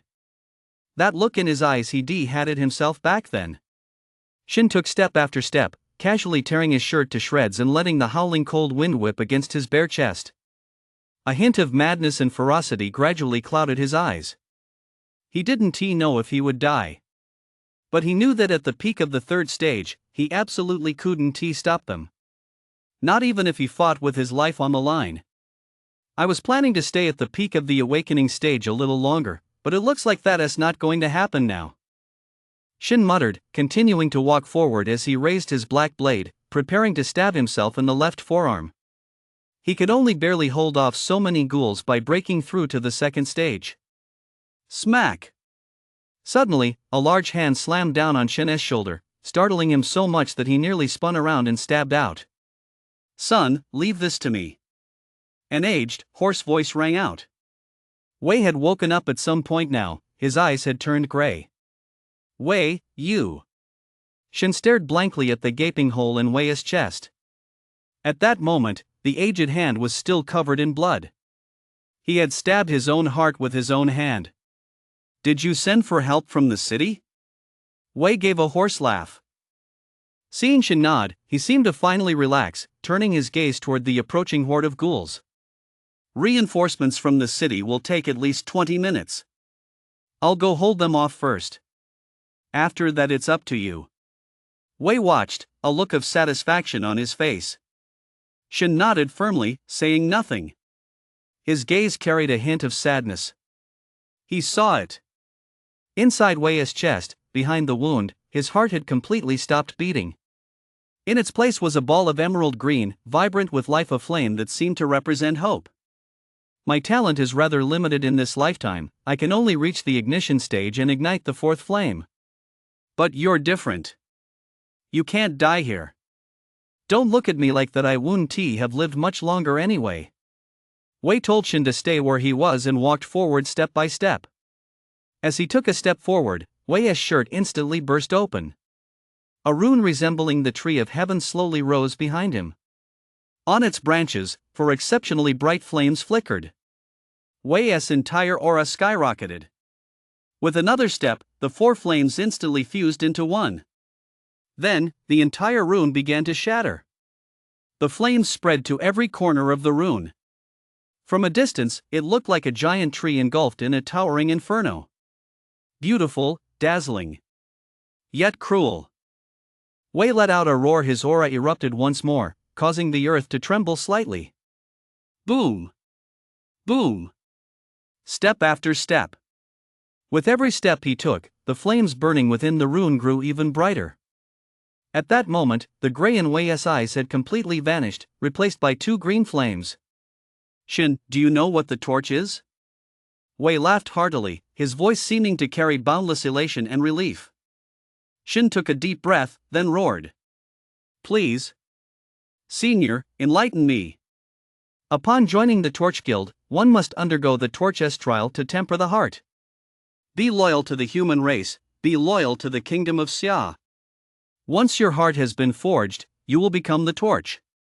Lead the people in their confusion and guide the human race toward the only way out.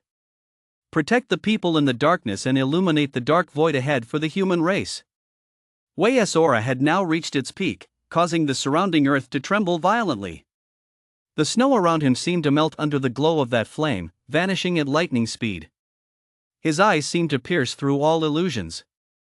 His body became a blazing flame as he surged forward in an instant. He collided with the surging horde of zombie apes with a thunderous crash. In the blink of an eye, the lead zombie ape, a peak third-tier specimen, was seized by Wei's massive hand and crushed to pieces. Roar! In pain, the zombie ape's other, uninjured arm instantly lashed out at Wei's abdomen. A chunk of flesh was torn right off. Wei's abdomen was instantly reduced to a bloody mess, but not a single drop of blood spilled. Even his internal organs had completely vanished. All that remained was dancing flame. Wei roared with laughter and, just like the zombie ape, instantly ripped a massive gash open in his own abdomen. Roar! Roar! The surrounding zombie apes closed in one by one. The lower-tier zombie apes glared viciously at Wei but did not pounce. Meanwhile, the two peak-tier third-stage ones were engaged in a frenzied battle with Wei. In less than 3 minutes, Wei had already lost both legs and one arm. But Wei continued to laugh wildly. Amid a thunderous roar, the green flames at his heart kept spreading. They actually formed a pair of fiery legs and a hand made of flame. Shin stared intently at Wei's figure, his eyes bloodshot, tears falling one by one. He wanted to rush forward, but was stopped by the gaze Wei cast his way. They had to buy time. They had to wait for reinforcements to arrive. No one had expected Chua's sudden attack, let alone his use of reversal heart. Shin prayed that Crow would see this soon and bring help quickly. The black blade sliced through the panel, slashing repeatedly across his left forearm as engraving points were consumed at a frantic rate. Shin said nothing, staring intently ahead. The torch, each of us is a torch. Shun, watch closely now. This is the very foundation of the rise of my human race, of our Xia kingdom. It is also the backbone that allowed my people to emerge from that darkest of eras, the very confidence that kept the White Emperor from daring to strike. Wei roared with laughter as he shattered the already battered and mangled peak tier 3rd rank corpse ape with a single punch. Then, he threw his head back and bellowed. We, the embers, set this soul and body ablaze. What is there to regret in death? Embers rise. Wei suddenly plunged one hand into his chest, grasping the ball of green flame. Then, he crushed it with a thunderous roar. Boom! In an instant, Shin saw it. The giant tree that had been burning behind him shattered at that moment, transforming into a sky full of radiance. It shone as brilliantly as starlight in the night. Then, this radiance surged into Wei's body. Wei's entire form was enveloped in the glow of the green flame. His flesh burned ceaselessly, turning to ash. His bones, too, gradually dissipated at that moment. Wei vanished. In his place appeared a being entirely formed of green flame, a humanoid figure bearing Wei's face. That was his soul. His soul had fused completely with the sacred flame. At the cost of the complete annihilation of both body and soul, leaving nothing behind. He had attained peak combat power in this very moment. Wei could no longer speak, but Shin could see him smiling at himself. A massive green hand shot out. The peak 3rd tier corpse ape screeched and retreated, as if confronted by an unimaginable terror. But by now, Wei had attained a terrifying level of combat power. The zombie ape's movements seemed childish in his eyes. In the blink of an eye, he grabbed its head, lifted it up, and crushed it to pieces in an instant. At the same time, the creature's body burst into a ball of green flame. It twitched on the ground, gradually turning to ash. Seeing that the 2 strongest zombie apes leading the pack were dead, the surrounding lower-tier zombie apes suddenly let out massive roars.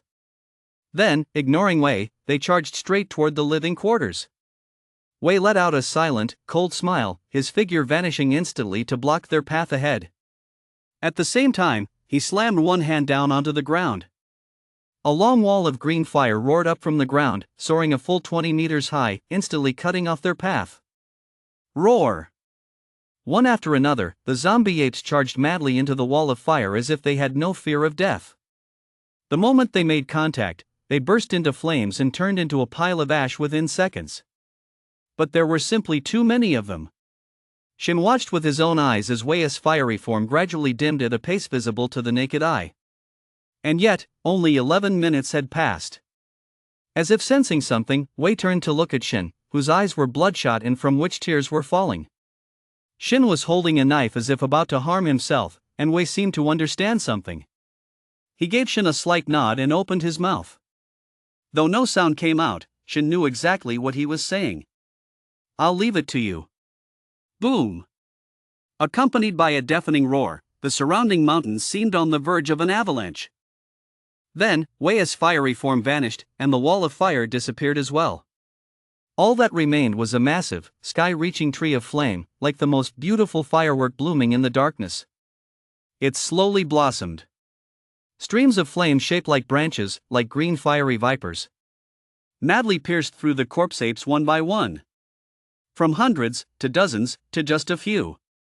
As the flames faded, the giant tree completely transformed into a single speck of fire, slowly dissipating into the void. Wei had fallen. Shin watched all this in silence, then suddenly smiled. That smile was soundless. His eyes, however, were blood red. The moment he withdrew the tip of his blade, Shen's level broke through. Consolidation stage.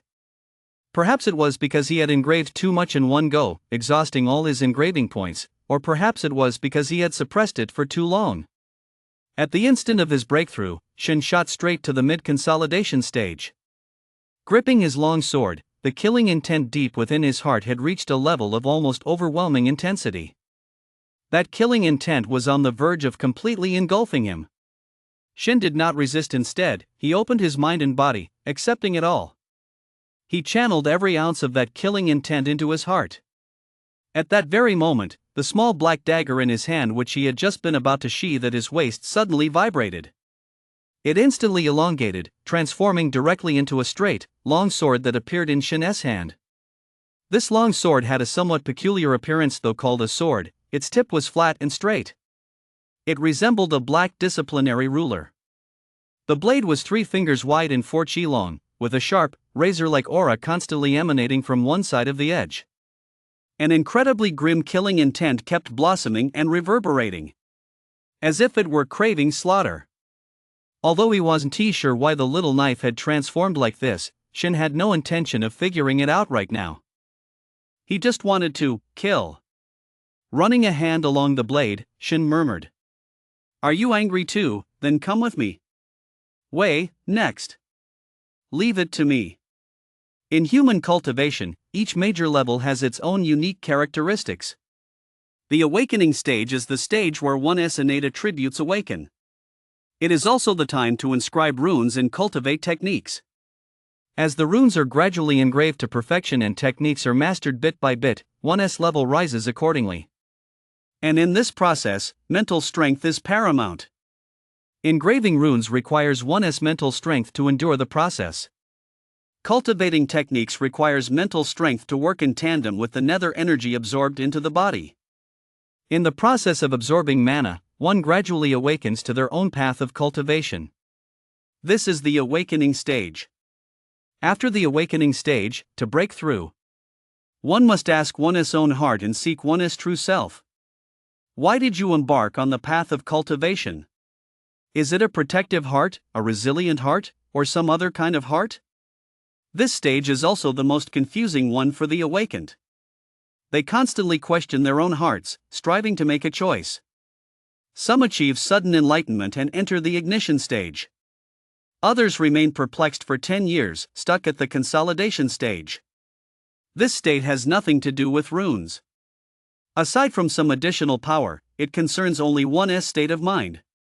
The difference between the consolidation stage and the awakening stage lies in nothing more than a single heart.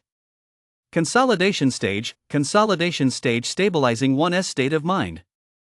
And at this moment, Shen seemed to understand what the consolidation stage truly meant. Guardianship, growing stronger, all were cast aside. Now, he wanted only to kill. Feeling his heart pound wildly, an incredibly intense killing intent surged from within him. It seemed as though even his heart was filled with this overwhelming murderous intent. His eyes were blood red, yet deep within them lay utter coldness. Every fiber of his being trembled slightly, stimulated by this surging killing intent. "My heart is a heart of slaughter," Shen murmured softly, his long black blade pressed against the ground. He took a single step forward. Amidst a thunderous roar, his vital energy surged skyward. Runes materialized, gradually spreading out with an ethereal glow. His upper arms, shoulders, neck. Even at the base of Shen's throat, a faint, ethereal crimson mark appeared. Threads of blood seeped from every pore of his body. Even upon the runes, a faint golden trace seemed to emerge. Shen moved. A long streak of golden light, trailing a black blade, sliced through the earth. Wherever it passed, the snow melted away, revealing black earth. That massive, rumbling sound, like 1,000 thunderclaps, or waves tens of thousands of feet high, came crashing down with Shen. Thud! A flash of black light swept past, instantly cleaving 5 or 6 first and second tier zombie apes clean in two. Shen was like a tiger among sheep, his black blade swung in wide, sweeping arcs, as if he had transformed into a golden grim reaper, frantically reaping the lives of the zombie apes. Thud. Though his abdomen was pierced by a sharp claw, Shin's smile grew even more ferocious and hideous. The killing intent constantly surging from his heart plunged his entire being into a strange state of madness. Yet within this madness lay an extreme indifference. Without even turning his head, he delivered a backhand punch that shattered the peak second-tier zombie ape that had ambushed him from behind. Some zombie apes attempted to evade Shin's gaze and charged toward the living quarters. But Shin had long since pushed his mental energy to its absolute limit. At the slightest change in sound, he instantly lunged toward their location. 2 peak third-tier zombie apes had already been killed on the spot by Wei.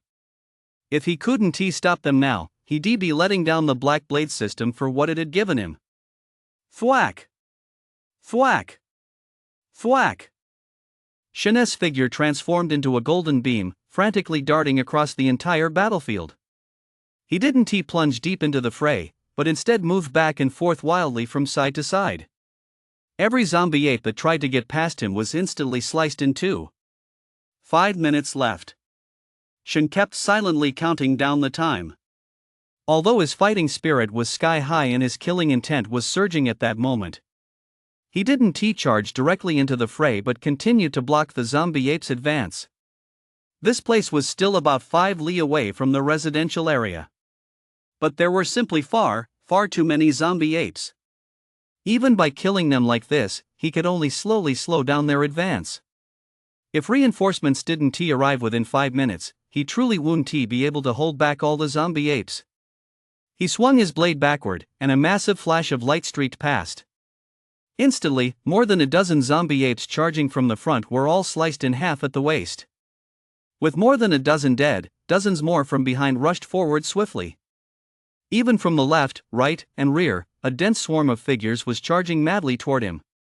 Shin swung his black blade wildly, fighting as if he'd lost his mind. The blood-red hue in his eyes grew deeper, while the injuries on his body piled up. Thud!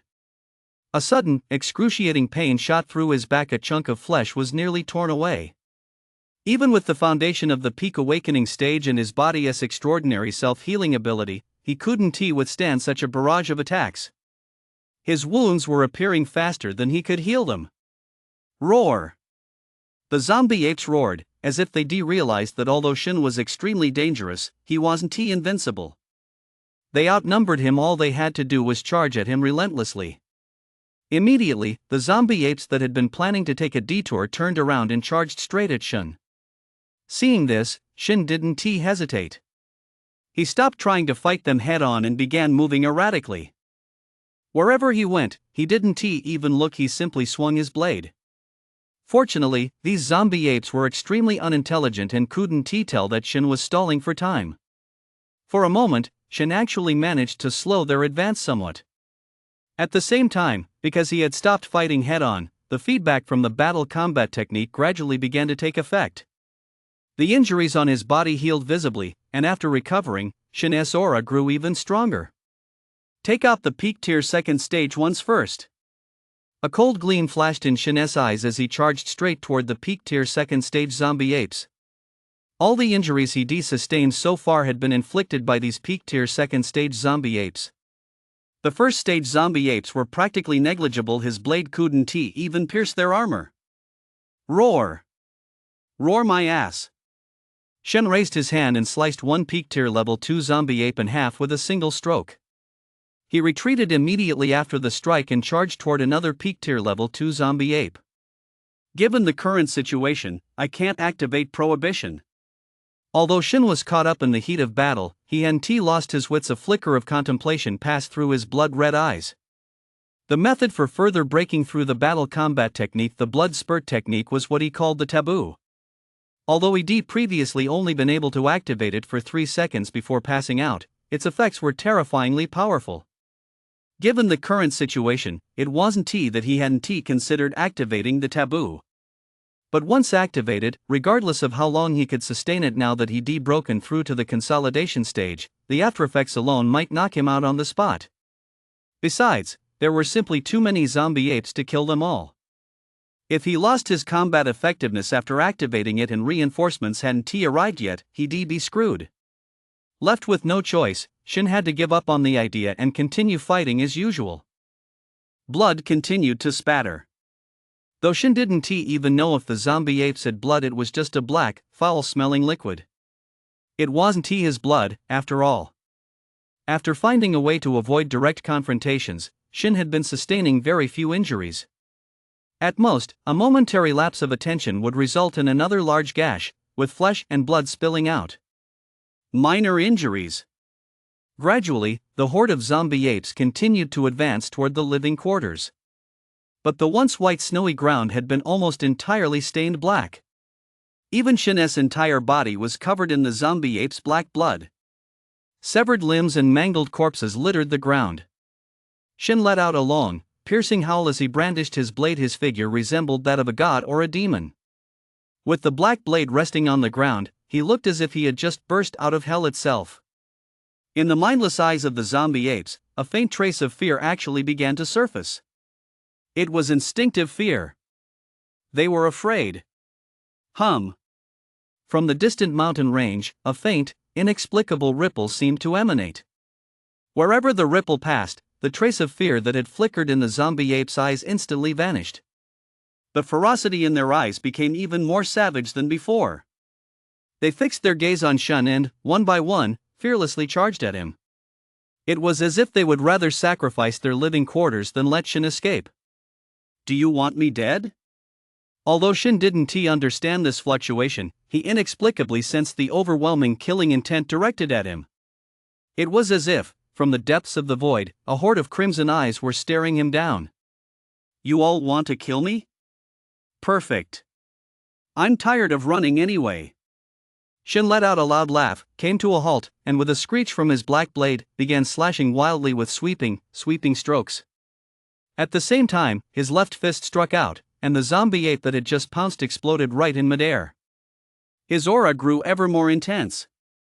4 minutes. 3 minutes. By now, Shin was surrounded by corpses. Even his eyes began to grow hazy. The golden figure and the illusory mountain peak had already begun to fade. No matter how extraordinary or powerful he was, at the end of the day, he was still only at the mid-consolidation stage. Vitality and mental strength always have their limits. 2 minutes in, Shin began to pant heavily, and a stinging pain started to pulse through his brain. At the same time, the aftereffects of his murderous intent began to gradually manifest. His heart throbbed with excruciating pain. The killing intent within felt as though it were about to burst through his chest, becoming increasingly difficult to suppress. It kept goading him, fueling his craving to keep fighting and slaughtering. Yet he still did not stop killing. The final minute.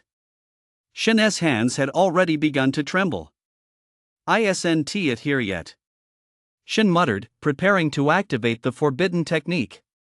One last push. He'd hold out as long as he could. He could barely hear anything anymore, only the constant roars ringing in his ears. Just as he was about to activate the forbidden technique, a series of whistling sounds suddenly pierced the air from deep within the sky. All the zombie apes looked up, staring at the green monsters gradually appearing in the sky. Shin seized the moment, swung his blade with all his might, instantly slaying the zombie ape, blocking his retreat from behind, and staggered forward. Roar!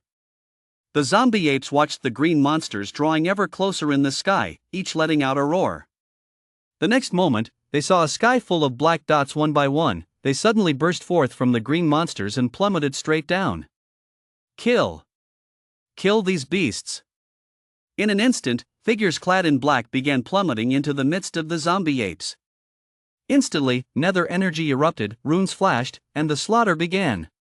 Shin knelt on one knee, propping himself up with his long sword to keep from collapsing.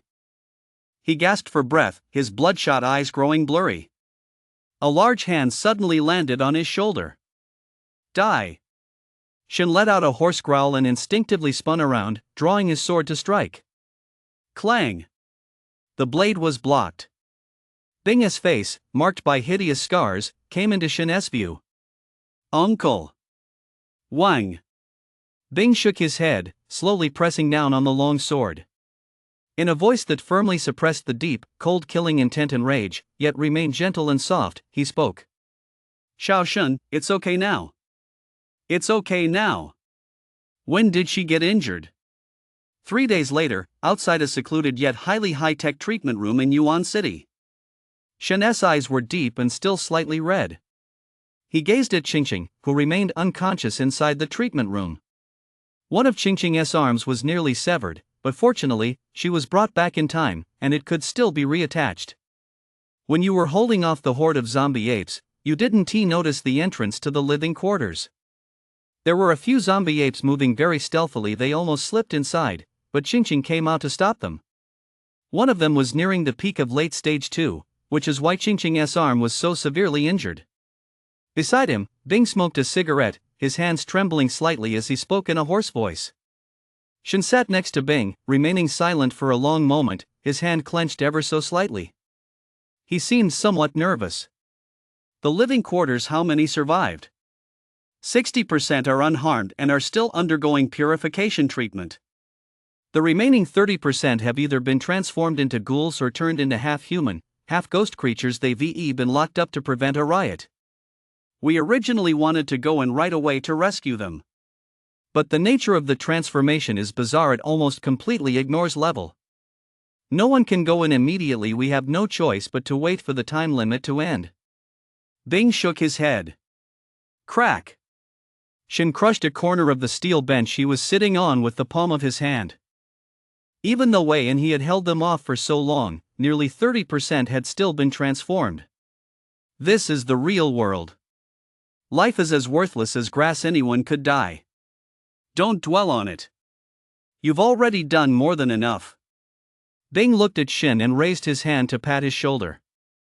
After a moment, Shen let out a wry laugh, stood up, and walked toward the exit. I know, but it just feels a little painful. We've located a fragment of Wei's spirit of memory. Do you want to examine it yourself, or should our specialists take a look? Bing's voice came from behind, causing Shen to pause in his tracks. A memory spirit was the final testament left by a Torch Guild member to the Torch Guild. It contains some of its owner's precious memories from their lifetime, meant to be remembered by others. Many of the deeds inscribed on people's tombstones were recovered through memory spirits. I'll look at it myself. Wei, what kind of talent do you think we'll awaken today? Whatever happens, happens. I'm not really holding out much hope anyway. I don't even really want to join the Torch Guild. It's too dangerous. The young Wei sat at his high school desk, chatting and laughing with his friends behind him. Wei, would element talent 140 meters. Wei hadn't expected his talent to be this good. Wei, with a wood element healing talent, you shouldn't be getting in the thick of things. Wouldn't it be better to stay in the rear and heal? The scene shifts to a battlefield in Shenwei. Didn't know where exactly. A middle-aged man with a long sword slung over his back and a stern expression on his face was warning Wei. At this moment, Wei was 28 years old. Captain, you and I are the only ones left in the squad. Who else am I supposed to heal? Get the hell out of here. Your power is too weak. You can't make the most of your strengths until you reach the ignition stage. Don't stay here.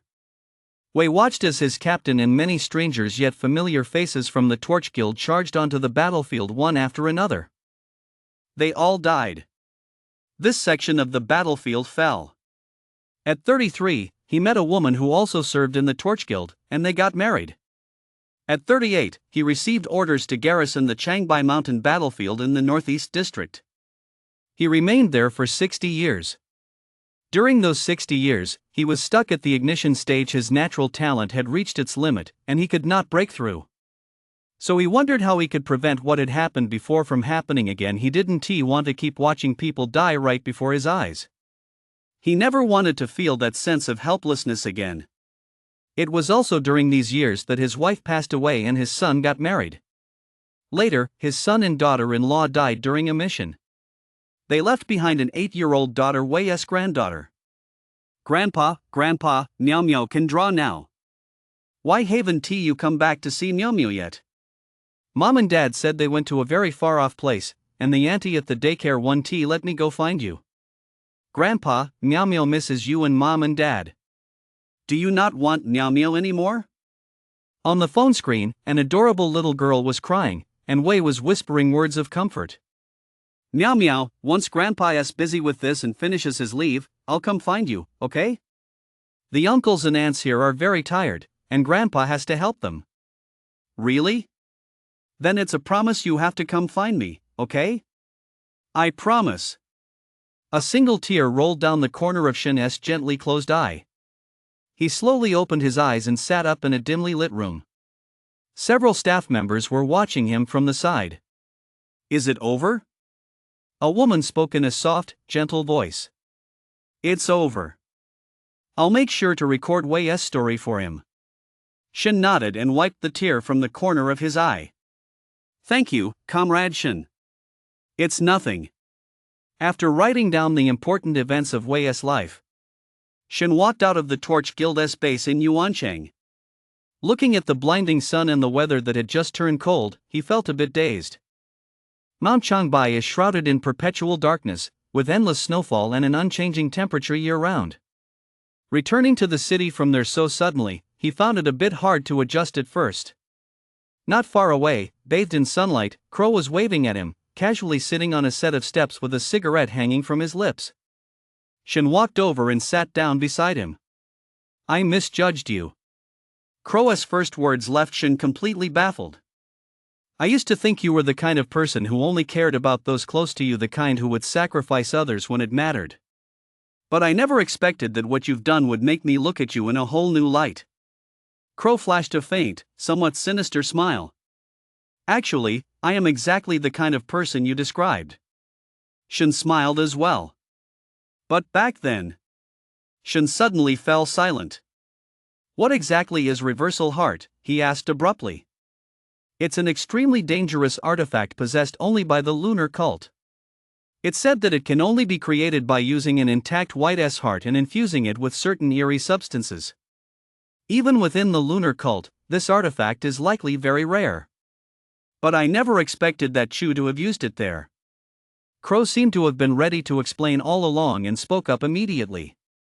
He must have intended to convert me as well, but when he realized it wouldn't work on me, he didn't kill me, he just left. Shin recalled the words Chu had spoken to him before leaving, along with that gaze that seemed so utterly sincere, and instinctively clenched his fists. It's only natural he didn't kill you, Crow shook his head. Unless he realized you had absolutely no hope of joining the lunar cult, he wouldn't have gone so far as to kill you. After all, a living, sentient corrupted is far more powerful than a reawakened white. It also shows that Chu values you highly, so much so that he was willing to expose his identity, hidden for 10 years, just to activate the Reversal Heart. Crow's gaze grew somber as he looked at Shun, his words carrying an inexplicable undertone. Don't even think about it. I've settled the score with him. He hurt my wife, and Wei died because of him, too. If it weren't for my unique constitution, I would been turned on the spot. I'll have some fun with him in my own way. Shin said indifferently. You little brat, don't think the lunar cult is that simple. Crow chuckled and shook his head. If the lunar cult were really that easy for a kid like you to mess with, they wouldn't still be unstoppable in so many places after all these years. Shin fell silent, looking up at the sky, lost in thought for a long time. After a while, he suddenly spoke up. Can I trust you? Or trust the Torch Guild? Crow's expression immediately turned serious. He stood up and looked intently at Shun. At the same time, his voice echoed in Shin's mind. I can't guarantee that you'll trust me, or the Torch Guild. But I can guarantee that, no matter what, the Torch Guild's top priority will always be to protect you. Even if you don't trust me, surely you must trust Bing, right? Most importantly, ever since its founding in the era of the Xia Kingdom, the Torch Guild has always prioritized the Xia Kingdom. It has always prioritized the people. It would absolutely never do anything to harm the Xia Kingdom or its people. Take Wei as an example. He is right before your eyes. Before him, there were countless others just like him. Do they inspire your trust? Shin didn't answer right away. He just stared quietly into Crow's eyes. Not a hint of evasion, confirmed as genuine. Have my activities on the front lines been kept secret? Shin asked. That's right. All the footage of you over at Mount Changbai has been deleted. As for the people in the living quarters, while you were unconscious, we brought in a high-ranking soul type awakened. We performed some memory erasure on them. Your breakthrough to the peak stage of awakening, as well as the golden light surrounding your body apart from a select few, no one else knows about it. As for the footage of you single-handedly fighting off the horde of zombie apes, the source code has been encrypted, no one can crack it.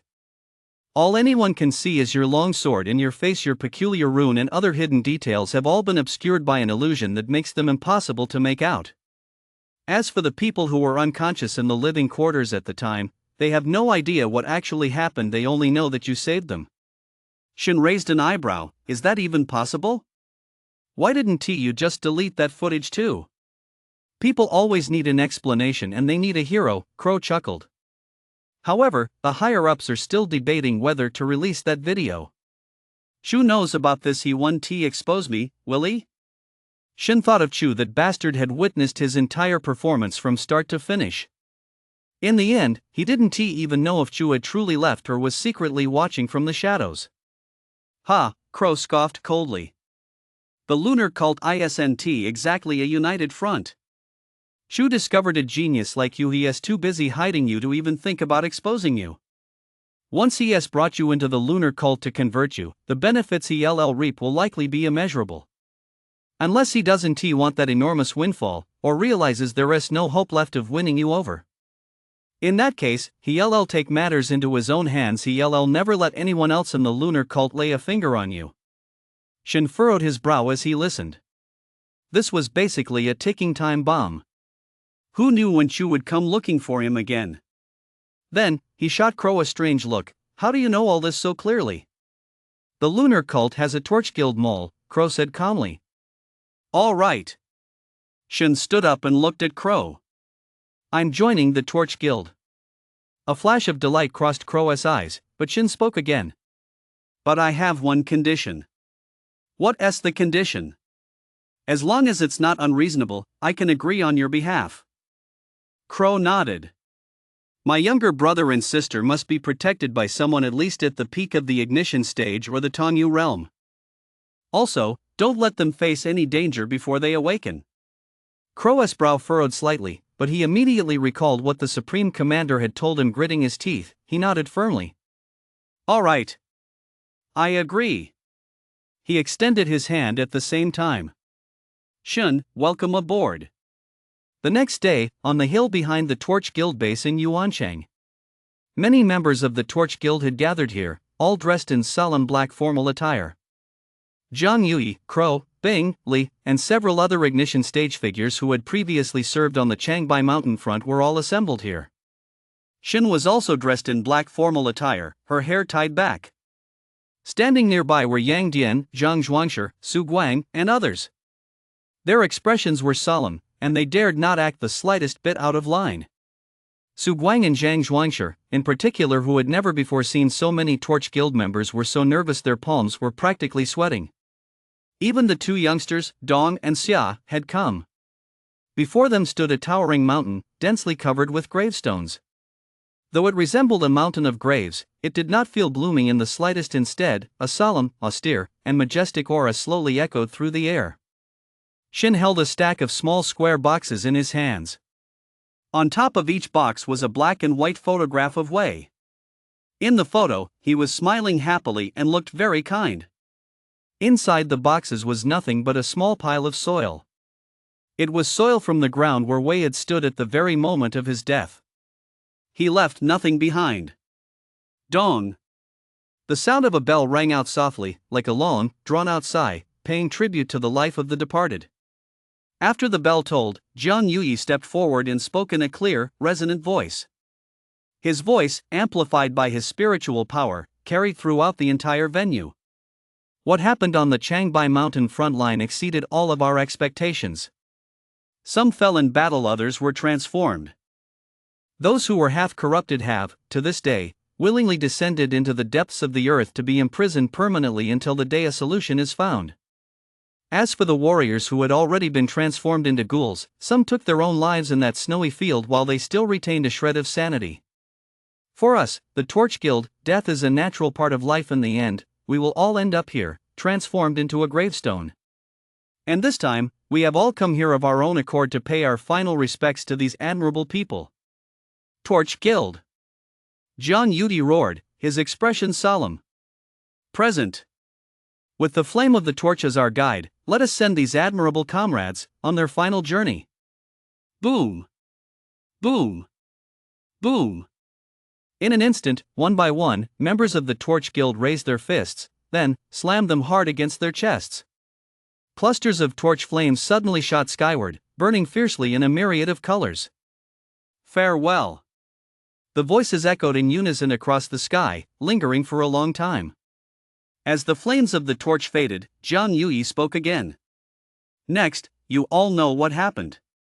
Wei, the old man who devoted his entire life to the Torch Guild, a wood elemental with a talent who was determined to master the art of attack at the very moment when everyone was caught in the transformation.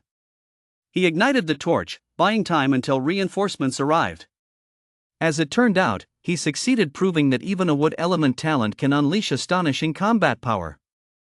He also used his own life to show everyone that support-type talents can protect the group just as effectively. Please, Wei, lay him to rest. All eyes turned to the square box in Shen's hands. Shen, his face expressionless, stepped forward one step at a time, passing Zhang Yudi to reach a pre-dug pit. He gently lowered the square box into it. Then, with his own hands, he gradually covered it with handfuls of soil. Standing nearby, Li held a little girl who looked just like a porcelain doll, watching with slightly reddened eyes. The little girl wept uncontrollably. Her name was Meow Meow. From now on, she had no family left. Grandpa, are you abandoning Meow Meow now? Why? Meow Meow's voice echoed throughout the crowd. Many members of the Torch Guild had reddened eyes, struggling to hold back their tears. This era was frustrating. It made one want to go mad. But there was no changing the fact that this was reality. After Shen leveled the grave, he stood up and looked at Meow Meow. He walked over to her, crouched down with a gentle expression, and wiped the dirt from her face with his shirt. Then he wiped away the little girl's tears. Your name is Meow Meow, right? Your grandfather always talks about you. He says Meow Meow is very strong and never cries, that when you cry, it makes him feel terrible too. Shen was lying. He and Wei hadn't exactly been close friends. But during that final moment when they held off the horde of corpse apes, in that last glance the old man gave him, he saw a hint of pleading. Meow Meow listened, trying hard to hold back her tears, her eyes red as she looked at Shen. Big brother, Meow Meow won't cry anymore. Meow Meow won't make Grandpa feel sad. Hearing Meow Meow's words, Shen's heart gave a sudden jolt, as if cut by a knife. Beside them, Dong and Xia also had red eyes. They were 4 years younger than Shen and were now 14 as well. Back then, it seemed they had said similar words to Shen. Shen forced a smile and ruffled Meow Meow's hair. My name is Shen. Look, that's Dong, and that's Xia. From now on, we're your family. From now on, I'll be your big brother. Beside them, Yang Dian, Zhang Zhuangshi, and Su Guang squeezed in, each flashing what they thought was their kindest smile. We're your big brothers, too. As soon as Meow Meow saw Su Guang's menacing bald head, she nearly burst into tears again. Li took Meow Meow home. The family now had one more incredibly adorable little girl. It was Dong and Xia's first time experiencing what it was like to be big brother and big sister, and they practically spoiled Meow Meow rotten. They even went crazy stuffing their favorite foods into Meow Meow's mouth. Yang Dian and Zhang Zhuangshi went home, planning to tell their dads about what had happened over the past few days. As for Su Guang, no one knew where he'd gone. He was acting all mysterious. After Shen dropped the group off at home and comforted Meow Meow for a while, he headed out again. Crow had already been waiting outside the residential complex for quite a while. Let us go. As soon as he saw Shen approaching, he grabbed him, soared into the air, and vanished in an instant. When they reappeared, they were already at the Xin Pavilion in the city center. Is there a back door here? Shen stared wide-eyed as Crow walked to a corner of the building and pushed open a door. If he hadn't seen it with his own eyes, he wouldn't have been able to make out that there was a door here even if he strained his eyes to the limit. What are you thinking? It's only because the senior guide wants you to come in that doors can appear anywhere. Otherwise, who dare come here for no reason? Let us go inside, the senior is waiting for you. Crow muttered with a laugh. Shin nodded and walked inside. After agreeing to Crow's request yesterday, he hadn't gone straight to the Torch Guild. He needed to see Ryue first. He had no idea what these higher-ups were up to. They were so secretive. And it seemed like they were in constant contact with one another. As soon as he stepped inside, the world that resembled a starry sky appeared once again. Ryue's face, adorned with a smile, appeared before him. It seems you've made up your mind. I have no choice. If you guys don't help me, things will probably get even more complicated. This world is too brutal. Shin spread his hands in resignation. Ryue let out a long laugh, looking quite pleased. Yi Xiaoxin has already told you everything he could. Some of the terms were even added by me. This is the absolute limit. If you hadn't broken through the awakening stage peak stage and managed to shatter yet another restriction, I'd never have granted you these terms, not even if I were dead. Hearing this, Shin looked at Ryue. No wonder the terms were so generous. He even began to wonder if he was Yi Xiaoxin's biological son. So it was Ryue pulling the strings here. So, why did you call me here? Young man, you're still too impatient. Ryue shook his head slightly, but didn't beat around the bush. With a wave of his hand, a pitch-black object shaped like a human face resembling a mask appeared in his palm. What is this? Shin stared at the inky black object. The phantom mask. It can completely mask a person's aura, even their soul cannot be detected. Put this on. As long as you don't want to take it off, not even a knife can cut it off. It'll help you conceal your true appearance. Ryue said with a smile. Are you turning me into a masked hero? Shan looked at Ryue strangely. We discussed it yesterday and decided to delete the video of you using the black long sword as well, and let Wei take the hero's credit. You don't mind, do you? Ryue asked. I don't mind. Shin shook his head. He even felt that the old man deserved this kind of treatment. Good. So we've prepared this phantom mask for you. With this mask, combined with your long sword, you can easily establish a new identity. Of course, the choice is yours. Ryue said with a smile. Shin's eyes lit up. It was true at the time, almost no one had seen his black short sword transform into a long sword. Once the footage was deleted, aside from a few insiders, almost no one would know about it. When the time came, he could put this thing on and go on a rampage, killing and burning to his heart's content. As long as you wear it, whether you're running your engraving shop or carrying out missions for the Torch Guild, and as long as you don't overexpose your golden aura or that strange rune, almost no one will be able to recognize you. Of course, if you ever find yourself in a fight, the only thing you can really rely on is that strange long sword. Ryue spoke with deep meaning, but Shin understood exactly what she meant. Once exposed, it's best to kill all the witnesses to prevent your identity from being revealed. Taking this means you've officially joined the Torch Guild. All you need to do now is find a place to undergo the Forge of the Torch ritual. Ryue handed the mask to Shin. Shin remained silent for a moment, then took the mask. He put it on. It was cool to the touch, fit perfectly, and felt completely natural. In an instant, the mask began to transform. What had been a solid black gradually turned gray. A pair of eerie, cold eyes opened, and perfectly symmetrical golden red patterns radiated outward from the eye sockets. Gradually, they formed a strange pattern. Shin was taken aback. He could sense the mask's transformation and could even make out the shape of the patterns. Was that a simplified version of rune? The phantom mask changes its appearance based on the wearer's state of mind and other factors. It seems this is what your mask looks like. Ryue showed no surprise and nodded slightly. Now that you're wearing the mask, you certainly can't use your real name anymore. What name or code name are you planning to use? Shin remained silent for a moment, then spoke in a calm tone. Shin. After leaving the scripture hall, Shin had already taken off the phantom mask. The more he looked at it, the more he liked it. It was truly miraculous. Once removed, it instantly transformed into something resembling a facial mask.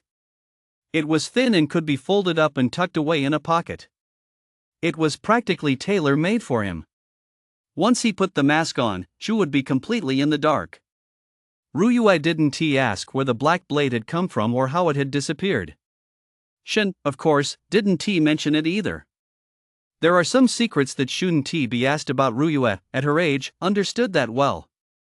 It was precisely because of this black blade that Ryue had changed her mind and decided to keep Shin completely hidden. At the same time, he also explained some precautions to take during the consolidation stage. Because Shin had broken through to the consolidation stage through his killing intent, his heart had become nothing but a heart of murder. An awakened being in the consolidation stage is prone to instability. There is a high probability he'll be overwhelmed by killing intent, go mad, and start hacking people to pieces. Ryue told him to engage in more activities that cultivate a refined sensibility, such as carving runes for others, painting, or tending to flowers. Once he can perfectly control the killing intent within his heart, he won't be far from breaking through to the ignition stage.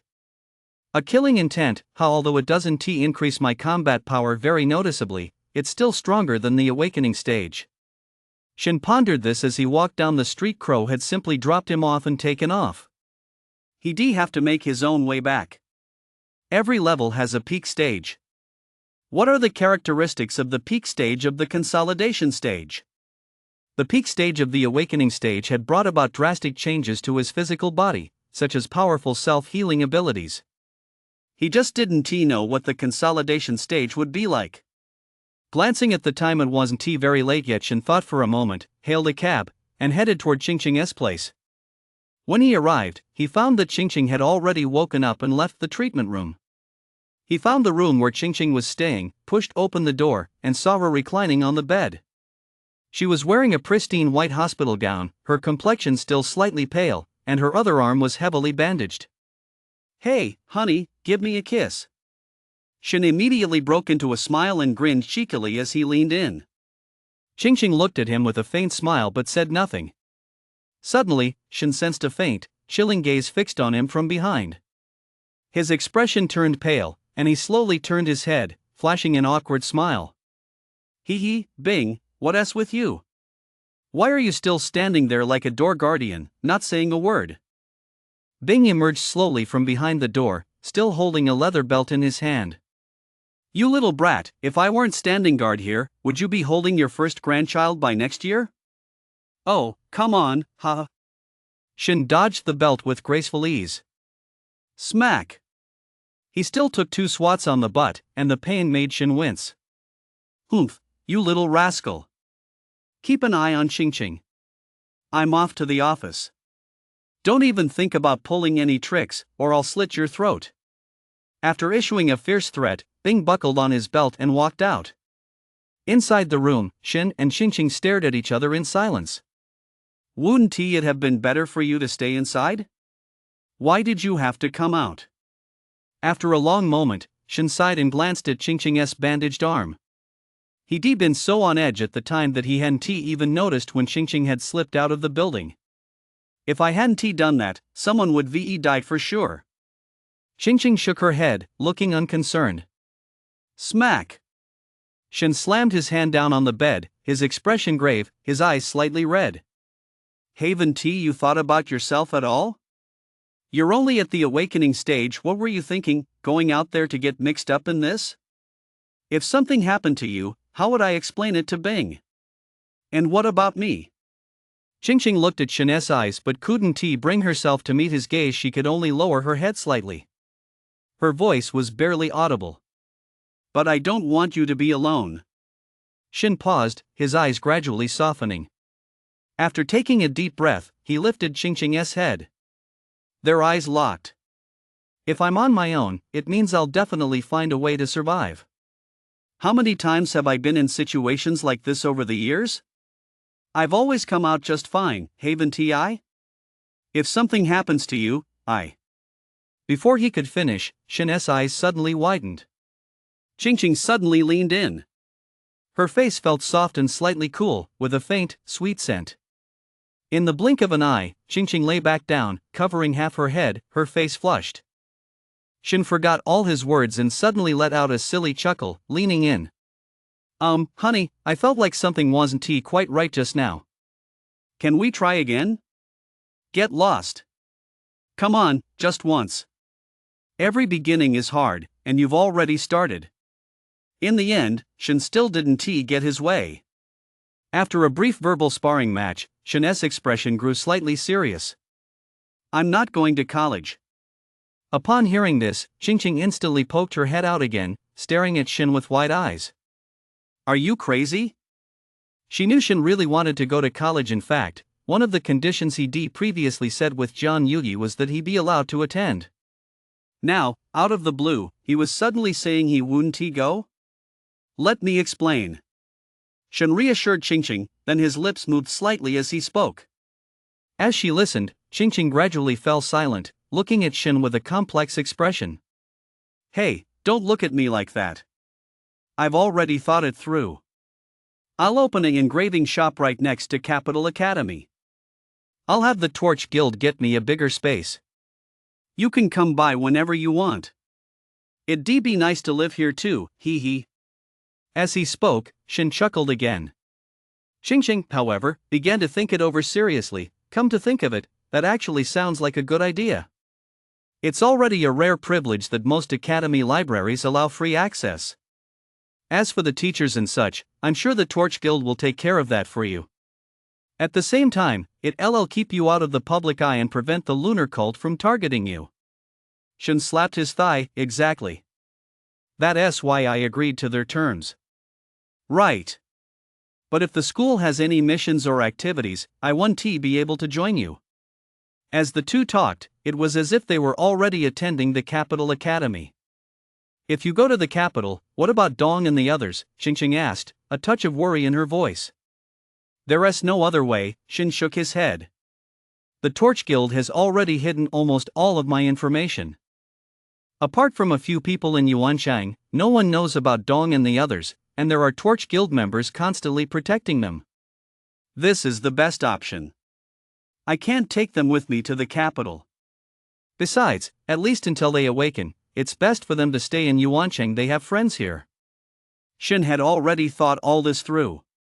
After all, he had his phone, he could video chat with them whenever he wanted. Worst case scenario, he'd just slip back in wearing a mask to check on them. So you're going to the capital by yourself? Qingqing asked. I guess so. Knock, knock, knock.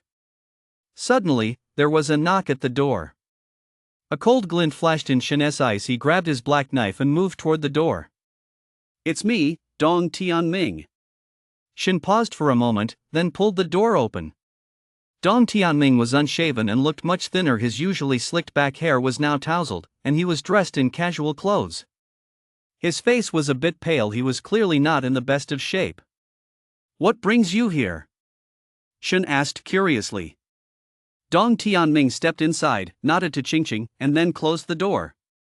Because of the Chu incident, I've been temporarily sidelined. I'm on leave for now, so I'll be tagging along with you for the time being as your bodyguard. Shin's face twitched. Are you serious? You, a Tongyu member, are going to be my bodyguard? Dong Tianming shrugged. What else can I do? Even though you're keeping a low profile, there is still a chance something unexpected could happen. The organization values you highly. Besides, the capital is my hometown, and I haven't been back in a long time. How did you know I was going to the capital? Dong Tianming didn't answer. He just glanced at Qingqing, then at Shin. Shin immediately sensed that this older guy had some insight. Not bad. So you're leaving that post? Who's the new commander? This young lady's father, Bing. Shin and Qingqing instantly furrowed their brows. The front lines weren't exactly a safe place. Injuries and disabilities were common, so why would they send Bing, who had only just attained the Tongyu realm, there? Don't overthink it. Commanders on low-tier battlefields rarely get a chance to take action. Unless the Blood Ape King wants to start a major war. Dong Tianming smiled when he saw the expressions on the two youngsters' faces. Only then did the two of them let out a sigh of relief. Bing had already reached the Tongyu realm and could travel through the arid Wunti. Take him long to return to Yuancheng from there. Then let us just go together, the two of us. With a Tongyu practitioner protecting us, I'll feel a lot safer. Shun laughed. But to her surprise, Dong Tianming shook his head again. It's not just the two of us, there's one more person. Who? Shin was baffled. Could there be another expert? Before long, there was another knock at the door. Shin opened the door and winced. Su Guang stood there, his head completely shaved, his face glowing with health. Brother Shen. Upon seeing Dong Tianming, he immediately stood at attention. Senior, I've already made arrangements for my men. From now on, we'll be working alongside Brother Shen's repair shop. I'm ready to set out with Brother Shen at any time. To be honest, Su Guang had never imagined that such good fortune would one day fall upon him. Ever since Brother Shen had punched 4 holes in him, his luck had been getting better and better. First, he did become friends with Brother Shen, then he discovered that Brother Shen was a runmaster. He even engraved a rune on him for free. And the results were amazing. Way better than those rune masters in the ads. After that, not long after returning from the Changbai Mountains, Dong Tianming, a Tongyu-level powerhouse, came looking for him. He asked if I'd be willing to work for Brother Shen permanently. No need to ask, I agreed on the spot. Later, I found out I'd be going to the capital with Brother Shen. And working as a clerk or something like that at the shop he runs?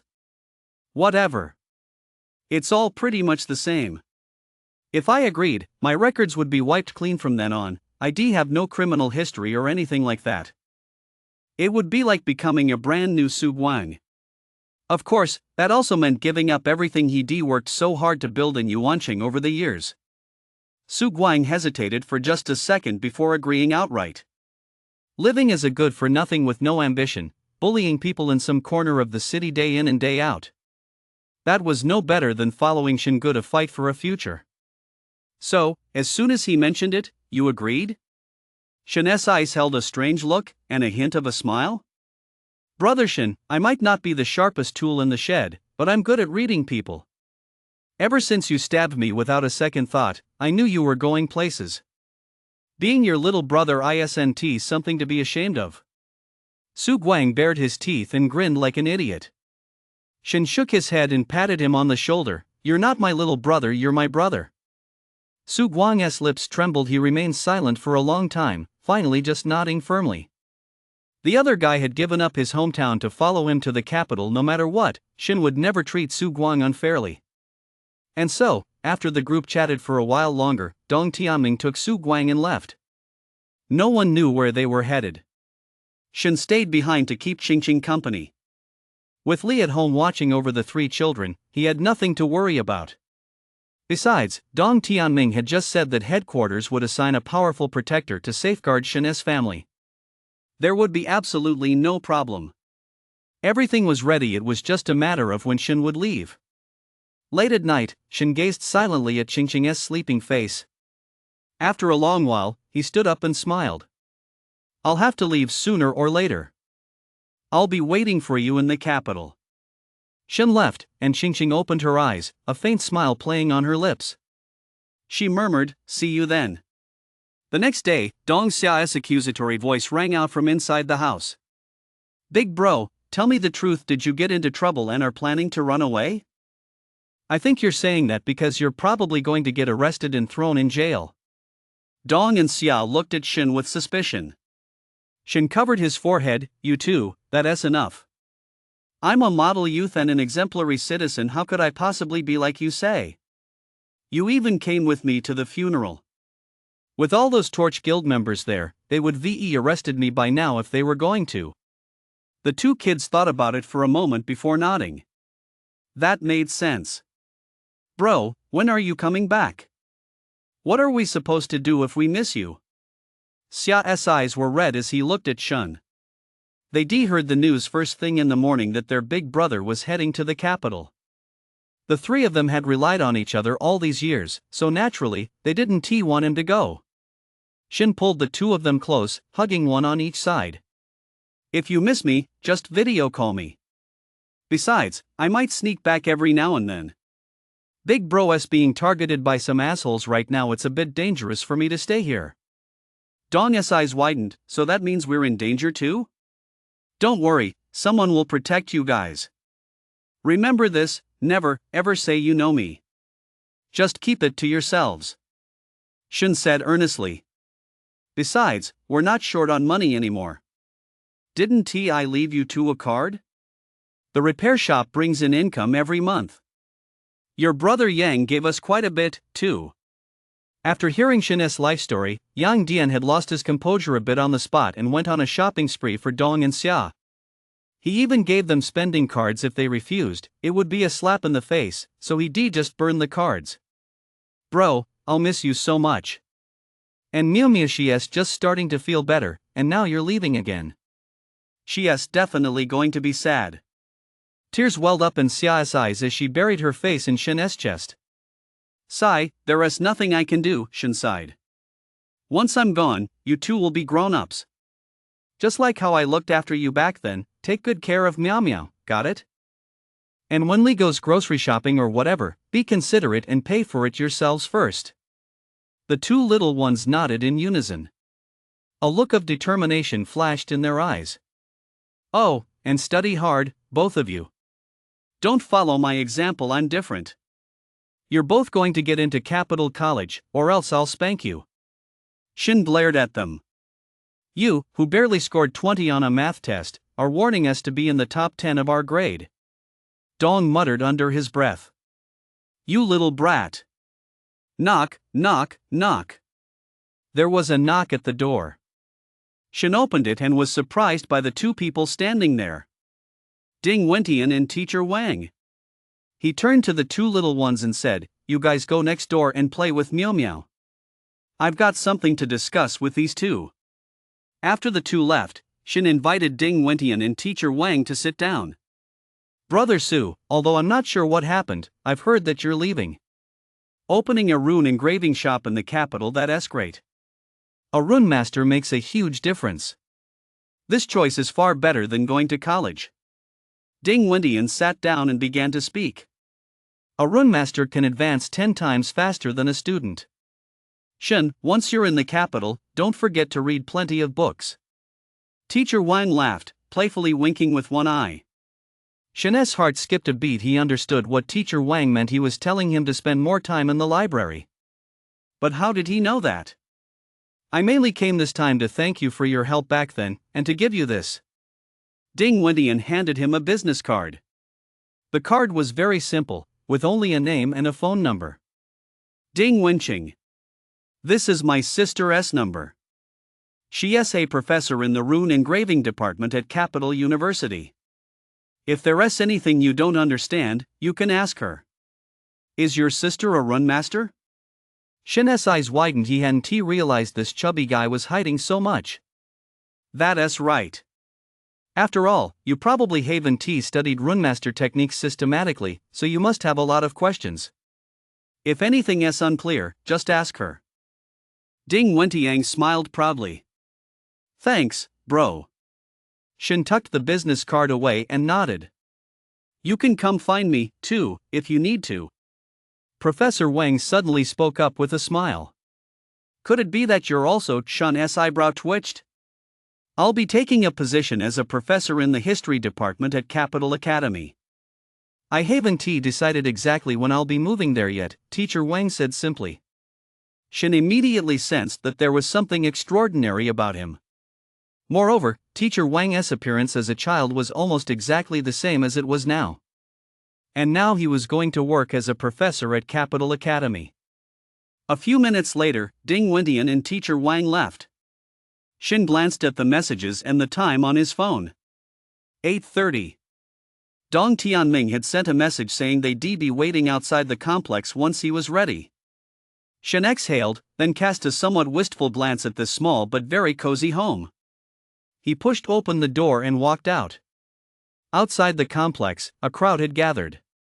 Bing, Li, the three little ones, Ding Wentian, and teacher Wang. Also there were Yang Dian and Zhang Zhuangshi. Xingqing hadn't come yet, she was still recovering from her injury, or perhaps she just hated the feeling of saying goodbye. Hey, everyone is here? Shen smiled, flashing his big teeth as he walked over. Big brother, wait for me. When the time comes, I'll go with my wife to Capital College to find you. Yang Dian said earnestly, his gaze firm. I'll be waiting for you, then. Zhang Zhuangshi took a step forward, looking somewhat hesitant. Brother Shen, I don't think I'll be going to college after all. I'm going to take over the family business and stuff. Huh? What is going on? Shen asked, looking at him. Zhang Zhuangshi pulled him aside and spoke in a low voice. I don't know exactly what is going on with you, but I can tell something is off. My family is in the underground business, our intel is top notch. If anything happens to your younger brother and sister, or to Miao and the others after you leave, or if anything seems off, I'll let you know right away. Besides, my dad has long thought that with my talents, going to a run-of-the-mill college would be a waste of time. I'd be better off taking over the family business. Shen gave Zhang Zhuangshi a deep look, sensing that the other man was holding something back. But Shen patted him on the shoulder and transmitted his voice through mental energy. The decision is yours. No matter what, you're all my brothers. Remember, find some time to bring Yang Dian to the capital to see me. Don't wait until the college entrance exams or anything like that so I can engrave runes for you guys. The two turned and walked back. The three little ones couldn't hold back any longer. One by one, they burst into tears and hugged Shen. Shen was at his wits' end, comforting them one by one. Good boys, be good, okay? I'll come back whenever I can. As he spoke, his eyes grew a little red too. After all, deep down, he was really going to miss them. He finally managed to calm the three little ones down. When he looked up, he saw that Li's eyes were glistening with tears as well. Bing stood nearby, smoking in silence with his head down. Li pulled Shen over, helped him straighten his clothes, and smoothed his hair. Xiaoshen, if you miss home, just sneak back to visit. As long as I'm here, no one can lay a finger on the kids. As for you, be very careful. Don't act so impulsively. The capital isn't like Yuancheng. Inside. Li kept murmuring to herself, just like a mother watching her child set off on a long journey. It had been 10 years. She and Bing had long since come to regard Shen and the little ones as their own children. How could they not worry when their child was setting off on a long journey? Shen hugged Li. Auntie, don't worry. Who knows? Maybe you'll see me again in a few days. Li nodded. Bing. Shen turned to look at Bing. Bing didn't say anything, he just waved. Shen gave a wry smile, then turned and climbed into the car. V-room. The car started up, and Shen rolled down the window to stick his head out. We're off, everyone. See you at the new year. The crowd paused for a moment, then fell silent as if Shen had made them think they'd never see him again. It was already September, the new year wouldn't be long now. Shen let out a loud laugh as the car pulled away and sped off into the distance. The others exchanged farewells and left the scene as well.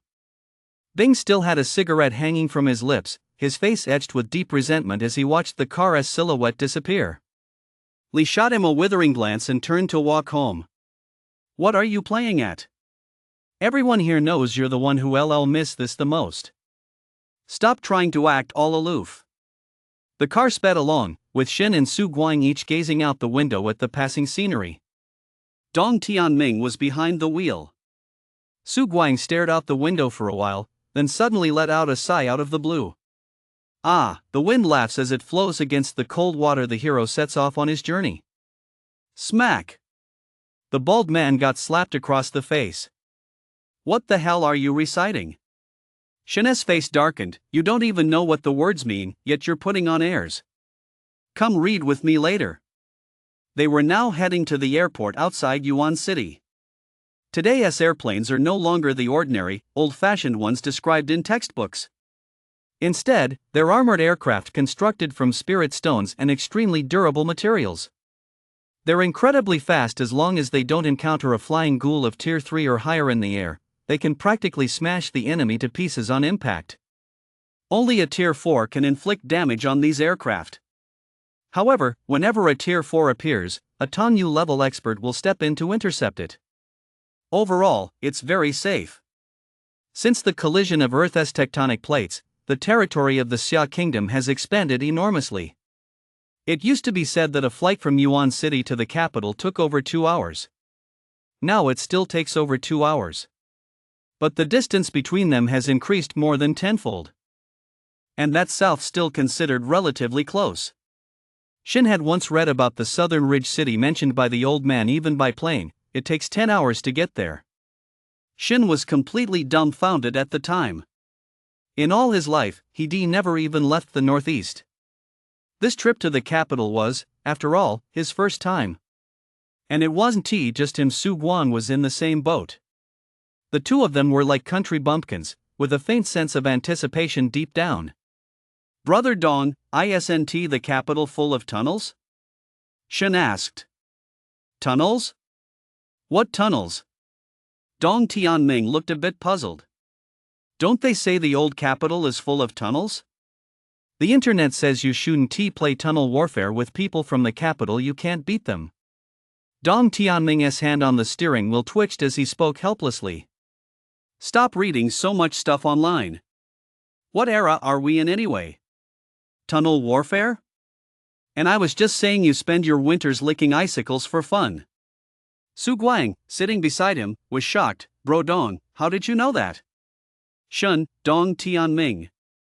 Dong Tianming drove fast and looked cool doing it. But since the car had no license plates, they were soon pulled over by a Torch Guild member. A little over half an hour later, they finally pulled up to the airport. The three of them got out of the car, each carrying a small backpack. "Aren't we keeping the car?"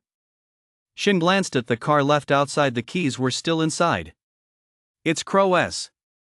It's not mine anyway," Dong Tianming said casually. The three walked into the airport and found it quite crowded. There were many Torch Guild members, as well as people rushing about. Some Torch Guild members are being redeployed, or heading out of town on missions they all need to fly. Some people are in business and such, they can't help but fly all over the place. Plus, they're pretty powerful, so it's actually safer on a plane. Seeing the curious expressions on Shen and Su Guang's faces, Dong Tianming shook his head. "What if someone blows up the plane from the inside?" Shen spoke up. In an instant, a barrage of hostile glances shot his way, as if they were ready to take him down the moment his hand reached for his backpack. "Stop talking nonsense. Do you think the scanning machines are just for show?" Dong Tianming's face darkened as he grabbed Shin and led them both away. The three of them made their way to a deserted corner. There, a female Torch Guild member stood quietly beside a machine shaped like an eyeball. "Hello, sir." The woman greeted Dong Tianming as soon as she saw him approach. Is the plane ready?" "It's ready. You can board as soon as you've been scanned," the woman replied efficiently. Dong Tianming's expression remained unchanged. He nodded and walked over, standing in front of the eyeball-shaped machine. A blue glow enveloped Dong Tianming, then gradually faded after 3 seconds. Shin stepped forward and looked on curiously. Suddenly, he felt a blue light shield encircle him. Unidentified object detected. Suddenly, the eyeball-shaped machine emitted a mechanical voice. At the same time, the blue light shield shifted shape, transforming into the small black knife at Shin's waist. "May I ask what this knife is for?" The female Torch Guild member took a step forward and asked earnestly. Although she had been briefed on these three by her superiors, she still had to ask the standard question. Every aircraft was incredibly expensive. Damage was not an option. Shin pulled out the small black knife. "I'm a rune master. It's only natural for me to carry engraving tools, isn't it?" The female Torch Guild member looked at the slightly rusty black knife in Shin's hand and twitched her lips. "If you were to slash someone with that, forget about engraving runes on them. You'd be lucky not to get tetanus." Shin passed the inspection without issue, and Su Guang wasn't surprised either.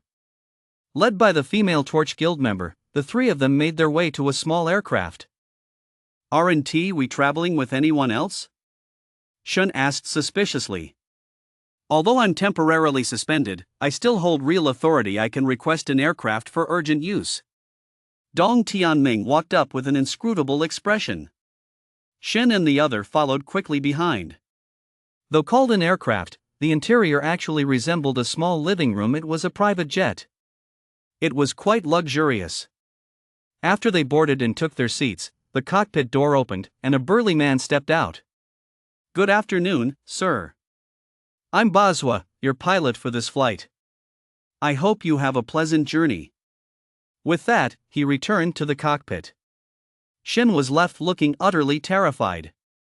That name, why does it make me a little scared? What are you afraid of? The other two asked, turning to look at him. Nothing. Shen gave a dry laugh, then started looking around to see if there was a parachute or something. After finding one, he sat back down under the puzzled stares of the other two. By the way, what are your plans once we get to the capital?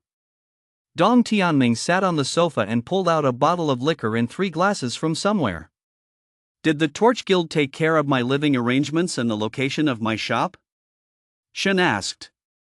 Dong Tianming leisurely poured a glass for each of them, then picked up his own and nodded. An abandoned 5-story house near Capital University. It's plenty big enough for living and running the shop. That must cost a pretty penny, right? I've heard housing in the capital is outrageously expensive. Su Guang's eyes widened. It's definitely expensive downtown, but ever since Capital University moved, it's been in a quieter location near the outskirts. There aren't many people there, which makes it convenient for students to go out on missions and such. And while the houses in the surrounding area aren't exactly cheap, they aren't that expensive either. Dong Tianming took a leisurely sip, let out a soft and then continued slowly. How much did you pay for that house? Shen asked curiously. It didn't cost anything. The Torch Guild gave it to me. 6. Shen fell silent, gave a thumbs up, then picked up his glass and took a sip. It was incredibly spicy. He still preferred beer. Once we get there, we'll stock up on some daily necessities first, then find someone to make a sign. Shen quickly formed a plan in his mind. But how am I supposed to find clients? What if someone with bad intentions comes looking for me, and I can't tell? Soon, Shen asked another question. Dong Tianming immediately smiled. Don't worry. You're a seconded runmaster from the Torch Guild. Once the word gets out, plenty of Torch Guild members will definitely come looking for you. Then they'll spread the word by word of mouth. As long as your skills are solid, you'll become famous in no time.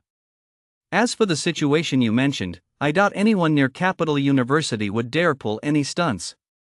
Shen gradually calmed down, and then he noticed Su Guang beside him pulling out something that looked like a face mask and fiddling with it. A phantom mask? Shen stared at the mask. This is a replica of the phantom mask. It only has the ability to mask your original aura and prevent others from removing it. It also can't change your appearance. The real one is the only one yours. 1 replica each for Su Guang and me is enough. After all, no one pays attention to 2 store clerks.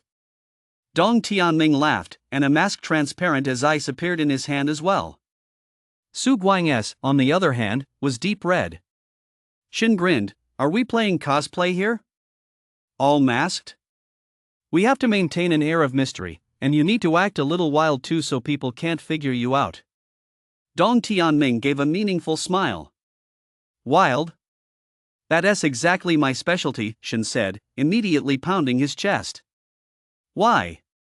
Shouldn't we keep a low profile? Su Guang scratched his bald head, confused. We've just arrived in the capital. We should at least keep a low profile, right? Every runmaster has a sense of pride, especially the really powerful ones. Plus, most runmasters have a lot of friends and are even courted by major factions. The more arrogant you are, the more confident people think you are. On the other hand, if you're too humble, people will start to doubt whether you actually have what it takes. This is a privilege exclusive to runmasters, something no one else can imitate. Dong Tianming downed his drink in 1 gulp and explained to Su Guang. Of course, don't mess it up by taking on just anyone. I remember a runemaster many years ago who made a bold boast. He ruined a mid-stage Silence Realm rune he was engraving for a disciple of a major clan. His hands were crippled back then, and he has still not fully recovered to this day. Dong Tianming warned Shin. Shin nodded. He'd already made up his mind he wouldn't take on any clients at the ignition stage or above for now. He'd focus exclusively on those at the awakening stage and consolidation stage. Brother Dong, what level are your runes and techniques? Su Guang asked curiously. Both are lower Silence Realm my clan's techniques. Su Guang fell silent. This comparison was really getting to him. His own soul realm techniques and runes were the absolute worst. Even the upper tier ones were still trash. No big deal. I'll take care of it for you later. Shin saw the slightly dejected look in Su Guang's eyes and offered some comfort. Runes can evolve, but it depends on the runemaster's skill whether they can guide the rune down the correct evolutionary path. It also depended on the bearer's level. With the system and so many materials available for exchange, Shin was confident he could advance Su Guang's rune. Su Guang perked up immediately, silently scolding himself for overthinking things. Following Brother Shin, he'd have everything sooner or later. Time passed as the group drank and chatted on the plane. With a slight tremor, the plane began its descent. Shin looked down through the window. A city far larger than Yuancheng gradually grew in Shin's view. The capital. We're here. As the plane's altitude gradually decreased, Shin realized they weren't heading toward the airport. Where are we going? Seeing the plane veer away from the airport below, Shin turned to Dong Tianming. This flight is classified, so it's normal for us not to land at the airport. We're heading to the Torch Guild's base. Dong Tianming explained. Shin finally relaxed and nodded. He genuinely feared that this pilot might be another member of the lunar cult. The incident with Chu had nearly left him with lasting trauma. Another 10 or so minutes passed, and the plane gave a slight jolt. Shin immediately sensed that the scenery below had changed.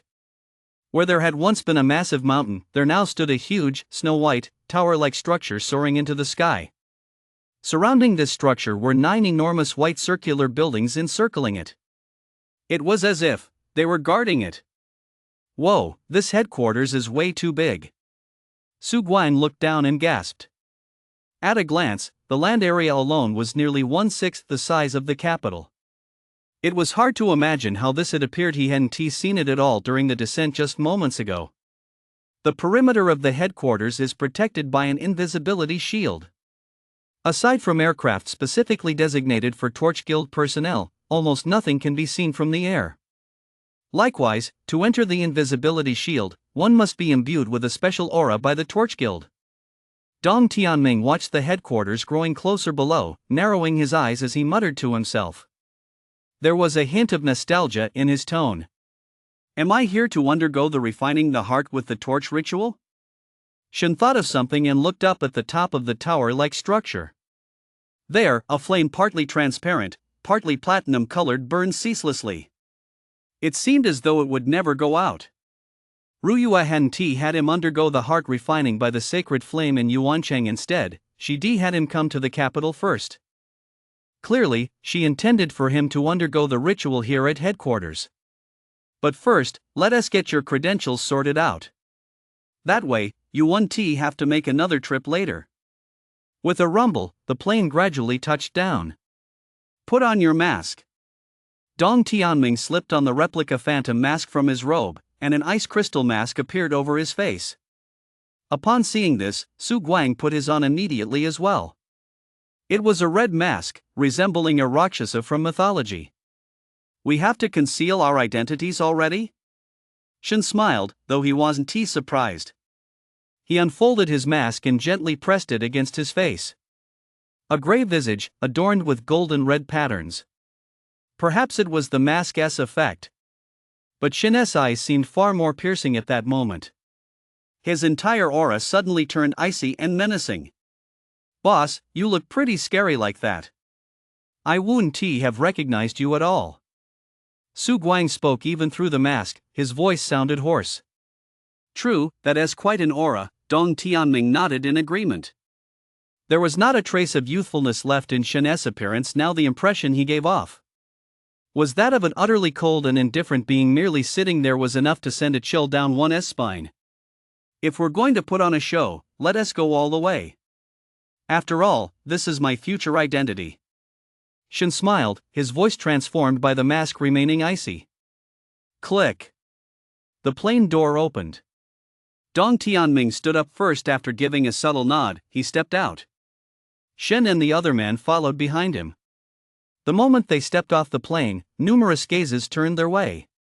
Shock, confusion, curiosity. But no one approached. Everyone continued on their way in a hurry. After all, anyone allowed into the headquarters area must be cleared. Let us go. The three set off. Dong Tianming and Shen remained composed, completely ignoring the stares around them. Su Guang, on the other hand, seemed a bit nervous. Their path was clear all the way to the base of the white, tower-like structure. It was immense, like a pillar reaching to the heavens. Even when looking up, one couldn't see its top. Standing at its base, they felt an overwhelming sense of oppression. Above, two lines of somewhat ancient, red characters were carved into the stone. Passing the torch. The characters were clearly carved by a powerful figure. Shen glanced at them and instantly felt dizzy and lightheaded, quickly averting his gaze. Don't stare at that. Those characters were carved by the hand of the former #1 powerhouse of our Xia kingdom. Even at the Tongyu realm, looking at them for more than 10 seconds will give you a headache. Dong Tianming warned. The former #1? What about him now? Dead. Shen didn't ask any further questions and silently followed behind him. The interior of the building was vast. Even after entering, it took Shen and his two companions a good 10 minutes to walk through it. Only then did they arrive at the front desk. May I ask, are the three of you here to accept a mission, turn in a mission, or handle some other business? The receptionist looked up and nearly jumped when she saw the three masked figures appear. But her years of training quickly allowed her to put on a smile. At the same time, she wondered to herself, although the Torch Guild didn't have a rule against wearing masks, surely no one would wear one right here at headquarters.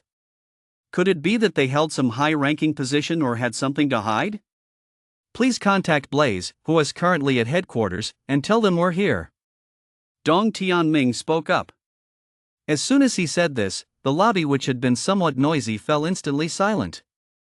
Then, bursts of laughter rang out. Hey, buddy, which team are you from? You just walked in asking to see Blazing Fire? Ha, you must be some newbie who doesn't even know what Blazing Fire stands for, right? Jinger, run a background check on them. See which team they're from. They got some nerve. Although the people around them were laughing, and their voices carried a teasing tone, one could still sense a hint of goodwill. The receptionist, known as Jinger, also widened her eyes. You said you want to see Blazing Fire? Dong Tianming nodded, and at the same time, an aura of the Tongyu realm gently radiated out. The laughter stopped abruptly, and the members of the Torch Guild, who had been laughing just moments before, slunk away with their tails between their legs. A Tongyu-level powerhouse, we can't afford to mess with that. Jinger, who had been somewhat hesitant, sensed that aura and immediately nodded. Commander Xiao, one of the Blazing Fires, is currently at headquarters right here on the 57th floor. I'll put you in touch with her right away. With that, she quickly picked up a device that looked like a communicator and began speaking into it. As a Torch Guild member at the Tongyu realm, she was qualified to request an audience with the Blazing Fire. After a moment, Jinger set down the communicator and offered a respectful smile. Commander Xiao said she is waiting for you on the top floor. We can just head straight to the elevator. Thank you. Dong Tianming nodded and, accompanied by the silent Su Guang, walked toward the elevator at the back. Jinger looked curiously at the two men who hadn't spoken a word. She could sense that one was at the consolidation stage and the other at the awakening stage. But why would someone at this level warrant a meeting with Blazing Fire? And on the top floor, no less, could it be the Flaming Heart refinement? Naturally, no one answered Jinger's questions. Shen and the other two stepped into a high-tech elevator. Dong Tianming then pressed the button marked 0. Shin immediately felt a sensation of weightlessness as the elevator shot upward at breakneck speed. This blazing fire realm expert is named Xiao Rui. She is the only female blazing fire practitioner in this cohort. Be a little more charming with her later.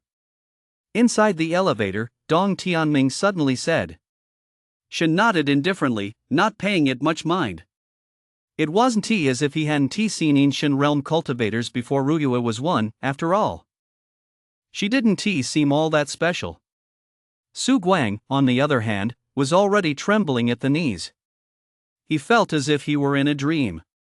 Was he really about to meet a blazing fire cultivator? The legendary in spirit realm, one of the Torch Guild's most powerful fighters? And a woman, no less. She couldn't just snap me in half if she got upset, could she?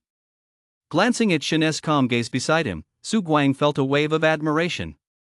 No wonder they call him Brother Shin, his composure is unmatched. The elevator moved quickly, and a minute later, with a slight tremor, they reached the top floor. The elevator doors opened, and immediately they saw two men with stern expressions standing at the entrance, like bodyguards. The aura they casually exuded was actually on par with Dong Tianming's. Dong Tianming nodded in greeting and stepped out of the elevator. Just as Shin was about to follow him out, one of the men suddenly reached out and blocked Shin's path. Speaking in a cold tone, "What weapons are you carrying?" Shin looked at him, ran his hand along his waist, and a small black knife appeared in his hand. As a rune master, it's only natural for me to carry a knife, isn't it? You use a knife to inscribe runes?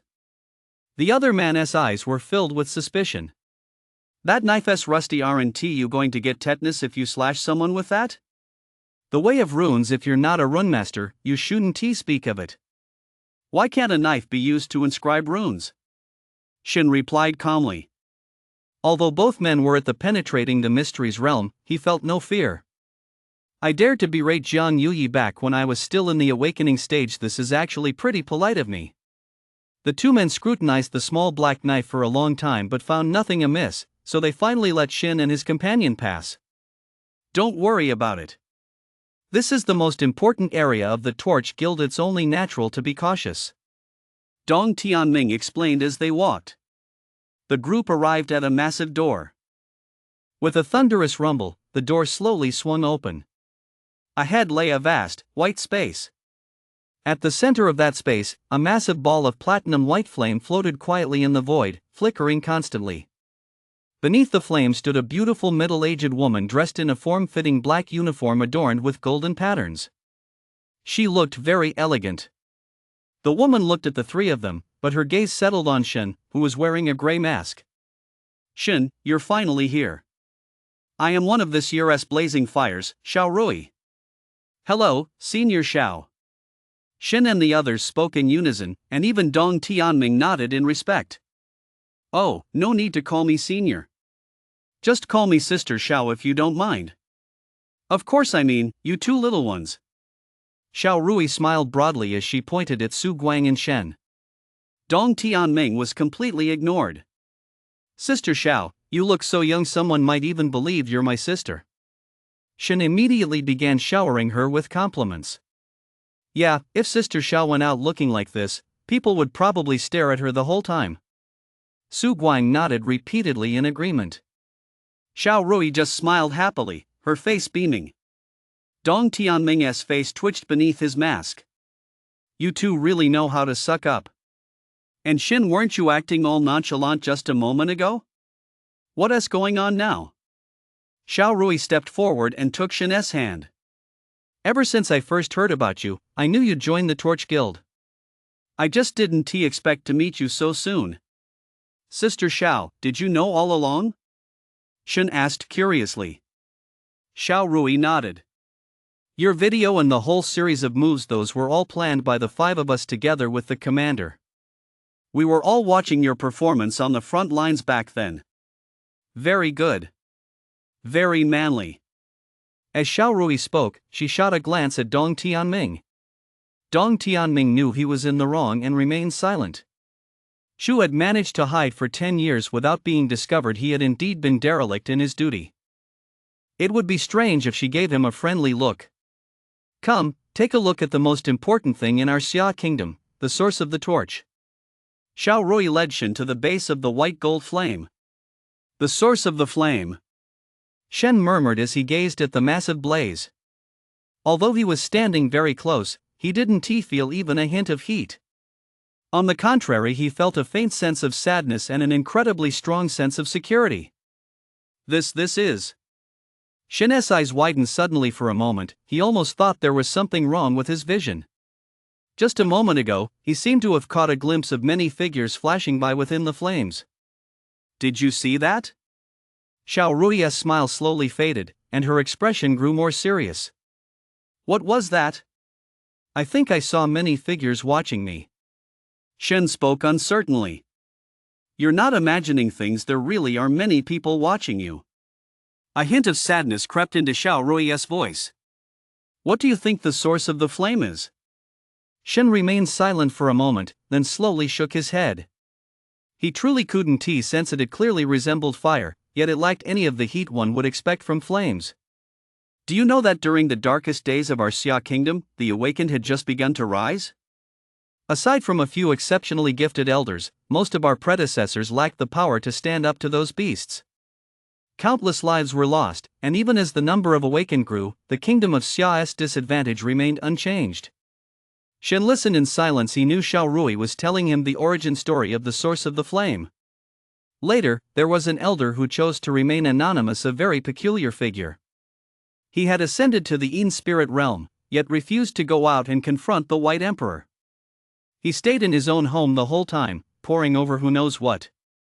The world viewed him as a traitor and a coward, and he was reviled beyond measure. But he didn't care, he remained shut away. Until one day, people suddenly discovered a ball of white gold flame slowly rising from a mountain. Those who drew near heard a voice, the voice of that elder.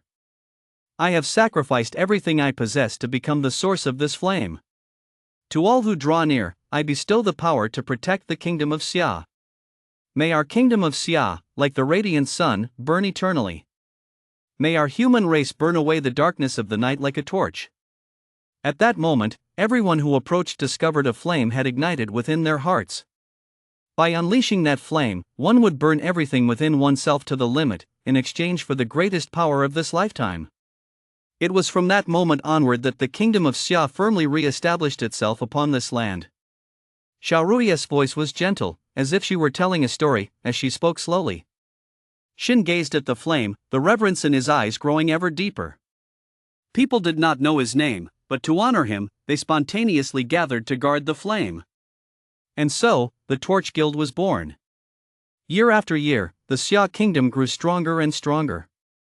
But one day, people noticed that the flame seemed to be gradually fading. At first, they were terrified, fearing that this flame of hope which had led the Xia kingdom out of adversity would be extinguished. But then, another elder at the Yin spirit realm appeared. Before his death, he merged his entire being into the flame, infusing it with power. Shen's heart sank suddenly. He had figured out who those figures were. That's right. The figures you saw were the ancestors of the Xia kingdom who were once on the brink of death. Their souls and even their consciousness are all within it. The refining the heart with the torch trial is actually these elders testing you to see if you can inherit a sliver of the torch's flame. After all, the Xia kingdom of today has long since passed the era when everyone had to fight to the death. There is no longer any need to keep having people risk their lives to keep the flame burning. Xiao Rui nodded slightly. The Xia kingdom actually has so many ancient realm experts? Shen felt his voice grow hoarse. It was utterly mind-blowing. The human race's innate talent is incredibly strong. There are always quite a few in spirit realm cultivators in every era. But those who can enter the source of the torch are undoubtedly among the very strongest. Xiao Rui's words carried a hint of pride. The strongest? Could it be? Shen suddenly sensed something was off and looked at Xiao Rui. That's right, it's blazing fire. When we grow old, or when we're about to die, and a new blazing flame has been chosen, we'll voluntarily enter the source of the flame to bolster its power. Xiao Rui nodded with a faint smile. Shen's eye twitched. So that old man Yi had already designated him as fuel? He clearly remembered Qingqing and Chuchu. One of old man Ye's conditions back then was to be a candidate for the blazing flame. Don't let your imagination run wild. Whether or not you enter the source of the torch is entirely up to you. Besides, the current source of the torch can already burn unceasingly for at least several thousand years. Xiao Rui patted Shen on the head and laughed. Shen let out a slight sigh of relief. Although these elders were admirable, he was only 18 after all. Realizing all of a sudden that he might one day become fuel left him feeling a bit uneasy deep down. So, back then, why did he ignite the torch deep within his heart? He still remembered Wei's form, his entire body transformed into flames as he unleashed earth-shattering power. So powerful. That's right. This is the Torch Guild's last resort, and it's thanks to this that the Xia Kingdom has been able to survive until now.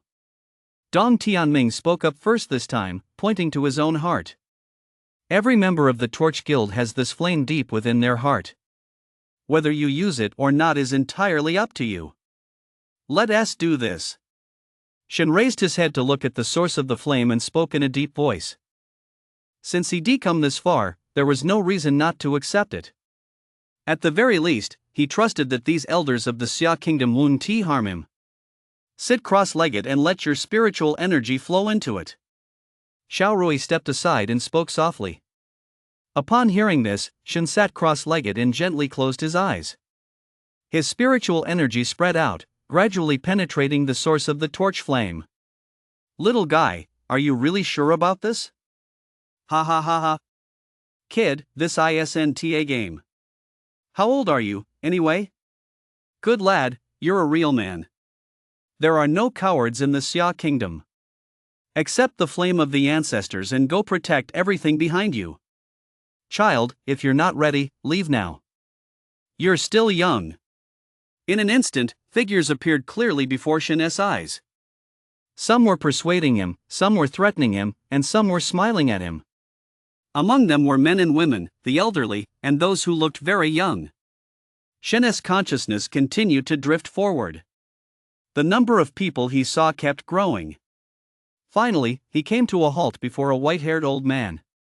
The old man's back was hunched, but his smile was as warm as a spring breeze. Child, everything comes from the heart. Whether you stay or leave, no one will blame you. Are you ready? Shen looked at the old man. He knew this was the elder who had first embodied the torch of hope. He stepped forward and bowed deeply. Your humble disciple, Shen, is ready. The old man looked at him intently and nodded slowly. Then, follow me in reciting these words. Shadows appeared one by one, surrounding Shen. We are the torch of hope. The figures around him spoke in unison with the old man. Shen recited the words alongside them. Set this soul and body ablaze. To die, what is there to regret? As the final line fell, all the figures vanished, and a layer of white gold flame instantly ignited around Shen. Then, it suddenly retracted, into his heart. Shen suddenly opened his eyes. He could feel it. A wisp of flame had emerged within his violently beating heart. No one but himself could control this flame to erupt. He could also sense that, though this wisp of flame was extremely tiny, once it erupted, it would spread like wildfire. He wasn't sure if it was a delusion, but in a daze, he seemed to hear the voice of that elder. Child, please remember, life is what matters most. Each and every one of you is the true torch of the Xia Kingdom. Unless you're facing certain death, you must never ignite it. Bro Shen, how does it feel? Fire inside my heart, does it burn or not? Shen and the other two had already left the Torch Guild headquarters. After the torch flame entered his body, Shen didn't feel any discomfort. Xiao Rui seemed to have other business to attend to. She hurriedly saw them out and left. On the way out, Su Guang couldn't help but ask a barrage of questions. I don't feel anything, just know there's a ball of fire inside my heart. Shen remarked casually. If I'd known, I would. He asked Sister Xiao if I could join the Torch Guild too. Too bad. A hint of regret flashed in Su Guang's eyes. Dong Tianming glanced at him. Shen is a special case. If you want to join, you'll at least have to graduate from college first. Hearing this, Su Guang chuckled. Never mind. I don't have the talent for it anyway. Hanging out with brother Shen isn't so bad either. Dong Tianming looked at Su Guang's expression and shook his head in exasperation. He couldn't tell if Su Guang was genuinely smart or just pretending. If you called him dumb, he could still see Shen's potential and follow him loyally. If you called him smart, sometimes he'd say things as if he'd left his brain at home. How are we going to get to the house? Shen suddenly realized they didn't have a car yet. Commander Xiao has already made arrangements. He'll have us taken there, and we can just buy a car once we get there. Dong Tianming said casually. The three walked to the edge of an invisible barrier, then continued on. Shen felt a chill wash over him. When he looked back, the Torch Guild headquarters had vanished, replaced by a massive mountain peak. He could only marvel at the sight. Ahead of them, a young woman was smiling as she looked at them, with a black sedan parked behind her. Hello, I'm Gu Xiao, Commander Xiao's assistant. I'm here to take you to your destination. Thanks for your help. Shen walked over, pulled open the car door, and climbed in. The other two followed suit. On the way, Gu Xiao glanced at the trio who were wearing masks and looked just like robbers but said nothing. Do you need any daily necessities or anything like that? Commander Xiao said if you need anything, you can let me know. Shen looked at Gu Xiao, who was driving, and thought for a moment. Sister Gu, do you know anyone who can make a sign? A sign? Are you planning to open a shop or something? Gu Xiao asked, nodding. Yeah, I'm opening a rune engraving shop, and I need a sign. So you're a rune master? No problem, leave it to me. Gu Xiao smiled sweetly, though she felt a twinge of curiosity deep down. This man in the gray mask was actually a rune master, and she'd been planning to enhance her runes recently. Maybe she could ask him for help later. After all, someone sent by her boss shouldn't be half bad. What's the name of your shop?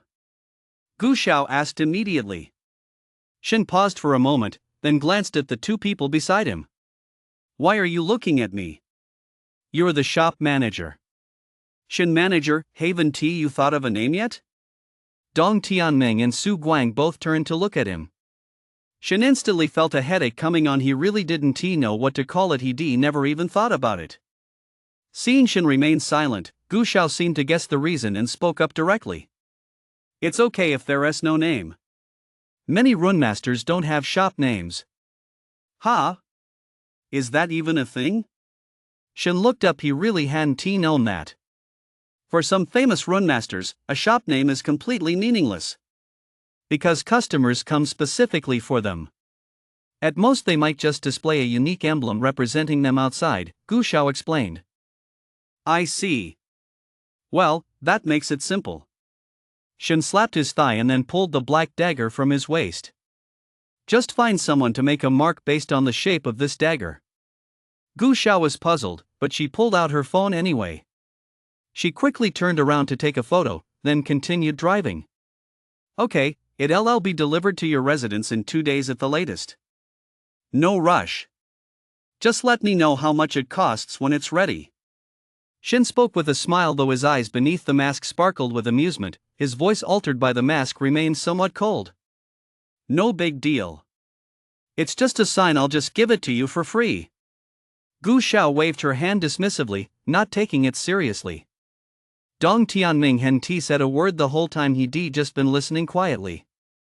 Deep down, he felt a bit puzzled. This assistant seemed a little different. He'd met several of Chihuahua's assistants before, all of them stern and unsmiling, like robots. But this young lady, how should he put it? She was a bit chatty? After driving for nearly 2 hours, not to mention the traffic, the car finally began to slow down and came to a stop. Shen and the other two got out of the car and stood in silence, staring at the gloomy, haunted house-like mansion before them. Gentlemen, I'll be heading out now. The sign will be delivered to you in due time.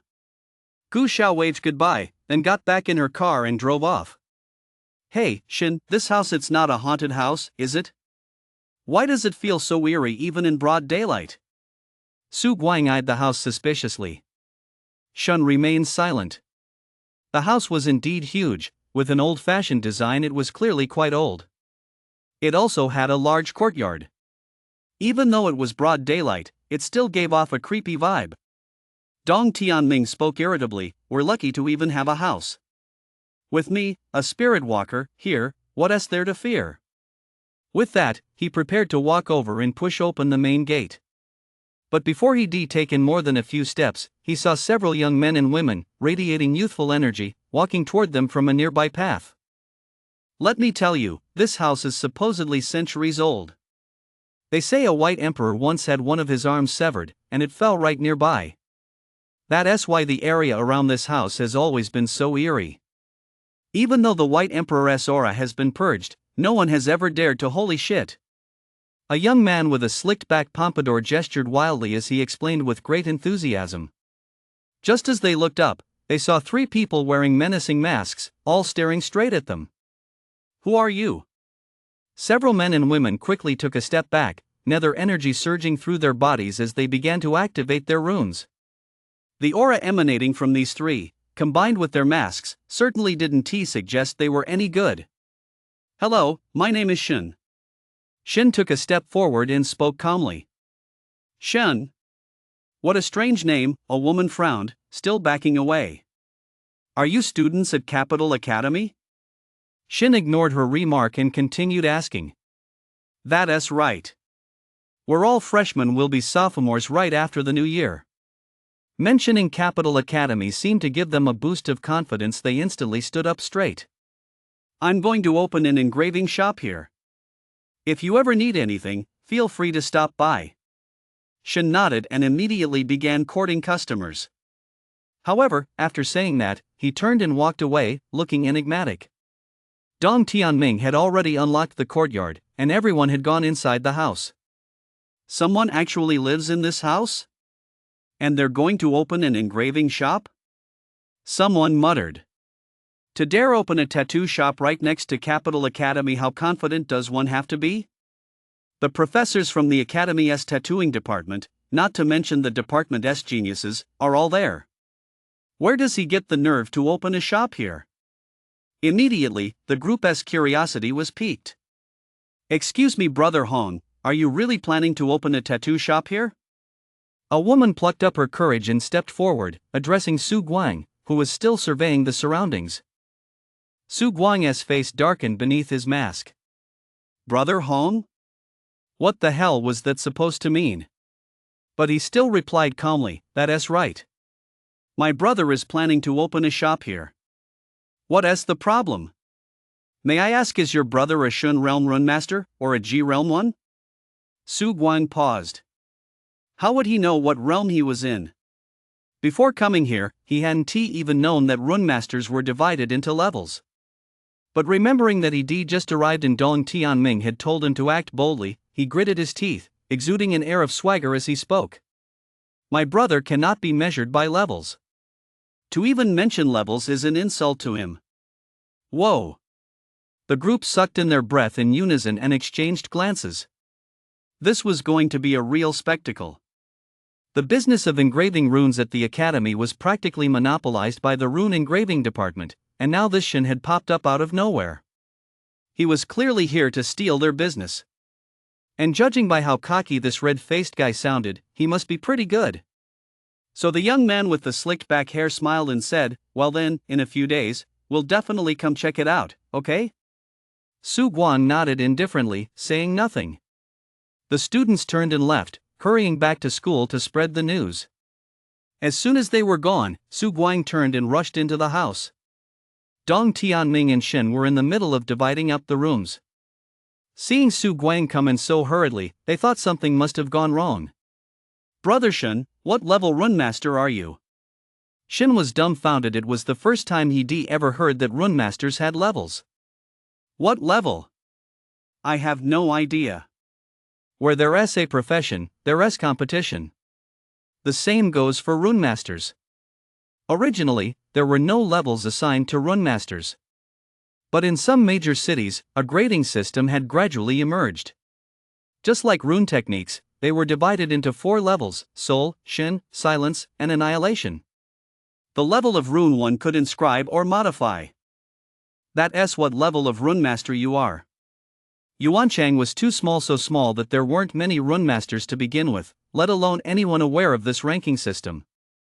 After listening to Dong Tianming's explanation, Shen cast a somber glance at Su Guang.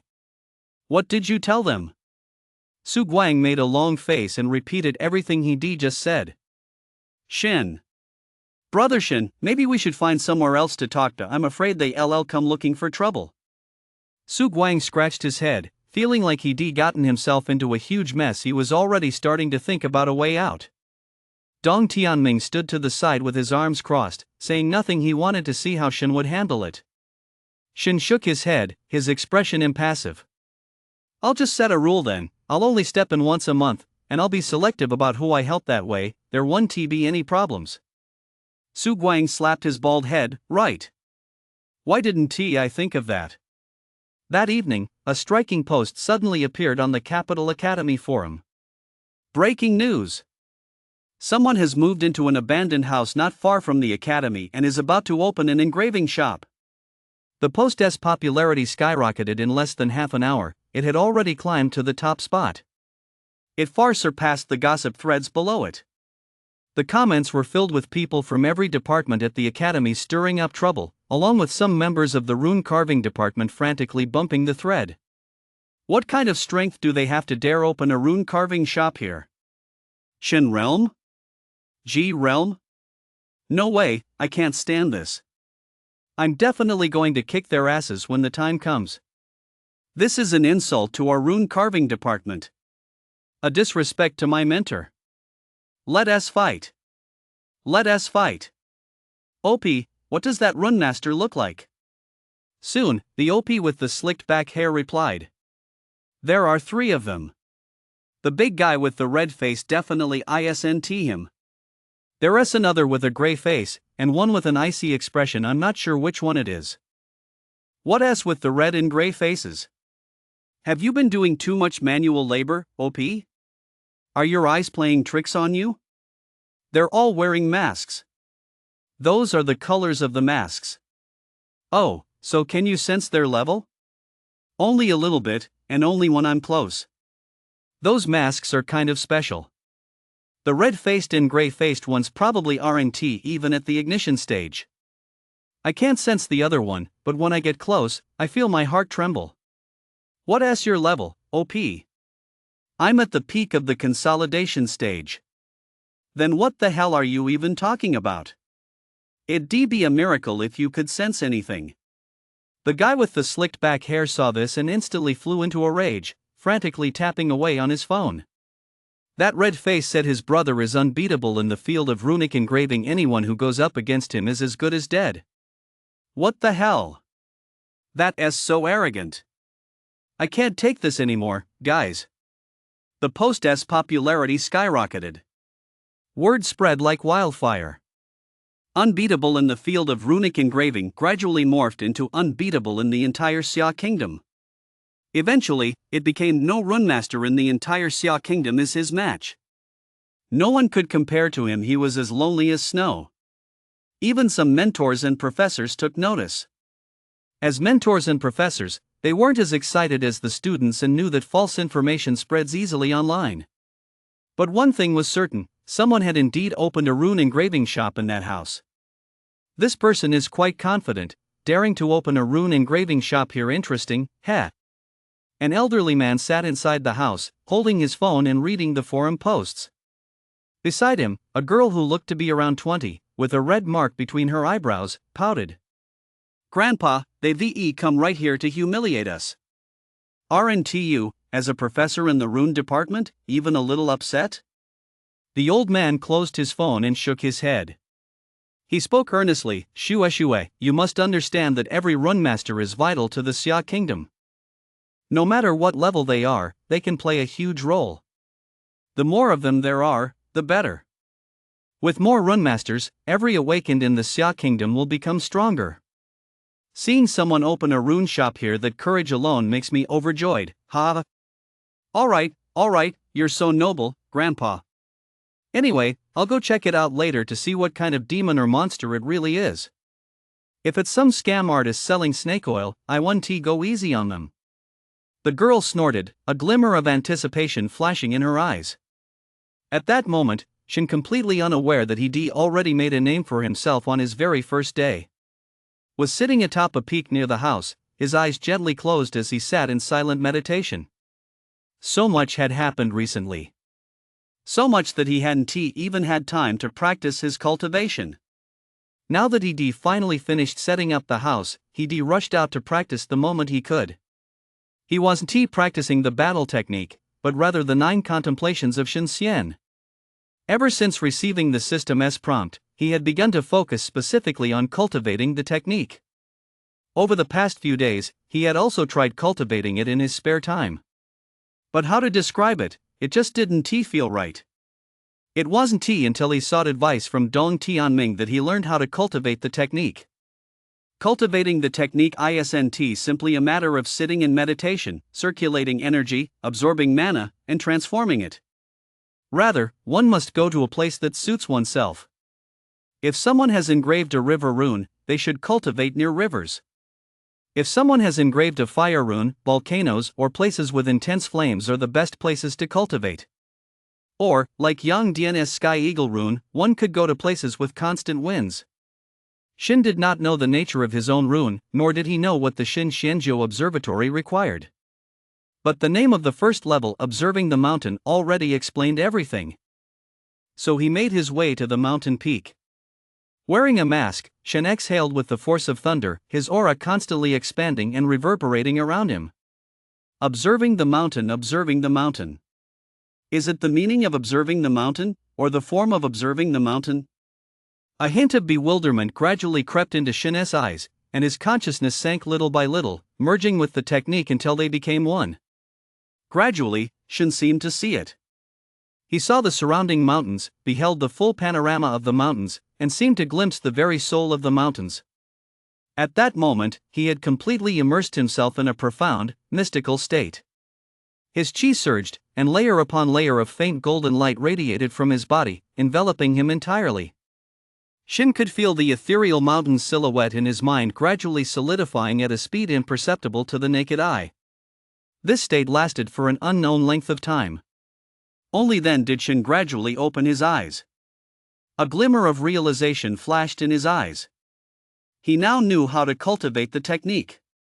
Contemplating the mountain was exactly what he had just experienced. Continuously observing the shape of the mountain and sensing its energy. All of this would cause the image of the mountain in his mind to grow stronger. However, it seemed that each specific area could only be used once. When he entered that state again, there was no further enhancement. Does this mean I have to keep searching for new mountain ranges to cultivate? Shin furrowed his brow slightly. Although there were many mountain ranges around the capital, he wasn't sure if they would be enough. They were all one-time use, after all. After gaining insight, he'd have to find new mountain ranges. Did that mean he'd have to travel to other cities? No, it can't be that strict.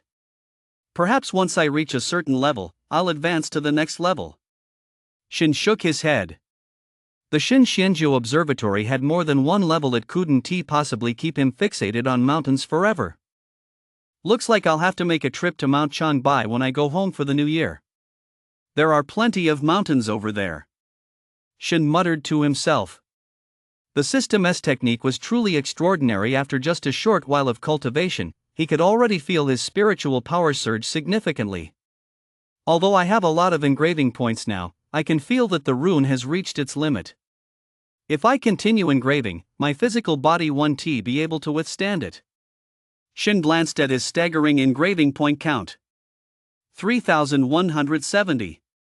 Yes, he'd earned them all by slaying zombie apes on Mount Changbai. He'd been killing them so furiously that his vision and consciousness had blurred. Who knows how many low-tier zombie apes he'd slain in that battle. He hadn't paid the slightest attention to how many engraving points he'd accumulated. When he checked later, he nearly jumped out of his skin. The points he'd accumulated when he first arrived at Mount Changbai had all been used to infuse the aura of the mountain's illusory form into the runes he'd engraved. They'd been completely depleted. In other words, these were all newly accumulated. I still haven't figured out exactly how engraving points are calculated, but there's one thing I'm certain of. Engraving runes for high-level players yields a lot of points. Back then, I engraved just one rune for Bing, and it added 50 points. Shin pondered silently. After a while, he stood up, patted his butt, and headed home. Anyway, any increase is a good thing, it doesn't matter how much. Worst case scenario, he'd just have to go out and kill a few more ghouls. With his hands behind his back, Shin hummed a tune as he strolled leisurely down the mountain. I wonder who will be my first customer when the time comes. The future looks bright. A week passed leisurely. Over the past week, the house shared by Shin and his two companions had undergone a complete transformation. The exterior of the entire house had been renovated, with the gray wall tiles uniformly repainted jet black. Inside, the floors and walls which had originally been dilapidated had all been refurbished in black as well. The whole place looked like a magical fortress. This was actually Shin's request. He said black created a more oppressive atmosphere. The interior decor was minimalist. Simply put, there's practically nothing inside after all. A few grown men don't need much in their daily lives. The first floor is the living area, the second floor is the engraving workshop, and the third floor and above are all bedrooms and such. As for the courtyard, the original ground was covered with a layer of fine gravel, and a tree was planted in the middle. Except for the tree, which loses its leaves in winter and has a white trunk, everything else is black. It didn't look like the kind of place decent people would live. At the main gate, a black, knife-shaped sign hung. It was shaped exactly like Shin's little black knife. Shin was very pleased with the sign and insisted on paying Gu Xiao, but she refused the money and ran off. Left with no choice, Shin asked Dong Tianming to find a time to give the money to Gu Xiao. Although a week had passed, not a single person had come here. Apart from the renovation crew and Gu Xiao, not a single student from Capital Academy had shown up. Shin didn't really mind, it was peaceful. Every day, he roamed the outskirts of the capital, heading to any mountain he came across to practice his technique. Life was very leisurely. Shin, is your rune related to mountains? Over the past few days, Dong Tianming had seen Shin poring over maps of the capital, searching for peaks and mountain ranges he hadn't visited yet. Dong Tianming asked curiously. He'd seen Shin's rune. It was very strange, unlike anything he'd ever seen before. He couldn't even sense what element the rune belonged to. Especially since he knew Shin was a body-restricted cultivator, his curiosity only grew. Most importantly, he'd never seen anyone who needed to search far and wide for new mountains just to practice. In the vast first-floor hall, there were only 3 solitary sofas arranged around a table. The 3 of them sat on one each, looking every bit the big shots, each holding a glass of wine. Pretty much. Anyway, it's better to train on the mountains for now. Shin nodded vaguely. He certainly didn't know anything about this stuff, let alone Dong Tianming. He didn't even know what element the rune belonged to himself. Brother Shin, I've almost finished searching all the mountains around the capital for you. You've been to pretty much every one in this area. If you want to go somewhere new, you'll have to travel farther. Su Guang sat nearby, swiping through a map of the capital on his tablet. Is that all? Shin nodded, not particularly surprised. The capital was huge, and the surrounding areas were even more vast. They were located in the west. Shin had already explored nearly every corner of this western region. To find new mountains, he'd have to circle the capital and approach from a different direction. After all, he couldn't just venture far away from the capital in search of mountains. Who knew where a white emperor might be slumbering? Knock, knock, knock. Outside the courtyard, a series of knocks suddenly rang out. We have guests? Su Guang's eyes lit up. He raised his hand to put on his mask, then stepped outside. Dong Tianming and Shen exchanged a glance and silently put on their masks. Is anyone there? Is Brother Redface around? We've come here specifically to see you. On the path leading to the courtyard, the guy with the slicked back hair from earlier was now standing outside with 3 girls and 1 boy. The voice that had just called out belonged to the guy with the slicked back hair. Tang Liang, is this the place you were talking about? Why does it look so creepy? One of the girls furrowed her brow slightly, staring at the pitch-black scene inside the courtyard. Except for a single tree, everything else was black, giving off a very oppressive vibe. Lingling, why don't we just go back? I feel like showing up unannounced isn't a good idea, and we don't have that much money anyway. Another girl spoke up, glancing at the one who was frowning. It's fine. I'm here. From the back of the group, the girl with a faint red mark between her eyebrows lifted her head slightly and gave the others a reassuring look. Exactly. With Shua here, what is there to be afraid of? If the guy inside really is a con artist, we'll tear this place apart. The boy who hadn't spoken before crossed his arms and said coolly. His eyes had a faint reddish tinge, and even his hair looked slightly reddish. Though gaunt, he gave off the impression of harboring a blazing fire within him. That's a bold claim. Are you all here just to pick a fight? Su Guang stepped out wearing a mask and spoke in a deep, eerie voice. Whoa! The three girls immediately took a step back, their eyes wide as they stared at Su Guang's menacing red mask. He's the red-faced brother? Su Guang. Without a word, Su Guang raised his hand and pressed it into the air. It was as if he depressed a button, and the main door slowly swung open on its own. Seeing this, a flicker of surprise crossed the eyes of everyone present. Shua, it's actually a high-tier spirit barrier. Looks like this shopkeeper's got some real power that's not cheap. Shua nodded slightly, a hint of curiosity rising in her heart toward the shopkeeper. Taking in the surprised gazes of the young people, a touch of smugness welled up inside Su Guang. Did you see that? A high-tier spirit barrier, only the owner of this place can activate it with hand seals out of thin air. A barrier this large would cost at least 100,000 spirit stones, and the Torch Guild gave it to Brother Shin for free. That's what I call face. Brother Red Face, I wonder if the shopkeeper is here? Our friend wants to have his rune repaired.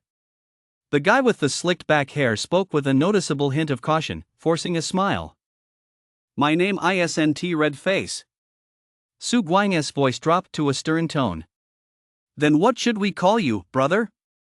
Red Face. The group. Is there even a difference? Ignoring their speechless expressions, Su Guang turned and walked toward the house.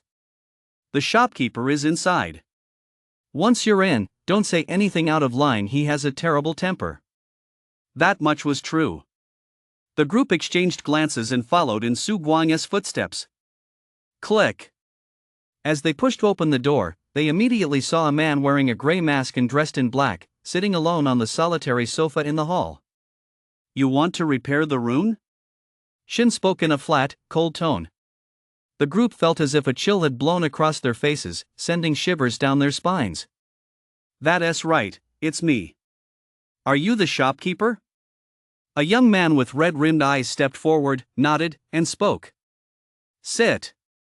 Shin pointed to the sofas on either side. The group instinctively and obediently took their seats. First of all, I have 3 rules for engraving runes. Shin raised his head slightly, his gaze sweeping over the group with a faintly look. First, I do not accept ignition stage runes, including those at ignition stage or higher, for the time being, because I find it too tiring. Second, I don't take on those with a guilty conscience. If you want me to engrave a rune for you, you must first swear by the rune that you will never become my enemy or act against me. Because I'm afraid of dying. Third, I don't take on anyone I don't like. The choice is mine. Also, I only take on 1 job per month, and my rates are very high. After Shin calmly stated these 3 rules, everyone fell silent. The young man with bloodshot eyes nearly jumped up on the spot and turned to walk away. It was the first time he'd ever heard such outrageous rules. It was the first time he'd ever seen a runemaster who could act such a jerk. Even runemasters in the Silence Realm don't have this many demands, do they? As for the Annihilation Realm, there are only 2 in Xia Kingdom, though their rules are even more outrageous than yours. But don't you dare look at your own level. Consolidation stage? Tang Liang, Shua, let us go. The young man stood up with a grim expression, ready to leave. Shin remained seated quietly, showing no sign of movement. Tang Liang's face was also filled with bewilderment and disbelief, and he soon turned to leave with a look of disappointment. This guy was clearly a fraud. Oh well, I got my hopes up for nothing. The group stood up, ready to leave. But Shue, with a faint red mark on her forehead, didn't budge. Her beautiful eyes locked onto Shin's calm gaze, and she spoke with a hint of curiosity. With all these rules, aren't you afraid you'll have no customers? Or is it that your level is actually very high, and you're just pretending to be in the consolidation stage? What level runemaster are you? Shin cast a casual glance at the girl and replied coldly. Why should I explain myself to you? You're so ungrateful. Shue's grandfather is a professor in the rune engraving department at Capital Academy. And Shue herself is a genius runemaster of this generation. You won't even reveal your rank, you must be a fraud. The girl named Lingling immediately pointed at Shin and spoke up. But before she could finish, she instantly sensed a fierce killing intent surging toward her. Shin looked at her, his voice utterly cold. Stick your hand out one more time, and I'll chop it off. Su Guang had appeared at the doorway at some point, as if ready to charge forward the moment Shin gave the word. What's this? Is this place some kind of dive? We're right near Capital Academy. The red-haired young man let out a cold laugh, his eyes suddenly blazing with fire. Humph. A cold snort suddenly came from the corner. Dong Tianming, wearing an ice mask, appeared out of nowhere and cast a casual glance at the group. A chilling, menacing wind instantly swept past. A Tong Yu level expert? Incredulity flashed in the eyes of the young men. Could this shop actually have a Tong Yu level staff member? Who exactly was this person? If you're here, you have to follow our rules. Otherwise, leave immediately and stop whining. Dong Tianming dropped that line, and his figure gradually faded away. Gentlemen, please leave. Su Guang reached out, ready to show them the door. How much would it cost, or what resources would be required to modify a fire rune at the peak of the consolidation stage? Shue suddenly spoke up. Many runemasters don't always charge spirit stones more often, they ask for resources they need. He didn't know how this gray-faced man charged, so he can only ask this way. Sorry, I don't want to repair it for you. You're free to go. Shin shook his head, stood up, and started heading upstairs. Wait. Shue suddenly grabbed Shin's sleeve. Shin instinctively raised his hand to slap her away. But Shue pointed at the red-haired young man whose expression was shifting between anger and gloom. His name is Xiao Yun. He is at the peak of the consolidation stage. Earlier, while on a mission to save some children, he was severely wounded by a ghoul and didn't receive timely treatment, causing his rune to shatter. He sought out students from our rune engraving department to repair his fire rune, but it was too complex, and all attempts ultimately failed. If you can help him, you can name any conditions you like. Upon hearing this, Shin looked at the red-haired young man. Dong Tianming's voice suddenly rang out in his mind. Xiao Yun? I've heard that Xiao Rui has a nephew by that name, but he ran away from home many years ago and hasn't returned to this day. I wonder if this is the person. Shun, ask him. If it is him, we'll help if we can, and it'll also mean a member of the Blazing Fire clan owes us a favor. Upon hearing this, a glint flashed in Shin's eyes. He looked at Xiao Yun, who still had a sullen expression but remained silent. There are so many powerful practitioners in the engraving department at Capital Academy, and your grandfather, young lady, is even a professor. So why did you come to me? Although everyone present was older than Shun, he remained unfazed as he called her little girl. I'm Shin, not just any Shin. Shue shook her head. I've already said it, we're still students. Fire runes, mountain runes, and water runes are all high-tier runes of the Return to Simplicity realm. With our current abilities, there is no way we can get involved. Unless the top senior about to graduate steps in, but she has already gone back to her hometown.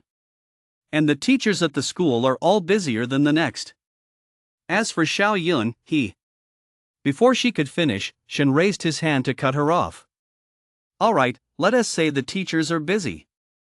You guys can't handle it, but in a capital city this big, there must be plenty of runemasters around. Why not seek them out? This was Shin's biggest question. Since this kid's rune was malfunctioning, why didn't he go to another runmaster? Instead, he kept putting it off and ended up coming to him. Well, Shue hesitated slightly, glancing at Xiao Yun.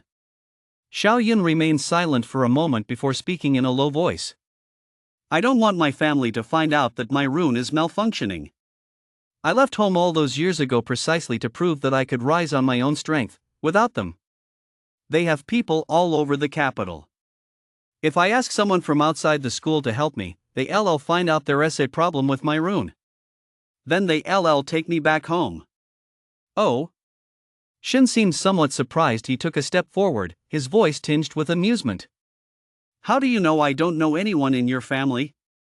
Besides, if you ask these students at school for help, don't you think your family would find out? Xiao Yun's face was stern, his voice somber. Anyone who dares to spill the beans, I'll beat them up. Furthermore, even though my family knows quite a few runmasters, they wouldn't go so far as to station someone here specifically to keep tabs on me. I'm not sure, but I'll have to take a chance. Shin felt a sense of helplessness deep down. What a coincidence, I actually do know your aunt. But he didn't say anything. Instead, he sat back down in his chair, crossing his legs. Fine, let us say I agree. But the price, can you afford it? No matter how much it is, I'll pay for him. Shue spoke up immediately. You? Shun gave Shue a strange look. Xiao Yun, however, stepped forward and spoke in a deep voice. Shue, I won't let you pay a single penny. Since I made up my mind to leave back then, I'll definitely gather the resources with my own two hands. Xiao Yun's resolute words moved everyone present. 20 spirit crystals. No haggling. Why don't you just go rob someone? A girl stared at him wide-eyed.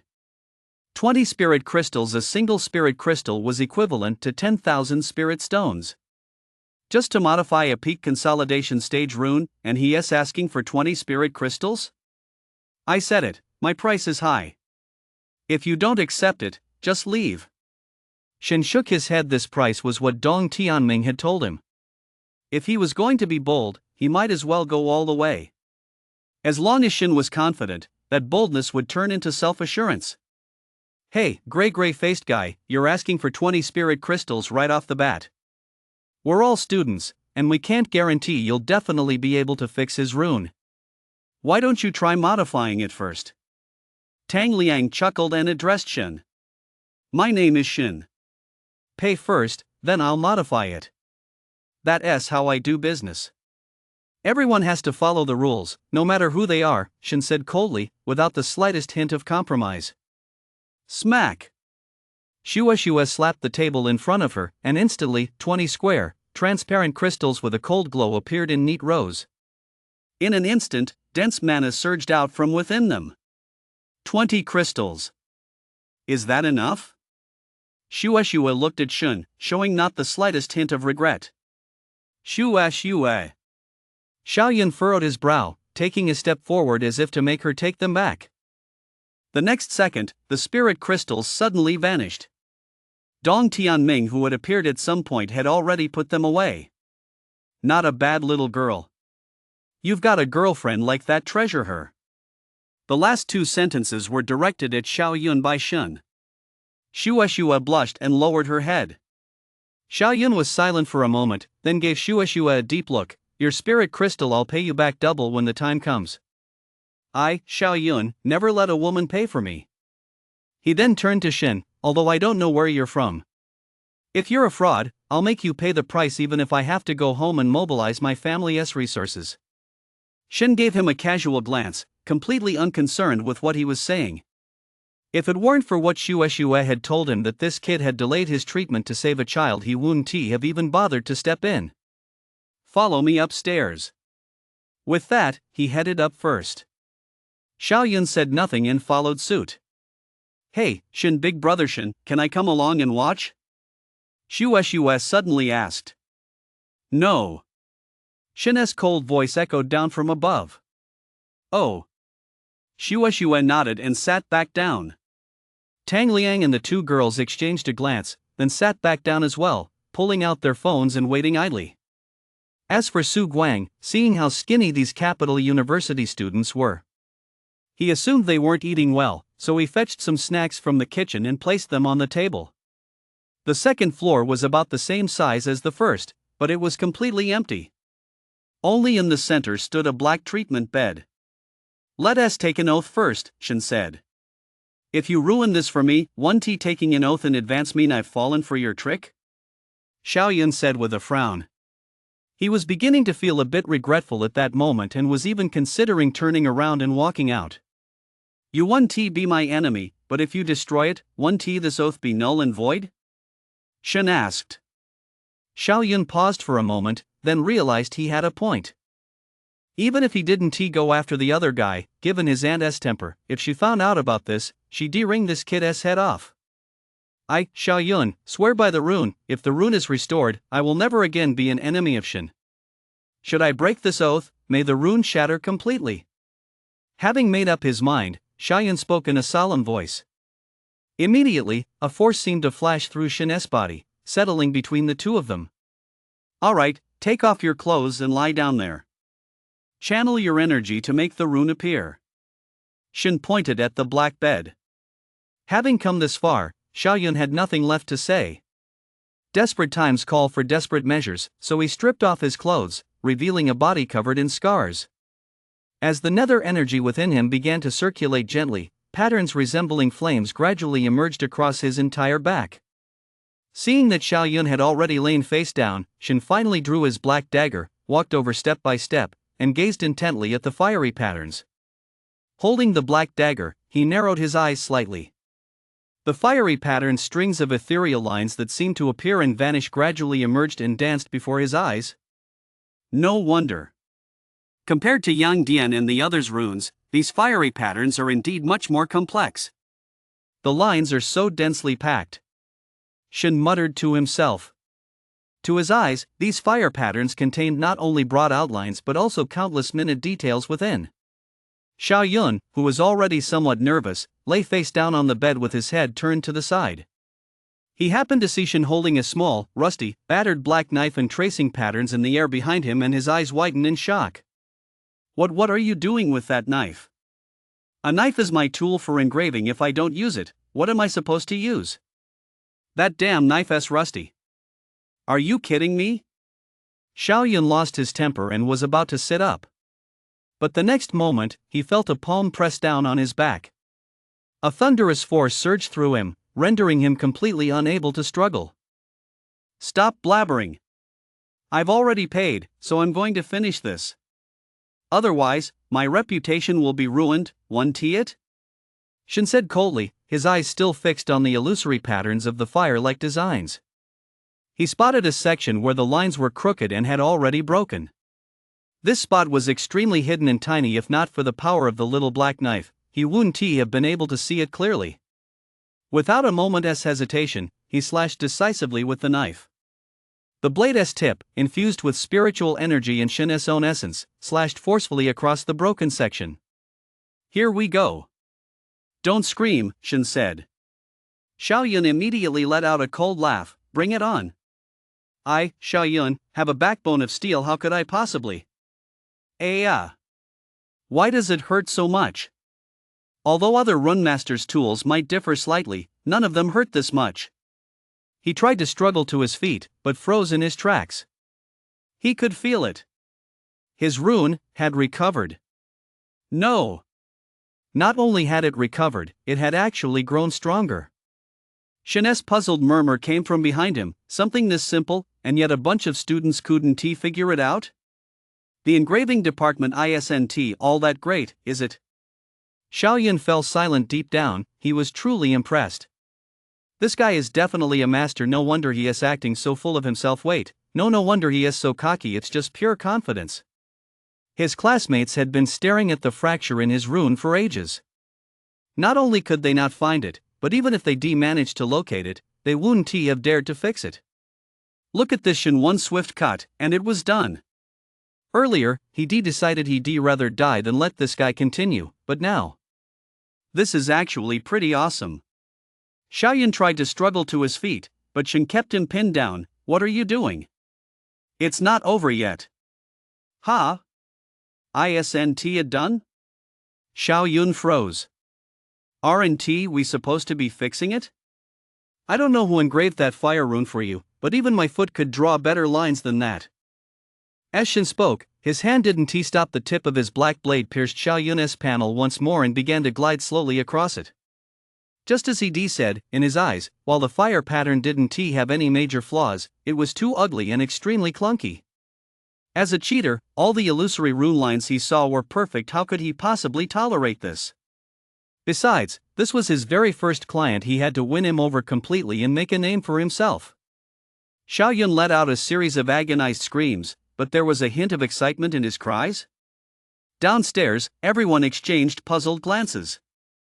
That sound was so strange. What on earth was happening upstairs? Only Su Guang let a faint, enigmatic smile flicker in his eyes. That kid upstairs is starting to feel the benefits. Su Guang didn't think he was stupid at all. On the contrary, he thought he was very smart. Ever since Brother Shin had inscribed a rune for him for the first time, he had discussed it privately with Yang Dian and Zhang Zhuangshi. Yang Dian and Zhang Zhuangshi had also experienced what it was like to have other rune masters inscribe runes for them. Although there was no pain, there were no substantial changes either. Only Brother Shin. The runes inscribed by Brother Shin all carried a certain inexplicable power. At first, they didn't understand it, but after researching it together, they discovered something utterly shocking. The general outlines of their runes were, from every angle, absolutely perfect, even more perfect than those shown in the rune diagrams. Furthermore, some of the fine details weren't even present in the original rune diagrams. In other words, Brother Shin had modified and added to them based on his own understanding. This discovery left them all utterly awestruck. Brother Shin was only 18. An 18-year-old rune master is already an extremely rare find. But at this age, not only could he perfectly carve the general outlines, he was actually able to modify and add to them. He was truly a prodigy among prodigies. This was also one of the reasons they were so utterly devoted to Shen. Later, on Mount Changbai, the three of them fell unconscious together. When they woke up, they heard that everyone else had nearly been transformed and had been constantly battling that eerie aura. Yet within the three of them, that eerie aura couldn't penetrate at all. It had all been gradually eradicated by the rune. Was there something special about the three of them? Was rune special? No. The only thing they had in common was that Brother Shin had personally inscribed runes on each of them. This was a secret the three of them had sworn to keep. This was too shocking. Brother Shin was already attracting enough attention. If this were to be exposed, they'd be in big trouble. So, when they heard that Shin was opening a rune inscribing shop in the capital, Su Guang didn't hesitate for a second. He followed Shin straight away. Because he knew that with Shin's extraordinary talent, whether in cultivation or as a rune master, he was bound to gain a firm foothold in the capital. The moment he heard Xiao Yun's familiar, rhythmic screams, Su Guang knew. Brother Shin's reputation would, starting today, gradually spread throughout the entire capital. And even across the entire Xia kingdom. Why did you leave home? On the second floor, Shin was leaning back in a chair, his chest rising and falling rapidly as he struggled to recover from the immense energy drain. In fact, his face beneath the mask had turned somewhat pale. Although Xiao Yun was only at the peak of the consolidation stage, his rune was a fire rune of the upper silent realm. The energy drain caused by modifying it was far greater than that of ordinary runes. After inscribing it onto his opponent, Shin sat down nearby and began quietly recovering. At the very least, he couldn't let the other person see that he was drained. Xiao Yun didn't know if Shin was finished, so he just sat there, unsure whether he should get up. It was a good chance to lie down and let the excruciating pain in his back subside for a moment. Hearing Shin's words, he fell silent for a moment before speaking slowly. They wanted to arrange an engagement for me. I wasn't willing to just get engaged to a girl I'd never even met, so I ran away. I had a huge fight with my family, and then they cut off all my resources. As Shin listened, his face twitched slightly. What a melodramatic plot. No wonder the nephew of a mighty in-spirit realm expert had to rely on his little girlfriend to pay for his 20 spirit realm cultivation. Your last name is Shao. I heard there's a powerful figure in the Torch Guild who also goes by Shao. Are you related to him? Shin asked deliberately. That's my aunt. Oh. Wait a minute, Xiao Yun suddenly turned his head to look at Shin. There are so many people with the surname Shao. How did you just assume I'm related to my aunt? I'm a part-time rune master for the Torch Guild. I noticed a resemblance between you and her, so I just asked out of curiosity. Shin blurted out a load of nonsense. Xiao Yun nodded slightly. So he was a seconded rune master from the Torch Guild after all. No wonder he was so cocky even while wearing a mask. But wait, didn't the Torch Guild always protect their rune masters so carefully? Why would they suddenly let this one go out on his own to open a shop? All right, it's over. What are you still lying there for? Shin had recovered quite a bit by now and stood up, looking at Xiao Yun, who was still lying on the ground. Xiao Yun hurriedly got up and pulled his clothes on. By now, the gloom had completely vanished from his face, and his eyes were filled with joy. He'd originally come here with Shue just to check out the commotion, and he'd also been curious about who would dare to open a shop in this area. He never expected it to be such a big shot. Not only had his rune fully recovered, but it had actually become even stronger. Unbelievably strong. Downstairs, Shue, Tang Liang, and the others had been waiting for ages, so bored they were about to lie down. When they heard footsteps on the stairs, they sprang to their feet, each staring intently at the two figures descending. Although Xiao Yun's expression hadn't changed much. It was obvious that he couldn't suppress the joy at the corners of his mouth, nor the look of astonishment in his eyes. Shin, on the other hand, stood with his hands behind his back, an air of inscrutability about him. Xiao Yun, Shue stepped forward and asked tentatively. Xiao Yun nodded, looking at Shue. This guy is really impressive. Not only has my rune been fully restored, but it's actually become much stronger. Instantly, the group gasped in unison, staring wide-eyed at Shin, who stood with his hands behind his back. He wasn't a fraud after all? He just solved a problem that even the students of the Capital Academy's rune engraving department couldn't handle in just a short while? Tang Liang's eyes darted about, then he flashed a sycophantic smile and stepped forward. Brother Shin, do you think I could reserve that spot for next month? Money is no object. Shin glanced at him, then shook his head. You can't reserve it. Come back then. If no one beats you to it, it's fate. Although he'd been turned down, Tang Liang's heart tightened. I'm not sleeping a wink this month, I'll be camped out here. On the first day of next month, I'll storm right in. Let us see who dares to compete with me.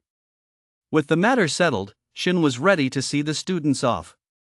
Before they left, his tone had softened somewhat. Once you're back, spread the word for me. Of course. But if you come back next time, the price won't be this cheap. The students were now thoroughly convinced and nodded repeatedly. Xiao Yun's fire runes were upper-tier silence realm, and since this man could modify them, that meant he could also engrave them. In other words, he was most likely a Silence Realm rune master. Silence Realm, even Shue's grandfather was only at the Silence Realm. They even felt that Brother Shin had charged far too little. After watching the group leave, Shin shut the door. Only then did he let out a sigh of relief and take off his mask. His face was still a bit pale. On the sofa, Dong Tianming and Su Guang sat in silence. Who on earth taught you how to engrave runes? You can even modify fire runes. What level of rune master are you now? Dong Tianming asked. He really couldn't hold back any longer, being able to modify fire runes? This kid was truly uncanny. An 18-year-old Silence Realm rune master. If word of this got out, this place would probably never see peace again. Shin chuckled. He wasn't going to say anything, he was just having some fun. Can you engrave the runes on my blade? Dong Tianming asked again. Your level is too high. Maybe I'll be able to manage it once I reach the ignition stage? Shen walked over and sat down. He wasn't bullshitting on this one based on his experience. Whether a rune could be modified or enhanced depended entirely on the other person's level and the rune's strength. The stronger the rune and the higher the level, the harder it was for him to engrave. Take that time he modified a blade for Bing, who was still in the ignition stage. He passed out on the spot. And Dong Tianming was now in the late Tanyu stage. Just based on that level alone, if he tried to modify it by force, he'd probably pass out too. Dong Tianming nodded. He'd been an idiot. Shen was only at the consolidation stage, not even at the peak yet. How could he possibly modify a rune for someone at the late Tanyu stage? By the way, Brother Dong, do you know where they sell those things that can help lay a foundation early on? Shen suddenly spoke up. Upstairs, he chatted with Xiao Yun for a while. That's when he learned that in these prominent clans, children are constantly given precious items from a young age to lay their foundations early. This way, after awakening, there's a chance their talent, spiritual power, and other attributes will become exceptionally strong. Even if they don't, they'll definitely be far from ordinary. Their bodies will also be able to withstand more runes. He wanted to get some for Dong Xia and Miao Miao. For your younger brother and sister? That one be easy to come by, Dong Tianming said, rubbing his chin. These things are considered treasures. You could even call them scarce resources. Normally, they're part of those families' heritage and almost never leave their circles. And even in some underground black markets, they only show up occasionally. Most importantly, you need to use them consistently to see significant results. Just one or two won't do much. Shen furrowed his brow slightly. Was it really that complicated? Of course, the Torch Guild also offers internal exchanges. Given your special status, you should be able to trade for them. But you'll need to use points to exchange them, and you haven't completed a single quest yet. I'll start doing quests tomorrow, Shen said without hesitation. Originally, he just planned to hold the position in name only. He was here solely to cultivate. But now he changed his mind. The three little ones back home weren't the type to sit still in the future. Since that was the case, he might as well help them lay a solid foundation early on. Brother Shen, what about the two of us? Su Guang scratched his bald head. Was Brother Shen leaving him and Brother Dong here to just stare at each other? Shen patted Su Guang on the shoulder. I'll boost your rune before I head out, then you're free to do as you please. It'd be best to meet more people and make a name for yourself. Remember, don't back down. Su Guang nodded vigorously. As long as he had something to do, he was good. Dong Gu, could you keep an eye on the black market for me? If you see anything that'll help me build a foundation, just buy it for me. I'll pay you later. Dong Tianming nodded slightly. After the three of them had settled on a plan, they were about to have a few more drinks when they heard what sounded like a faint commotion coming from outside. Exchanging a glance, the three stood up in unison, walked out, and pushed open the courtyard gate. They loved nothing more than watching a spectacle. But to their surprise, it turned out to be Xiao Yun and his crew. Why weren't they back yet? Across from them stood a man and a woman, locked in a heated confrontation with Xiao Yun. Xiao Yun! This engagement has to be called off today. The moment Shen heard that first sentence, he nearly lost his composure. Deep down, he thought, wow. A broken engagement plotline, huh? Is Xiao Yun about to become the protagonist? Shen's interest was piqued, and he led the two of them to sneak closer. Then he glanced at Xiao Yun's hand. No ring. Guess there's no old grandpa involved. The group clearly hadn't noticed the three nosy onlookers nearby. They continued to glare fiercely at each other. Standing opposite Xiao Yun and his group was a very tall woman, heavily made up. Upon closer inspection, she actually had quite good natural features. The man beside her had his arm around her waist. A few strands of gray were visible in his hair.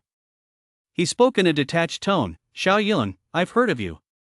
The only son of the Xiao family in the capital, whose aunt is currently one of the blazing fires. Yet you're so full of yourself that you refuse to associate with disciples from other families, is that right? At these words, even Xue Xuet and Tang Liang, who were standing nearby, were taken aback. They knew Xiao Yun's background, but they hadn't expected him to be an only son or that his aunt was a current blazing flame. No wonder Xiao Yun had never gone into detail. Who are you? Xiao Yun frowned as he looked at the man. Li Tian. A member of the Li family, haha, what do you want with me? Xiao Yun suddenly realized, and chuckled. Hurry home and have your family call off Xiao Ji's engagement. You're someone who doesn't even want to fit in with the crowd. Do you really think Xiao Ji would have any interest in you? Li Tian laughed with a hint of amusement. Xue cast a complicated glance at the expressionless Xiao Yun, lost in thought. I left home because of this a long time ago. You can go handle it yourselves, why bother coming to me? Xiao Yun's tone was quite harsh. Although the Xiao family isn't as powerful as it once was, it's still a prominent family. Wouldn't it be too rude to just show up unannounced? Of course you'd say that. The woman named Xiao Ji snorted coldly, glancing at Xue who stood beside Xiao Yun, looking like a fairy. A flash of jealousy crossed her eyes. Behind the scenes, Shen was somewhat surprised. This Xiao Ji actually had some sense. She knew not to make the Xiao family lose face outright. I've already said it, I've left home. Whatever bullshit marriage they've arranged for me has nothing to do with me. Get out of the way. Xiao Yun took a step forward, a flash of fire flickering in his eyes. Xiao Yun, what gives you the right to act so high and mighty? Think you're so special? Let me tell you, hanging out with these lowlifes won't do you any good. If you just listen to us, you might actually make a friend or two. Li Tian also let go of Xiao Ji's waist and stepped forward as well. I don't like hearing that. What, are all of us in the Tang family lowlifes now? Tang Liang suddenly spoke up, a cold glint flashing across his smiling eyes. The Tang family? The Tang family from Chuandi? Xiao Ji furrowed her delicate brows slightly. That's right. Do you want me to tell my family that today you've become one of these so-called lowly people? We're all citizens of Xia. What gives you the right to act so high and mighty? Tang Liang stroked his chin. People from the Tang family should stay out of the capital's affairs. Even though the Tang family isn't weak, we in the Li family don't even consider them a threat. Li Tian snapped coldly, acting incredibly arrogant. Shen, listening in the shadows, felt a headache coming on this family, that family. What the hell? Are they all so full of themselves? These families all wield considerable influence in Xia Kingdom, and the country's territory has been expanding steadily over the years. The strength of these families in certain sects has been steadily rising. Otherwise, the Torch Guild alone wouldn't be able to protect the entire Xia Kingdom. Dong Tianming whispered telepathically. Boom! Several auras suddenly erupted, and nether energy began surging around Li Tian, Xiao Yun, and Tang Liang. If you want to fight, go somewhere else. If you ruin the road here, how are others supposed to get through? Seeing the three about to come to blows, Shen had no choice but to step forward. There was only one small path here. If it got destroyed, he'd have to find someone to fix it, a complete waste of time. Especially that Li Tian, he was actually a newcomer to the ignition stage. Shen, wearing a gray mask, suddenly stepped out of the shadows, startling the group. Li Tian and Xiao Ji, who had never seen him before, instinctively took a step back. They quickly snapped out of it, and Li Tian, feeling as if he'd lost face, spoke coldly. Who the hell are you? Get lost. Say one more word, and I'll break your legs. Hearing this, Su Guang almost burst out laughing. This kid was a total loser. Dong Tianming shook his head silently. These kids were acting all high and mighty, even though their levels had gone up. But they probably hadn't even taken on a ghoul one-on-one. And yet they dared to talk to Shen like that. They'd really bitten off more than they could chew. Tang Liang and the others stared at Li Tian as if he were a complete idiot. What else with the looks? Just because you've got some trashy consolidation stage reinforcement, you think you're all that? Li Tian sneered. Ever since advancing to the ignition stage, he'd become incredibly full of himself. How dare you talk to me like that? This is my brother Shen. Say one more word, and do you think I want to make sure you can't walk anymore? Tang Liang said coldly. Brother Shun? What a joke. Just wearing a mask and acting all mysterious. Brother Tian, I can see they're all trash, not a single one of them stands a chance against you. Xiaoji snickered repeatedly, rubbing herself against Li Tian's arm. As soon as Li Tian heard this, he burst out laughing. That's right, I am, of course, invincible. I'll say it again, if you're not here for a reason, get out of here. If you want to fight, go do it somewhere else, Shen said, his tone still calm. However, a hint of amusement flashed in his eyes. I'm staying right here today, and not a single one of you is leaving in one piece. Especially you wearing a mask and playing it being some kind of ghost. What kind of cosplay is this?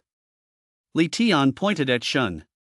Yu Xiaoyun immediately narrowed his eyes, flames erupted around him as he prepared to charge forward. But Shen held him back. The flames kept spreading across Shen's hand, yet they didn't cause a single scratch. After restraining Xiaoyun, Shen patted him on the shoulder. Then he strode toward Li Tian. What? You piece of trash, you actually want to fight me one-on-one? Thud. Before he could finish his sentence, a fist appeared right in front of him, and the next thing he knew, everything went black. He collapsed onto the ground. Boom, boom, boom. As Shen unleashed punch after punch, Li Tian felt as if trains were constantly falling from the sky, crashing down on him one after another.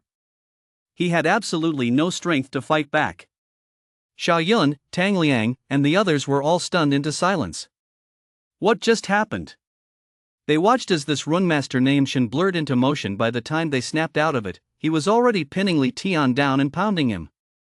You're quite the character, daring to act so cocky on my turf? Boom. Who was the piece of trash? Boom. Who was playing dress up with you? Boom. Shen's voice, laced with a hint of a smile, kept coming, while his hands never stopped, delivering punch after punch. You fucking Li Tian let out a growl as his ignition stage aura erupted. He was about to get up, but was knocked back down by another punch. With such a pathetic ignition stage, what are you trying to pull? Shen asked again, then stomped down on Li Tian's leg. Crack. Ah. Li Tian let out a blood-curdling scream. He'd actually broken his own leg. How dare he? Stop your fucking screaming, you're annoying. Shen muttered, bringing down another kick, snapping the other leg as well. Li Tian fell silent, his body trembling as a chill spread through his entire being. He saw the murderous glint in the eyes behind the mask. Did he want to kill him? Seeing that Li Tian had fallen silent, Shen nodded in satisfaction, then grabbed him by the hair and hoisted him halfway off the ground. He crouched down, looking straight into Li Tian's eyes. You're an ignition stage, right? You're faking it, aren't you? You know, I'm actually the kind of person who loves to reason things out, don't you? Li Tian nodded, his eyes filled with terror. The others behind them froze in their tracks. This guy is way too brutal. He broke the guy's legs and still claims he likes to reason? And that combat power just now, he didn't even use a rune, did he? Just raw physical strength? I told you all to go fight somewhere else, but you insulted me, so I hit you. That is fair, right? No, Mei Mao Bing. Li Tian's teeth had been knocked out by Shen's punch, and his words came out in a whimper. Good boy. Now let your little girlfriend take you to the hospital. It's not too late to get your legs set. Shen's voice sounded almost like he was laughing. This terrified Li Tian even more, and he nodded frantically. Only then did Shen let go of Li Tian, then turned to look at Xiaoji, who was trembling beside him. Take him away. Do you expect me to carry him myself? Hearing Shen's eerie voice, Xiaoji suddenly snapped out of it and shuddered. She stared at Shen, her eyes wide. You're dead. Brother Tian is from the Li family. Smack. Before she could finish, she took a hard slap and was sent flying. Why are you so slow on the uptake? You actually dared to threaten me, didn't you? Shen gave her a suspicious look. Deep down, Li Tian was cursing her like crazy, though he was actually cursing Xiaoji. Couldn't she see what was going on? He actually thought this woman was pretty sharp. Now it seemed her head was full of water. With her left cheek swollen high, Xiaoji struggled to her feet, ran over, helped Li Tian up, and turned to run away. But the moment she turned, a flash of venom crossed her eyes. Shen silently watched her retreating figure, his eyes narrowing slightly as he weighed whether to take this woman out. And while he was at it, take out Li Tian too. He'd seen the looks in both their eyes as they left. They'd clearly taken a grudge against him. But then he remembered that he was now Shen, a runemaster on loan from the Torch Guild, with another mysterious identity. Neither of them knew who he really was. It didn't matter. He'd let them off for now. He'd keep a low profile while he was new here. If they were blind enough to stir up trouble, it would be the same as picking a fight with the Torch Guild, and then he'd have every right to step in. Perfect. He turned to look at Xiao Yun and the others, who all shuddered in unison. Could it be that Big Brother Shen hadn't had his fill of fighting and was going to beat them up too? Xiaoxi got into a massive brawl just for saying one thing that's brutal. If you're okay, just get out of here. You're a nuisance. Thankfully, Shen just said that and walked away with his hands behind his back. Back at the house, Su Guang was cackling with laughter. From the moment that kid opened his mouth, I knew he was done for. I was pretty much the same back then, ha. Shen, however, ignored Su Guang's silly grin and turned to Dong Tianming. Bro Dong, do you think that kid's going to keep causing trouble? If so, I'll just go and take him out on the sly. Dong Tianming's mouth twitched, and he hurriedly spoke up. Don't even think about it. This is the capital, the Li family's stronghold. Beating him up was one thing. But if you actually kill him, it'll be a huge mess. Even the Torch Guild would have a hard time covering it up. He was genuinely afraid that the kid might lose his cool and go out in the middle of the night to kill Li Tian and that girl. So you can handle it, then? Shen nodded thoughtfully. Then, catching Dong Tianming's somber gaze, he gave a nervous laugh. But what if they try to pull a dirty trick on me? You just now thinking about the consequences? Dong Tianming couldn't help but let a faint smile slip. Don't worry. You're the Torch Guild's runmaster now. Unless he wants to die. Bro, where are you? Why is it so dark over there? Bro, I've got to tell you, Dong got into a fight today. Bro, when are you coming back to see Miao Miao? Bro, why is it so dark behind you? Are you in the mountains? The Hangduan Mountains, a remote frontier region some distance from the capital. Shen was huddled inside an extremely secluded cave, leaning against the rock wall and clutching a long black sword. In one hand, he held a round object resembling a night pearl. It cast a faint glow into the pitch-black cavern. Right now, he was holding his phone, grinning widely as he looked at the three little ones on the screen. Big bro, I'm just hanging out over here. I heard you can catch some good stuff fishing on a night like this. Everything is fine. Also, Dong, why did you get into a fight? Are you hurt? What? You got into a fight and actually lost? You're such a screw-up. You're embarrassing your big bro. Miao Miao, next time I come back, I'll bring you guys something nice, okay? Shen chatted with the little ones for a while. After talking with Li for a bit, he went back to chatting with Qingqing. You went on a mission? Qingqing's gaze was somber. Shen's story was just to fool Dong and the others. What kind of decent person goes fishing in the mountains in the middle of the night? Do you use a knife to fish? Yeah, I need some exchange points. I'm still short quite a few. Shen said, wincing slightly. That day, he'd seen that little girl, Shua, produce 20 spirit crystals with a single tap, and later he'd asked Dong Tianming how she'd done it. A storage artifact. At the time, Shua was wearing a very unassuming bracelet that was the storage artifact. Shen had wanted to get one right then and there, but after asking around, he discovered that these things were even harder to come by. The Torch Guild did have them for trade, but they cost 10,000 exchange points. With no other choice, he had to borrow some from Dong Tianming to make the exchange.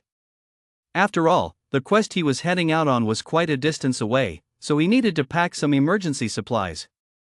Like this glowing bead, it's coming in handy right now. Then be careful, Qingqing said, not trying to dissuade Shen, but simply nodding. I'm already at the consolidation stage, and since I've been training with my dad over at Changbai Mountain, I'm no pushover now.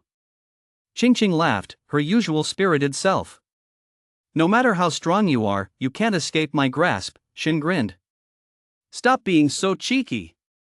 How are your preparations for the college entrance exams coming along? I think they're right after the new year, aren't they? I'm not worried about the academic subjects anymore. Right now, I'm mainly focusing on boosting my combat strength to make sure I can pass Capital Academy's entrance exam. Capital College? That essay piece of cake for you, isn't it? I just don't want to mess it up. After chatting for a while longer, Qingqing seemed to have something to do and was about to head out.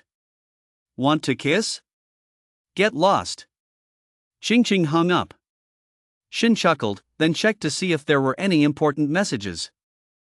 Finding none, he stowed his phone and the bracelet on his right wrist. Phew, at this rate, I should be able to head back in 3 or 4 days. Shen mused silently. He'd taken on a solo mission to the outskirts of the Hangduan Mountains to collect the tails of an insect like Ghoul known as the corpse worm. He needed 50 of them. He'd been here for nearly 3 days, but had only found 7 or 8 so far. Moreover, each one was close to Tier 3, with extremely strong defenses and was very hard to track down. And this was just a C-rank mission, with a reward of only 50 exchange points. Missions were divided into 4 tiers, A, B, C, and D. A rank was the highest and hardest,